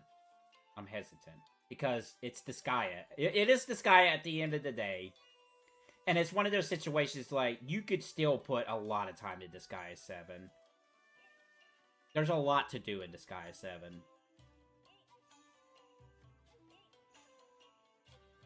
But that's, like, not something I'm too interested in doing for Disgaea 7. Jak and Daxter, I'm always wanting to 100% that game every time I play it. Whether it be the PS2 version or the HD version. And yeah, I mean, I have played Jak and Daxter more. I'll say that. The only, once the playthrough of Disgaea 7 ended on stream, I don't think I ever booted that game back up. I think once I got that Platinum Trophy, I think that was it. I have not gone back to that game since. Same for Disgaea 6. Disgaea 1, yeah. I've gone back and played it a couple times. I booted up and, tried to grind a little bit more, try to get a little bit more. And that's the thing, too. Like, that goes into the conversation, like, it's just having more time to do that. Like, but at least, I got 20 minutes. Maybe do a run of Item World. Let me see if I can get something new that I need on the checklist. Let me see if I can just get that little bit much stronger. I will do that from time to time with Disgaea 1. But admittedly, that's something more I would do for Phantom Brave. it's just a little, I say a little tangent. I've been on tangents this whole stream.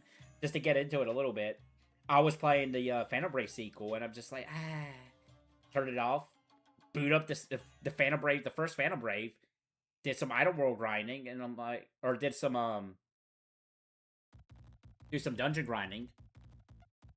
And I was like, okay, cool, great. And then I went back to the Phantom Brave sequel, because I just wanted to play the original Phantom Brave. Maybe that's a hint to come how I feel about Phantom Brave.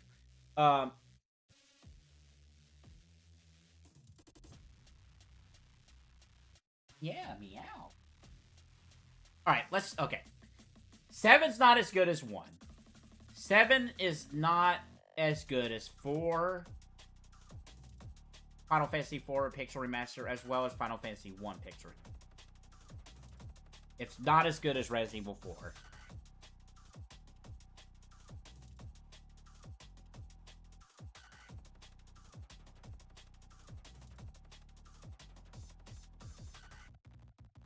I'm hesitant to put it above Resident Evil 5, just simply because if I ever did do a co-op playthrough of that game, I think that would amplify that game enough to put it over Disgaea 7.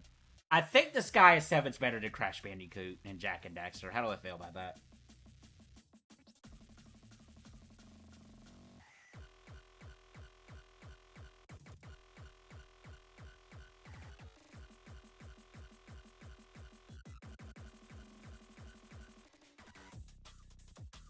I think I'd be alright with that.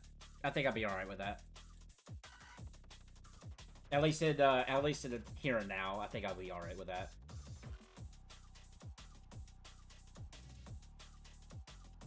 I mean, that's a good jump between 6 and 7. That's a good gap between the two. They're not like back to back like the Metal Slug games. Alright, well, I said after Disgaea we would go ahead and do Rhapsody, so let's do that.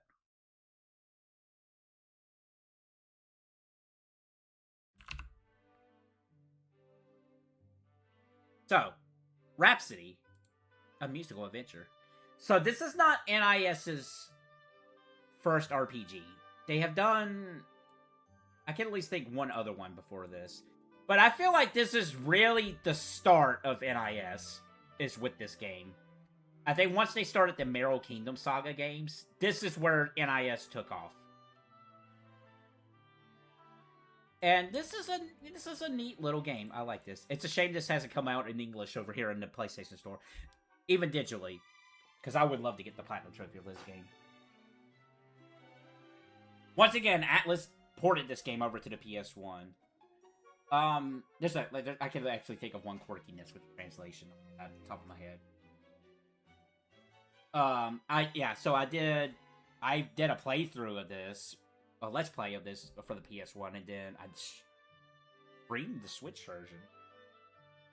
I'm looking at my box copy right now of the NIS collection.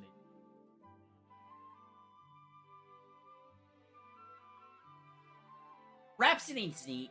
It's a cool little game. I had mentioned earlier in the stream. The DS version, I think, of this is just slightly better, just simply because the combat is more streamlined. So they did the grid-based combat like they did with Disgaea for this game. For Rhapsody 1, I feel like it was a good call to make it more like the sequel Little Princess, Rhapsody 2. To turn it from a grid-based to turn-based. Like a traditional, a Final Fantasies, as you might want to say. But when they did the re-release for this for modern consoles, for Steam and Switch and all that, they went back to the original PS1 version for the combat. In this instance, I think the turn-based one in the DS version is a good call. They got rid of the monster collecting, the monster recruitment you could do in Rhapsody for the DS version. Which I did not mind at all. I'm perfectly alright just sticking with the puppets for this game. But as you can go by the title, it's a musical adventure. It has, it's like a musical. It's pretty cool. I'm sure there's been video games that did this premise before this one, but this is the earliest one I can think of that's a full-blown musical. Even the sequels, well, Little Princess did. I don't know. Yeah, Rhapsody 3 did. Late Pursuit Ragnarok did not. But that's a Meryl Kingdom game. It's part of the franchise, but that did not. And there was a PSP game they did that's set in the Meryl Kingdom games I still need to play, but unfortunately that one's not been translated. But yeah, I like Cornet. I think Cornet's a cute character. Her adventure to try to save her prince. It's a nice little twist on that whole, the prince saving the princess kind of situation. It's, you're not even playing as a princess, you're playing as Cornet, who's just, just a country bumpkin. We love our country bumpkin type characters here. And she's funny, they call them ancients. She's a race, she's half ancient, which gives her the ability to, communicate with puppets and whatnot. And it's a musical adventure. it's not a complicated. Hey, there's a child song I mentioned. But it's not super complicated. You go around, you're trying to find a way to get to the big baddie, the witch's fortress, to try to rescue the prince. It does get a little deep in some aspects. Like, there are, Cornet does question some things through her journey. Like, oh, I killed the mother of this child monster. And there's repercussions to that. Like, there's some real... this game can have its deep moments, which is very interesting for this kind of game. Not as deep as, like, say, you know, some of the Final Fantasy games that was coming out around this time. I think this was 2000 is when this game came out on PS, if I'm not mistaken. I'm trying to remember if my older brother has given this game to me. That's how I first experienced this game. He had this game. I don't know if he gave this game or traded this game with me, or I just ended up finding this game for cheap somewhere else. Now it's actually a pretty pricey game, the PS1 version. But, it's a nice time, and it's very interesting to see NIS. Like, again, this is not the first RPG they did, but this is really where I would say this is the real...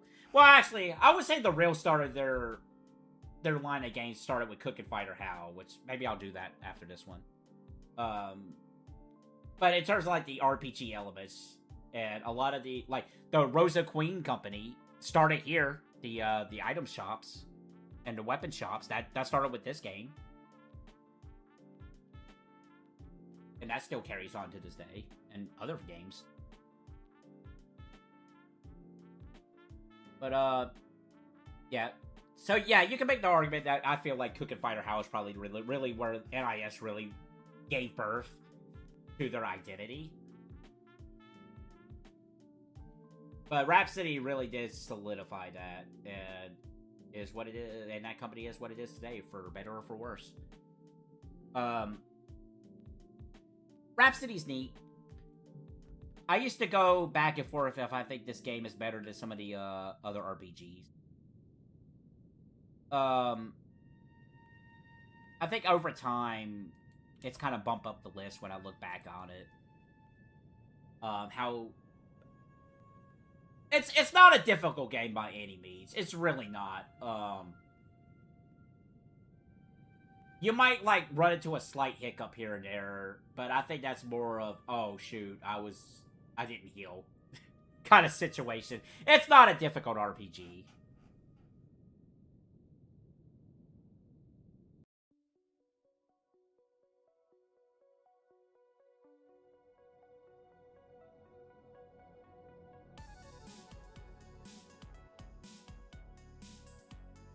For now, I think Rhapsody's going to be higher up on this list. So I went back and forth on the old RPG list between this and Pointless, Least of the Pointless. Which is pretty funny because you're like, oh, an RPG Maker game that's better than like a full-blown RPG on a console, especially during the PS1 days. It's like, yeah, I know it's silly. I kind of go back and forth. I go back and forth between Pointless, Rhapsody, and Mystic Quest. They kind of like shift it all the time on that list. But now that we're like really doing some deep thinking, and now we have a mix of video games here that's not RPGs. And because it's connection to Disgaea and all that, also plays a factor in. And I legitimately enjoy the game. I do. I think I just prefer the DS version more. I need to sit down and actually play that at some point.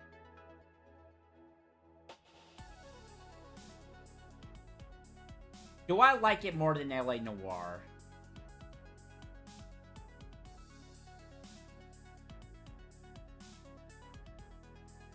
I do. I do like it though. If LA Noire had just a little bit more to it, if it didn't have that situation with Cole at the end. Is Rhapsody better than Disgaea 6?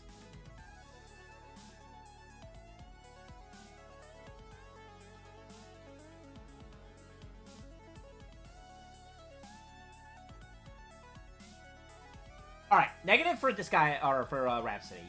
Let's bring up a negative for the Rhapsody. The dungeons in Rhapsody are not fantastic. They're really straight to the point. They all are the exact same, except for the final dungeon. Maybe one other dungeon.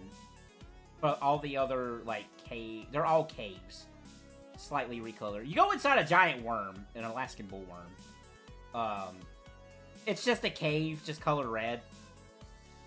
That's all it is. It's like just straight up a cave just colored red. It's like, guys, really?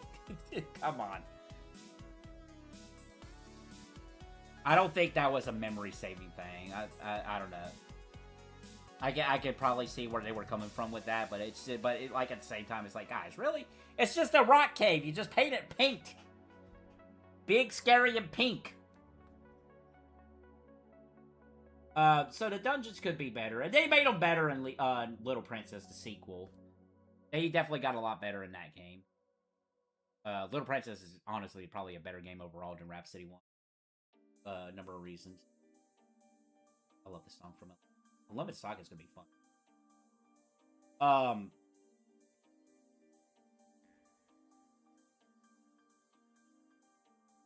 Rhapsody's not better than Treasure's Child. I'm confident in that. Wow, did I put it above Super Mario RPG? We're definitely going to be shifting some things around here. You know what? I think I would put Rhapsody over Super Mario RPG normally. Yeah. It's not better than Desert's Child, no matter what. That I'm 100% confident in. I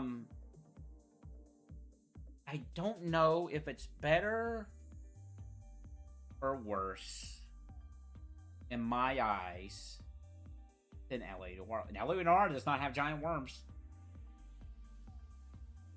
LA Noir does not have a giant worm. That is true. Absolutely true.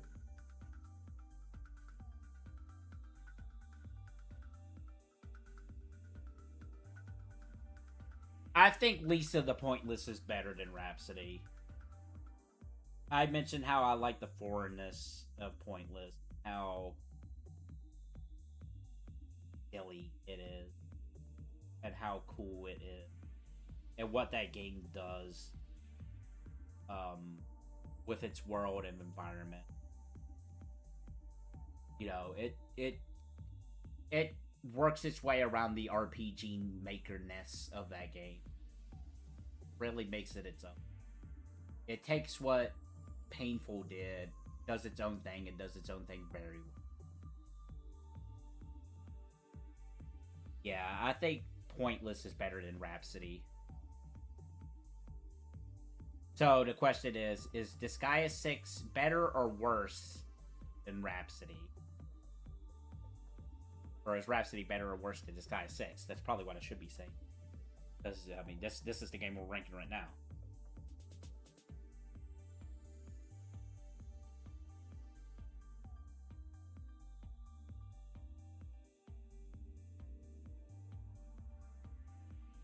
It's a very simple combat system. There's a reason why I feel like they changed it to more turn-based in this DS to make it more like Little Princess. Because it honestly feels like it really shouldn't have been grid-based. I think their RPG they did before Rhapsody was also grid-based, so I wouldn't be surprised if that was a carryover from that.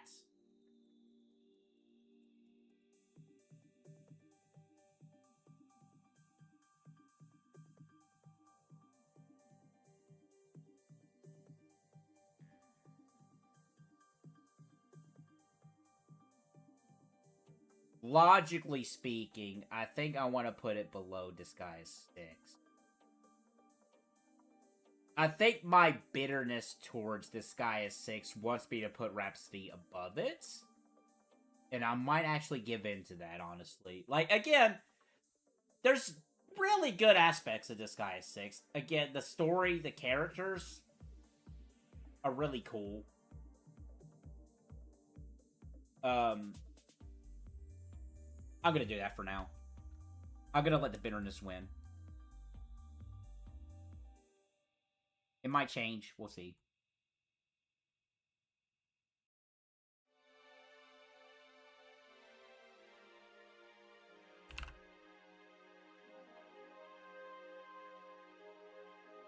I didn't want a shortcut. I wanted to delete.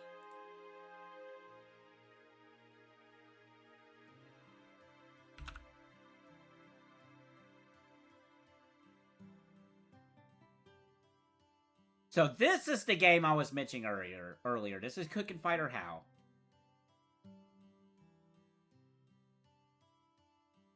So, I think this is where NIS really got their start. Where they were... This is the beginnings of it. This is where I feel like you could trace the roots all the way back from Disgaea to this game. I mean, heck, even Disgaea 1 makes a reference to this game. It's neat. It's funny. You kill horses. So don't let it go anywhere near that what the world was that? Uwa Musume horse girl game.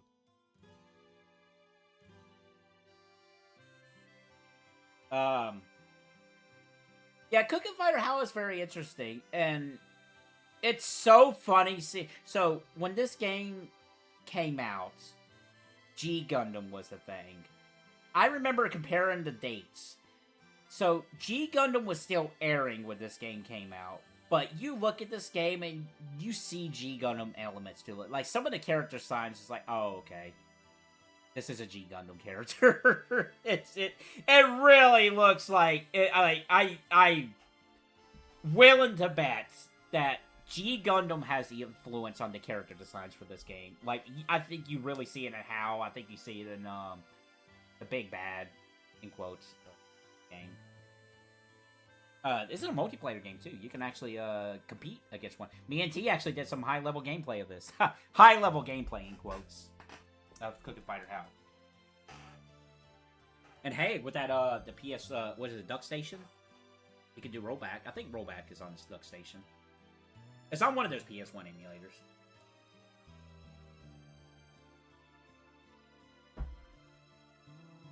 But yeah, Cooking Fighter Hao. It's a really interesting game. You're on a quest for vengeance. You're a fighter, you're a cooker, you're Hao. Except for one battle. So basically the way the game works and is structured is you're facing an opponent and you're going around. There's ingredients and there's live animals. You have to, hunt them down and cook them. But you can knock ingredients into them to get a better score out of it. And the longer you cook the animal, the better your score can be. And there's shenanigans. You can, mess with each other. You can knock each other's dish that you made to try to hamper one another. It gets really silly. If you really get a competitive scene going for this game, it would be really insane. And I could see that, really always coming down to the last second of the game. I don't think there's an in-game timer. I think it's, invisible to see. If I recall correctly. Unfortunately, this game never got an English patch. I would love to have an English translation. This is one of the few games I would pay somebody to do a translation for. If viable. I would actually pay somebody. Hey, I couldn't even put a figure on it, I'll be honest. I would be like, hey, Bounty here, if you want to do an English translation patch for this game, I'll pay you money for it. I don't know how much, but I would definitely put money towards that. This actually got a Steam release. They actually released this game on Steam, and so it's out there. It's getting a little bit more notoriety for it, which is pretty cool to see. But still, it's not in English yet. Maybe someday. But what we got now is pretty cool. I actually have a physical copy of this game. I imported it. I'm looking at my PS2 games. On the office system. It's neat. I like it. It's silly. It's goofy. It's a visual novel / cooking party kind of thing. I probably can't explain it really too well, but that is the thing. So where does it rank on this list?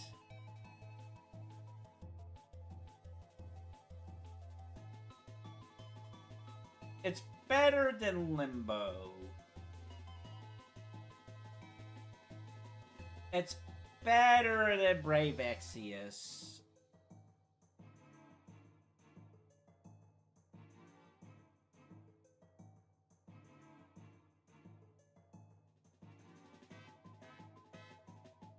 It's not better than Desert's Child.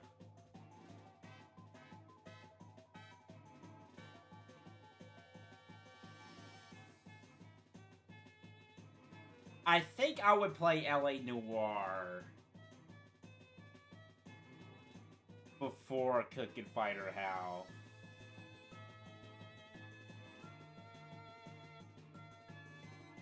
Yeah. No. Baby.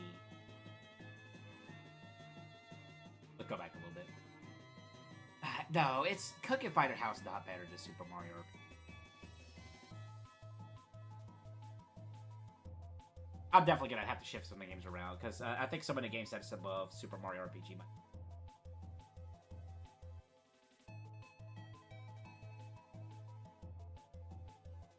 Maybe. Yeah, I don't think Cooking Fighter Hao is better than Super Mario RPG.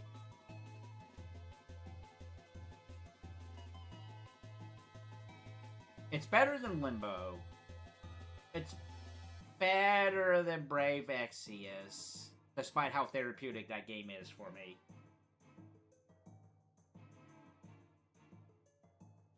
You can actually play Cooking Fighter Hao for one thing.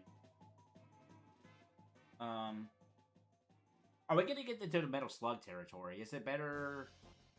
Is it better than some of these games and not better than some of the other ones?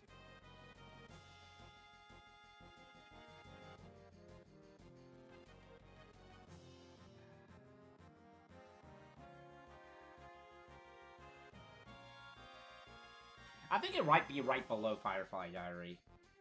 Another NIS game, because of course. Maybe if there was an official English translation, or even an English translation patch in general, that might change to get the full context of the game. You can get the gist of it. You can understand the gist. And there was a guy at one point who was doing some translation of it in the comments on the YouTube videos before he just stopped, so that was pretty nice. But to get some context early on in games.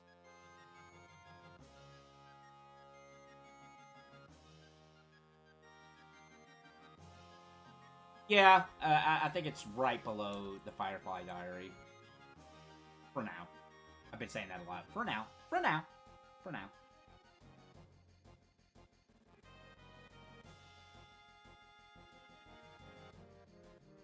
That was a good line of, like, good games. Let's do a silly game. BS Final Fantasy X-treme. Wow. This is just a weird little Final Fantasy fan game that I think is made in the same engine as the Five Nights at Freddy's games. I wouldn't be surprised. It feels like it. Like Team Fusion, I think is what it's called. This okay, so the way this game is, you play as a recolor of a Fire Pro wrestling character who's colored like Barch from Final Fantasy V, who has a sword barely attached to his hand going around slicing at guys. And that sounds funny, because it is.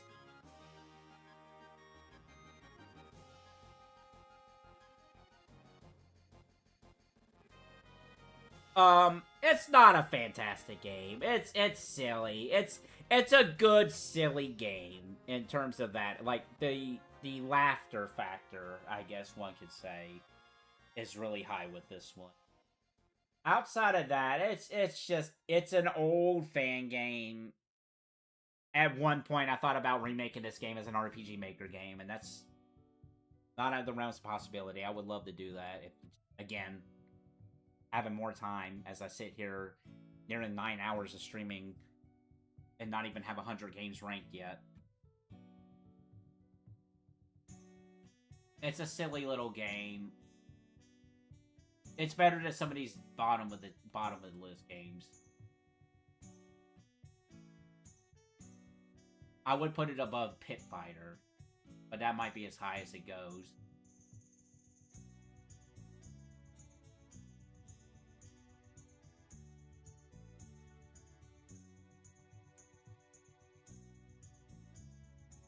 I think it's funny enough to be above Sax Cube game. Because of the riffability of that game.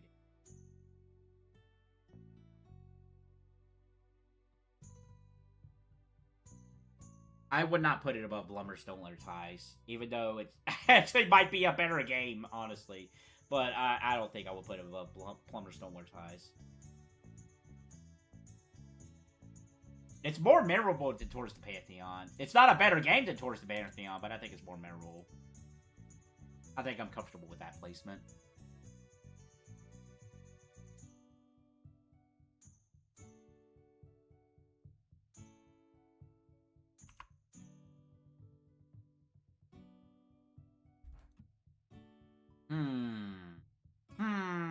Let's do another silly game.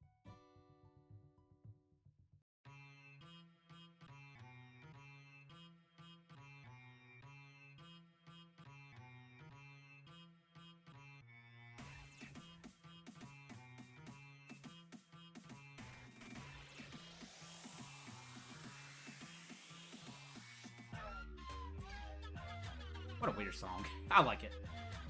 So this is Donkey Kong 64,000. This is a very funny game that showed up on Game Center BS, and I played it for myself. This is from the same person who did... We'll do that game next. They did a Sonic Boom fan game. This is a silly little game. You know what? I'm gonna look up the ending real quick because I don't exactly remember it.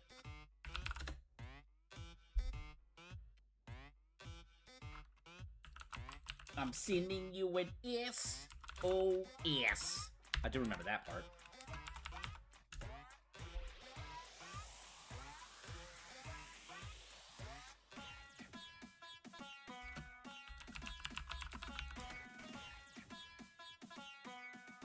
It took 10 minutes to stream this whole game.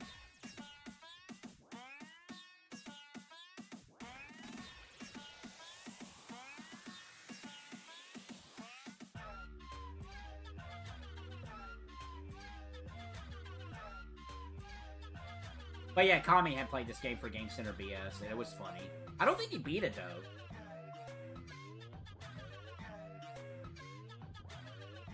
I actually beat it. I guess I could say that over Kamikaze. He's like, hey, Kamikaze, I beat Donkey Kong 64,000.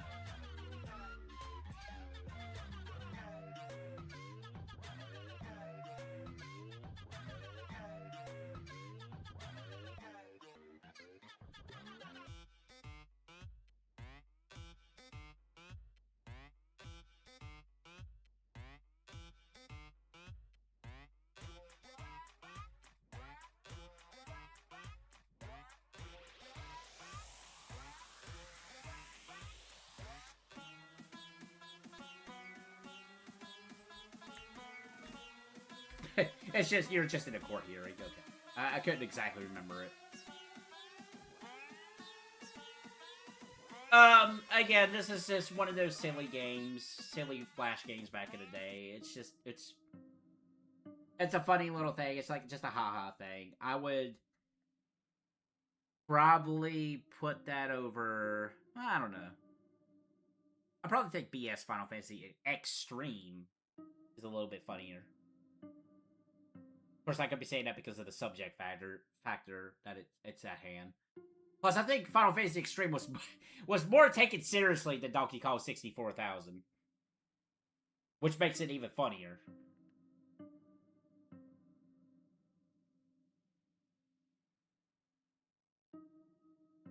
I think it's funnier than Pit Fighter, so in turn, it's better than Pit Fighter.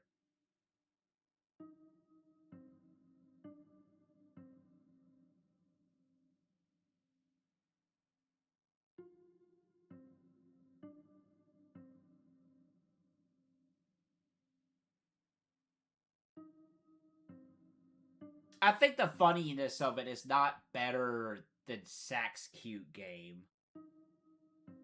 Because I'm not going to put it towards, like, above Towards the Pantheon. I think Towards the Pantheon is actually good of a game. to have that over, to have that below Donkey Kong 64,000. What a sentence! What a night we're having.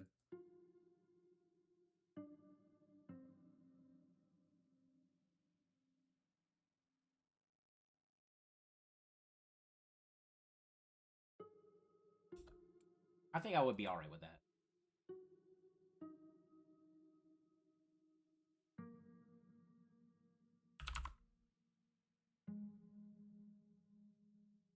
So let's go to the other game this person had. That's on this. Sonic Boom. The better Sonic Boom game. Okay, let's think this out.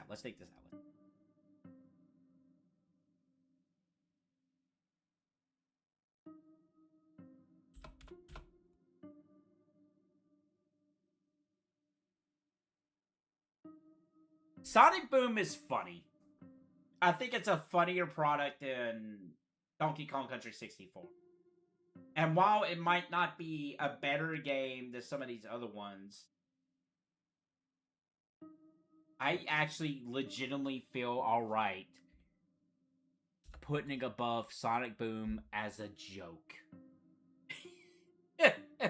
I actually feel alright with that. I'm pretty sure once I rearrange the list a little bit to make it more fitting, it probably will drop down.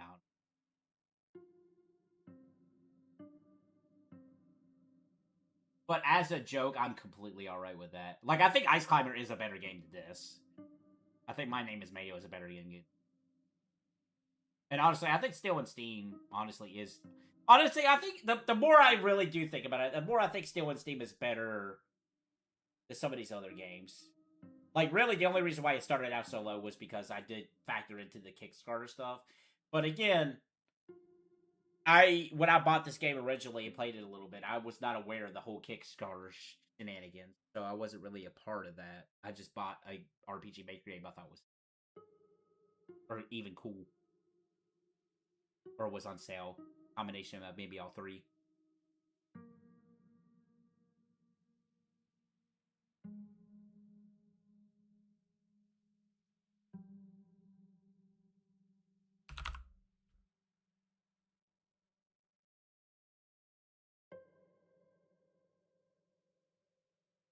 That is a big image. That is still a big image. That is still a really big image. Why is this image so high quality?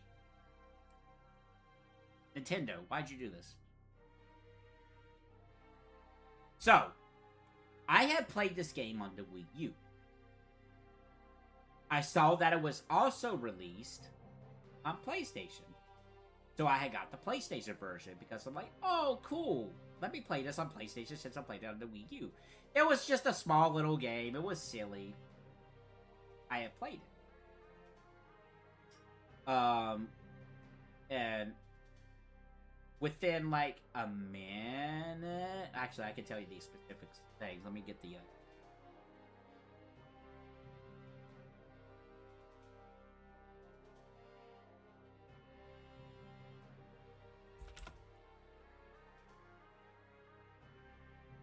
So, I have played this on PlayStation. Thinking it's just, oh, it's just a little silly game.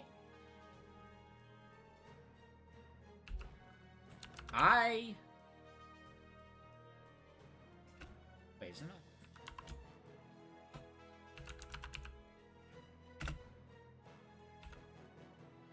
Oh, that's weird. Just type in his space doesn't let it come up. I got the platinum to this game in 6 minutes and 2 seconds. That is sad. This is one of possibly 2 games I ever got a platinum trophy on the trophy hunting account that I'm bummed out about. And it doesn't have to be this way. The other one more so. It's not on this list. It was Go Go Pogo Girl. I'm gonna replay that at some point. But,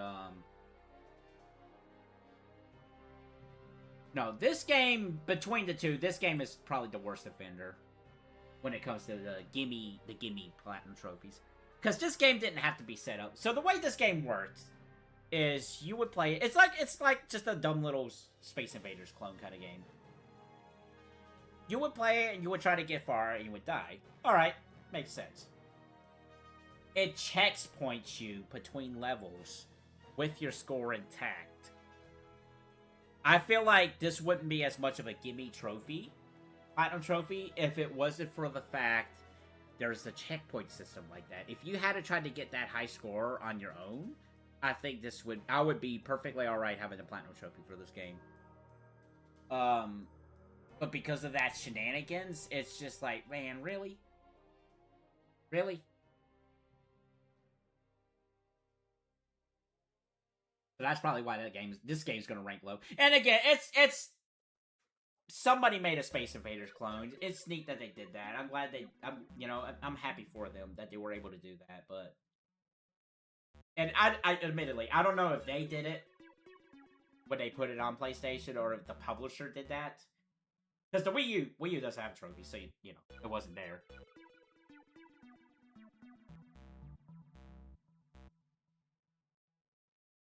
But because of that, does bring the rank of this game a little bit lower than it might usually. Because I'm usually a little bit more forgiving in these kind of games. But when it has platinum situations like that, it does bring it down. Below Pit Fighter, actually. I would put it below Pit Fighter.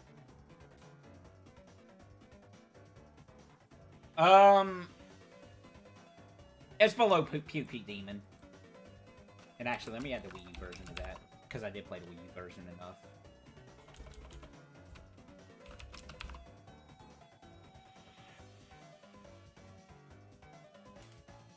Yeah, it's above Lovely in the Winter, because Lovely in the Winter does the whole AI shenanigans. This does not.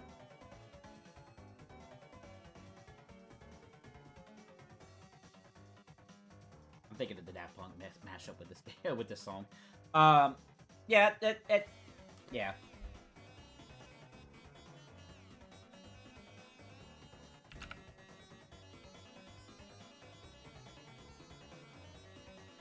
So we're at 64 games right now. We're not even at the halfway point. I think the halfway point's 71. Yeah, it's 71. It's been 9 hours. Oh my god, I'm really debating about ending the stream and coming back to this tomorrow.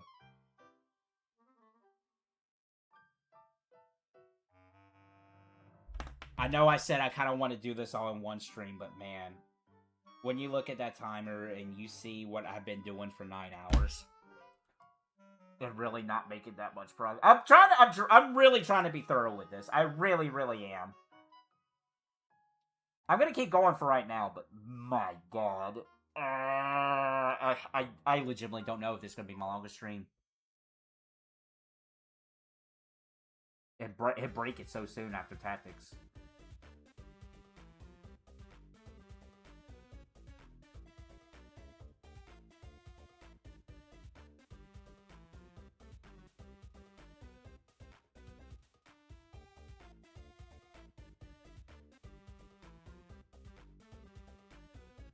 Woody Tree Adventures. Let's do this one.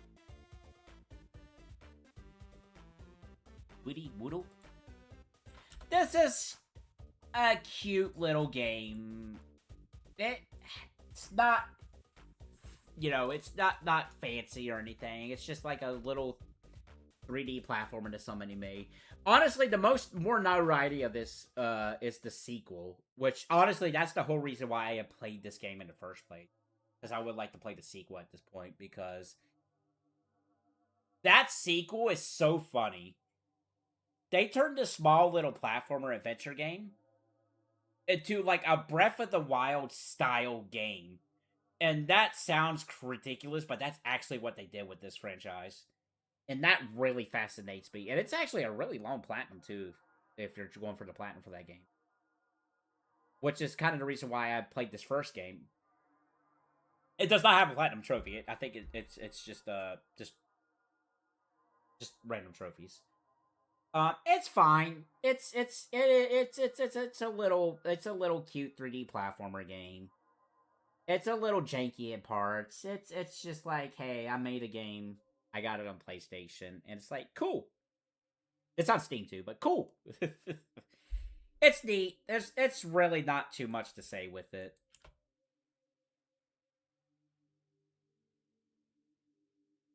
It's better than Sonic Boom.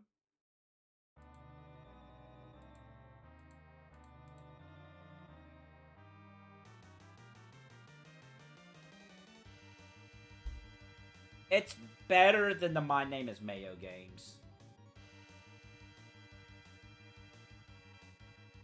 Let me do a refresher real quick. Did I actually stream this game? No, I don't think I streamed this game. I think I played this off stream.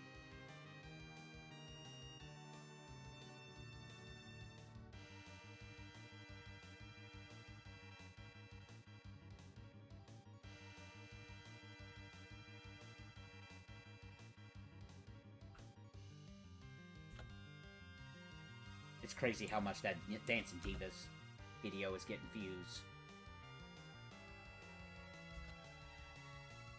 Like, I had audio issues in that game, and it's getting that amount of... That's crazy. No, I did not stream this game. I'm pretty sure, yeah, that makes sense. That makes a lot of sense.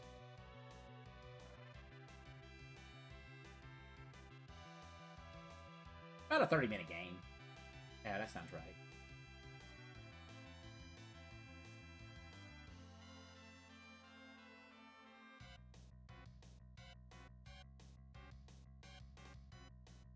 Yeah, I'm looking at gameplay of it, just a refresher. Yeah, it's just a fun little thing.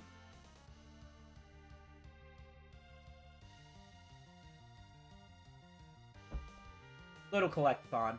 I think it's actually, you know what?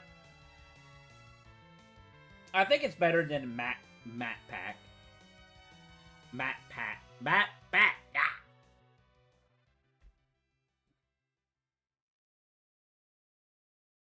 Aesthetically, Macbat is better, but this game is actually gameplay wise, and it doesn't look bad. It's a cool looking little video game. It's just like, oh yeah, I mean, this is early gamer design video game. It's cool. It's neat.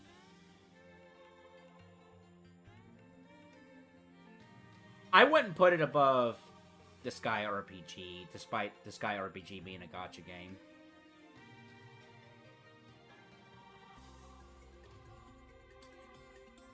Because of the Disgaea-ness of that game. Would I put it above Freddy Spaghetti?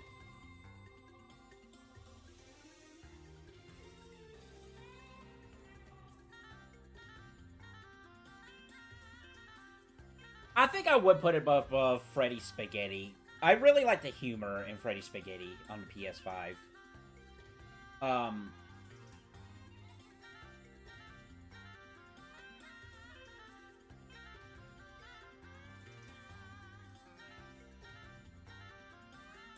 Yeah. Yeah, I would... I feel a little uncomfortable about that, but I think I would put it above Freddy Spaghetti.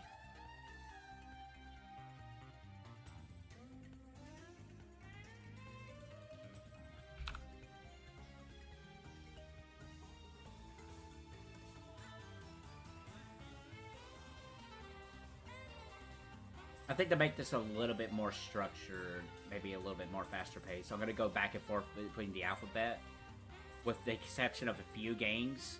Like, there's 2 games, possibly 3 I'm thinking that we're going to save for the very end, but I think from here on out, we're going to go... You know what? Let's just... Alphabetical. Let's just go alphabetical order. Let's just do that for right now, anyway.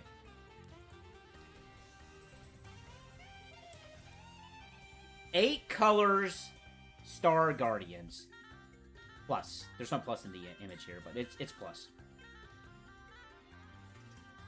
This is a neat little puzzle RPG game. It's really cool. I thoroughly enjoy this game. It does a thing that I've never seen in an RPG before. As far as I know, I mean, I wouldn't be surprised if another RPG did this. So in this game, if you get muted, or you become blind, yeah, actually mute too, or, no, deaf. if you have the bad status ailment blind or deaf, it actually affects your view of the game. And I've actually never seen that before in an RPG. Where, like for example, so you get blind. One of the characters go blind. When it's that character's turn, the screen is black. You cannot see your menu. You have to try to navigate around that, and that's very interesting. And it's only specifically that character, because when it's another character's turn, your vision comes back as the player. And it does the same thing when you're deaf. The audio mutes and the sound effects mutes when you go play as the character that's got that ailment. And I'm like, I've never seen this before.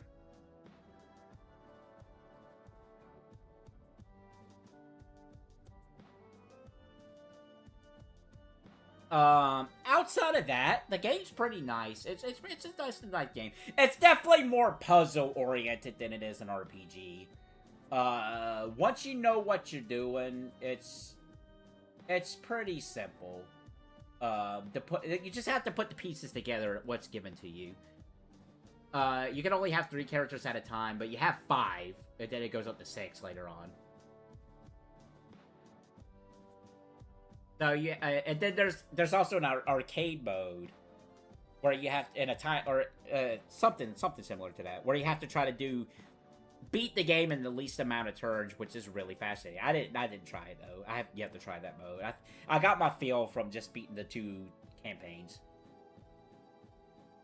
And there's a little twist that really makes you stop and go like, oh shoot, I was not expecting this game to go in this direction. Is this really how the game is?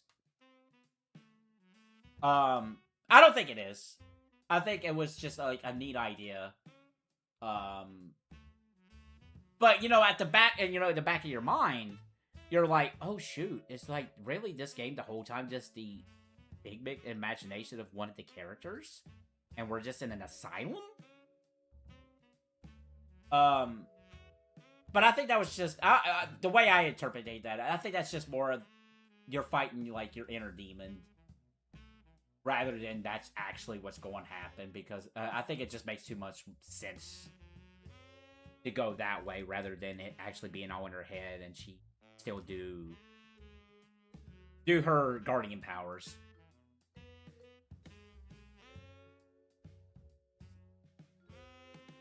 But yeah, this is really cool. I highly recommend 8 Color Star Guardians. The person who made this game is more known for their fighting games.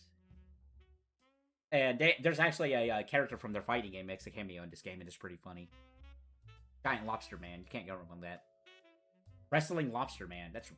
You really can't go wrong with that. I'm gonna have to sit down and play their fighting games. But yeah, I really like this game. I like that it's a puzzle-oriented RPG rather than just straight-up RPG. I think it's really neat. The characters are, the cast of characters is really cool. It's a love story too. Love comes together. We all love each other. Alien Cat Girl. There is an Alien Cat Girl. Yeah, that is a thing too.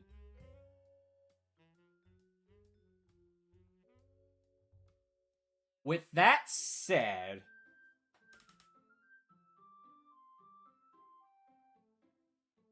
it's better than Freddy Spaghetti. It's better than Woodle. It's better than Disgaea RPG. I would be confident in putting that above Disgaea RPG. Is it better than the Teenage Mutant Ninja Turtles arcade game?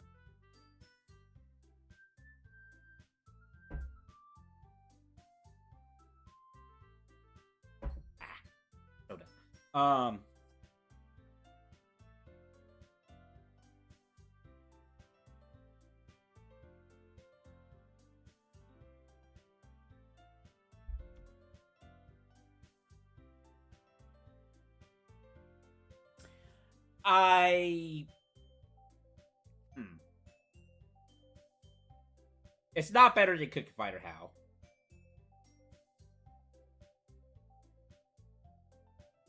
I think the Metal Slug games are better. I wouldn't put it above Brave XC. Even though it probably is. On any other list. That's not mine.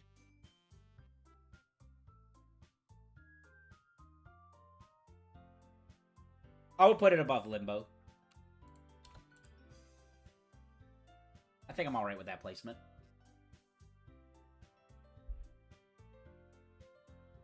What can I say? I love RPGs. Speaking of RPGs. RPG Maker game. Really neat. I actually follow this artist on YouTube. They do some pretty neat and interesting animations. And the art for this game is pretty cool. It's RPG Maker, but they don't really use default assets, I don't think. It is its own thing. Which does amplify it up quite a bit. Like, again, I mentioned that there's nothing wrong with using default assets, but if you go out of your way to, like, try to create your own, no matter how, you know, bad it might look. I mean, look at Plumber Festival that I made, and even then I still use the default assets. It can go a long way. Even just a simple recolor can go a long way. And I like the story of Anne. It's... okay. I don't want to get this wrong.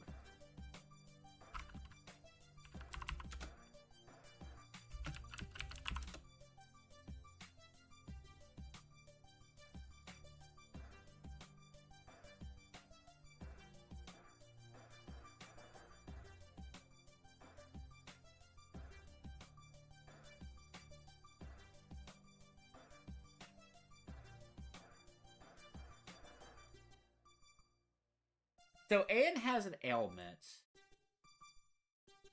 I don't want to get this wrong. I don't make sure this is correct.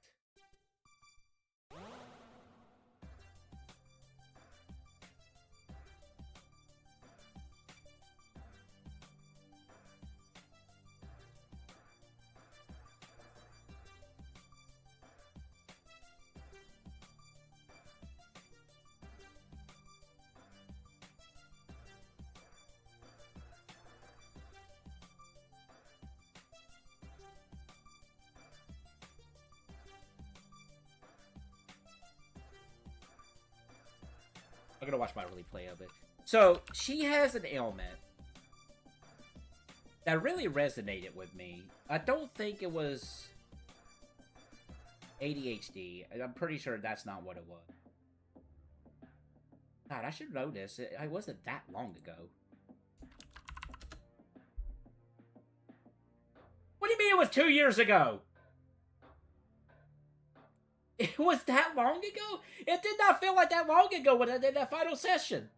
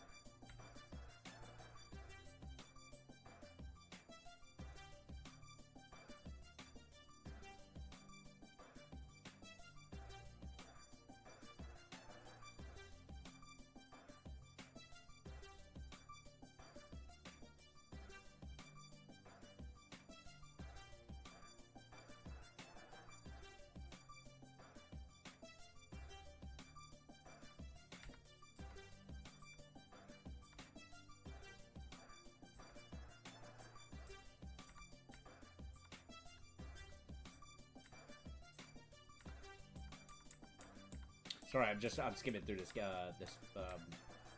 playthrough. But while I'm looking through it, so Anne is an RPG Maker horror game, which is pretty neat. It actually specifically tries to call back into those early RPG Maker horror games, and I think it really does a fantastic job on that front.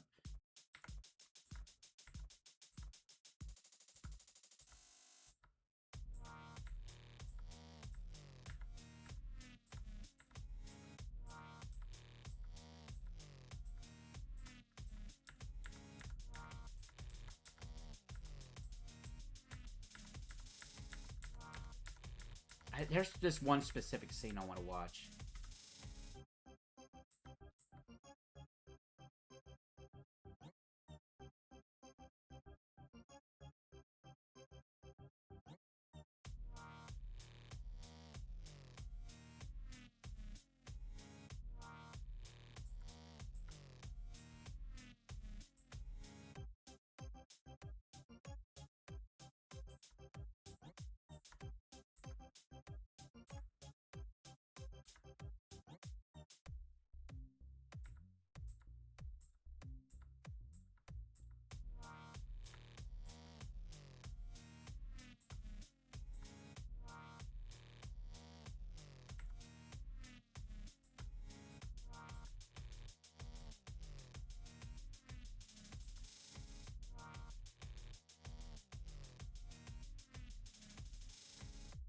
But yeah, Anne is...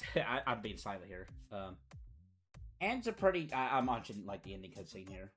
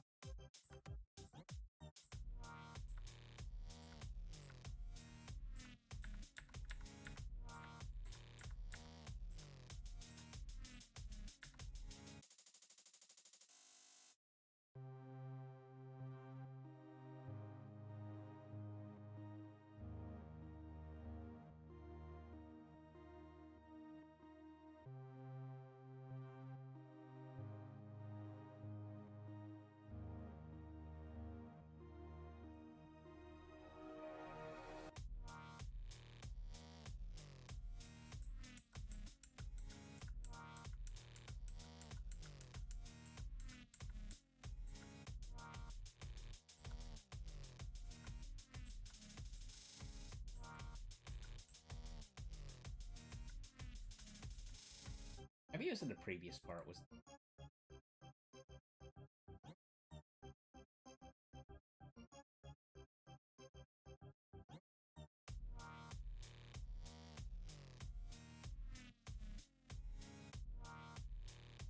which is kind of crazy because there was a year gap between sessions.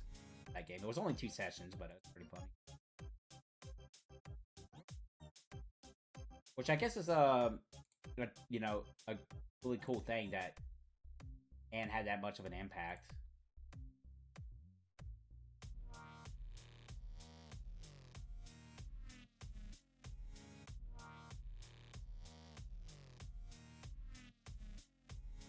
Okay, so she has some sort of ailment that keeps her from, like, really interacting with people. And that kind of really resonate with me, honestly, because, you know, growing up, and even still to this day, you know, I kind of like keep to myself. What was the second? It's got to be the second part. I'm gonna find the scene. I'm sorry. I'm so distracted from thinking right now. Okay, I found it.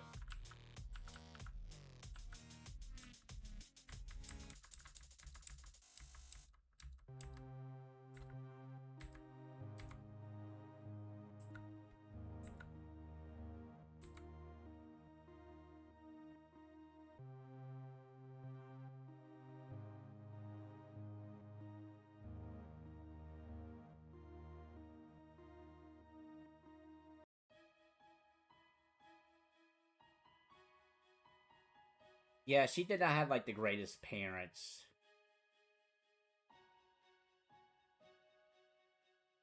Growing up. She was, like, not really good at any subject. She would fail all her subjects.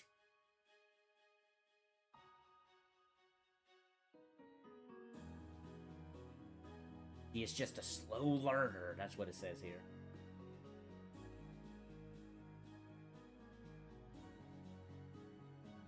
And the parents are, like, kind of blaming each other.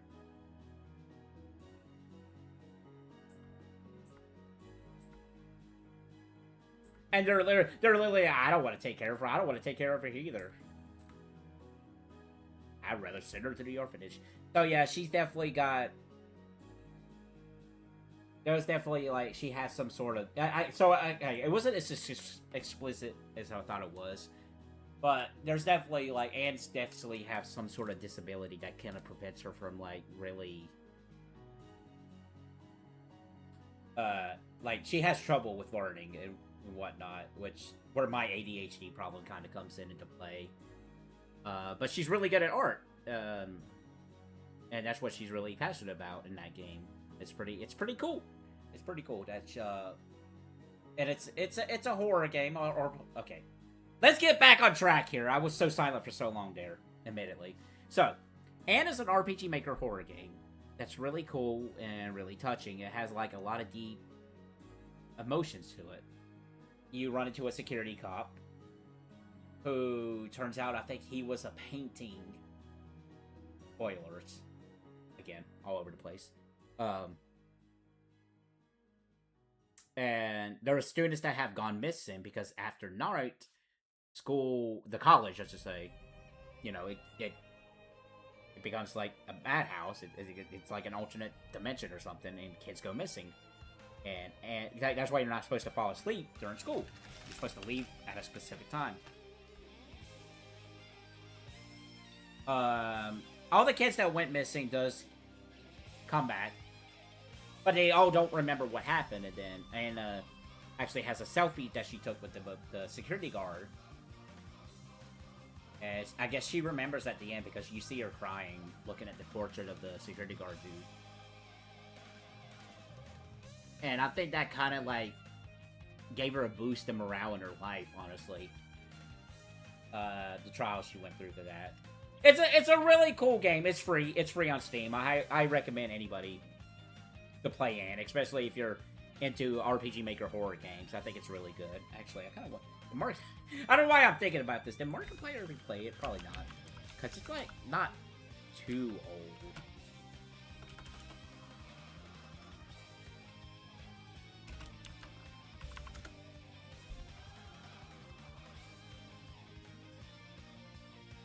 No, I don't think he did. It seemed like something to be right up his alley. At least during that time frame. But, yeah, Anne's neat. I really enjoy it. Out of all the RPG Maker horror games on this list, I think it's the best one in terms of the mood, the emotions of the characters in that game. Like, aesthetically, there might be one or two that's above it, but I think once we get to the other ones, maybe I'll go ahead and do those other ones first before we go back to the alphabetical for the rest of the games. I think Anne might be the better. Like, Anne is better than Lisa the First. Straight up. No hesitation, no question about that. It's better than Lisa the First. It's better than Bioerosion. It's better than Macbat. It's better than Disgaea RPG. It's better than Limbo.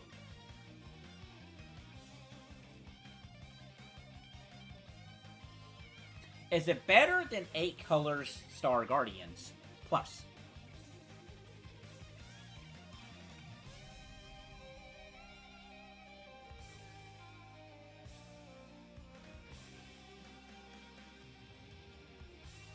I think it's better.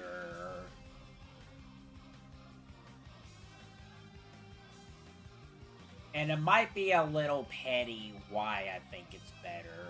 Like, despite how cool 8 Color Star Guardians Plus is, I think if it was in a different art style, it would be above Anne.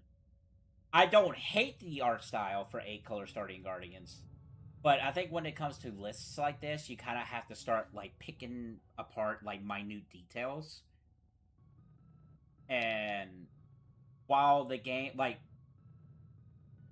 the cast of characters of 8 Colors is really cool, the story is really cool, what they do in that game is really cool, making a puzzle RPG, I think Anne's style resonates more with me in terms of its art direction. And I think that's how minute we're going to start getting into this when it comes to this list and when we look back over this list and whatnot.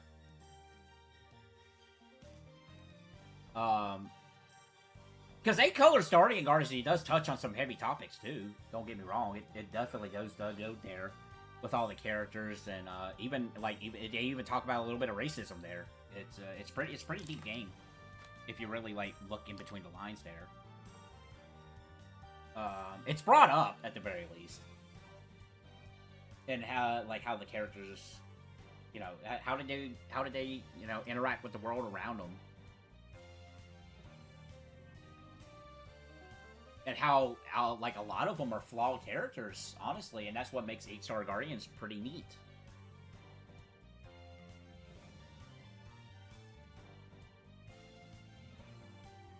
I think Anne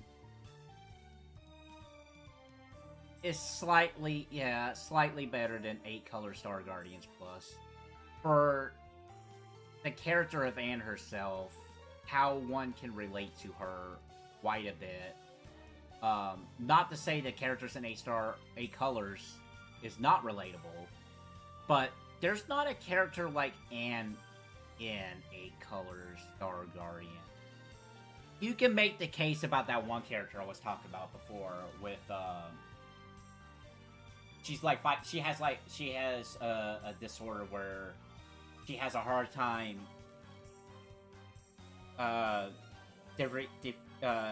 knowing what is reality and what isn't reality. She does have that disorder, and that's probably, like, the one character that's, like, in terms of, like, that type of character, that's equivalent to Anne in that aspect. And mental disorder, you know, it sucks. It really does suck having those. As somebody who has one, I can't specifically say Anne has that specific problem, and definitely the character in 8 Colors doesn't have that particular problem that I have to. If anything, I think these characters have it worse than I do. But as somebody who does have a mental disorder, I can relate on some level that, like, it sucks that, you know, you have to go through life with this handicap, but you can try to make that into a strength as well on top of that, and that's the best way of looking at it like that. And that's why I'm saying I'm probably a little more better off. I am better off than these two characters, let's be real. Because ADHD, you know, there are positives you can work with that. I don't want to say Anna specifically has this specific disorder, because it doesn't look like it's ever said in game. So I don't want to, like, you know, misdiagnose her. I'm not a doctor. But she definitely has some sort of disorder that prevents her from, like, really learning. In some ways, whether it be autism or ADHD, I couldn't tell you. And honestly, probably the character in 8 Colors probably has it worse. If we're grading the mental disorder ranking of what sucks more, that's terrible. That's terrible. I'm gonna end that conversation right there. And in my personal opinion, I think Anne's a little bit better than 8 Colors. And I think that's where that will be on this list. Yeah, because I don't think it's quite Brave Exvius level. I think I would be alright with that.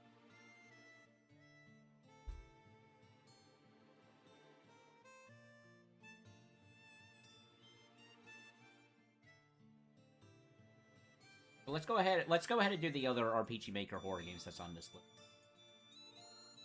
So, Blood Orange.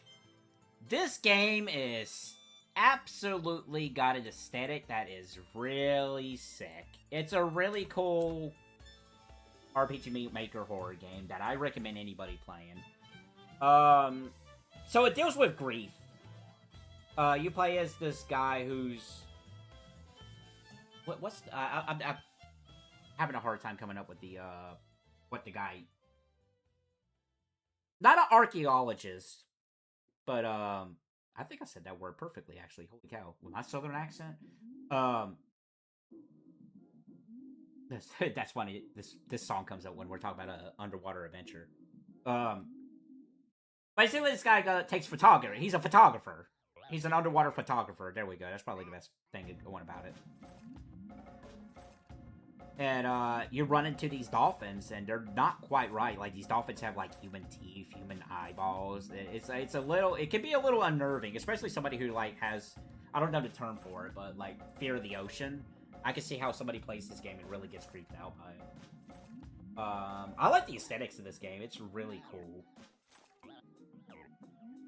But it deals with grief and how this character, I think it was his wife, how he handled her death. And he can either move on or join her, and like go, you know, passing on. It's hard to say like if what happens through that out, like all the dolphins and whatnot, is actually a reality to happen. I'm gonna see the. I'm gonna look up the end, but do it again. It wasn't a really long game either. Blood Orange, I think, was about 2 hours, right? Probably less than that on my playthrough.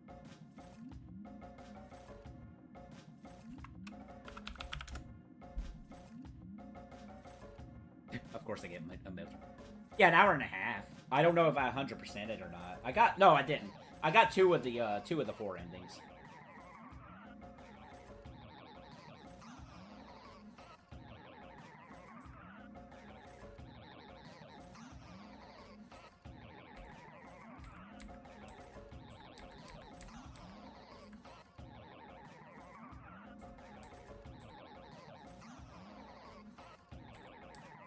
But it's definitely a journey of, you know, how dealing with grief. Now I'm thinking of FS7. But anyway.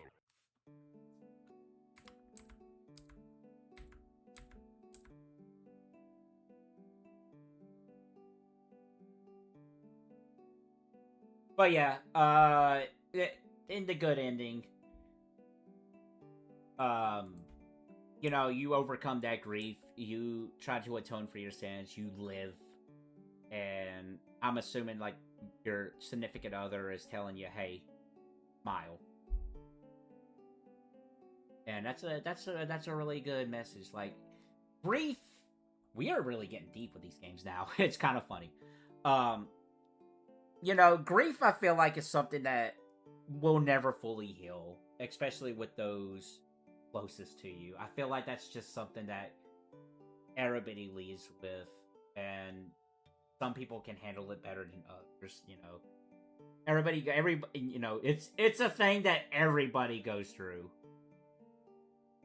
Like, something passes on, whether it be, you know, a family member or a pet. For me, my pet. Me personally, on that front. It's hard. It's very hard, and you know, people handle it differently. But it's something that I would like to think everybody goes through in some weird, twisted way. I guess it might be how somebody might interpret that sentence. That, you know, I would hope that everybody has a significant person in their life, whether it be a pet, family member, friend.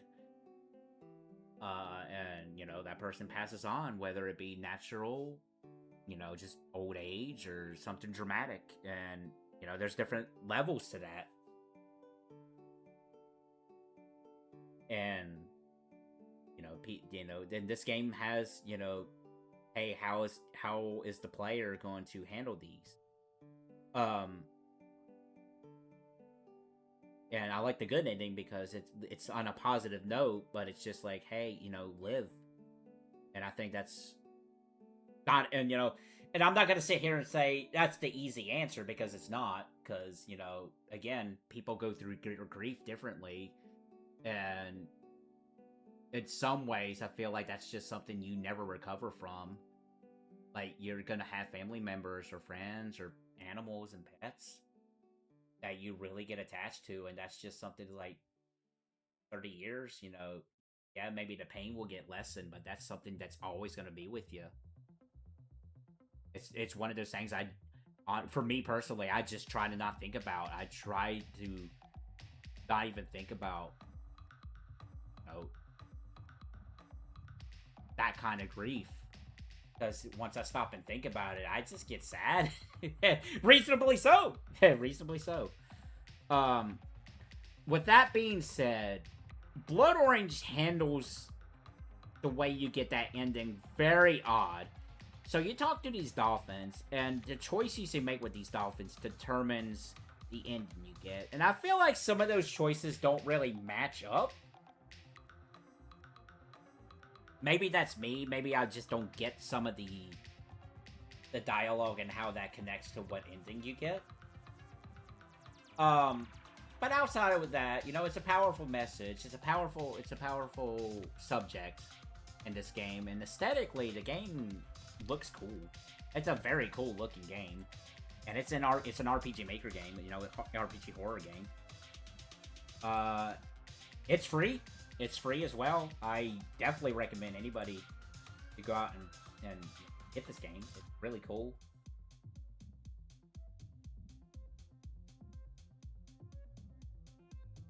Oh, they're working on another game. I just looked it up.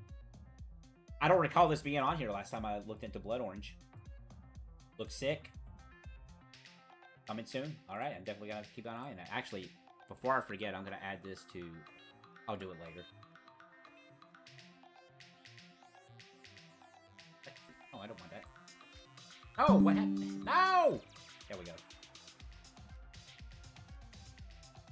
I had to do my favorite tabs. It's just the image. That's funny. No, go play Blood Orange. It's free. It took me an hour and 30 minutes, but you could probably breeze through that a little bit quicker. It's cool. I keep thinking that Markiplier might have played this game. I don't know why that's like a couple games now that I'm thinking of Markiplier. Markiplier's a cool dude. He seems like a really cool guy.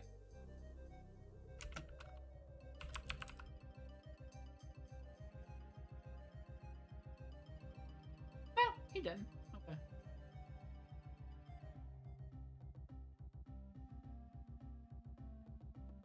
Oh, there's a Jacksepticeye video that catches my eye. I'm gonna put that on my history.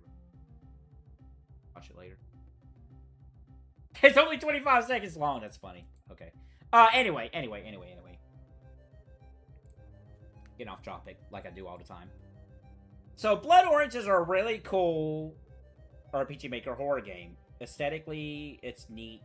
I like the message that it is. The only downside I would say is just like some of the ways to get to those endings is a little weird. But outside of that, I recommend it highly. I don't think at the end of the day it's better than Anne. I think Anne, just the connection I have to that character on an emotional level, is more powerful than Blood Orange. But of course, you know, different people might approach these games differently when it comes to, like, you know, the subject matter at hand. With that being said, I think it's honestly right below Anne. Yeah, I think it's right below Anne. I am actually confident in that.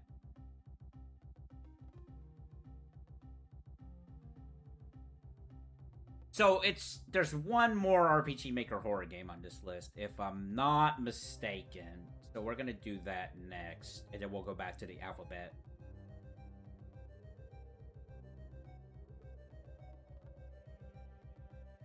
Dying Flame. So, I have a bit of a connection with this game. This was the first game... Okay, yeah. This was really the first game ever where yeah. Basically, this is the first game ever where the creator of the game approached me and say, hey... I think it was actually a message, actually. I don't think it was just like an @tweet. I think it was legitimately a message. Would you be interested in checking out our game? And I was like tickled. I'm like, oh my god, I never thought of the developer would be like. Now it's You know, on this level, I mean, I've had, thanks to Lucy Den's Discord, like, I've played games with people that I know of, but, like, just having randomly out of the blue, somebody approached me about playing their game like that.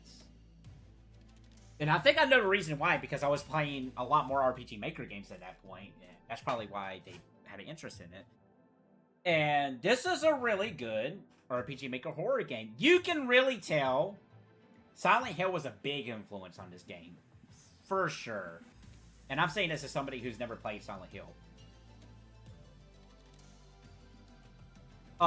It's neat. It's really cool. This is also another RPG horror maker game that deals with grief. Very, like, when I'm saying this was inspired by Silent Hill, it's specifically Silent Hill 2. You really can tell. But of course, this is also another weird situation where some of the decisions you have to make to get the best ending is a little odd. But it was really neat playing this game right off the, fresh right off the press. Seeing other people, even other people in different languages, I couldn't understand them, but just trying to figure this game out was really fascinating. And this is also another game that I would highly recommend. I don't think it's free, though. I think you actually have to pay money for this one, unless they change this instant. It's $10. That might be a big ask. Oh, they have released more games since then.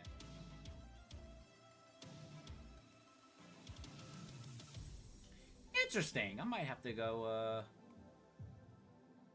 check out their other games. They released one this year. Looks like a Metroidvania-esque kind of game.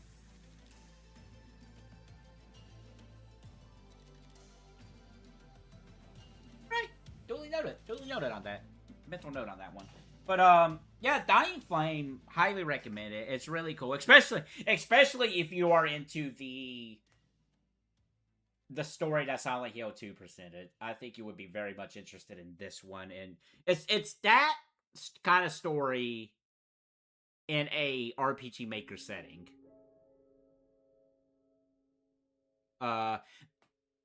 And with that, I am going to put that around the same, like, those specifically those three games are, like, kind of within each other. Lisa the First is kind of like the only outlier because you can put that in a similar vein, but at the same time, it doesn't have as much to work for, despite how dark Lisa the First is compared to these other games.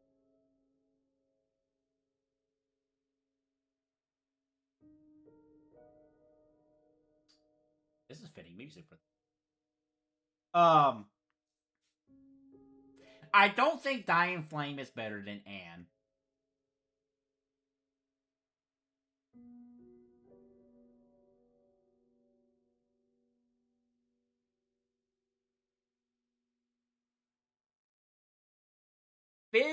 On the visual side of things, I think Blood Orange is better. Totally music that does not go well with this game. Visually, I think Blood Orange is a better game in that department, but because of the significance of how I played this game, go in and watch other YouTubers playing this game, try to figure out how to get to the other endings, really just trying to figure things out. So, I think for that factor, I'm going to put it above Blood Orange. Let me see how I feel about that.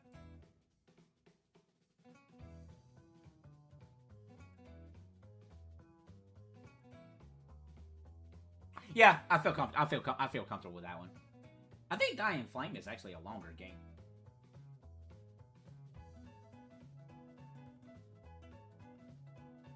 It took multiple sessions with that. T actually joined in on a session for that too, actually. Alright, so let's go back on the alphabet train here. We're at 69 games, nice, but It's almost 10 hours! And we're still not halfway through this list. I don't want to rush it. I'm going at my own pace. I'm thinking these things out.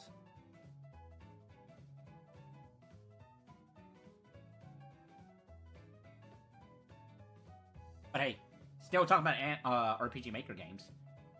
I don't know what it is with small creatures and RPGs. I'm really into them. Because there's this game, there's Small Saga, and there's Bug Fables. Really dig it. I should play more RPGs like that if they're out there. But we're not at those games yet. We're doing Antadin DX. It's really simple. I didn't 100% this game. I only got the one ending. There's multiple endings you can get, but I wasn't really... I don't know. Like, I don't know. I guess I just didn't want to do the other. Because I didn't want to be like a jerk to some of the characters, even though one of them might make sense. Anyway. Yeah, Antadin DX. It's very cool. Very short little game. You're an ant. You're like the last of your colony, and you have the queen. An egg of the queen, which is a queen ant. And you're trying to rebuild. So depending on your ending, the queen ant can either be one of those bugs. So this was like the real life scenario where I can't remember if it was exactly a fungus, but you know how there's fungus spores that can actually take over insects, and that was the inspiration for Last of Us. It does that. It does that whole scenario, and you can, depending on the ending, you will, you know, I guess in a way, there's probably a good way about this. So, you can either die, and the queen ant's egg hatches into a creature that is taken over by that fungus, or you still die, but the queen ant is still the queen ant and goes on to hopefully, you know, bring back your ant colony. That's a possibility. So in that aspect, there might be, I was like, well, just go with that ending. I don't know. It's a neat game. It's a neat little game. There's really not much to it, though. It's really simple combat. It really is. It's just neat seeing the character interactions between the insects.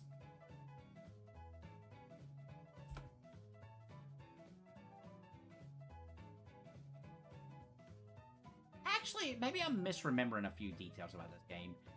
The queen ant can get affected because one of the party members has the infection. And that was what triggers that.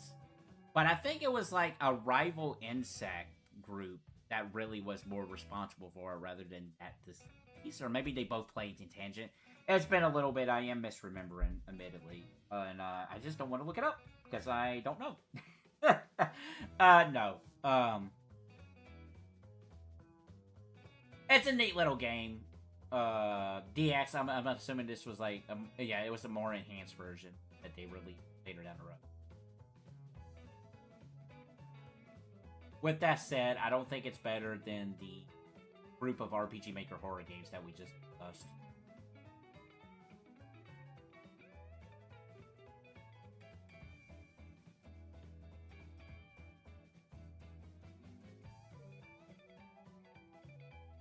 It's not better than 8-color Starry Guardians.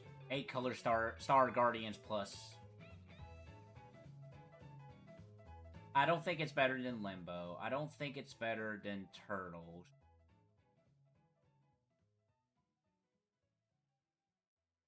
Oh my god, Lucy's rating? Wow. Hey, Lucy. Oh my god, big raid. How was the stream? Hopefully you guys were playing some playing some silliness over there. I am live. Stream was good? That's good to hear. That's good to hear. I'll have to go watch the VOD later on. I always love the shenanigans you go with. How goes the ranking? I'm 10 hours in and I haven't got halfway through the list. I'm being very methodical about it. But it's fun. You know, we're sitting here, we're having fun with it. Poking fun of making a list in general. Bunch of ramblings of a mad old man, really, is what this stream has come down to. Antadin DX. I think it is not as good as Macbat. It's not better than Bioerosion. It's not better than Cowpocalypse. Macbat was very cute. It was a very cute game. Kiwi was... I'm gonna have to play Kiwi 64. That's definitely on the docket. All the games from that creator is very on the docket. Because I love what it looks like what they're making. I would probably put Lisa the First above Antadin DX. It's better than Ice Climber, though.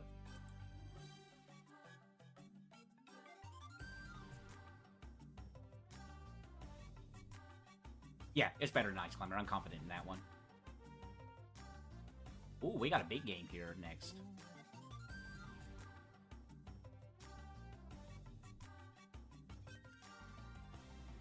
Astro's Playroom for the PS5. Some would say this is the only PS5... Okay, that's not true. Some people would say this is one of 2 only PS5 video games. Let's be a little fair. There's 2. And it's another Astro's game, which is even funnier. Astro's Playroom. This is a neat little game that comes with PS5s. That really demonstrates the controller and what the PS5 can have to offer.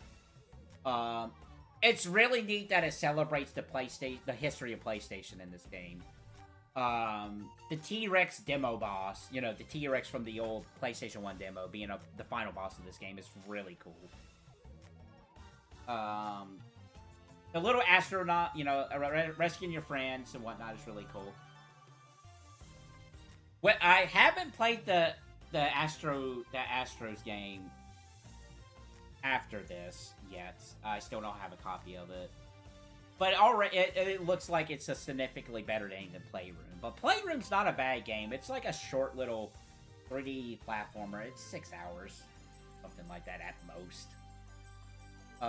It's cute. It does a lot of things with the controller that you can do. You know, you feel the rumble, the feedback, and whatnot. It looks gorgeous. The game looks very pretty. So if we're gonna compare it to another 3D platformer game on this list, is it better than Jak and Daxter? These are the hard-hitting questions we all have to ask.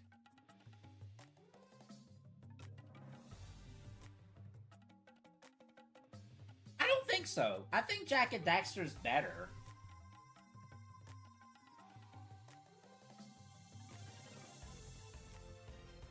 For my personal list, I think Jak and Daxter's a better game. I think Thousand Year Door's a better game. I think Desert's Child is a better game than Astro's Playroom. Definitely in vibes, for sure.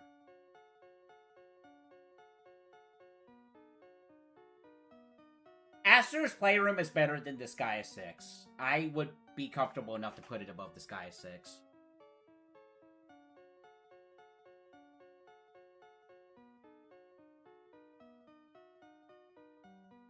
It's better than Rhapsody, a musical adventure. Is Astro's Playroom better or worse than Lisa the Pointless?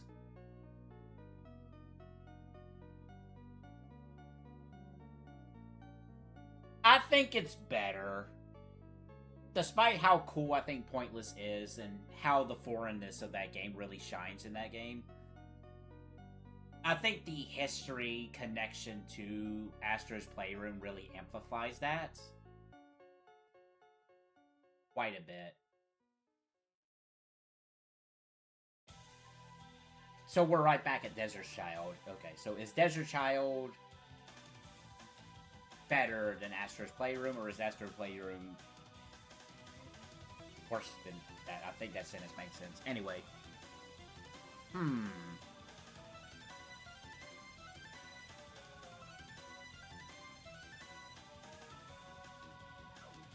Big thing.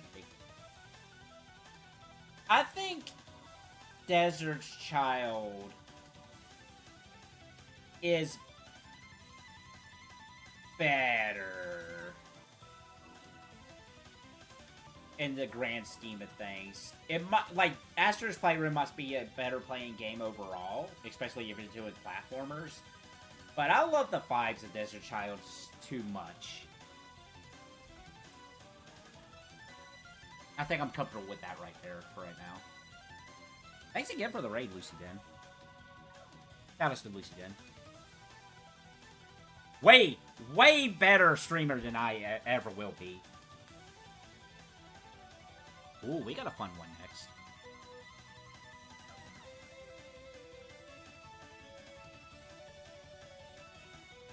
Beyond Good and Evil.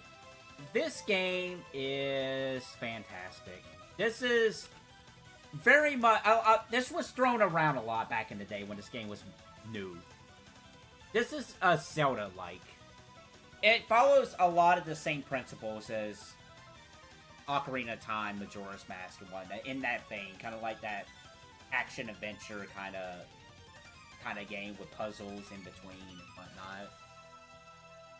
whatnot. This is a cool game.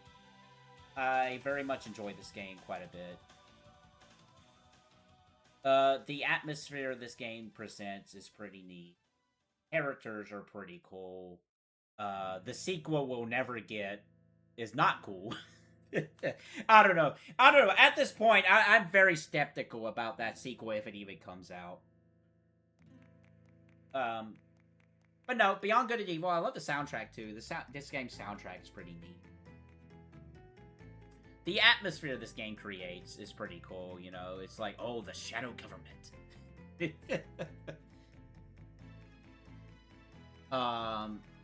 Secretly controlled by the aliens and whatnot. Just seeing the different species in this game is cool. It's very Star Wars-esque, if I had to put something similar to it. Just seeing all these species interacting in this world. This world definitely feels very alive for its time. Just seeing all the NPCs roam around, and you can talk to most of them. The quirks they have, and whatnot. I still to this day quote the rhinos in this game. It's like, Speedcraft mode. The Jamaican rhinos, oh, they're so good. They are the best NPCs in the game. Speedcraft mode, huh? Another line from there was like, Jade, you need to slow down.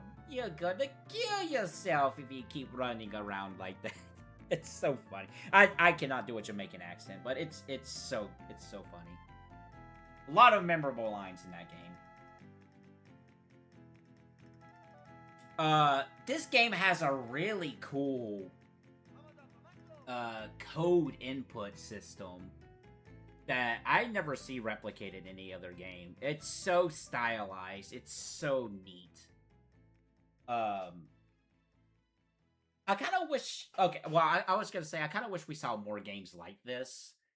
But that's not true. Like, Zelda's very popular, and a lot of games try to emulate that Zelda vibe. I think this is the best one of those. I haven't played all of them, admittedly. Those kind of games. But from what I've seen from other Zelda-like games, I think this is the best one of those. It might even be better than some of the Zelda games, honestly, if I gotta be real. And I'm saying this as somebody who has not played every Zelda game. Yeah, overall, a highly recommended game. I could not tell you... We're specifically ranking the PS2 version. I don't know if the other versions are better or not. I know this is on GameCube. I don't think this had an Xbox version, sadly. It's got an HD version, and they just did another HD version of this that I would like to play at some point. But, alright. We talked about Beyond Good and Evil a little bit. Where does it rank?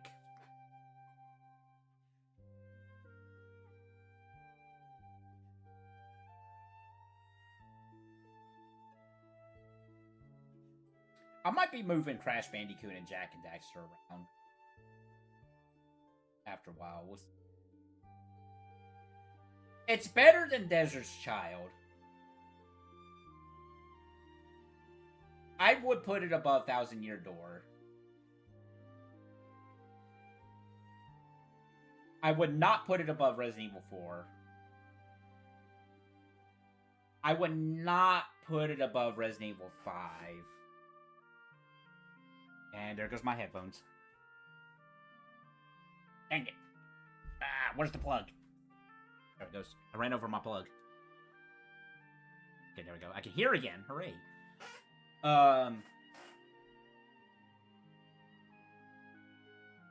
Yeah, I think it comes down to... Because I don't think this... I think Disgaea 7's better than Beyond Good and... Well...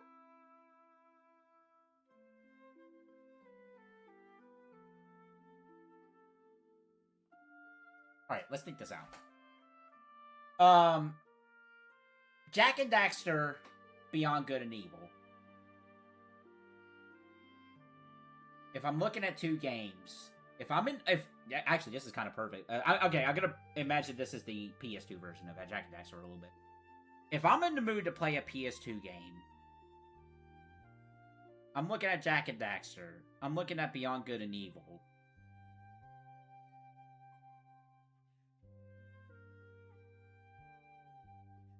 Which am I going for?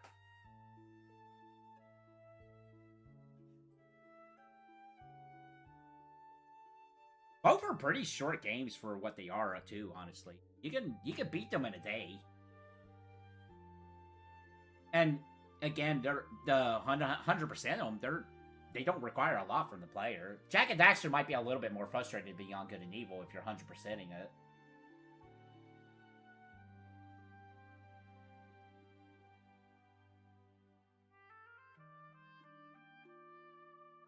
I think I would put Beyond Good and Evil above Jak and Daxter.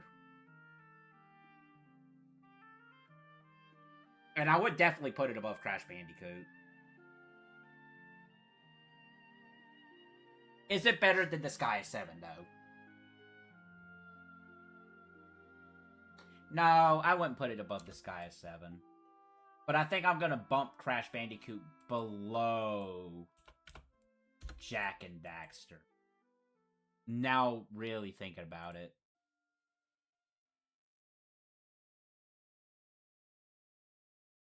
Yeah, because as much as I like Crash Bandicoot 1, I think just the world and vibes of Jak and Daxter, like, I really love the aesthetic of Crash Bandicoot, don't get me wrong. But I think in the overall package, I think Jak and Daxter's still better. Yeah, I feel confident in that. Switch up.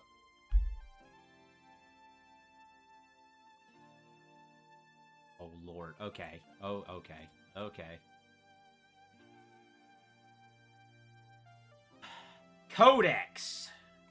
Oh, boy. Okay, so we're back on RPG Maker territory. This game started out so strong. It really did.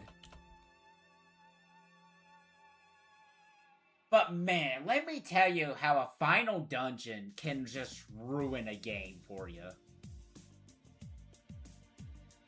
Oh my god. That final dungeon brings this game down so bad. To the point where you start nitpicking the rest of the game too. I have never encountered a final dungeon that drags its feet and just goes on and on and on and on, where it's like, what are we doing here? And you can it's not even like, oh, I can take advantage of these, because the encounters in this game are set. It's overworld. So once you beat the encounter, that's it. There's no random encounters in this game. So you're like, oh, okay, well, then I'll just fight the monsters in this final dungeon and just grind and have an easier time. No, there's a level cap in this game. I reached that level cap. and there was still a lot of monsters in that final dungeon, and it's there. At that point, there's no more you can do in terms of battles like that. So you're trying to avoid the battles to try to save some time because there's no point at that point. But this dungeon just goes on and on and on. And I think it literally was 2 sessions of nothing but that dungeon. I'm looking it up right now.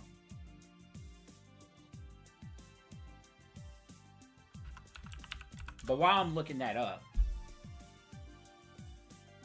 I played this game for 8 hours in the last session. That's crazy.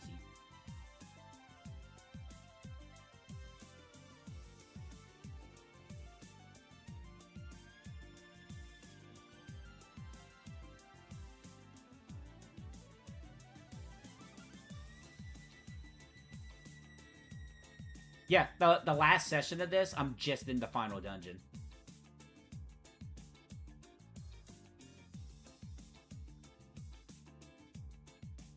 And that's 8 hours. What was the last session of this? For this one? 5?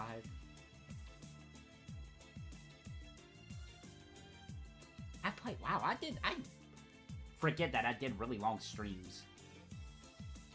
Back in, what was this? 2022.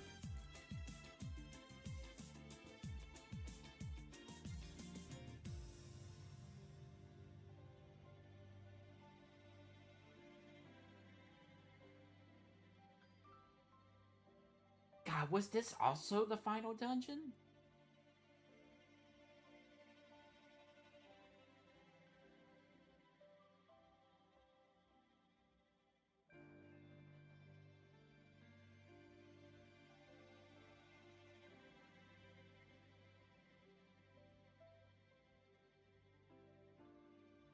Alright, so one plus about this game, it's really cool that if you change your outfits, like your armor, it actually reflects in the character's portrait. That's really cool. That's really neat.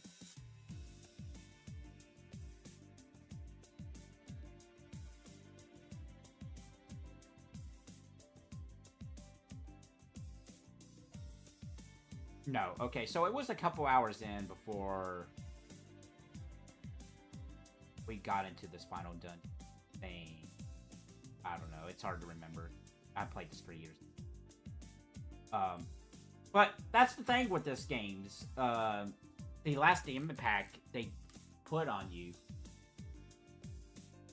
And I just remember that final dungeon and just how much of a slog it was. Like, it looked like at the very minimum was 15 hours in that final dungeon alone. And I'm just like, Jesus Christ. I'm dying here. I'm literally dying here playing this game. Let's talk about more of the positives of this game, though, first. The characters are cool. I like the characters. I wasn't the biggest fan of how the game ended. On top of that, I love that they went out of their way. They wanted to blend Western and JRPGs together. And in an RPG Maker setting, I honestly think they accomplished that fairly well with the mechanics they did. Between, like, oh, you can read, you know, okay. And the way this game works, too, is you have like, every time you look at a bookshelf, you have a percentage of getting additional skill upgrades. It's random, so you can save scum it. I recommend doing that, honestly. Jesus Christ.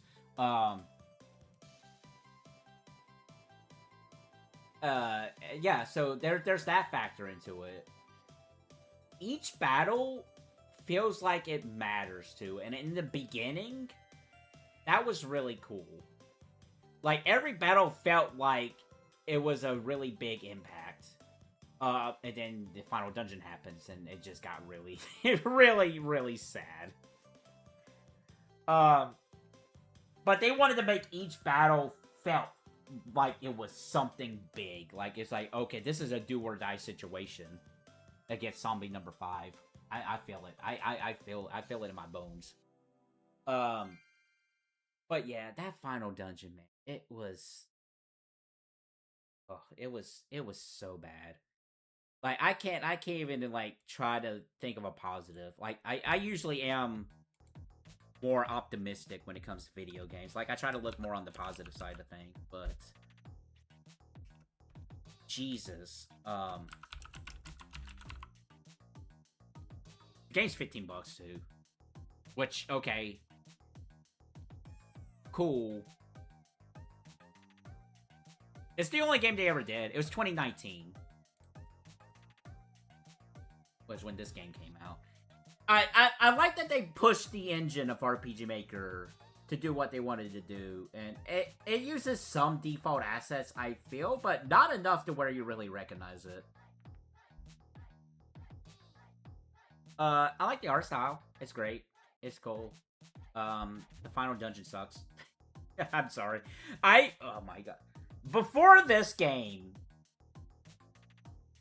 I thought Final Fantasy 13-2 had the worst final dungeon in any video game. And this game showed up, and like, oh no, okay, I was wrong. I did not. I was unfamiliar with their game, Lost Vision. Oh.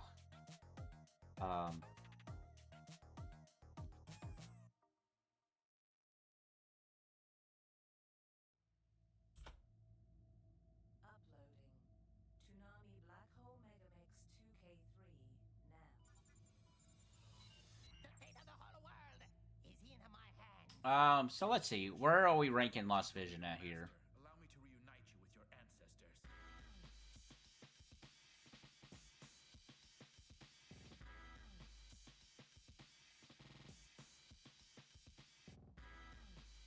I just realized we skipped a couple games here. We'll go back to them. We'll go back to them.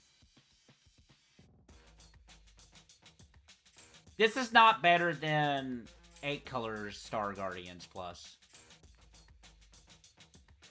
This is not better than Disgaea RPG. This is not better than Macbat 64. This is not better than Bioerosion. That final dungeon really puts a big hamper on this game.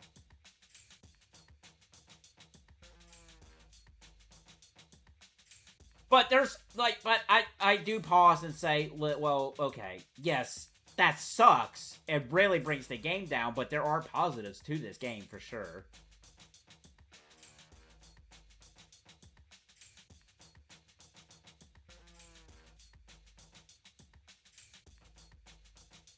Would I rather play Ice Climber or Lost Vision?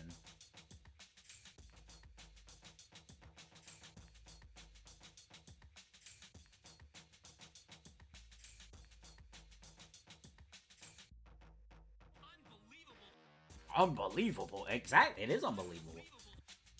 Alright. It's better than Sonic Boom. Both Sonic Booms. It's better than My Name is Mayo. 1 and 2.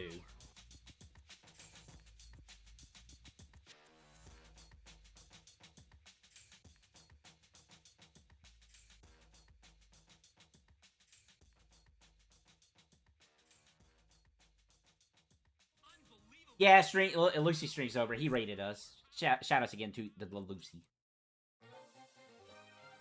I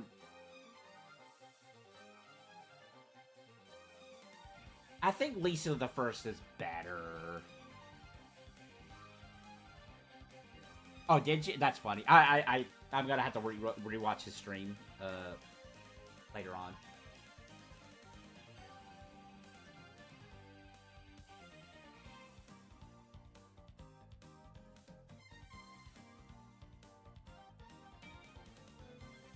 I think Antadin...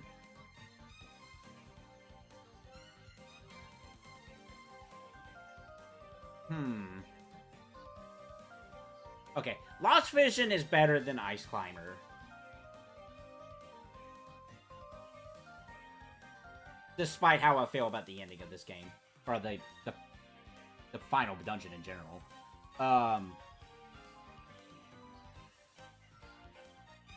I want to put it below Antadin DX, but Antadin DX is very basic, despite the interesting setting and how it's going for. There's just too much going on with Lost Vision to where I can comfortably say that. But I will be bitter and put Lisa the First over it.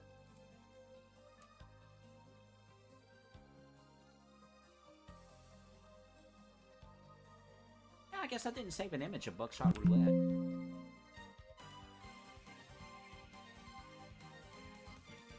Or might have accidentally deleted it? I didn't do one for Bug Fables either.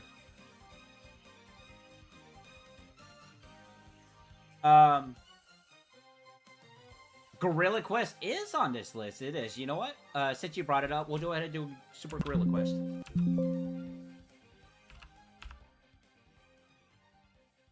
We can do Super Gorilla Quest next.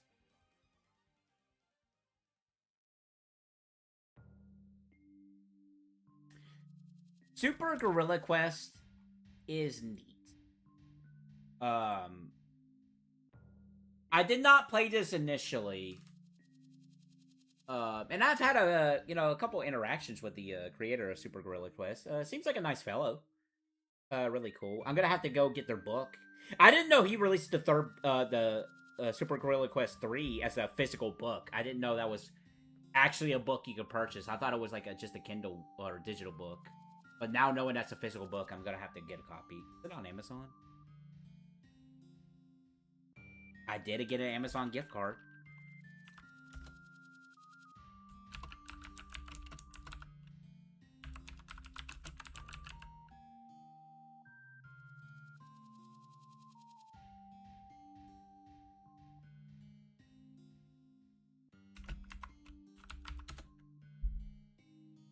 You can buy it on Amazon, paperback.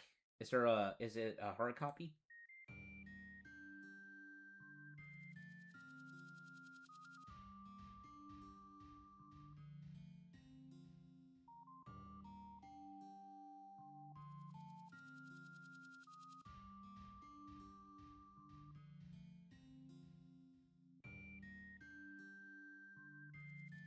Doesn't look like there's a hard copy of it. It's $10. I'm buying it. I'm gonna go ahead and. I mean, I got the money. I got the gift card right here. I'm gonna go ahead and buy it. We recommend Berserk Volume 4. Yeah, that's funny. If you like Super Gorilla Quest 3, you'll definitely like Berserk. Specifically Volume 4.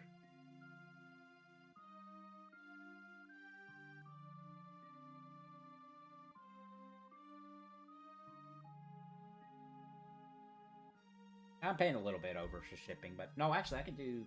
Oh, is that Prime? It's Prime. Yep, that's my address. Alright, I got Super Gorilla Quest 3 ordered. That was a good tangent.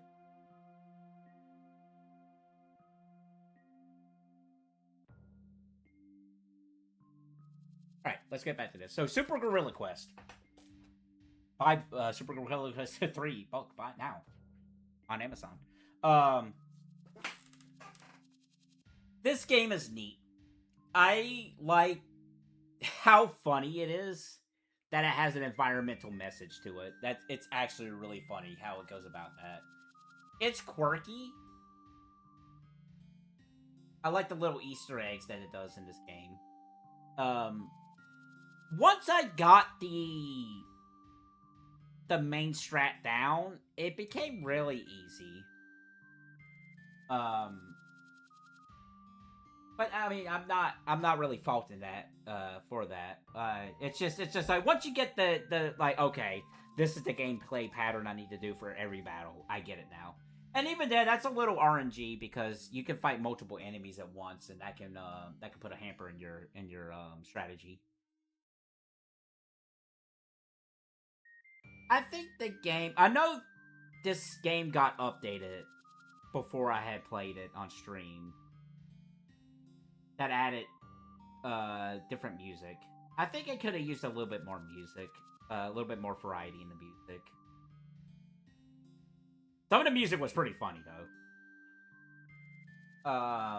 I'm a big fan of the I'm assuming they're public domain images that uses the portraits, and I kind of wish. Oh, sorry, Kit Kat. I kind of wish it played more into that.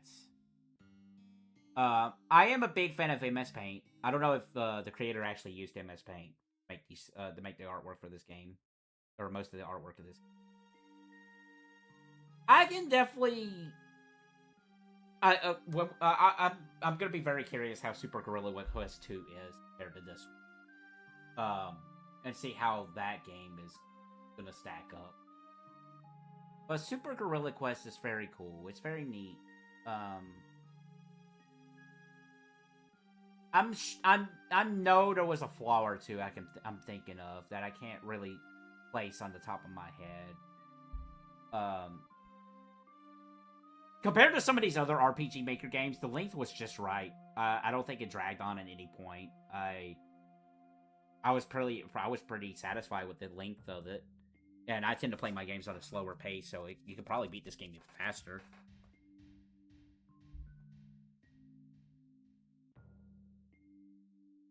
So Super Gorilla Quest, where are we putting this at?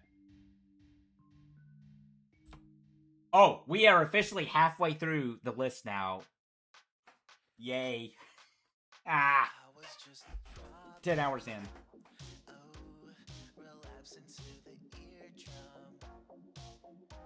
Well, I mentioned earlier that I think Lisa the Pointless is the best RPG Maker game on the stream. With maybe the exception of one other one. We'll see when we get there.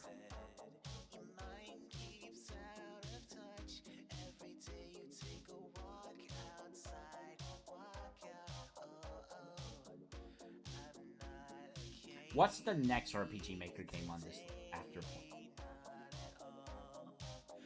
It's Anne. I don't think Super Gorilla Quest is better than these RPG Maker horror games. I think there's just more going on in those. And more... what am I trying to say? It's got more deep thinking to those compared to Super Gorilla Quest. And topics of discussion with those games that Super Gorilla Quest doesn't have. There was definitely a discussion to be had with Super Gorilla Quest. Is Mother Cog this? I'll be honest, I'm not 100% sure what that game is. It is not on the list.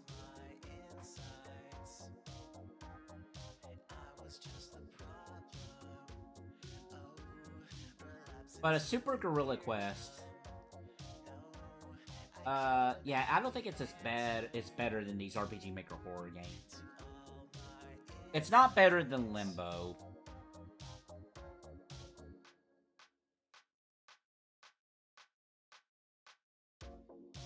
I don't think it's better than Macbat 64. It's not better than Bioerosion. It's not better than Cowpocalypse. I feel a little bad, like I did with Sax Cube Game when talking about this game, because I do know the creator of this game. Not like very intimately, or maybe that was the wrong word. Like I'm an acquaintance of the creator of this game, and I have interacted with the creator of this game multiple times on Lucy Den's on Lucy Den's Discord. I'm familiar with them, and and because I know them, it's like, oh, I mean, I can't lie and say I like this game more than this game, you know. But I feel bad. I was like, oh yeah, I think this random game is better than this Super Gorilla Quest, and it's like, I'm sorry, dude. I think Super Gorilla Quest is cool, but I like Bioerosion better.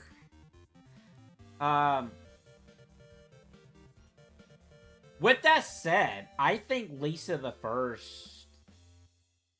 No, I think Super Gorilla Quest is better than Lisa the First.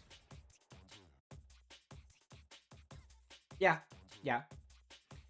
So is Super Gorilla Quest better than Alex Kidd and Miracle World DX? That's probably. I probably wouldn't go above that, but I definitely think there's more impact It's Super Gorilla Quest and Lisa the First. That's a funny sentence I just said. Yeah, I'm comfortable with Super Gorilla Quest there. Let me see what this game you were talking about. Mother Ogby?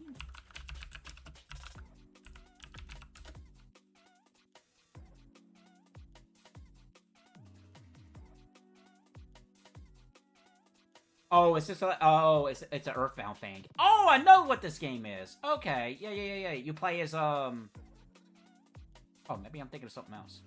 No. Okay, I know what this game is. Okay.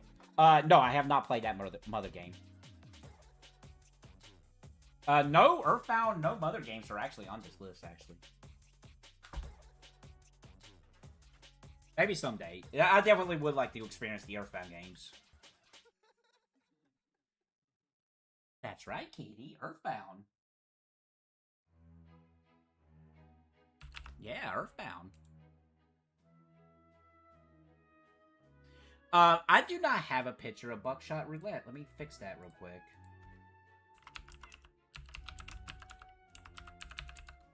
I thought I did.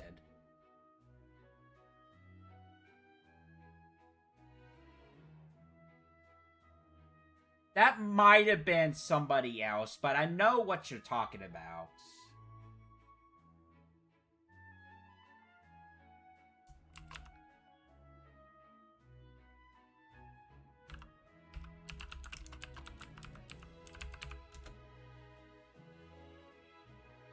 And I need both of those, too.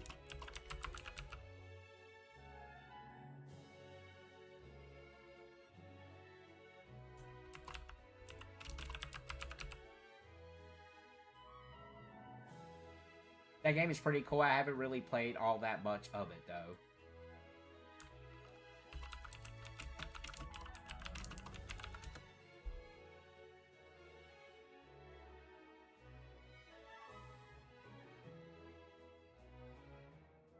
Yeah, I know of the name of that game, but I really haven't looked too into it. But I know it exists. I can say that. For what it represents. Right, yeah. Alright. So let's get back on track here with the order of the games we're doing now. Buckshot Roulette. This game is really cool. I unfortunately have not been able to do a multiplayer match with this game, so I'm only going by the single player campaign. This game is neat. It's definitely a risk versus reward kind of game. The aesthetic of this game is really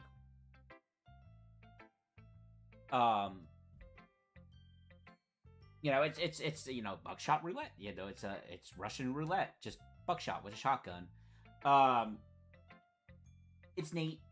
Honestly, I mean, it kind of speaks for itself. We streamed this game not that long ago. It's got a cool aesthetic. It's got cool vibes. The griminess of it is really neat. It's low poly for sure, but it doesn't really fall into PlayStation, N64. It's just low poly. It's an aesthetic that really works. It's really cool, and I would love to play a multiplayer match with somebody at some point. I think this could be a fun party because you can do 4 players.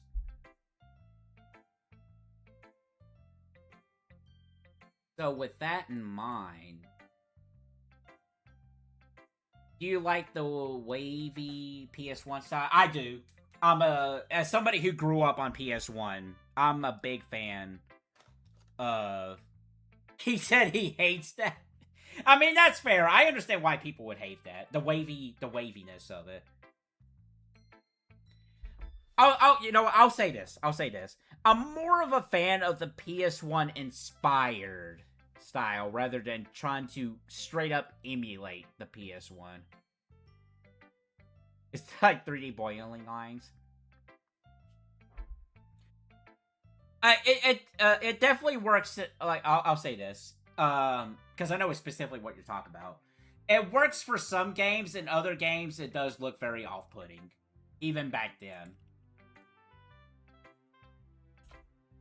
I think it works a lot.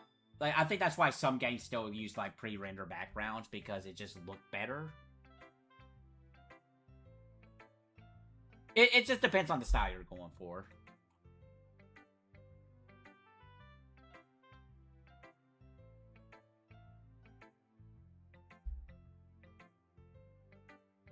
Let's see. So Buckshot Roulette is really neat.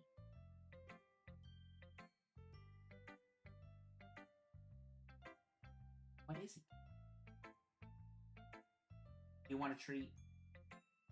Let me rank this game, and then I'll get you a treat. Okay? We'll take a little stretch break. Buckshot Roulette. It is not better than LA Noire.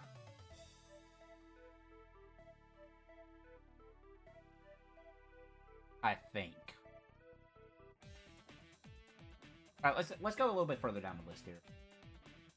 Buckshot Roulette's better than Alex Kidd. It's better than Macbat. It's better than Freddy Spaghetti. I would put it above Limbo. I would put it above 8 Colors. I would put it above Brave Exvius. Would I put it above the Metal Slug game?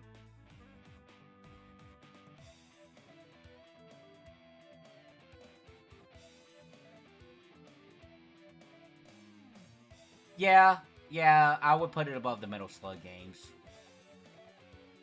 God, I would put it above Super Mario RPG. Hold on now. Hold up.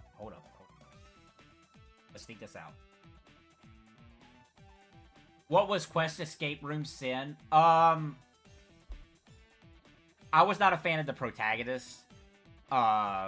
Which led me into just not caring about the game whatsoever. Like, I was, like, just straight up just not a fan of it. And for whatever reason, I just played the game to completion.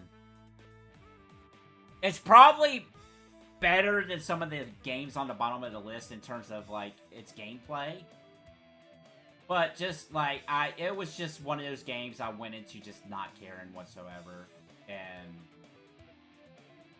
maybe you can argue that I put a negative impression on that game because of the attitude I had going into it. Based on the protagonist, once you've, like, the protagonist, he's just not a good dude. And,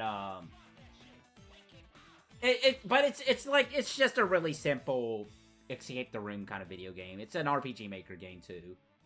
And, honestly, like, if I was being more scientific with this instead of feelings, it definitely would be a little bit higher on this list compared to the other games, but overall, I just did not like it. Not a fan.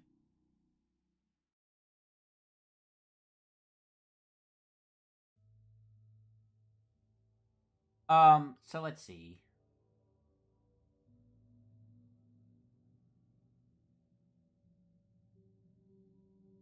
It's better than Metal Slug 3.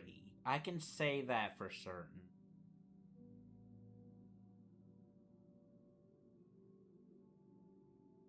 It's better than Cookin' Fighter Hao.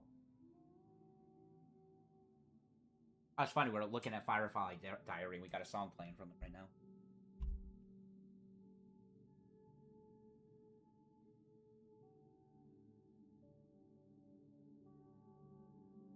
Is Buckshot Roulette better than Super Mario RPG? There's a certain fascination with Buckshot Roulette that really draws me in.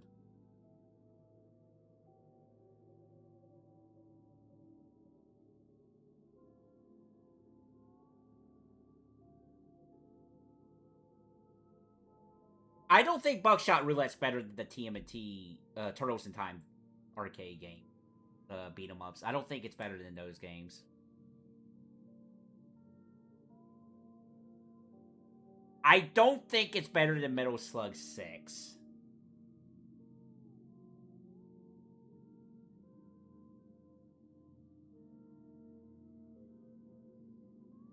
Is it better than Super Mario RPG?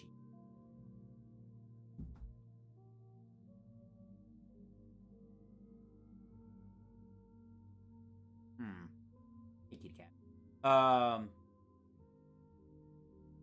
Yeah, meow. Meow. I don't know if her meow picked up on mic.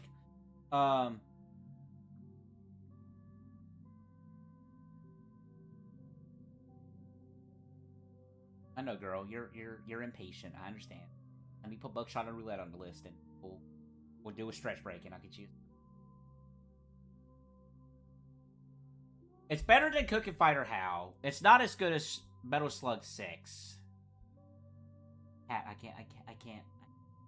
can't see you. You're blocking the list. You're blocking the list, girl.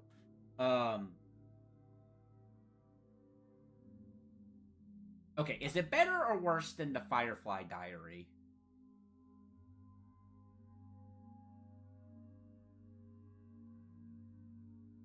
I don't think it's as good as the Firefly Diary. Even though I think I appreciate the aesthetics more of Buckshot Roulette.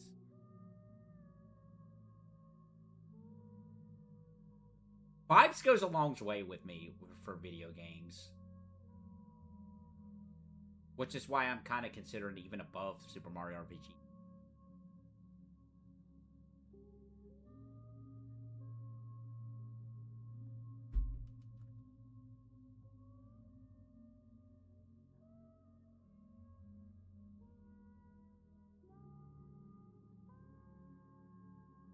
Oh man, it was so easy going for a while there with these.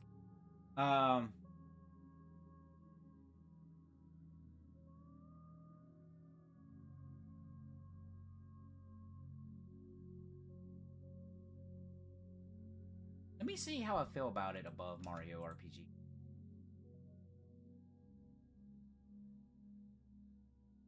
I don't hate it.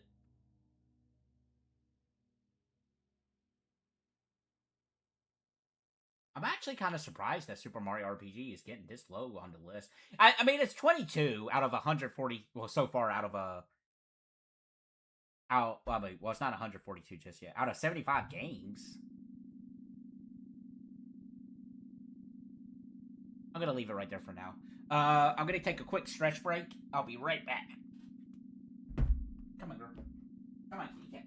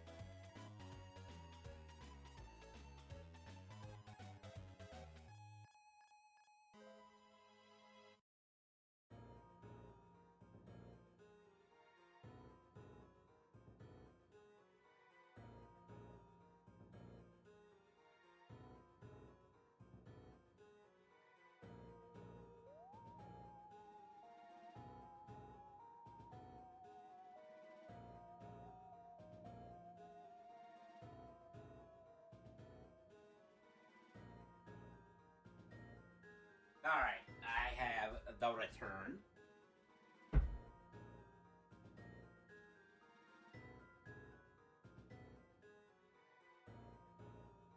Took a little bit longer. I made a bagel.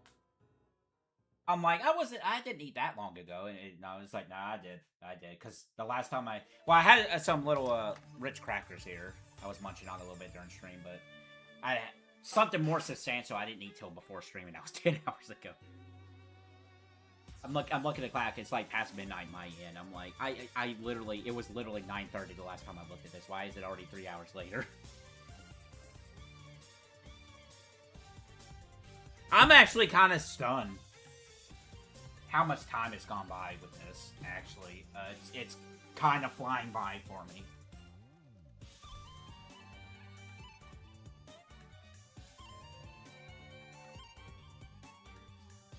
Alright, next game. Bug Fables, the Everlasting Sapling. This is a really fun game. So, Bug Fables here is inspired by Paper Mario. Because at this point in time when this game was made, Paper Mario was kind of really not having a good one. It really wasn't. So, somebody was like, oh, well, I'm just going to make my own Paper Mario game, and here it is. So, well, let's not compare it just yet. I really like this game. This is a really cool Paper Mario-like game, but it does its own thing to have its own identity. It's not just Paper Mario in a different coat of paint. No, it's inspired by Paper Mario and then does its own thing on top of that, which is really cool. I love the cast of characters here. Highly, highly recommend this game. It's a little bit more involved than Paper Mario. You're playing as You're playing the three characters. You're not just playing as like Mario and then a partner character. They all have their health pools and whatnot. I really, really like this game. I have not done... They did a fishing update for this game. I don't know if they did it on the PlayStation version, but on the PC version, they did an update for fishing. And that's really cool. For a celebration of the game. Hopefully that does get added to the PlayStation version, but we'll see.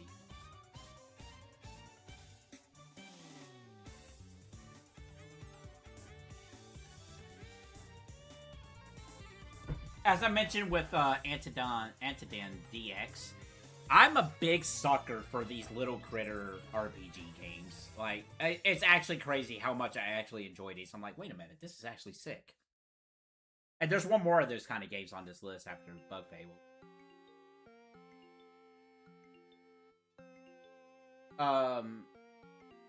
But let's go ahead and talk about it.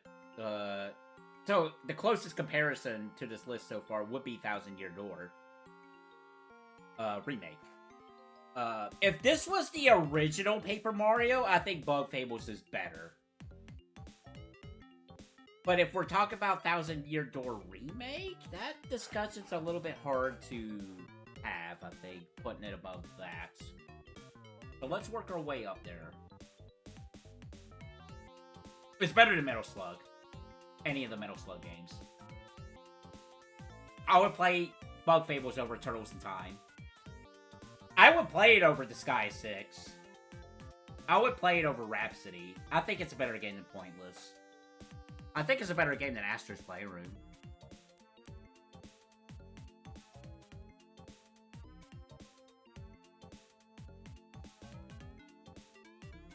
Yeah, I might be doing some adjustments. Is Mr. Eggs on here, or was that count? I counted that as a demo because the creator did say that they were going to add more stuff to it. So I took that, for me personally, I took that as, this is a demo, this is not the full release of the game. But if that ever does get updated, Mr. X will be on here. I hope it does. I hope Mr. X does get updated. But yeah, I consider Mr. X a demo, so it's not on the list.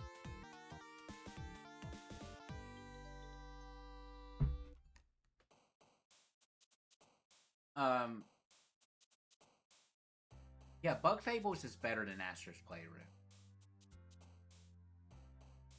It's better than Desert's Child.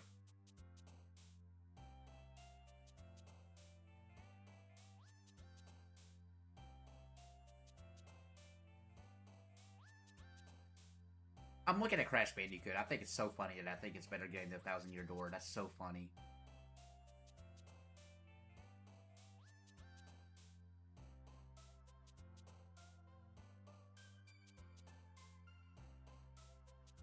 Yeah, I'm gonna have to shift some things around here for sure. Because I'm starting to see some flaws here. And I'm not 100% behind.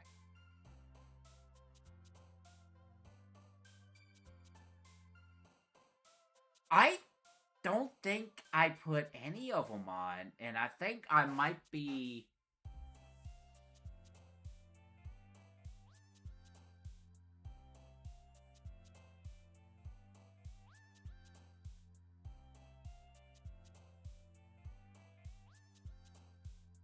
I think one of those games should be on this list, actually.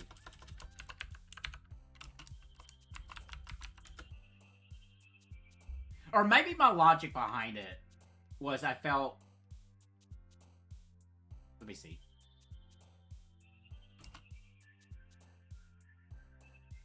Because there was definitely full games on that list.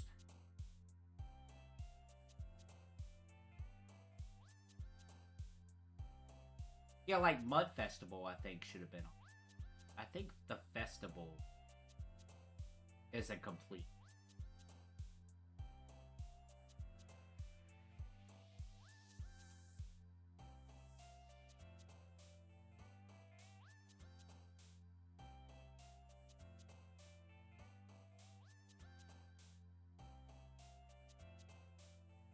The Aussie one I was thinking of for sure. Plumbers I'm not counting because that's a game I made. I don't feel comfortable rating a game that I would put on that I made myself. Appreciate it though. I appreciate that you said that though. But no, I'm that's my rule of thumb. If for some reason my video game of mine, no, I'm not comfortable enough to put a video game I created on.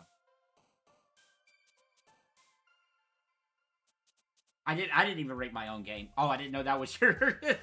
fair enough. Fair enough. Yeah, Plumbers was me. That was mine.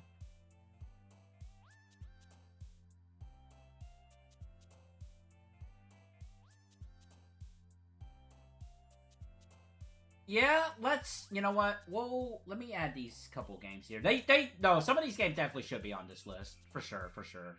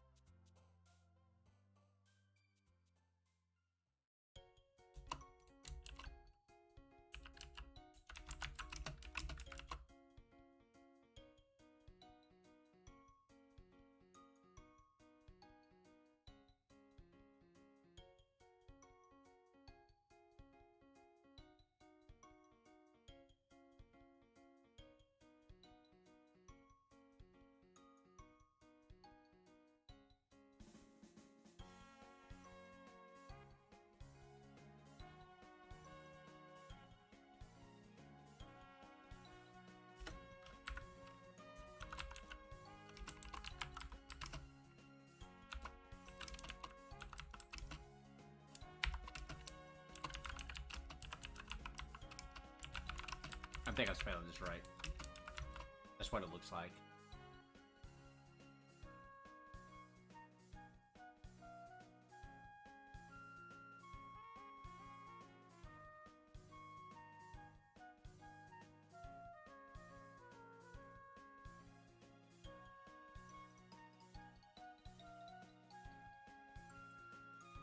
Let me kind of jump in the comments here. I had it minimalized.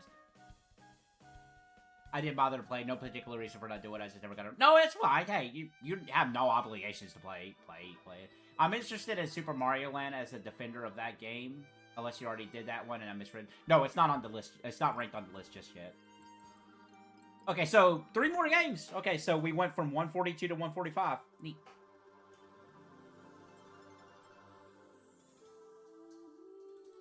So we added Mud Festival, we added the Aussie RPG game, and then we added the Festival. I feel like those 3 games are probably complete products. Mr. Eggs, specifically, the creator did say possibly working on that one. Same for Goon City with Gemini. Gemini, they said they were going to possibly work on that game some more. That was another one anyway. Alright. Bug Fables. Let's get back to Bug Fables. I'll do Super Mario Land first, or next. I'll do Super Mario Land next.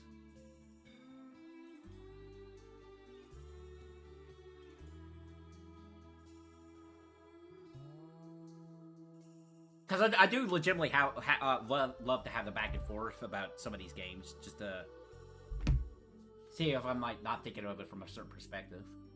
Okay, anyway, Bug Fables is better than Least to the Pointless. Yes, yeah, okay, I remember where we're at now.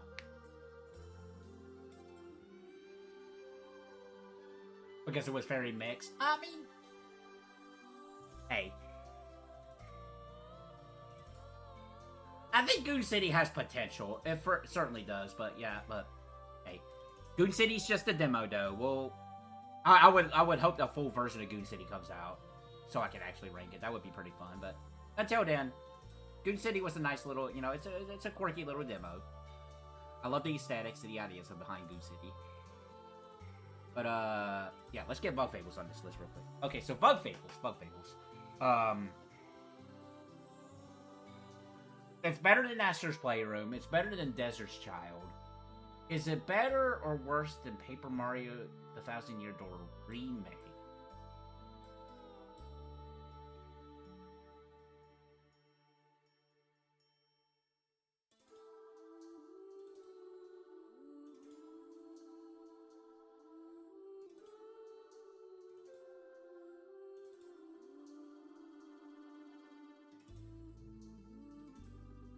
Let me watch a little bit of gameplay of Thousand Year Door for my stream.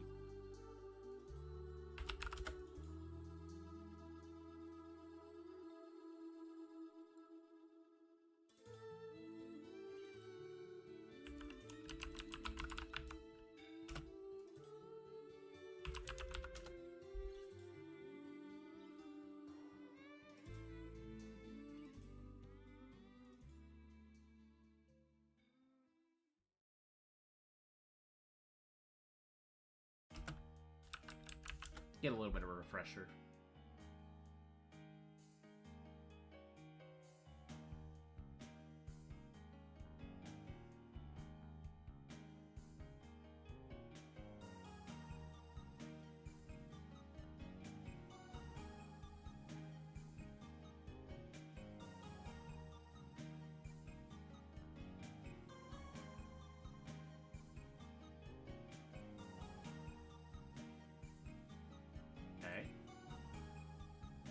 Go ahead and look at a little bit of footage of Bug Fables to get a refresher on that.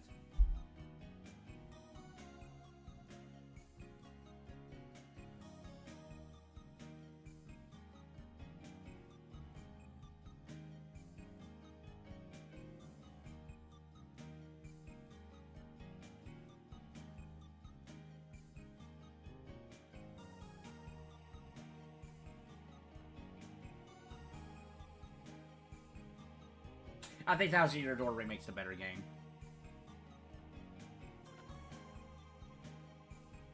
But Bug Fables is great. Bug Fables is fantastic. Recommend everybody play this game. I'm gonna put that right underneath Thousand Year Door for right this moment.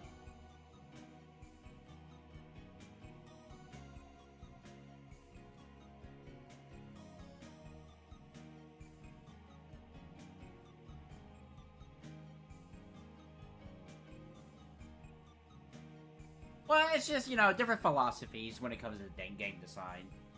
I can see where somebody would be approaching the idea of like, oh, you're in a battle, don't do that.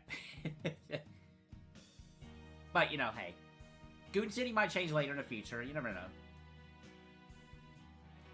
I'm not gonna fully judge it just based off the demo. I had my fun with it. I like the ideas behind Goon City, and I wish nothing but luck for Gemini and all his projects. Honestly, I think Gemini's main focus right now is Project Shiba. Goon City just seemed like it's just a little side project, just to do something, to keep their hands busy, honestly. But okay, since you said Super Mario Land, we'll go ahead and do that next.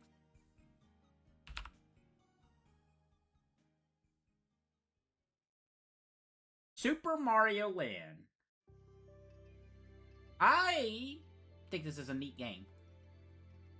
I do need to try to Shiba. It was pretty interesting. I would, yeah, give it a shot. Give it a shot. It's not a long demo. Super Mario Land. I like how weird this game is when you compare it to the other Mario games. I know this was very early on in the Mario franchise. This was before Super Mario Bros. 3. I think this might be after Lost Levels. Because this definitely takes a lot of cues from Super Mario Bros. On Nintendo.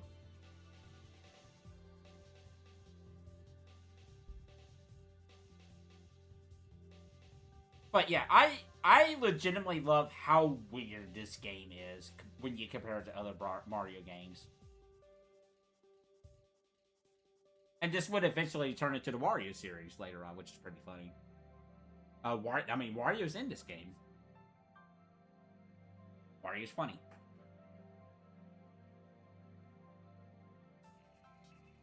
So we have a couple of other Mario games on this list. Mostly the non-traditional ones. Like, they're mostly the RPG ones. And I'll be honest, I think it's not going to be above those other Mario games. When we look at the bigger picture of things. Like, for sure, I think Paper Mario is a better game than Super Mario Land. I think Super Mario RPG is a better Mario game than Super Mario Land. So let's go from there.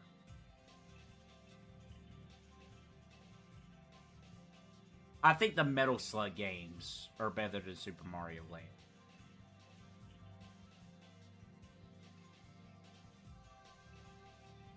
Is Limbo better or worse? Or is Super Mario Land better or worse than Limbo? That's what I should be saying.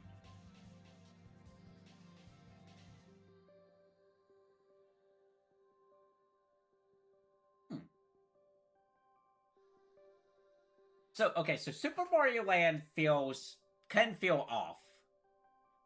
I remember specifically in my playthrough of that game that there was times where it just, something didn't feel quite right. Like, there was definitely specific moments where my jump didn't register correctly.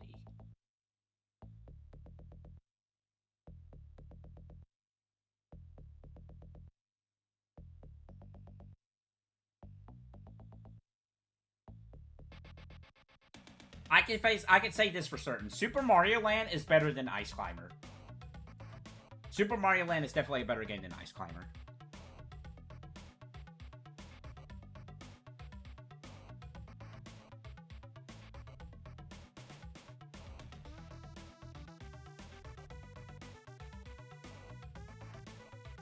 No, it's a portable game. It was very enjoyable. Video games don't have to be super long to be very enjoyable. Super Mario Land, the length is perfect. There's even a hard mode if you want something a little bit more challenging to play, if you want more out of it.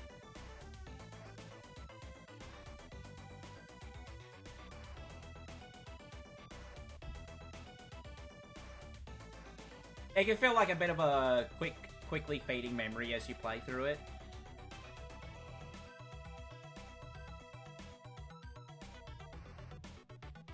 Yeah, I mean, but that's like, but yeah.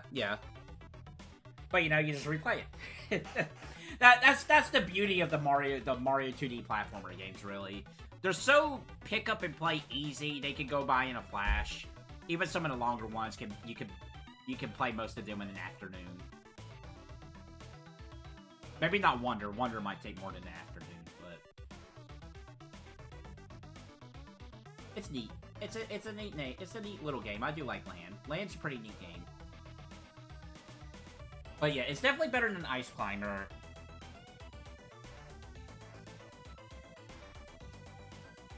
I don't think I would put it above Limbo.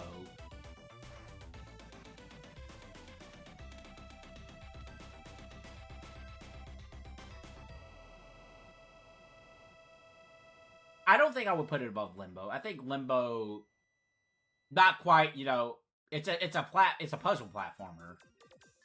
Well, I mean, Super Mario Bros. 3 seems super long for a game that does a save. It's not terrible.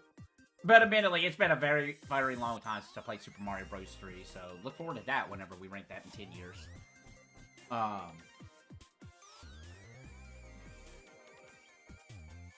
When I did play Super Mario Bros. 3 back in the day, admittedly, I was a child, so I had more time, to be fair, but, well, I was a little older than a child. But I definitely have a lot more time to spend. But I remember that game being more of a breeze. It's definitely longer than Super Mario Land for sure. Super Mario Bros. 3 is definitely longer than Super Mario Land.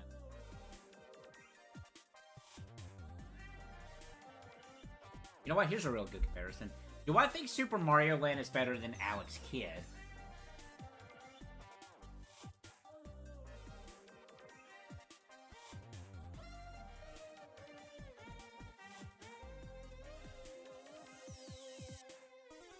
That's an interesting question.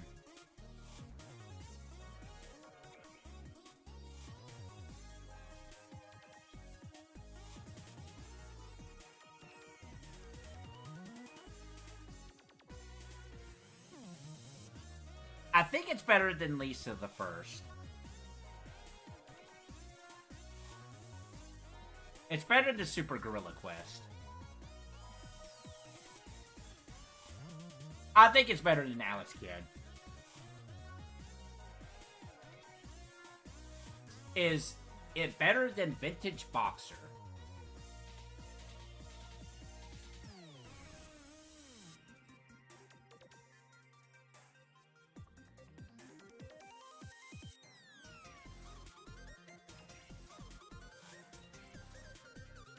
Do you think Sonic and Alex Kidd's speed and strafe was intentional or accident? It was probably accidental. If I had to take a guess, I mean, I wouldn't say it's like not out of the realms of possibility between Alex Kidd and Sonic about the dichotomy of them two. I think it was a coincidence. I lean more into that being a coincidence rather than intentional. Or maybe it just kind of fell into place, like, because I think Alex Kidd came before Sonic. So they're like, hey, you know, we have Alex Kidd. Let's try to make a more speedy game. It could have been, like, something like as simple as that.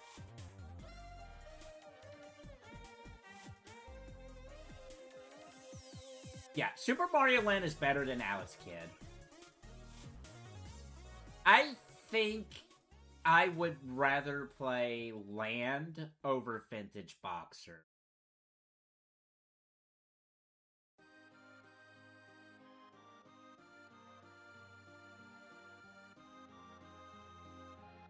I think. I know I would rank Bioerosion above Super Mario Land.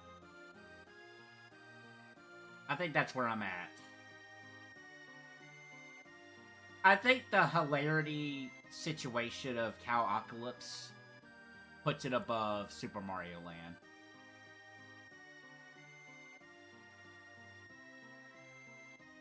sentences I'm saying tonight.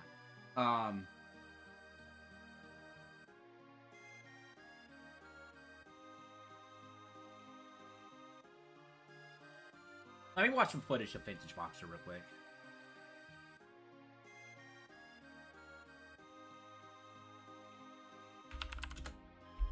As a refresher.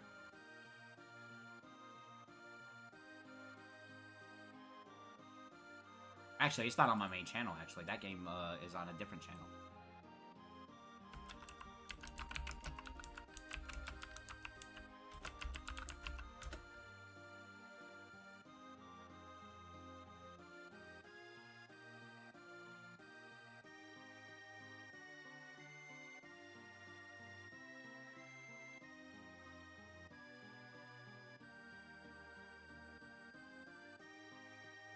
This game's goofy, this Vintage Boxer game.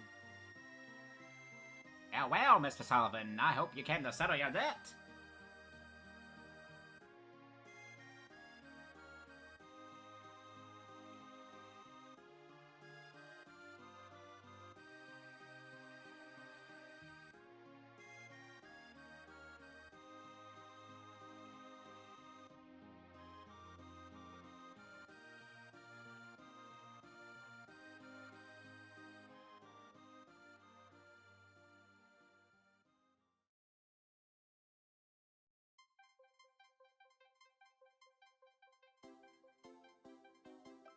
Oh yeah, this actually had a card beating mini game too, like Final Fight. That's funny.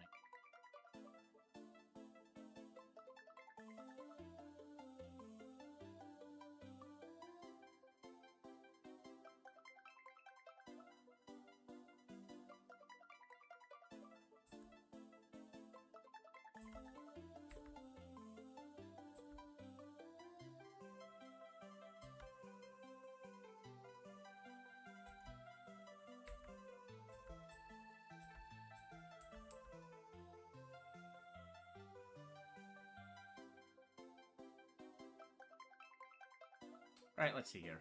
Okay, I checked out... Looking at the gameplay footage, rewatching Vintage Boxer, I think I would put Super Mario Land above Vintage Boxer. I think in my head, I think that game animates a little bit better than I give it credit for.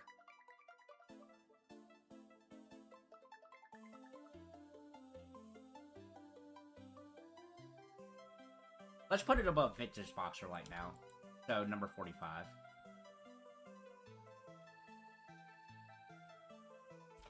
Well, since we talked about Mario Land, let's do the other one that we played.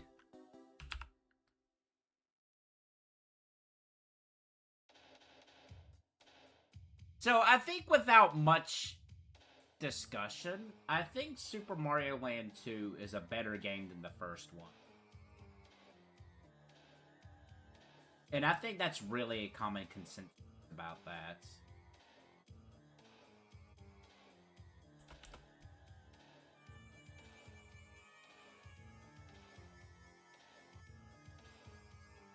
I definitely got a little frustrated about this game at the final level. But outside of that, and admittedly, that was my first playthrough of Land 2.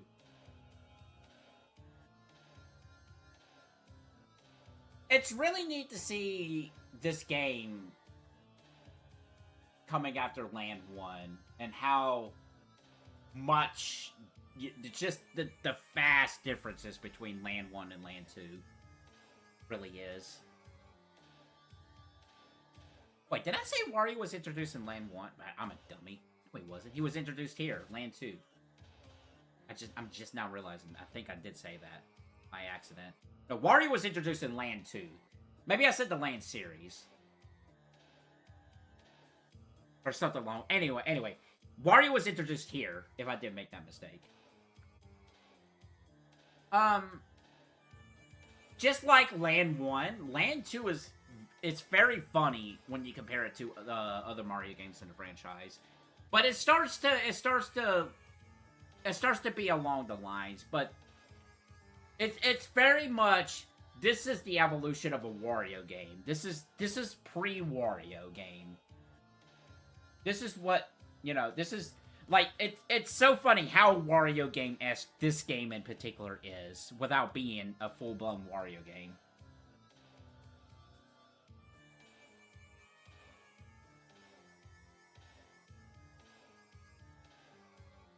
Bagel.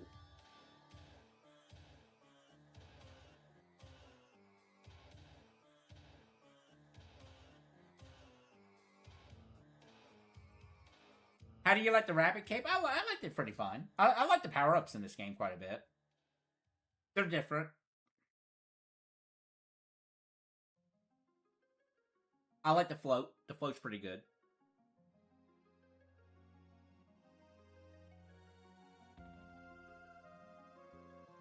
I like the enemies in this game. They're pretty silly. Tatanga comes back in this game, which is pretty funny.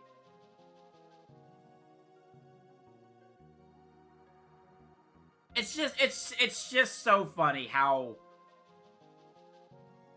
this is a Wario game. Just Mario is in this. Just consider the enemy designs, the way the game is structured, all of that. Overall, it's a better game than the first Lane game, in my opinion. I don't know how much further up the list I would put it.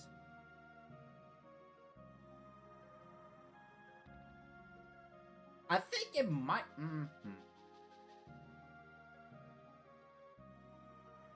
I really like Bioerosion. That game is silly. That's a silly Xbox game.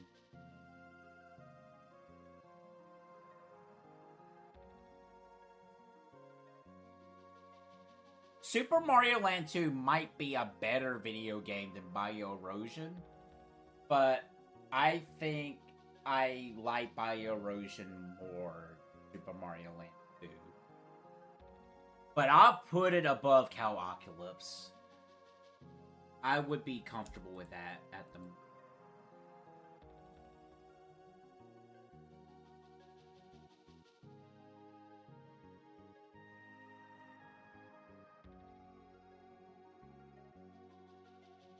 This is so funny because I think my buddy legitimately thinks this is the best Mario game. Well, not anymore. I think he thinks Wonder and Odyssey are better Mario games. But Land 2 is a personal favorite of his. And he loves Mario, so when he says that, I 100% believe him. I believe the way that man says that, I believe it.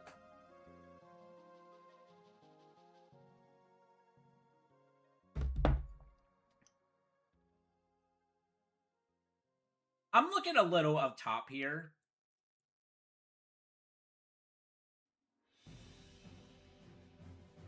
I don't know. I think I would rather play Freddy Spaghetti over Land 2. As weird of a sin as that sounds. Yeah, me personally, the vibes and the way Freddy Spaghetti is, I would definitely play that over Land 2. Definitely for sure over Bioerosion. Macbat's 64.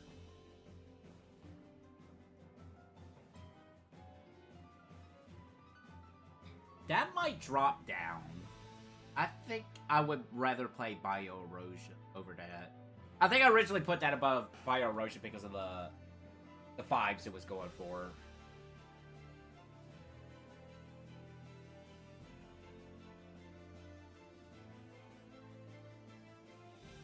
Let me sit on that one a little bit. We'll leave it where it's at right now.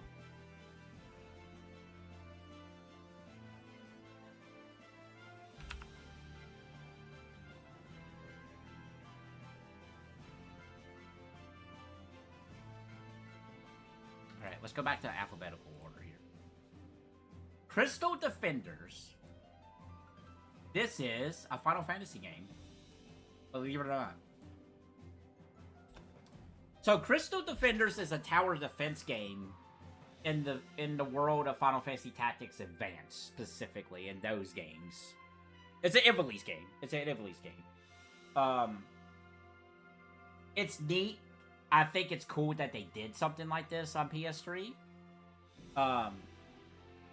Once you figure... I think like a lot of these tower defense games, once you figure out the exact set of where to place everything, you're good to go. Like, it's just a matter of just figuring out the optimal play for it, because these aren't infinite. And I don't even think this one has a survival mode. I think there's not an endless mode in this one. I think it's just beat these levels. But for what it is, and it being a Final Fantasy game, I think that's actually really neat. It's cool that they did a tower defense game. I don't think they have done anything like this since 10.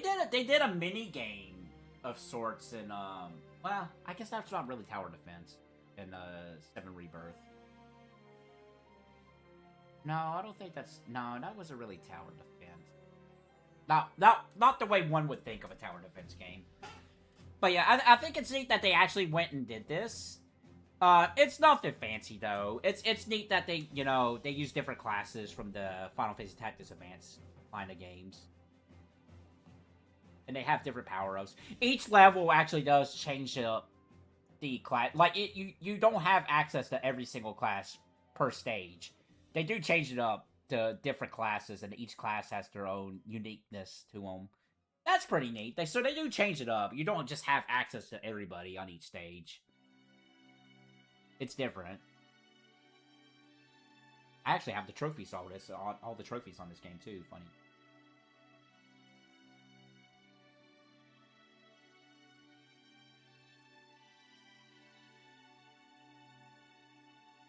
I think this is also one of the few Final Fantasy games you can get on 360. There's not too many of them on 360. Well, you can't buy this anymore on 360, I don't think. I think you can't do that.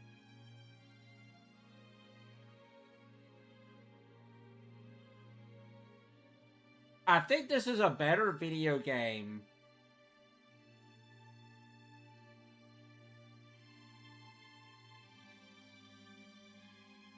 than Final Fantasy All the Bravest. I think Final Fantasy All the Bravest is still the worst Final Fantasy game on this list. I think Crystal Defenders is better than the Sonic Boom games. I think they're better than My Name is Mayo. I think it's better than Ice Climber. It's better than Lost Vision. It's better than Lisa the First. It's better than Super Gorilla Quest. It's better than Alice Kid. I think it's better than Vintage Boxer. I think it's a better game than the LAN games. That might be pushing it a little bit.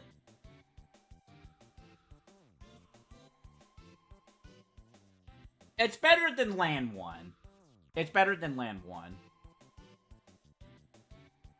It's better than Cowpocalypse. I don't think it's as good as LAN 2.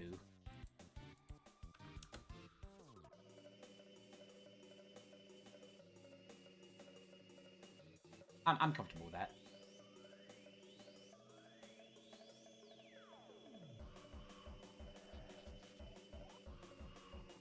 Alright, our next game on the lineup here.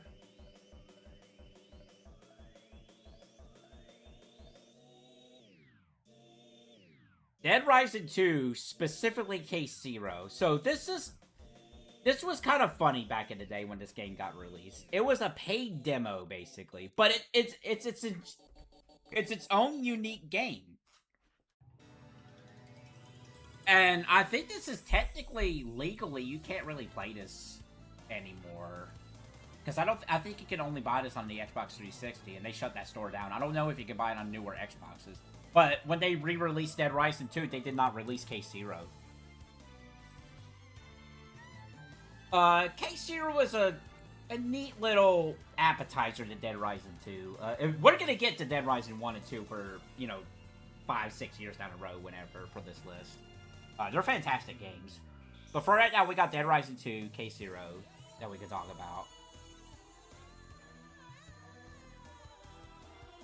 about. But yeah, it's an introduction of Dead Rising 2 without being a full-blown demo. It is its own little game. And what we got here is very interesting, because it lets you play around with the mechanics they introduced in Dead Rising 2 that was not present in Dead Rising 1. It gets you to know Chuck Green a little bit more and his situation with his daughter. And this little game even has multiple endings too, on top of that, which is pretty interesting.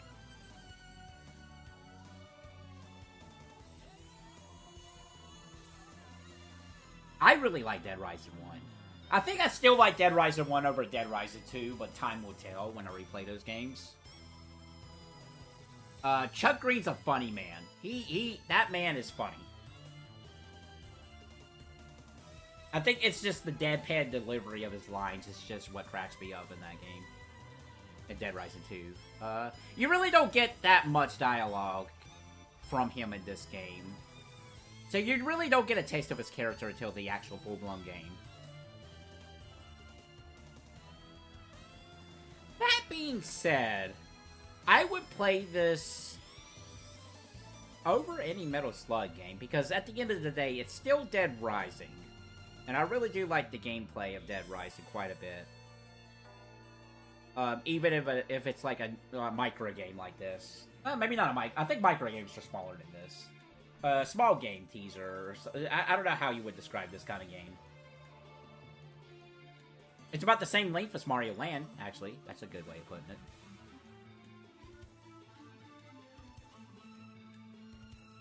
I don't think I would put it above Turtles in Time. I really like the Dead Rising games, at least 1 and 2. But I think just the teaser aspect of this game and how short it is. Like, it's meant to give you a taste of Dead Rising 2, and it does that job well. And it is, by technicality, a full-blown game. It's not a demo of the game, it's its own video game. It's just meant to give you a taste of Dead Rising 2. Like, I don't feel awful like some people did back in the day about paying for a demo, some would say. I think this is... And some people even back then was like, well, you know, it is its own thing. It's not like you're paying for an actual demo. It is like a little game in and of itself. So even back then, some people were lenient on that. Myself included. Like, I didn't really find any issues with that. If it was just straight up just a demo you paid for, yeah, absolutely. But, even then, I mean, I guess technically you are paying for, like, PS1 demo discs back in the day in some aspects. Like, oh, yeah, you gotta buy a Pizza Hut pizza, but you get a free demo disc.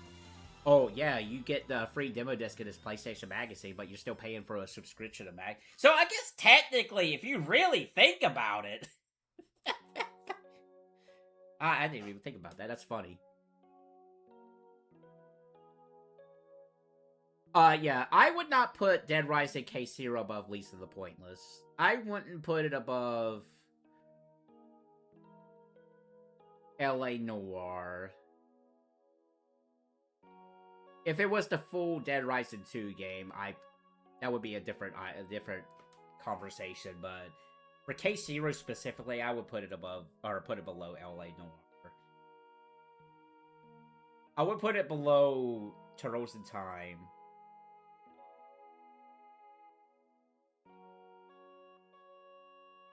I would put it below Buckshot Roulette. I would put it below Super Mario RPG. I put it below... Okay, it's going down further on the list. I would put it below Firefly Diary. I would put it below Cooking Fighter Hao. I think... I can't remember if I said put it above the Metal Slug game. Now that I'm, like, more thinking about it being what it actually is. I would put it below the Metal Slug games. I would put it below Brave Exvius. I would put it below the RPG Maker horror game. Wow, this keeps going down, doesn't it? It just keeps going down the list. It really is just a teaser game. It really is. But it's a Dead Rising game.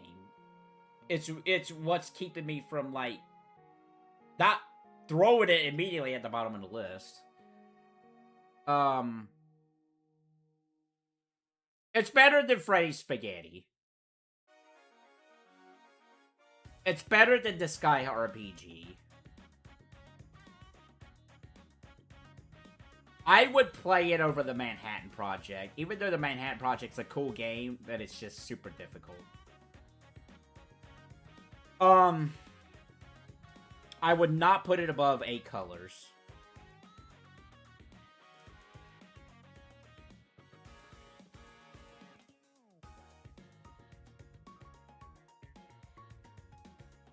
Would I put it above Limbo? Or not?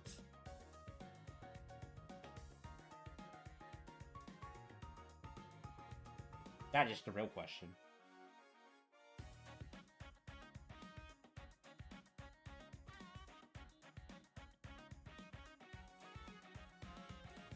I gotta confirm something here. I just noticed how long we've been streaming.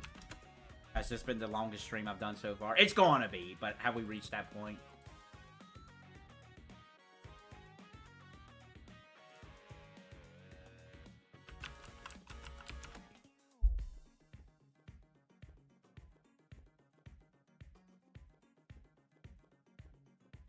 We have officially gone over the time I streamed Final Fantasy Tactics. We are over at that point. So as of right now, this is the longest stream I've ever done. Jesus Christ. And I'm not even barely over halfway through this list. I don't want to rush it. I really don't. I want to take my time with this. I want to be really methodical about this, but this might be a two-parter stream. As much as I would like to not end the stream until we get this list done. If I start, you know, if I need to get some sleep, I'm not going to ignore it. I'm going to get some sleep. I'm not at that point just yet.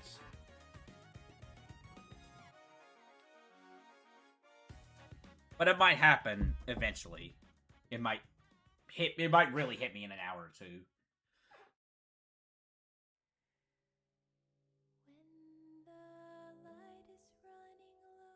So, where's Limbo at? Where was Limbo?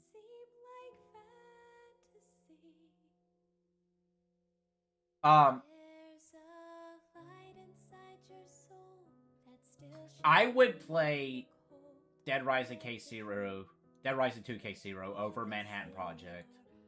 It's not better than 8 colors.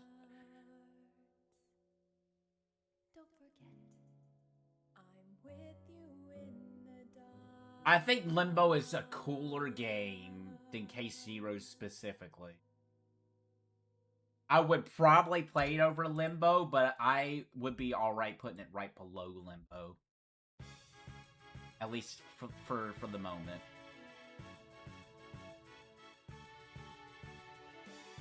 Oh boy, do we get to talk about the Dead Sea games?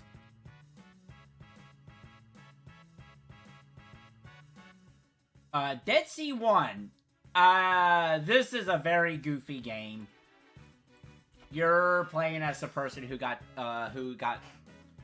who's being attacked by giant sharks. The giant sharks tips over the boat, eats the boyfriend or fiance, I guess at that point in the story. And you gotta survive. You swim very awkwardly. It's a funny, silly game. Xbox Live indie game. Never fails to deliver. The funny fact now, how far does the funny factor of this game takes us is the question. And it's really funny how there's tech in this game. Like, if you just like barely tap the swimming buttons, you actually go pretty decently fast without alerting other little sharks. Compared to like you just going full blown for it.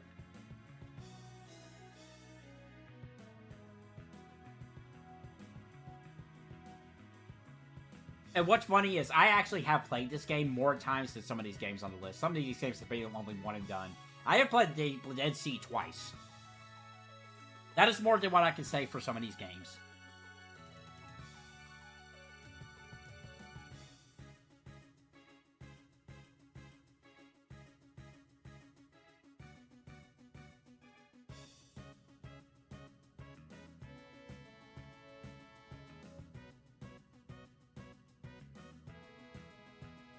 It's definitely better than Lost Vision.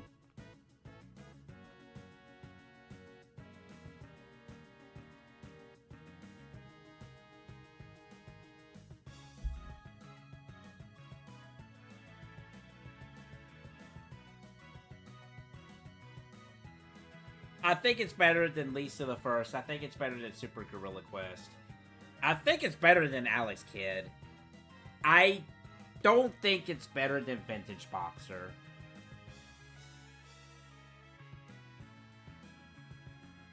I'm actually remember the animation of where you throw throw an enemy on the ground and you grab them on the ground. You just like repeatedly awkward punch them. I do remember that animation in Vintage Boxer. That's pretty funny.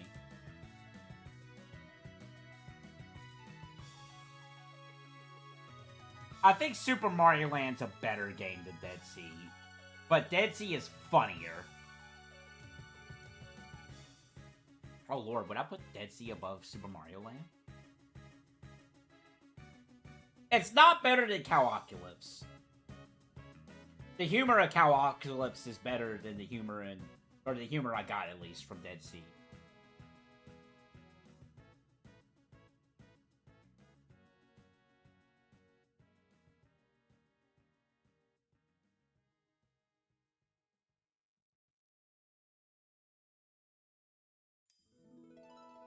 I'm gonna put it right below Vintage Boxer. I think if I'm trying to be real for a moment, I think it is better than Vintage. Or Vintage Boxer is better.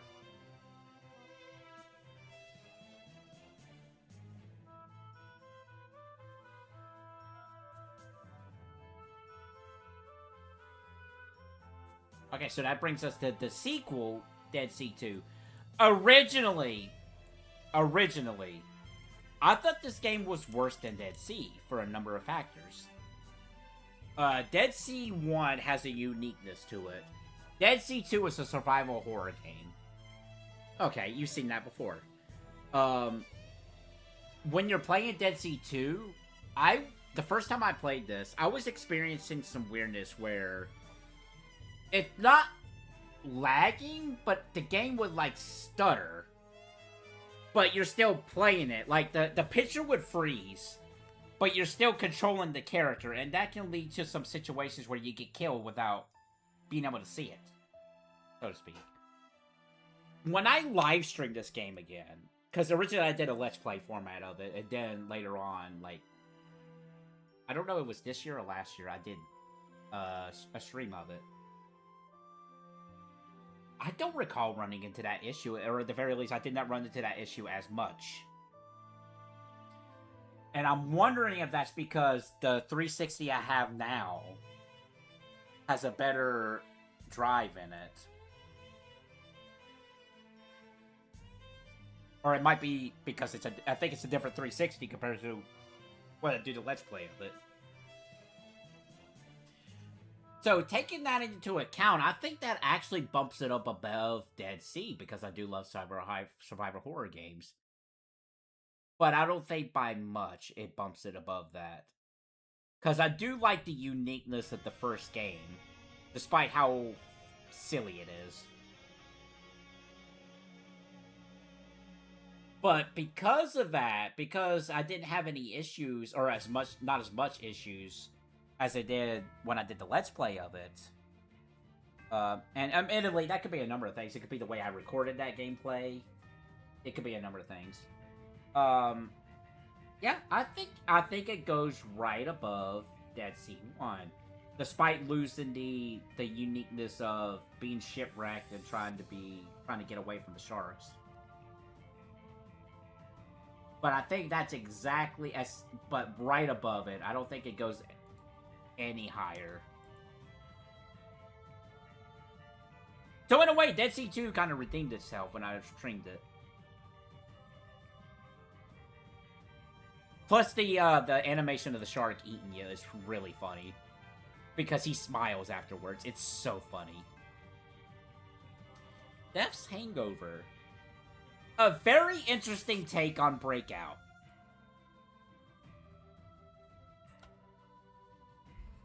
This game is actually one of the ones on here I kind of want to replay the most, honestly. I can envision myself coming back to this game and trying it out again to really get a good feel of it. It's a very interesting take on it. It's got a storyline to it. It plays around with the mechanics of Breakout. It's neat. It's very neat. It's goofy. Death has a hangover. It's got an interesting... It's got multiple endings. The way you have to get to those endings is very interesting. Yeah,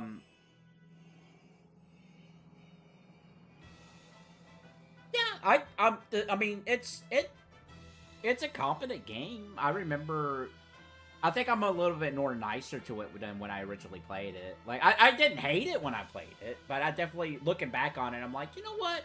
It goes back to, like, I really would like to sit down and play more of this game at some point. I really would. So, if this game has me saying that years later, I think it's got to be doing its job pretty well.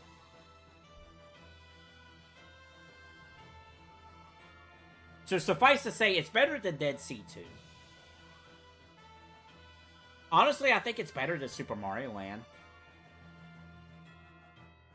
I think it's better than Cowpocalypse. I think it's better than Crystal Defenders.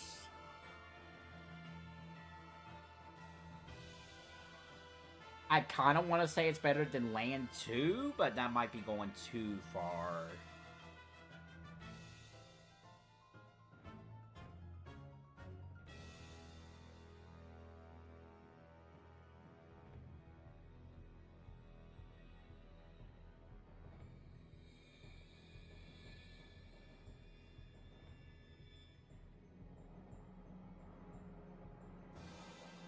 I don't know. It might also be because in recent years I've been like more and more really like into arcadey like games.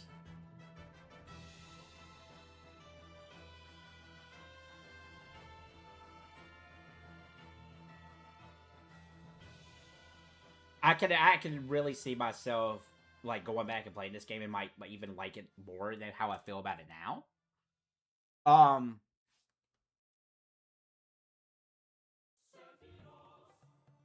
I like this remake. Okay. 100% certain it is not better than these RPG Maker horror games that's on this list. With the exception at least of the first.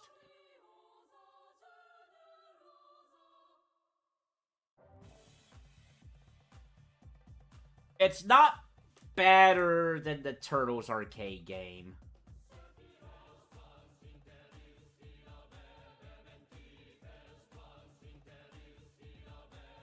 I kind of want to put it above Macbat, actually.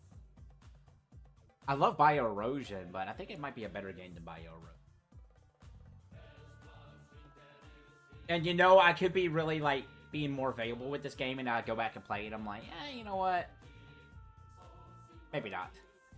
But the next time I do a end of year video game ranking list, there'll be a beginning portion of it where I do I look back and I go through and see if any of my opinions has changed on any of these games.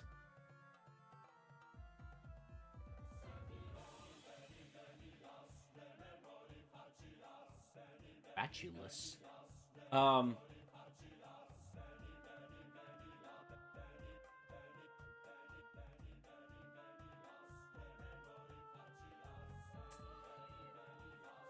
It's better than the Vintage Boxer. I think it's better than Land 1. I think it's better than Cowpocalypse. I think it's better than Crystal Defenders, yeah.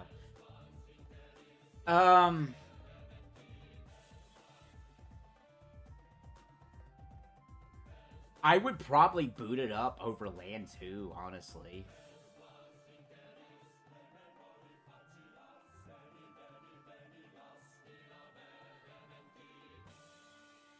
I would probably boot it up over Bioerosion.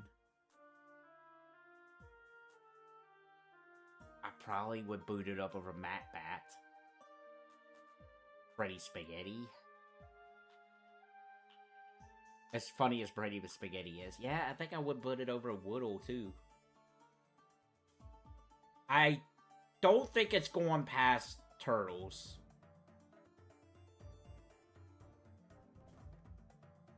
I don't think it's going to go past... No, I think that Disgaea and Disgaea RPG barely puts it over Death's Hangover. But I could see myself putting it above Disgaea RPG at some point, possibly. But Disgaea RPG gave us Feature Asalia, so there's that.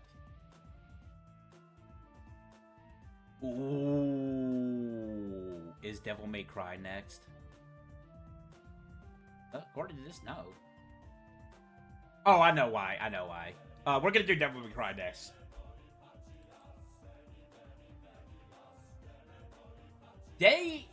DmC Devil May Cry. So,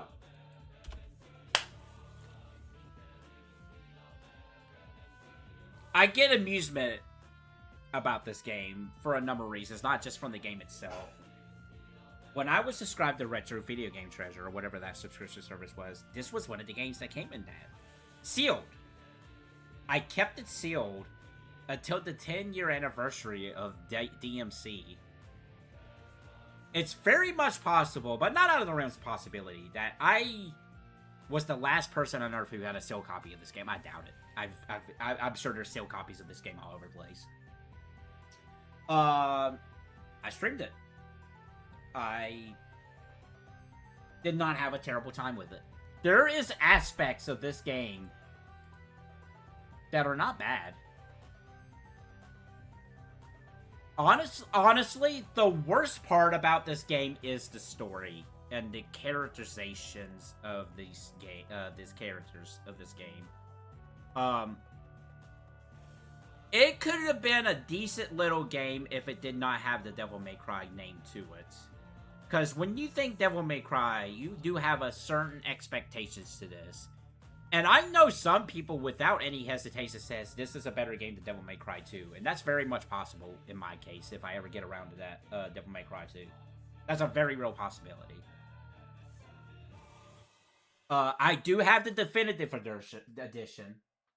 So whenever I do get around to that, that will override this version of the game. There's a couple of things about the original version of this game that the definitive version does not. They get rid of Virgil's Fedora, which is so funny because even the people who did the definitive edition are like, nah, man, this is too, no. Get rid of Virgil's Fedora. That's so funny to me. They edited the scene a little bit with the whole shooting the baby in the womb. They did alter that a little bit. But honestly, those are like just very just things that they took out or edited in the definitive edition. They added more stuff to the game too. And I think everybody even says this. I think the definitive edition is a much better experience of this game too. This game's funny. In a bad kind of way. Like, this game... Okay, this game is funny to me in the way that I wish Bomberman Act Zero was funny. I wish Bomberman Act Zero was as hilarious as this game. Instead, Bomberman Act Zero is kind of disappointing in that respect. Not only is that a bad game, but it's also... doesn't even have a really funny factor outside of just, like, look at it. But... that game's not on this list. But DmC here... does have some really cool ideas. It has a really cool boss fight in this game. It's funny. It's really funny, whether it be intentional or not. It has a message? But it is really funny that Dante here is pretty much a self-insert of the director in some ways. Or the producer. I forgot who it was of this game. It's even funnier that Dante's model here was used for dental training videos. That is still hilarious. That they had to make money back by selling his model off to, like, infomercial stuff. That's so funny.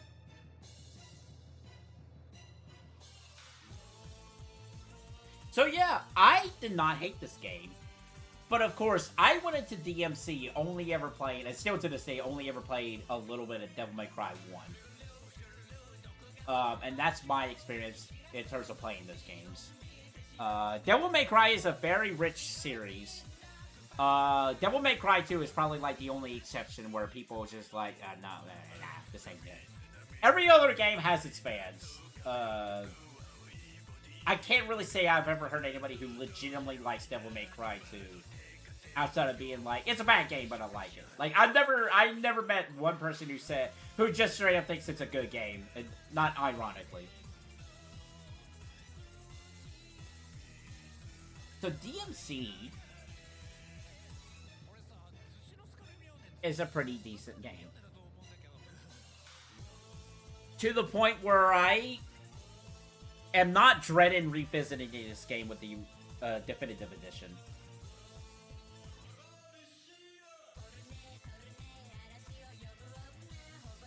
Sorry, I'm really listening to the music at this point. So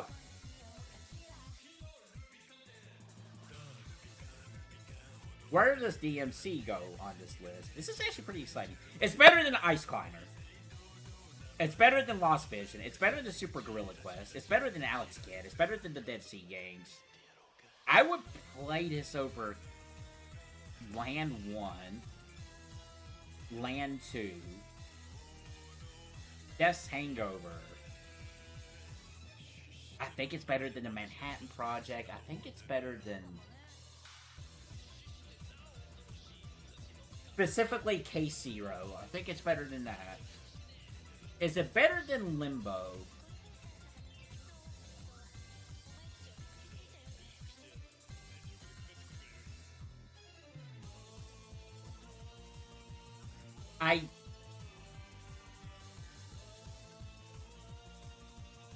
It's not better than Astro's Playroom. We can say that for sure. It's not better than Buckshot Roulette. It's not better than Cookin' Fighter Hao. That's the only Cookin' Fighter Hao fan in the audience right now.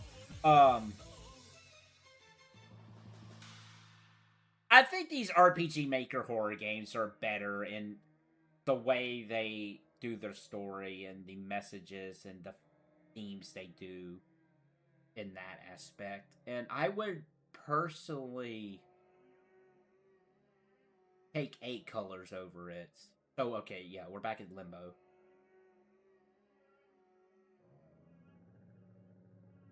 It's funny how many times now I'm just realizing we always come back to Limbo. Like, Limbo always pops up.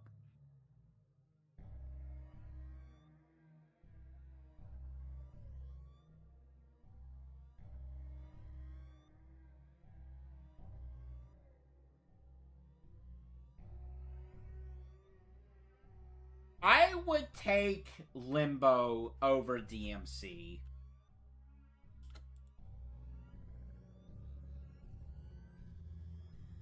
At least for now, in this original version. The definitive edition might bump up. That's a very real possibility whenever we get eventually to that game. That version of the game. But, for now, I imagine myself... I was like, I would rather play...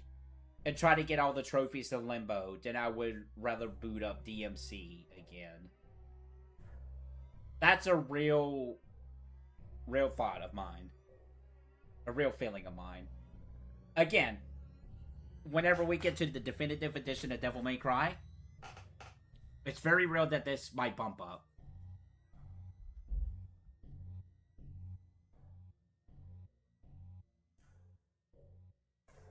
Alright. Now,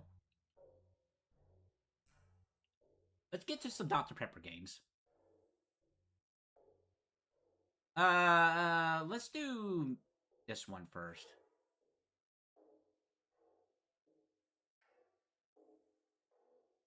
So, friend of the show, friend of the stream, Gemini, shoutouts to Gemini, made a series of Dr. Pepper killer games. Before we start, Gemini, I love you. I think you're a cool dude. I think you're really great. I think you are already made better RPG Maker games than the Dr. Pepper Killers. These are mean games. Without a doubt. These are definite mean games. So you're going into these kind of RPG Maker games with a different mindset. So it comes down to how funny is the joke? How funny is the meme? And before we really get into it, I do have full intentions of making Dr. Pepper Killer Gaiden. I want to. That's next year's goal. Next year, at some point, I am going to make and fully release Dr. Pepper Killer Gaiden. And I hope it's fun. But check out Gemini's works. Gemini is a really big fan of the RPG Maker engine. They're still working on Project Shiba, I believe so. Which, that one's really exciting. They have done multiple RPG Maker demos.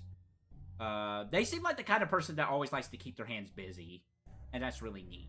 So, before we rank any of their games, because I think this is the first game of Gemini's we're ranking here. Yes. There's a couple of Gemini's games on here. But, just like I said with Super Gorilla Quest, I have no ill intents when ranking these games. Just know, Gemini, I think you're a great person. I enjoy your body of work. You keep on creating. Don't take my word on anything. They're not gonna care. They're not gonna care about my rankings of this, I'm sure. No, they'll make a joke. They'll be like, "What? You think that Final Fantasy is better than my games? F you." And I'm like, you know what? Okay.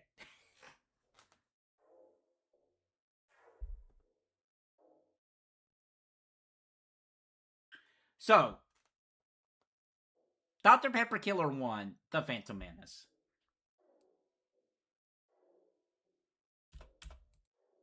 I think this game got updated at some point, because I think I remember a totally different version of this game that's more in line with Diet Dr. Pepper Killer. I think even Lucy did a speedrun of that version. Alright. I love Dr. Pepper. I am a big advocate of making mean games based on soda products. I have done an FNF mod, Friday Night Funkin', of Dr. Thunder. If that shows anything about how passionate I am about soda-branded video games. There you go. I have full intentions of updating that mod at some point. That would be really funny. I'm so passionate, in fact, that I want to make a whole spin-off game based on the series of games Gemini has made. So, where do we rank this at as a mean game? As a funny haha game?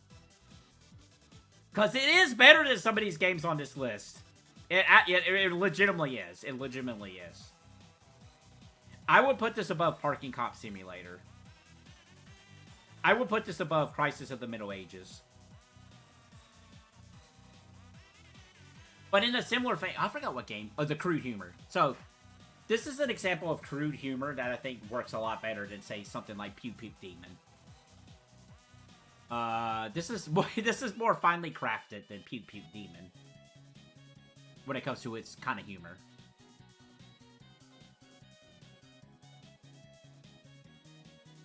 But yes, I would put this above Parking Cop Simulator.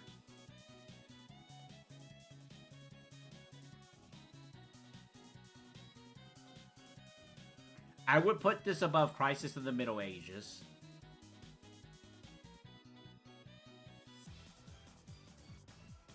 I would not put this above Sax Cute Game.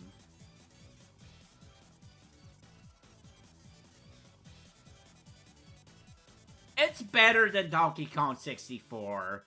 I think if Jim and I made a Donkey Kong 64,000 RPG Maker game, it would be pretty fascinating. That's very... I can see that being more like a Jim and I coded game, Donkey Kong 64,000. He didn't make it, though. Or they didn't make it.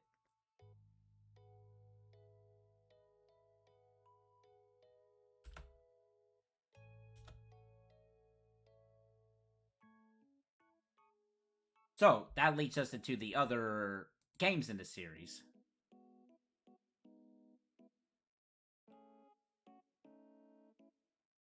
So, Diet Dr. Pepper Killer, it's an even funny, it's like, it's more of a haha than a haha itself. This is based on, I want to say, I don't even think you can get this game anymore, specifically Diet Dr. Pepper Killer. I don't think you can. This is... If you know the context for this song, this is really, really funny to be paired with this video game. This song plays during the sex scenes. There you go.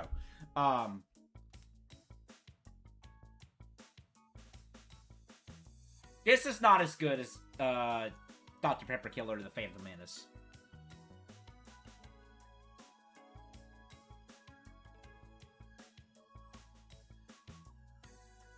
I would put it below Donkey Kong 64,000. I would put it below Crisis of the Middle Ages. I would put it below Pit Fighter on the Game Boy. I would put it below... I would put it above PukePuke Demon.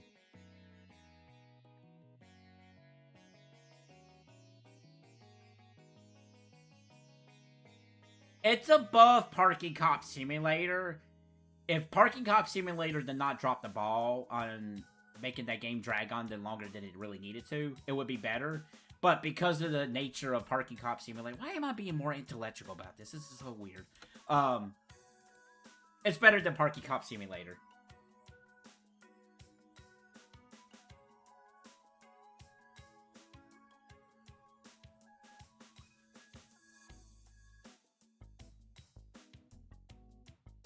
I think this is the next game in the franchise. I'm not 100% certain, but we'll go with it.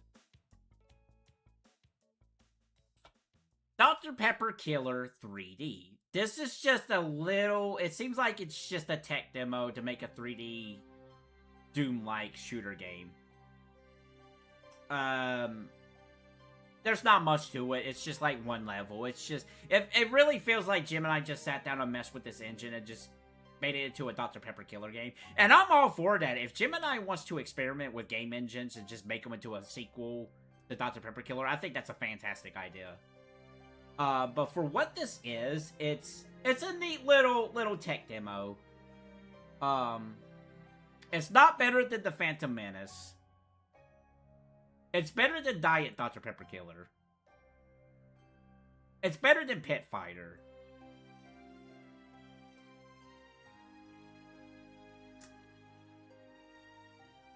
I think I had more laughs than Crisis of the Middle Ages.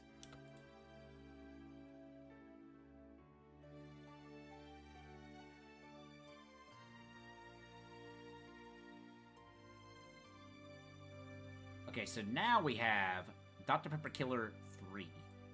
This was made during a game jam. So, the RPG Maker XP's game jam.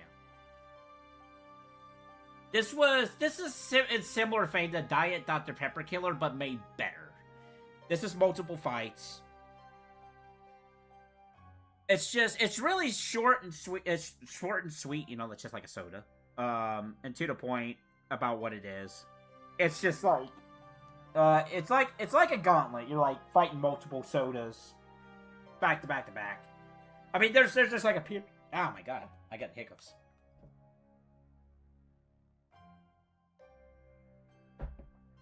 They're not like, it's not like a gauntlet. You're fighting these enemies in just like smaller area. They're wandering around the map and you fight them all. So it's very similar to Diet Dr. Pepper Killer, but it's better than that.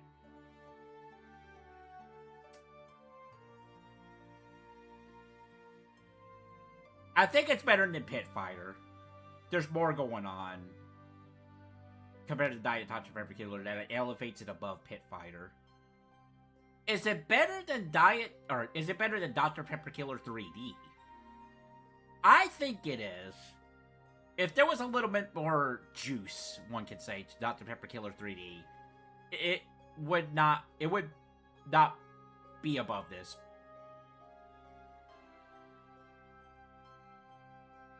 Crisis of the Middle Ages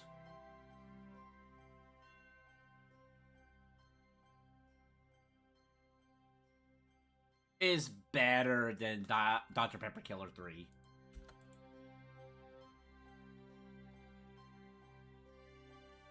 Right, and I think that is all the video games so far in the Dr. Pepper Killer saga. Unless Gemini makes another one, which I think that would be really funny.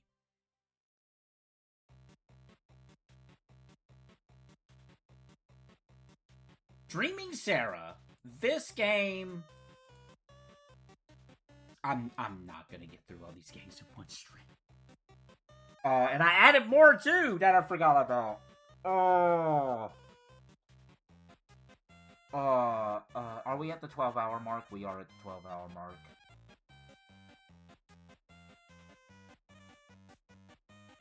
I did not think I would have to do another session of this, but I think I'm gonna have to.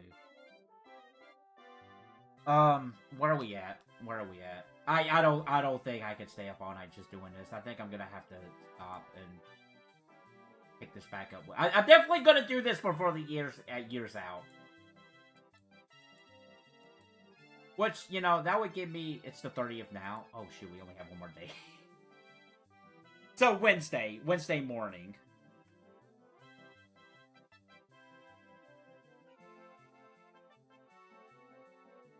We're at 88 games. I